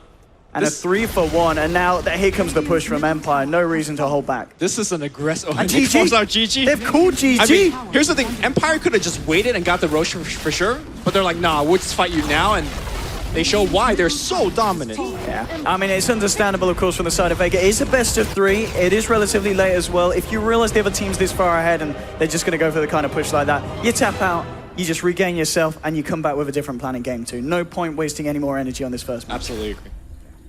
Well, I mean, Empire did it. They've certainly stepped it up. A lot of people before, earlier today, Vega's looking to be the stronger side, but Empire, with some real standout performances, just the whole lineup really coming together that game. And I can't remember the last time we saw Empire just play that well as a team. That was some really impressive stuff. I think every game they've been kind of leveling up more and more. They've been getting better and better over the games this round, absolutely. So I'm wondering what the panel would think about this game. They weren't really happy with the Luna last pickup, but it really stepped it up Silent. It really worked from Silent. It was a genius pick, and something that Vega just weren't ready to deal with. Vega, they had the lineup to go aggressive, but Empire just had the lineup to deal with it, be more aggressive, and to just be able to get the successful pushes off the back of it.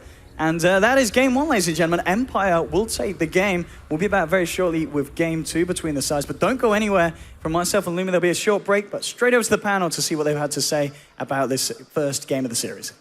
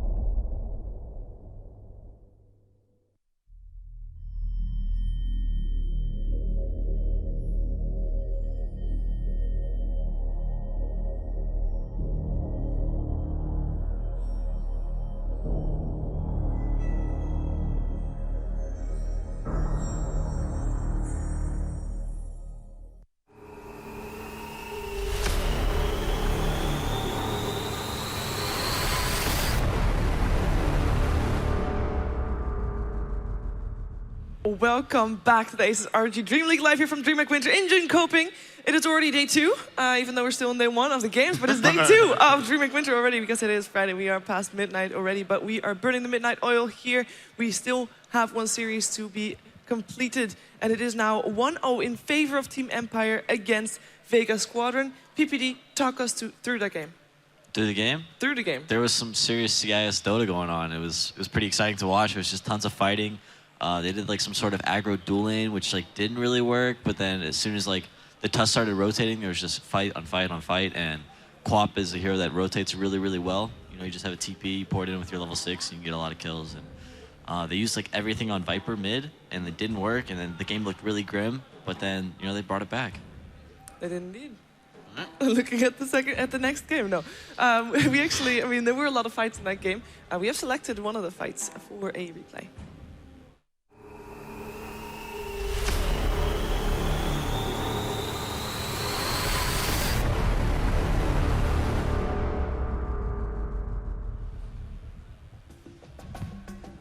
I mean, this is the infamous 16-minute brown boot, or excuse me, Spear Breaker that we're going to see here. I mean, they go on to Funnick here. A nice snowball save. He buys back here, I think. Yeah, like 1 more second or so. Did he didn't actually have his boots right now, didn't you know? No, the Spear Breaker didn't have his boots. No, they're on their way in on the courier. It seemed like at the beginning the fight was maybe going to turn, and then Resolution comes in with a gigantic Sonic Wave and just huge equipment as well. Yeah, when we were watching that, we actually thought, okay, they're kind of maybe. Shane and I turned to each other like, oh my god, are they going to throw this? And then Resolution comes in, he's like, oh yeah, they're fine. We're good. Easy. So I think he had a 4 or 5 man Sonic Wave there, and Scream. It's a good 2,500 damage, just like that. Yeah, not bad. It's pretty good. Could Vega have done anything after that to still come back? I mean, it was big, of course. After that, I don't think so. No?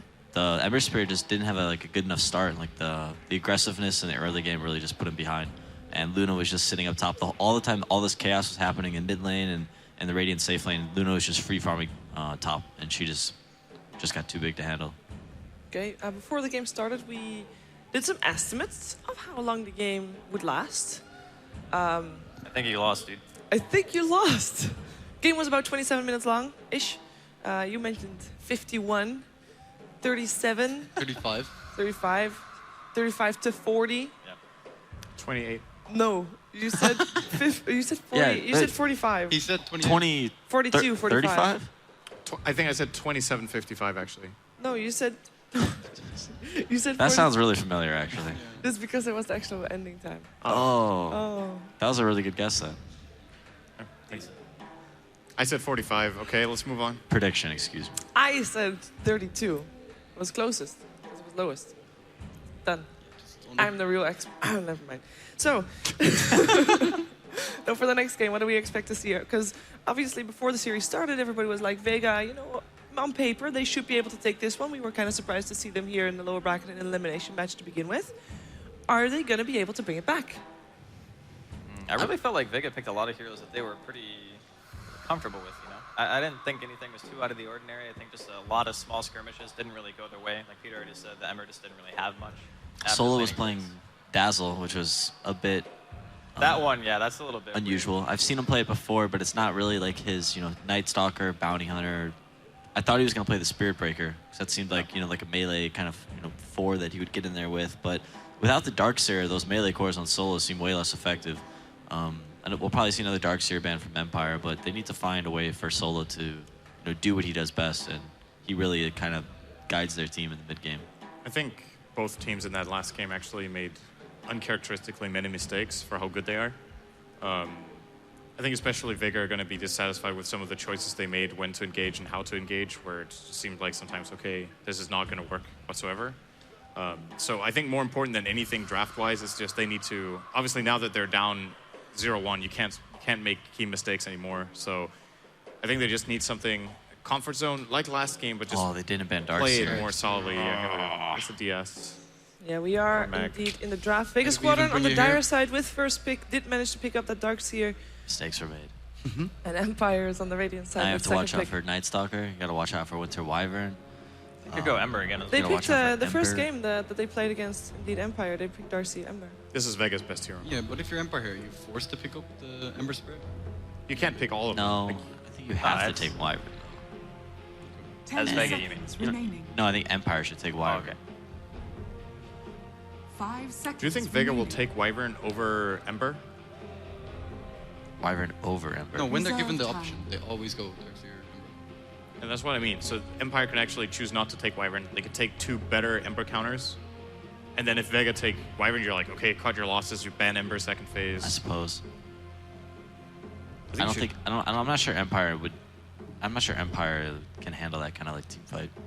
I don't think the way they play right now is able to withstand such team fight. Might. Here we go, Bane. Team Empire's turn to pick. Big Bane fan here. Going for the purple team. They're on different teams. Towards the end of the major, that hero was prioritized so highly. Like first ban, first pick, like every game. For sure. You're right though, Shane. It is purple. They're just trying to match colors. I actually looked at his. I was looking at his model today. Like you've seen the little preview here. He's got one of the worst models in Dota, I think. I like it. Actually. First of all, he doesn't have eyes. Dota 1 Atropos was way he's better. He's like walking like That's true. with his head He held was back so the cool. whole time. Yeah. 5 Bane seconds Elemental. remaining. Shadow Fiend in Dota 1 was my favorite model as well. Oh, you mean the Fire Lord? Yeah, it's pretty legit.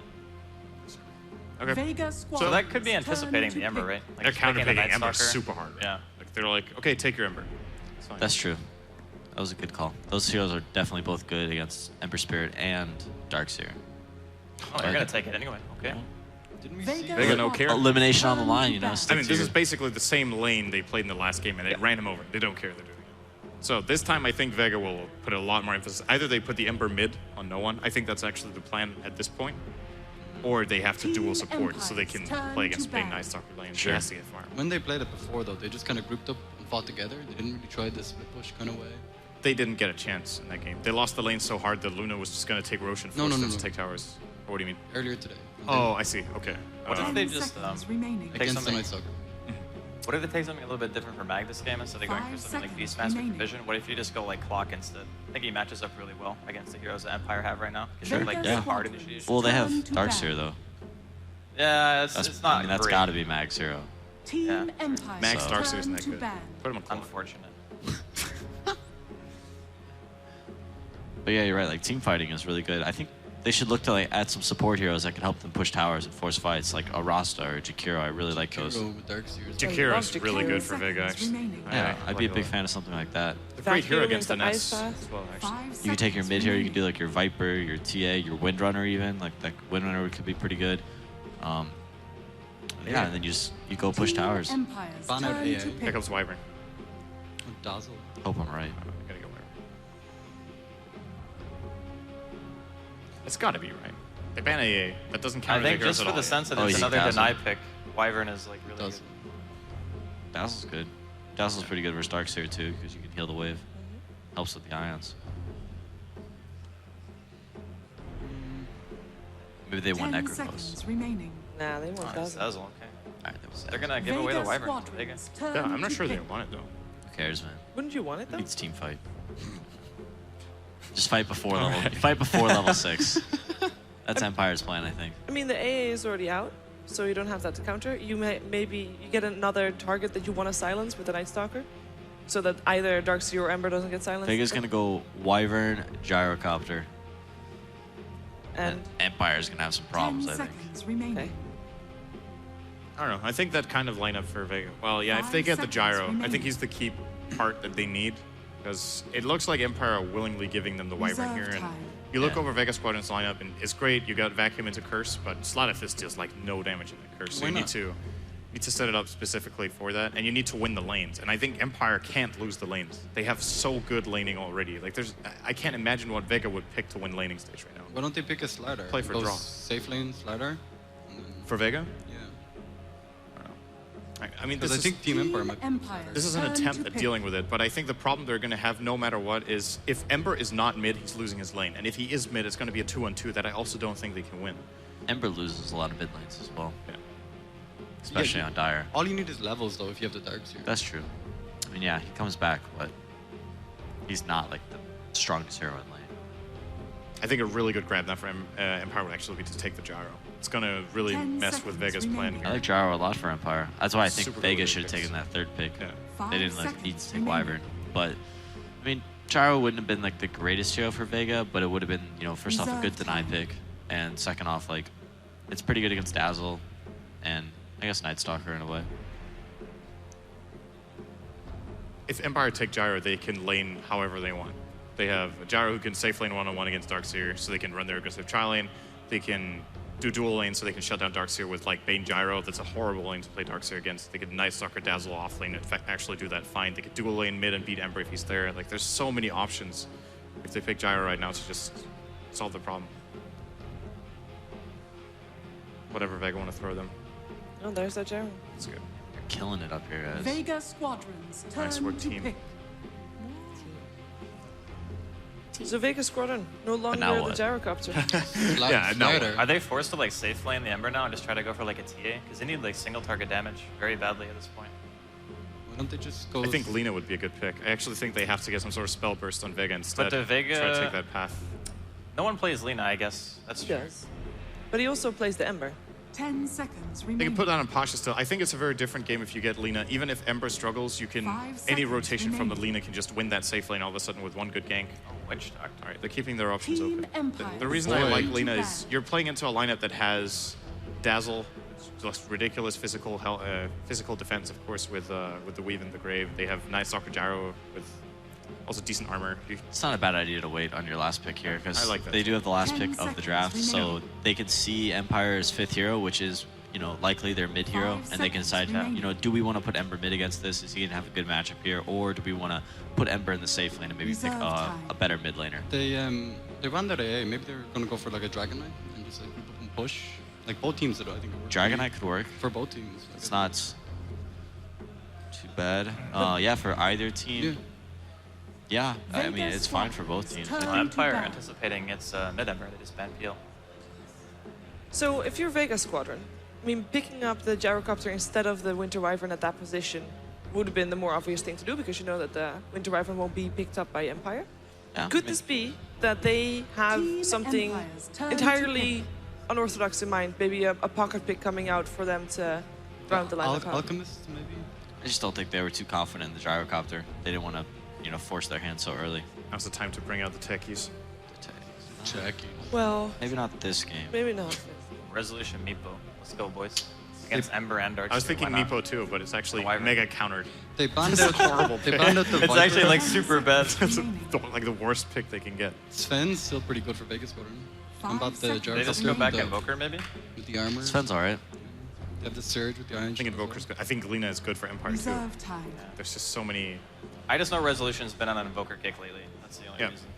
They picked it agast Ember earlier. to 0-2. have the Yeah, but perks that from one game they Tornado. picked Nyx, so that doesn't count. 0-2. Okay.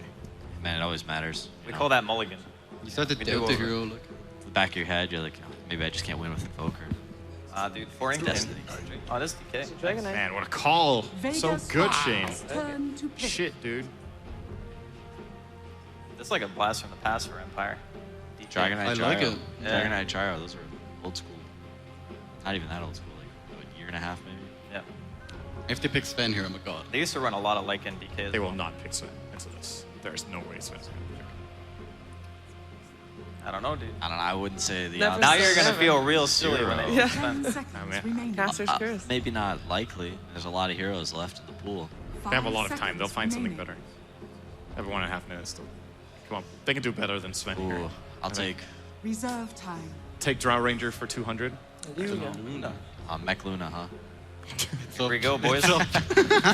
Darkseer just, he doesn't have to go mech. The He goes Sanjin the Yasha. Luna will get the mech. Darkseer, karate chop with the basher. What do you think? I just Master rushes Madness? Blink. Which There you draft go. do you favor? Empire, for sure.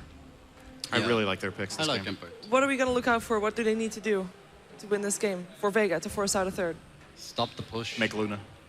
They Like need, Luna? they need to dodge early fights, let Wyvern de-push the lanes, Okay. and kind of split push with Ember and Darkseer and let Luna farm the jungle and get some items up.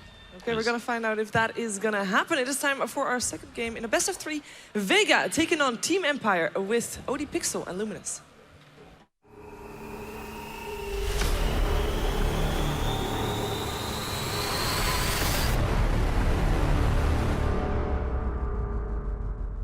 Hello, welcome back to the desk. Myself and Lumi ready to get ourselves into Game 2 between Team Empire and the side of Vega Squadron. Let's not beat around the bush, let's get ourselves straight in. And Lumi, Vega switching it up a bit. They draft the Ember again, but this time he's going to be in the mid, and you're going to have that Luna in the safe lane, taking a little bit of a page out of what Empire did in Game 1. Yeah, the big difference is that Vega was, Empire paired the Luna with the Queen of Pain, a hero that could really contribute early. Once you get the Sonic Wave, you could go, get some kills. Ember, not really that type of hero. The laning stage is not going to favor him as much, and his killing potential is not nearly as high. So I feel like Vega needs to get a ton of laning advantage. They need their Wyvern to basically get 7 ASAP and repel the push that is imminent from DK. So I'm not sure whether that's possible. I feel like Vega's draft is very, very greedy, and Empire has one of the better drafts to counter that in the form of Dragon Knight. Yeah, we're going to see how this mid lane goes up. This matchup of the Ember Spirit against this DK and Bane combination. It's not going to be a pretty one here for the Ember. He's actually come to lane here with his Quelling Blade, trying to deal with the damage reduction that's going to be inevitable from that free fire from Resolution. And we'll see how well no one is able to farm up against this and see if he is able to find the CS in this mid lane. It's going to be hard though, Lumi.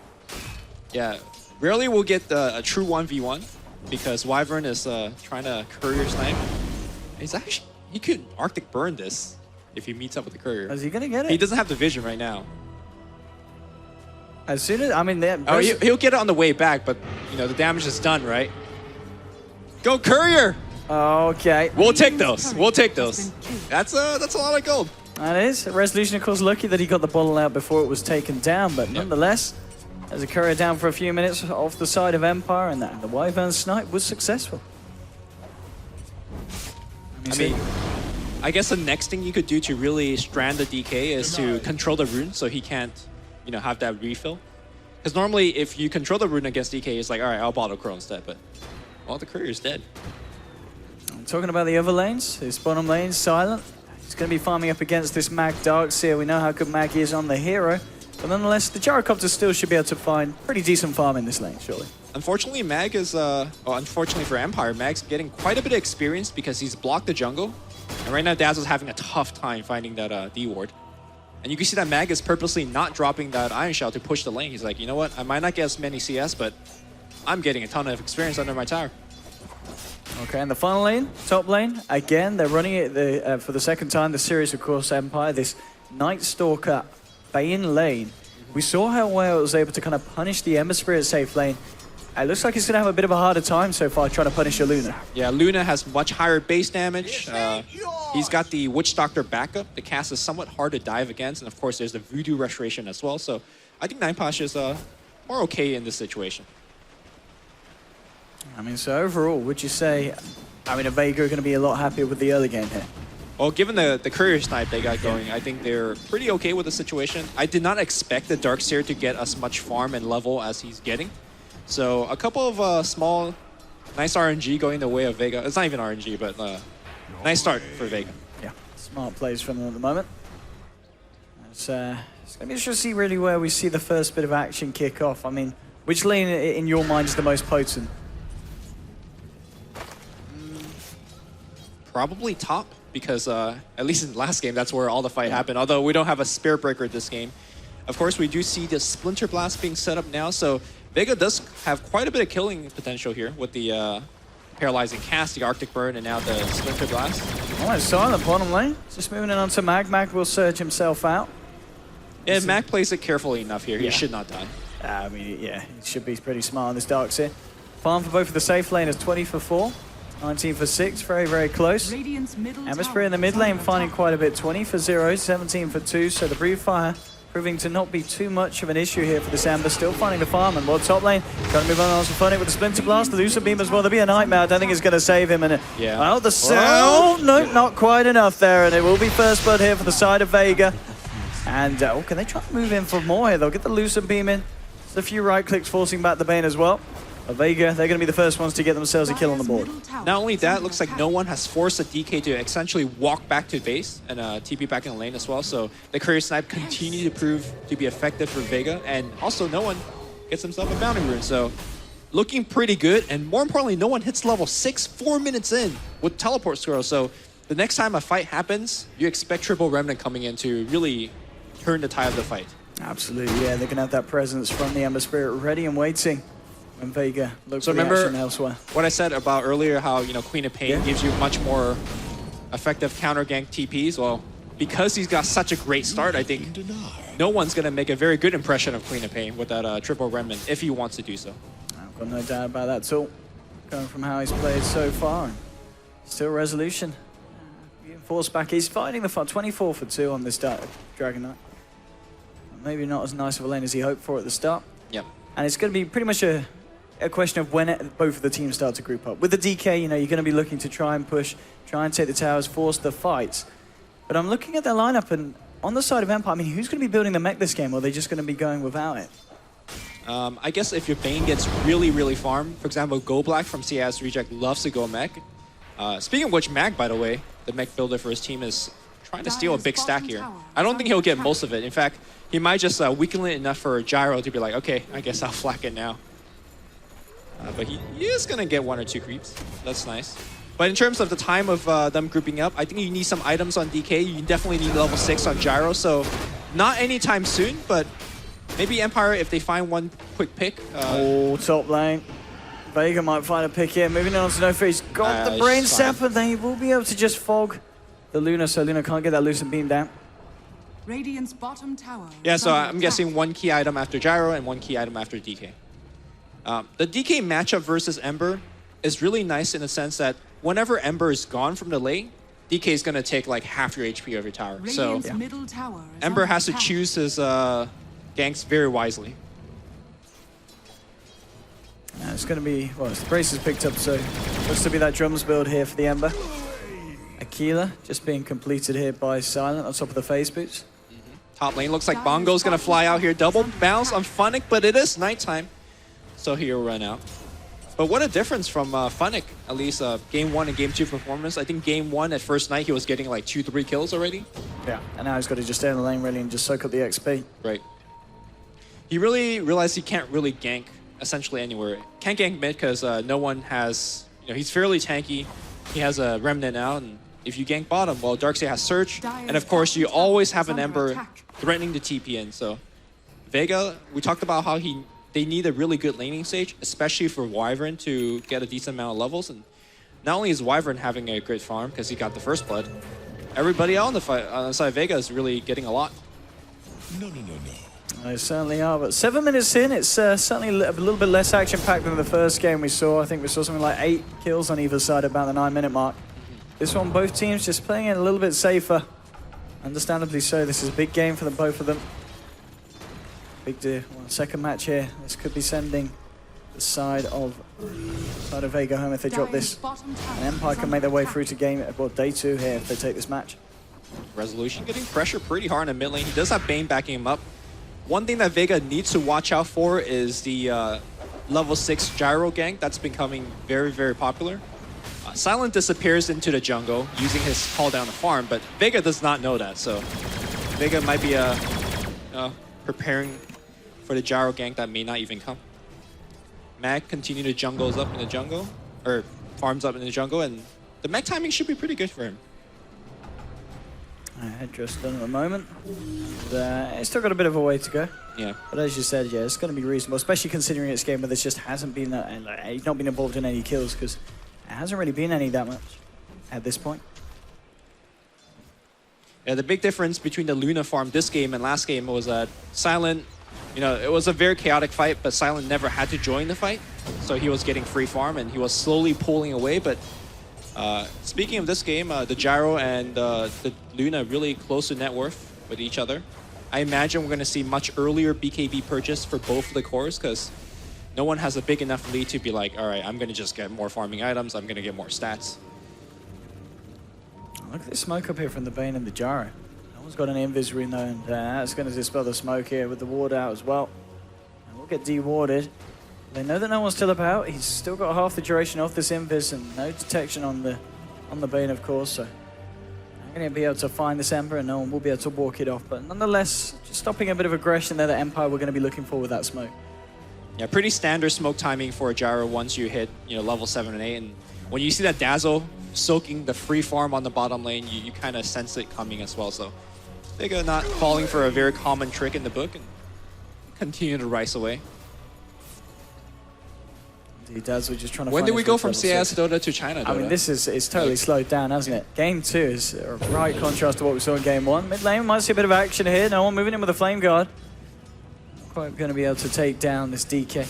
I mean, in theory, no one could commit a couple of remnants and jump for the kill, but too dangerous. You get stunned up by DK under the tower, the TP comes in, and suddenly, you know, the Dazzle graving, you don't know where he is. Oh, you know he's bottom, but he could technically TP mid. So just very risky play, and Vega very comfortable just farming right now.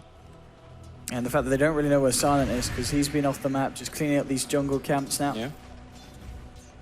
A big turning point is, I think the team that makes the first dive under a tower, similar to last game, will be the team losing out the fight, because both teams are so good at counter ganking with teleports. In a lot of trouble here. No All one's right. coming with the Remnant. Chains as well. Funnick. Oh, is he going to get himself out of it with He's his got a movement speed? He's got teleport the phase boots as well in this. Being nighttime, Yeah. he just couldn't quite get the damage in, and Funnick ends up wasting the time here with this Bottom Ember lane, Spirit. Resolution's going to DK form into a stun, but where's the follow-up? Dazzle's like, I'm going to heal now, guys. There's your TP's coming through as well. No Fear still moving in. Has that Nightmare, seeing if he can try and find the range to get it out on anyone, but he can't at the moment. So as soon as the Ember rotates off the lane, Empire decides to strike at the bottom. And let's see if they're going to get this tier 1 tower. Maybe they'll get the tier 1, and you can see Wyvern immediately rotating and looking to D-push. Already get the level 3 Splinter Blast. Empire will end up getting this tower, but Vega's going to try to delay as much as possible. Meanwhile, they're retorting on the top side as well. Luna, not exactly a bad pusher, starting to damage that tier 1 top. Will be the side of Empire to find the first tier 1 here on that bottom lane. And as you said, tier 2 looks like it will fall. They're not going to try and defend. It's just Funnick cleaning out the wave, trying to pull it back here with the Void Spam. If they could get a tower deny here, that would be huge. In fact, they've held on to the tower. The TP from Gyro, forcing everybody back. Silent, maybe looking for a call down here. Witch Doctor really caught out. The call down's gonna fly. One tick will hit, and the phase boot plus the rocket barrage. Oh no. He's not going to go. I think they're a bit aware that Pasha is there and does have the Eclipse. They're, you know, very scared of trying to fight into the Eclipse in the jungle at that choke point. Slight advantage for Empire though. They got the bottom tier 1, and I believe they denied the top. They didn't quite get the deny. The catapult managed to finish it off. No one was able to stop it. Yeah.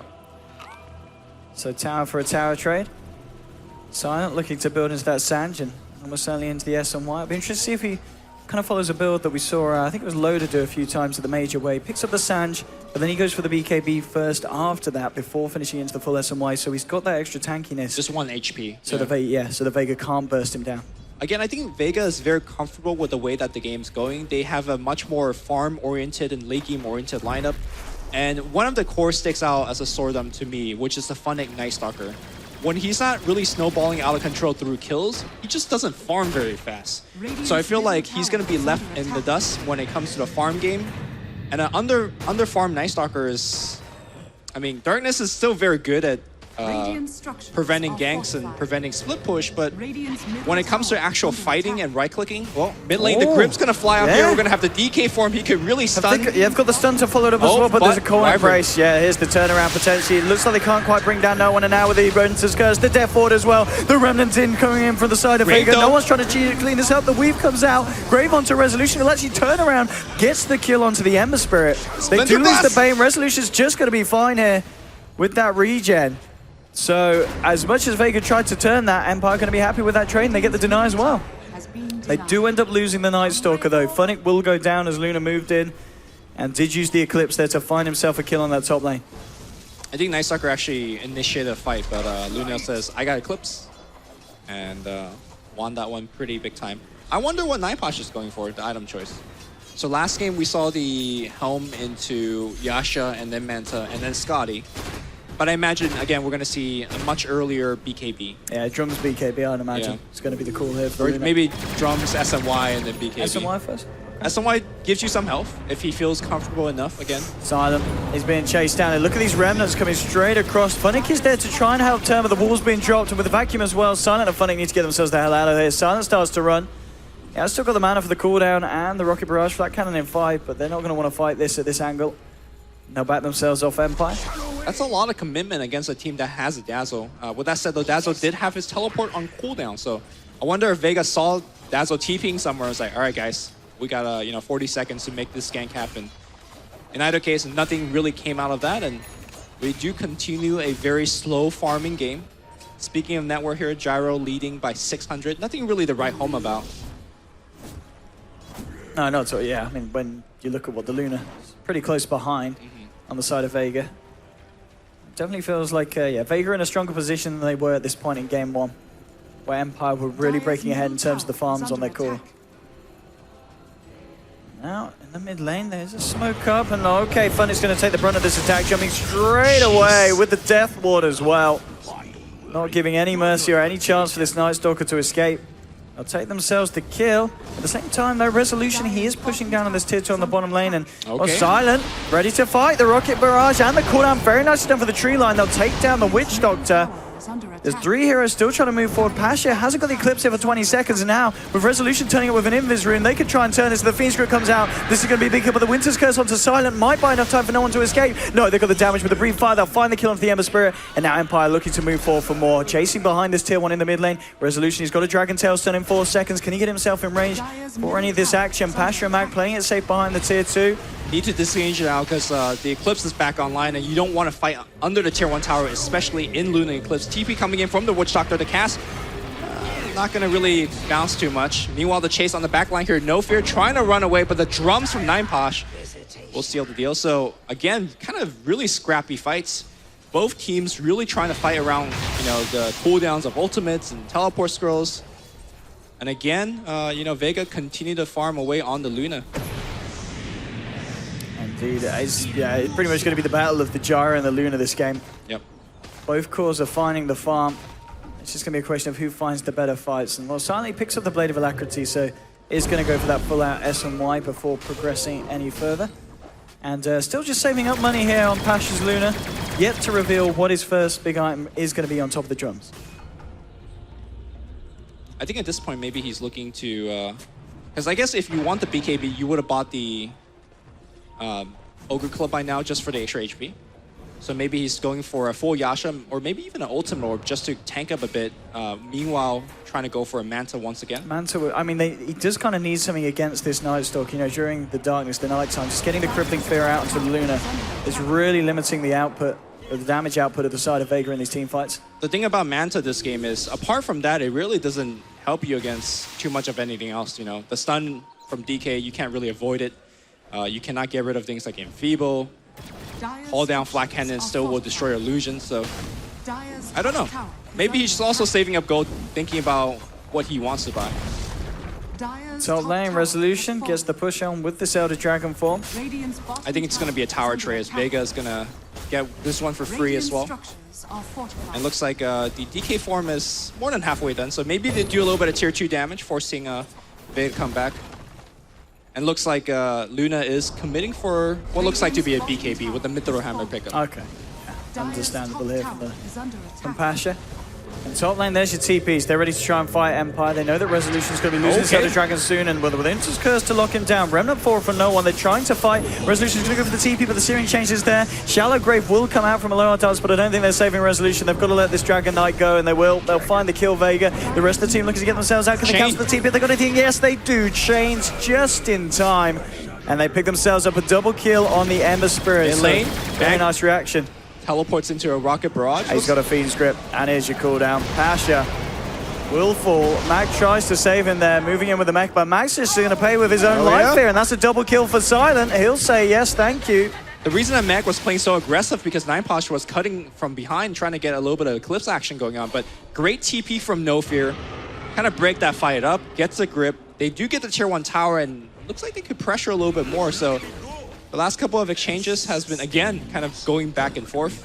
It's really hard to say any one team has a huge advantage, and if you look at the net worth graph, well... It's very close, up and down, up and down. And if anything, Vega losing the control that they did have, well, Silent's going to look to try and take more away from them. He's got this haste rune, moving straight in onto Sherman. Well, with Funnick there as well, no hope for the Witch Doctor.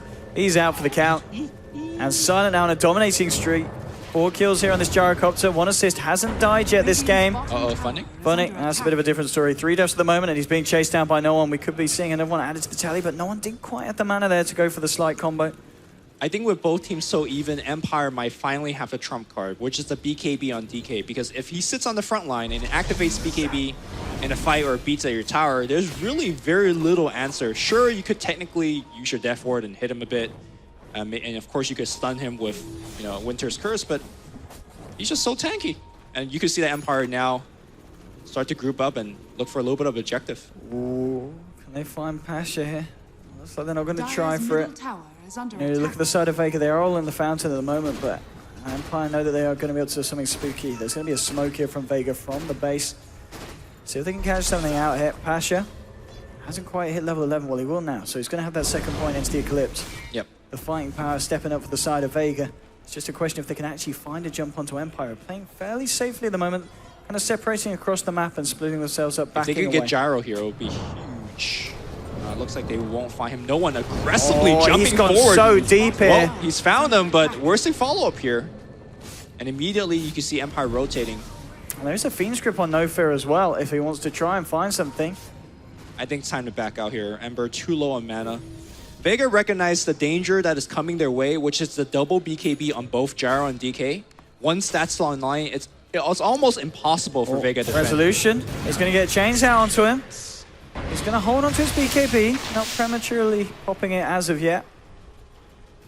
Yeah, Vega desperately trying to find any type of action because once the double BKB comes on, they just cannot defend. So any pick they could get could transition maybe into a tower, maybe Roshan. They need to find themselves some sort of go boost.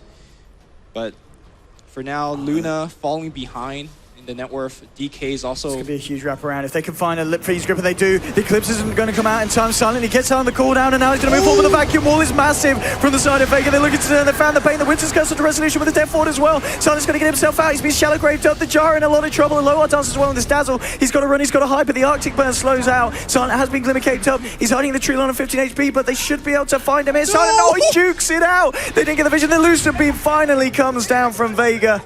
And off the back of a beautiful vacuum wall from Mag there at that choke point, Empire just getting torn apart. Yeah, and boy, Vega needed that as well. So the game now back on an even footing as a huge catch-up play here by Luna in terms of farm. BKB will be completed after that fight. I think the courier was lost for Vega in that fight. But let's have a look at this Scory Sports replay. Where's it all go wrong for Empire? Well, that vacuum wall, man. The cooldown was really good, but they didn't have enough burst damage. And then the vac wall came, the Curse is still up, and Witch Doctor really looking to go. So much damage output from the support at this stage of the game. I mean, they nearly saved Silent as well there. It's cool when we see him kind of juke around, he's like, ooh. Unfortunately, he didn't have a TP. If he did, he would have actually completed the channel given the amount of time. DK made it out though, so that was pretty good for them. Things starting to step up here, 22 minutes in. 10 for 6 at the moment, Vega. The back of that last fight, going to feel a bit more confident, but still the top net worth is this Silent Gyrocopter. But it is a question of just when he can actually finish off that Ogre Club goal for the BKB, because as we saw in that last fight, he really needs that. I mean, even with it, if Vega can hit a combo like that, there's going to be a serious amount of damage still coming down. But with the BKB, it's going to be much more likely for Empire to be able to turn around those kind of fights where Vega gets the jump. Yeah, I mean, sure, the vacuum wall combo looks sick in that fight, but once the BKB comes online, like you said, then the Curse won't catch everybody. With the Curse change, and of course, when you have the BKB, you could easily run down the Witch Doctor, so he couldn't output the damage that he did in the last fight. So that's why the timing was so important for Empire. And now it looks like DK starting to get a little bit of picking item himself, looking for the Shadow Blade. Vega though very aggressive into this Roshan play because Empire could knock on the Roshan doorstep. I'm not sure about it. I'm not sure Vega could do this. I mean, Alotan's just dropped the weave down here. Time to back out. And Vega have got to be very careful about sticking around here. Because if you lose this fight right now, and the fact that you brought Roshan to maybe 60% health, you lose 3 heroes, they get Aegis, and you just could flat out lose the game. This is very dangerous for Vega. I do like this though. Vega, they're back up, they smoke out, it's been drawn on the map, they're looking for the wraparound onto the side of Empire. They do have everything back online. And of course, more importantly, Mag has the Blink Dagger. Here we go. Empire knowing that something's going on. They are actually going to keep this safe, as we can see. Yeah, Silent just actually TP straight across the mid lane. This is like two chess players, masters, just moving back and forth. Knowing each other's next move. Yep. But the big smoke, big circle, and then go straight back into the Roshan pit. And it seems like Empire. This works out for Vega. Yeah, it looks like Empire got tricked this time around. Yeah. They scattered just a little bit too far. And well, they will see the Remnant flying out of the Roshan pit with their wards. So. Can they get there in time? I don't know if they can. Look I mean, they don't do Rosh that quickly, though. Silent's miles away. There's that weave. He's heading back up to the top, so they're not even going to go for this one, Lumi. They're just going to let it go to the side of Vega. I mean, DK's coming in. He's got BKB. I mean, he's got to be a bit quicker on his footing, though.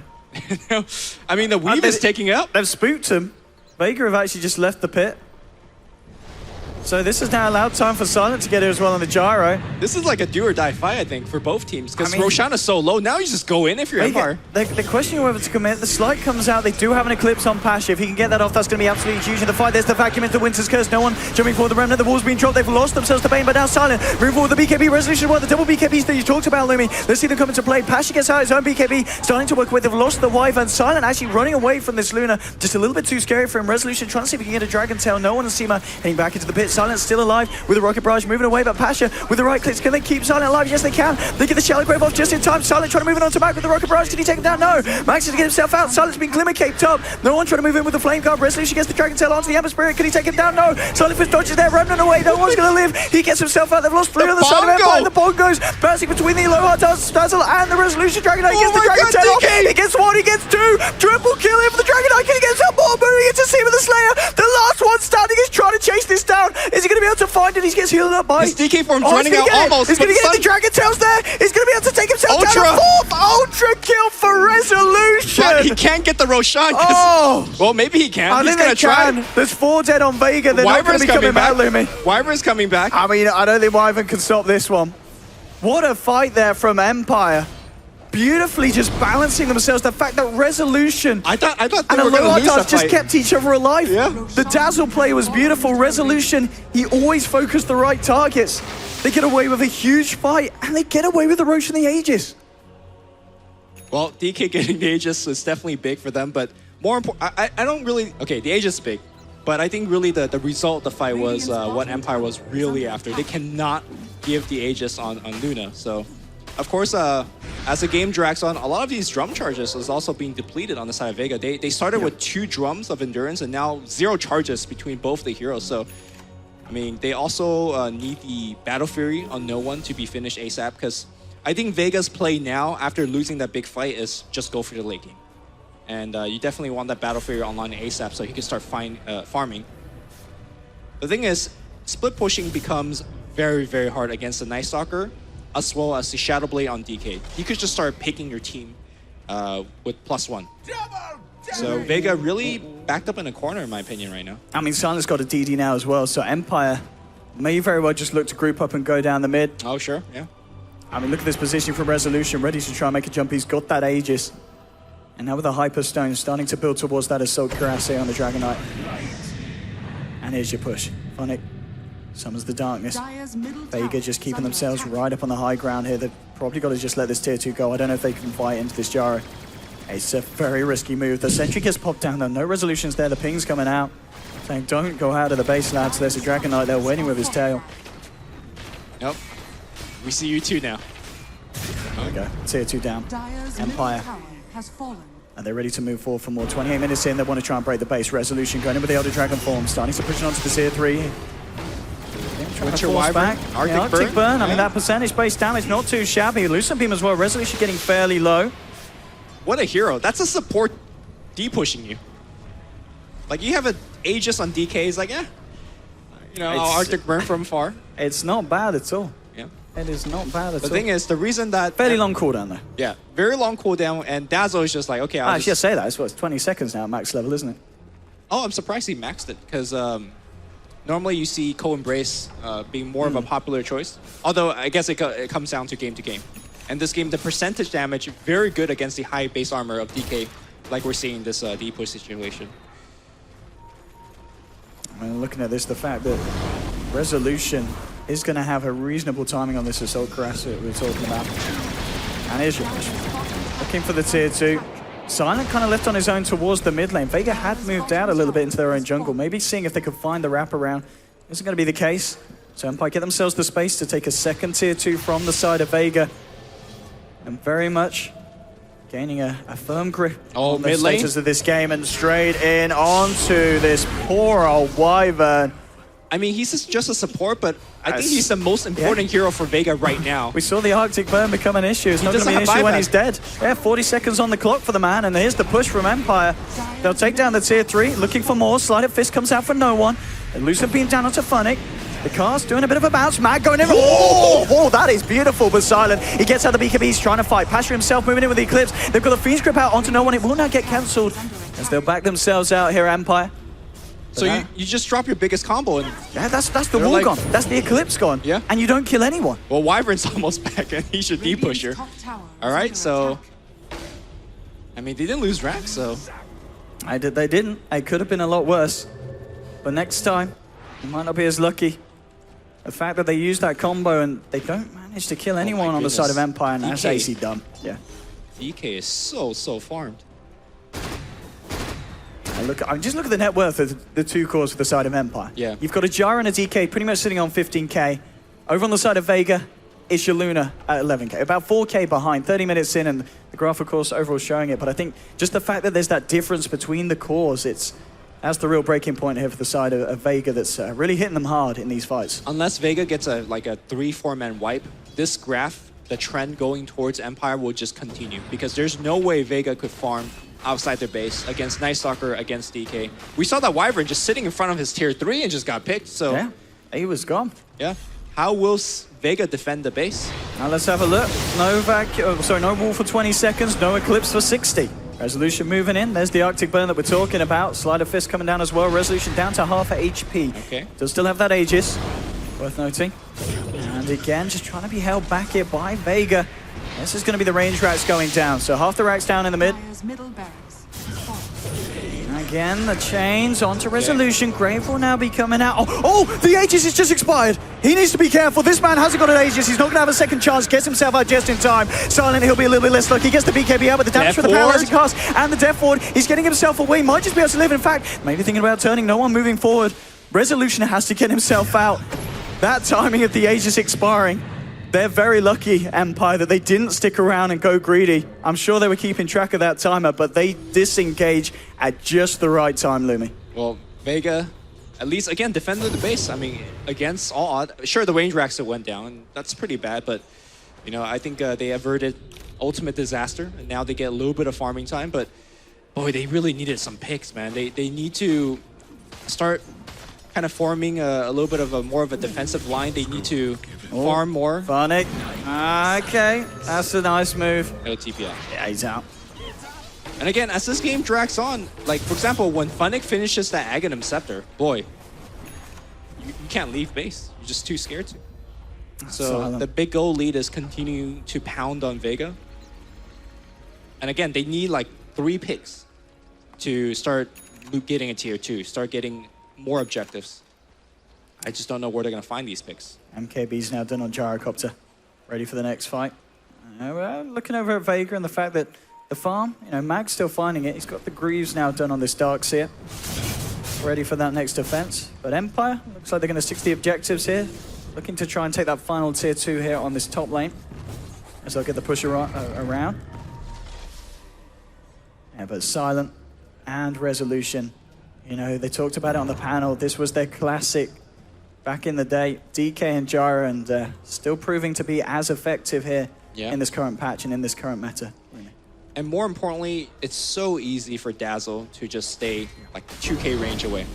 Because all you have to do is make sure your DK or whoever you're frontlining with survives. But right now, the only way that Vega could win a fight is getting some sort of like 4 or 5 man vacuum combo and just blowing up the DK or the Gyro during that time. So if you're the Dazzle, you just make sure you don't get caught by the combo. You always get off your Grave. They're smoking up. They want to try and find in the jungle. They're going to jump, but Resolution gets the Dragon Tail onto Pasha. Pasha will be cold embraced up. BKB's been popped by Resolution. Mag trying to find himself in position here for a vacuum wall combo. The Winter's Curse coming down as a Resolution. Silent now moving in with the MKB. The damage this man's doing, forcing back the side of Vega. Mag's going to fall. They have lost the Bane, and they will maybe be able to find Resolution. No, the Shallow Grave comes out. It just turns. Look at the damage that this Dragon's doing. He's going to stay alive. The F1 is not enough. Triple kill for Silent. 4 heroes falling to the floor on the side of Vega. And again, they just can't take these fights against Empire. This Dazzle Dragon Knight combo is just too damn strong.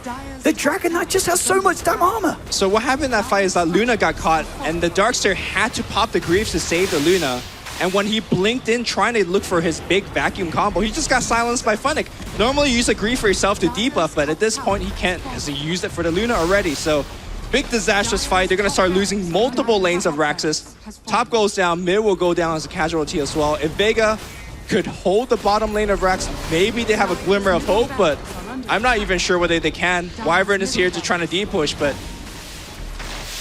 at this point, Empire could go for the Gusto and get the last lane of Rax, or they could just be like, you know what, we'll just take Roche. Let's go Roche. Let's go for the safe bet.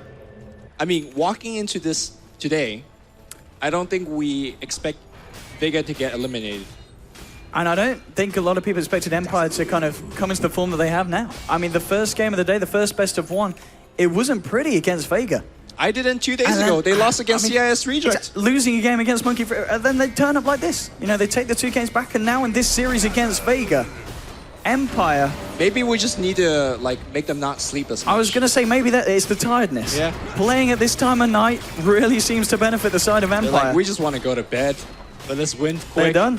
Having this urgency is certainly giving them the kick of the backside that they needed. Oh, they'll take the Roshan. Aegis now is Silent. I don't think you want to ram it into that one. He's not going to get the chance. The Fiend Screw coming out. They get the vacuum in the wall. But now the BKB's coming out from Empire. And Vega just start to disappear. 2 down. GG well played is called. And Empire take the series 2-0 against Vega Squadron Lumi with, I've got to be honest, 2 games where their performance was nothing less than outstanding. Yeah, this game really showcased some of the most tactical Dota I've seen. Like, it was slow, perhaps it was a little boring, but boy, 2 Grandmaster chess players around that Roshan pit. The dance was absolutely amazing. That team fight. Yeah, so, I mean, it was a great series. I mean, you know, it wasn't by any means a stomp. Vega did put up a fight, but it was just very impressive to see Empire react in the way that they did. And taking the series absolutely clean, not dropping a single game. So Empire, of course, will be the ones to move forward after that. And, well, that is, of course, the final series of the day. Don't go anywhere, ladies and gentlemen, as it may be it from myself and Lumi. But we're going to head over to the panel to hear what they have to say about Empire's 2-0 victory against Vega Squadron.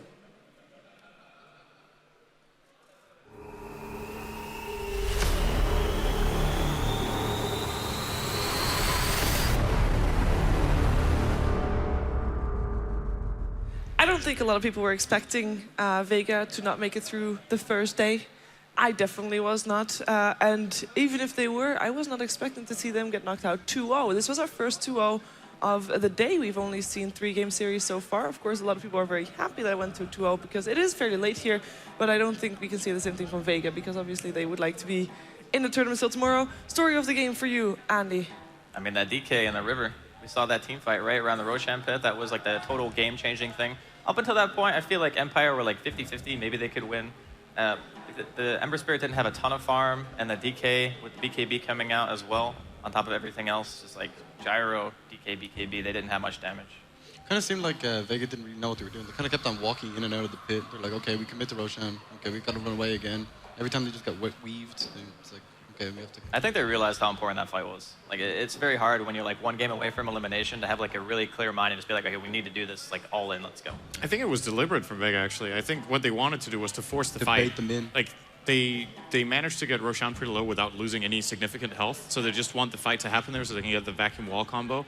But the way the fight develops, I don't think you can fault Vega for losing that. I thought this game was super close. Yeah, that really fight at the Roshan pit they were talking about, it was, I mean, it looked like Vega was going to win, and then all of a sudden, you know, Resolution got graved, and then he killed like 2 heroes, and then he got a heal, he killed another hero, and then the last one was just some useless support, so. And then the same thing happened again in pretty much the game-winning fight in the Dire jungle, where he was also down to no health, gets graved, and gets 2 kills, survives, and if those Graves aren't as clutch as they are, Empire flat out lose the game. Like, it's not even that maybe it gets closer, because the fights would have been stomps from Vega, but the Dazzle was perfect this game. I really hope that that is also the replay that has been chosen. We can take a look at which replay has been chosen.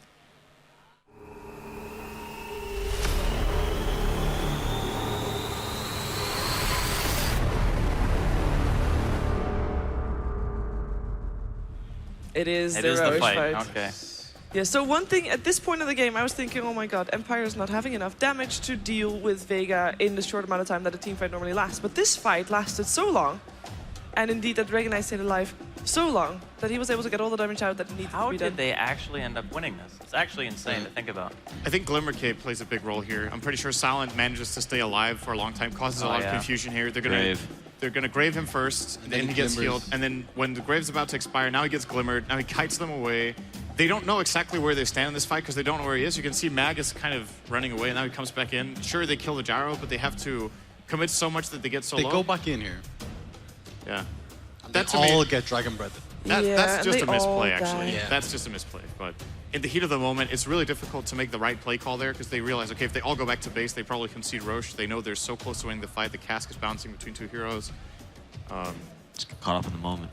Yeah, it's a really hard call. And this is, of course, huge. He gets the ultra kill.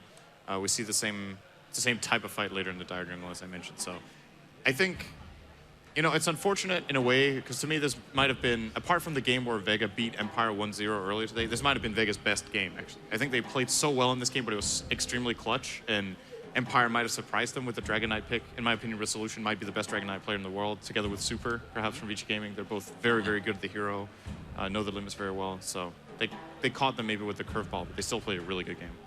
That was, of course, a 2-0 for Team Empire, and that makes us be able to see updated brackets, because we are done with the first day here, and that means that we are moving on to a second sort of double elimination bracket here, as we have Alliance and OG waiting tomorrow, and they're going to play against 4 Clovers and Team Empire. And of course, if you want to be kept up to date with all the brackets and all the games, you can get yourself the Score Esports app, which you can download on iTunes as well as on Google Play. And this is a schedule for tomorrow. So we're going to start off with Alliance taking on 4 Clovers and a Leprechaun, followed by Team OG and Team Empire facing each other. Then we're going to move over to the lower bracket, as in the losers of the first 2 series, and then we're going to move over to the winners bracket. The winners of the first 2 series, and the last 2 series are going to be played tomorrow, the day after, which is actually tomorrow, so I said it right. So nice. good. It's it. Yeah, saved. But that is it for us today. We'll be back tomorrow. The series, or the games, will start once again at 1400, but we'll be here already at 13:30 CET time with our pre-show. So we hope to see you back then.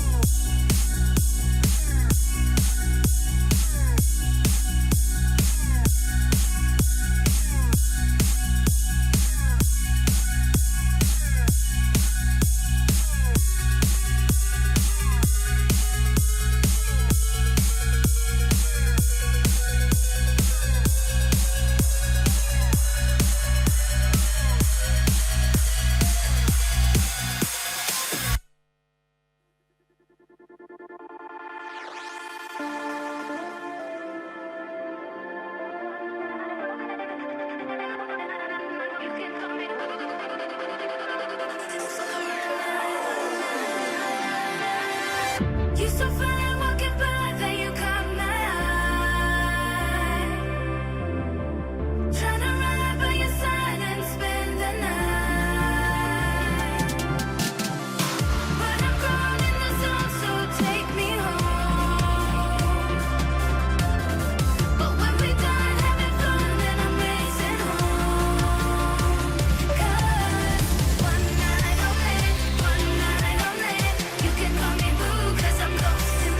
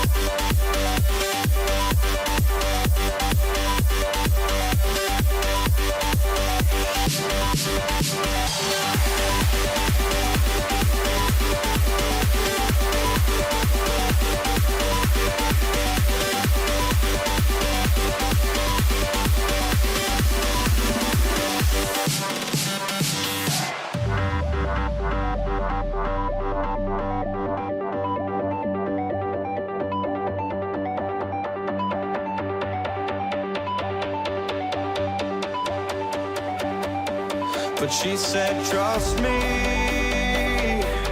These are the stories we will tell. As I stood frozen, infinite, I almost fell. But I got a feeling and my heart starts beating, a sudden rush of feeling alive. This is freedom and I won't change, I won't phase out. I know.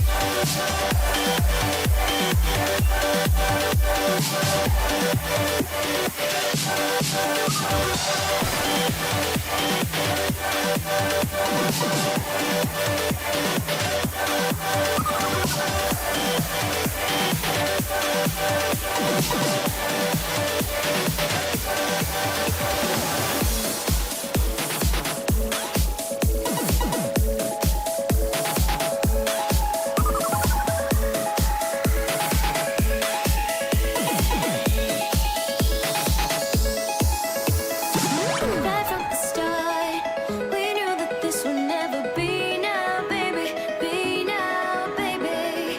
We're miles apart, and we just wanna let it free now, baby. Free now, baby. The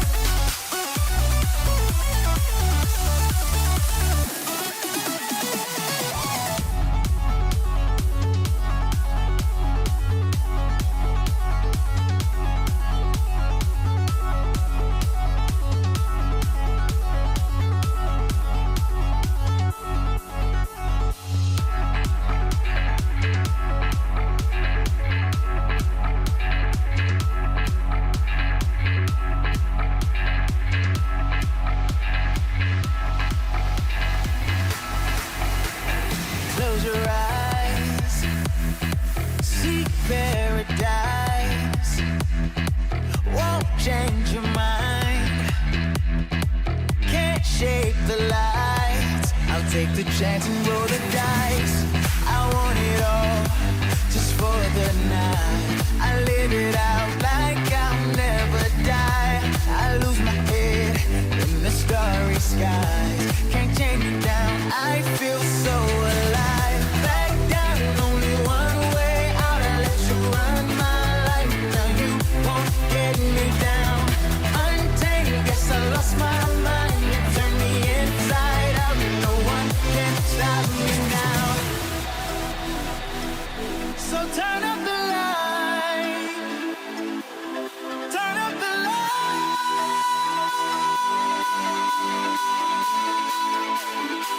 This is what I waited for. 'Cause the clock keeps ticking, hard for me to keep up. I can't take it no more. 'Cause the time keeps turning, feels just like it speeds up. It's what I waited for.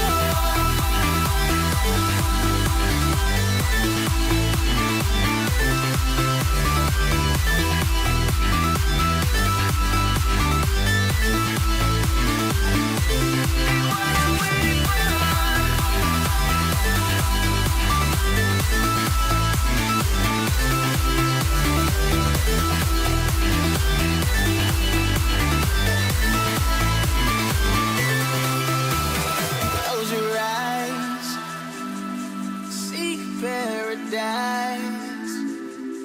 Won't change your mind. Can't shake the light. I'll take the chance and roll the dice. Just wanna feel the stars surround.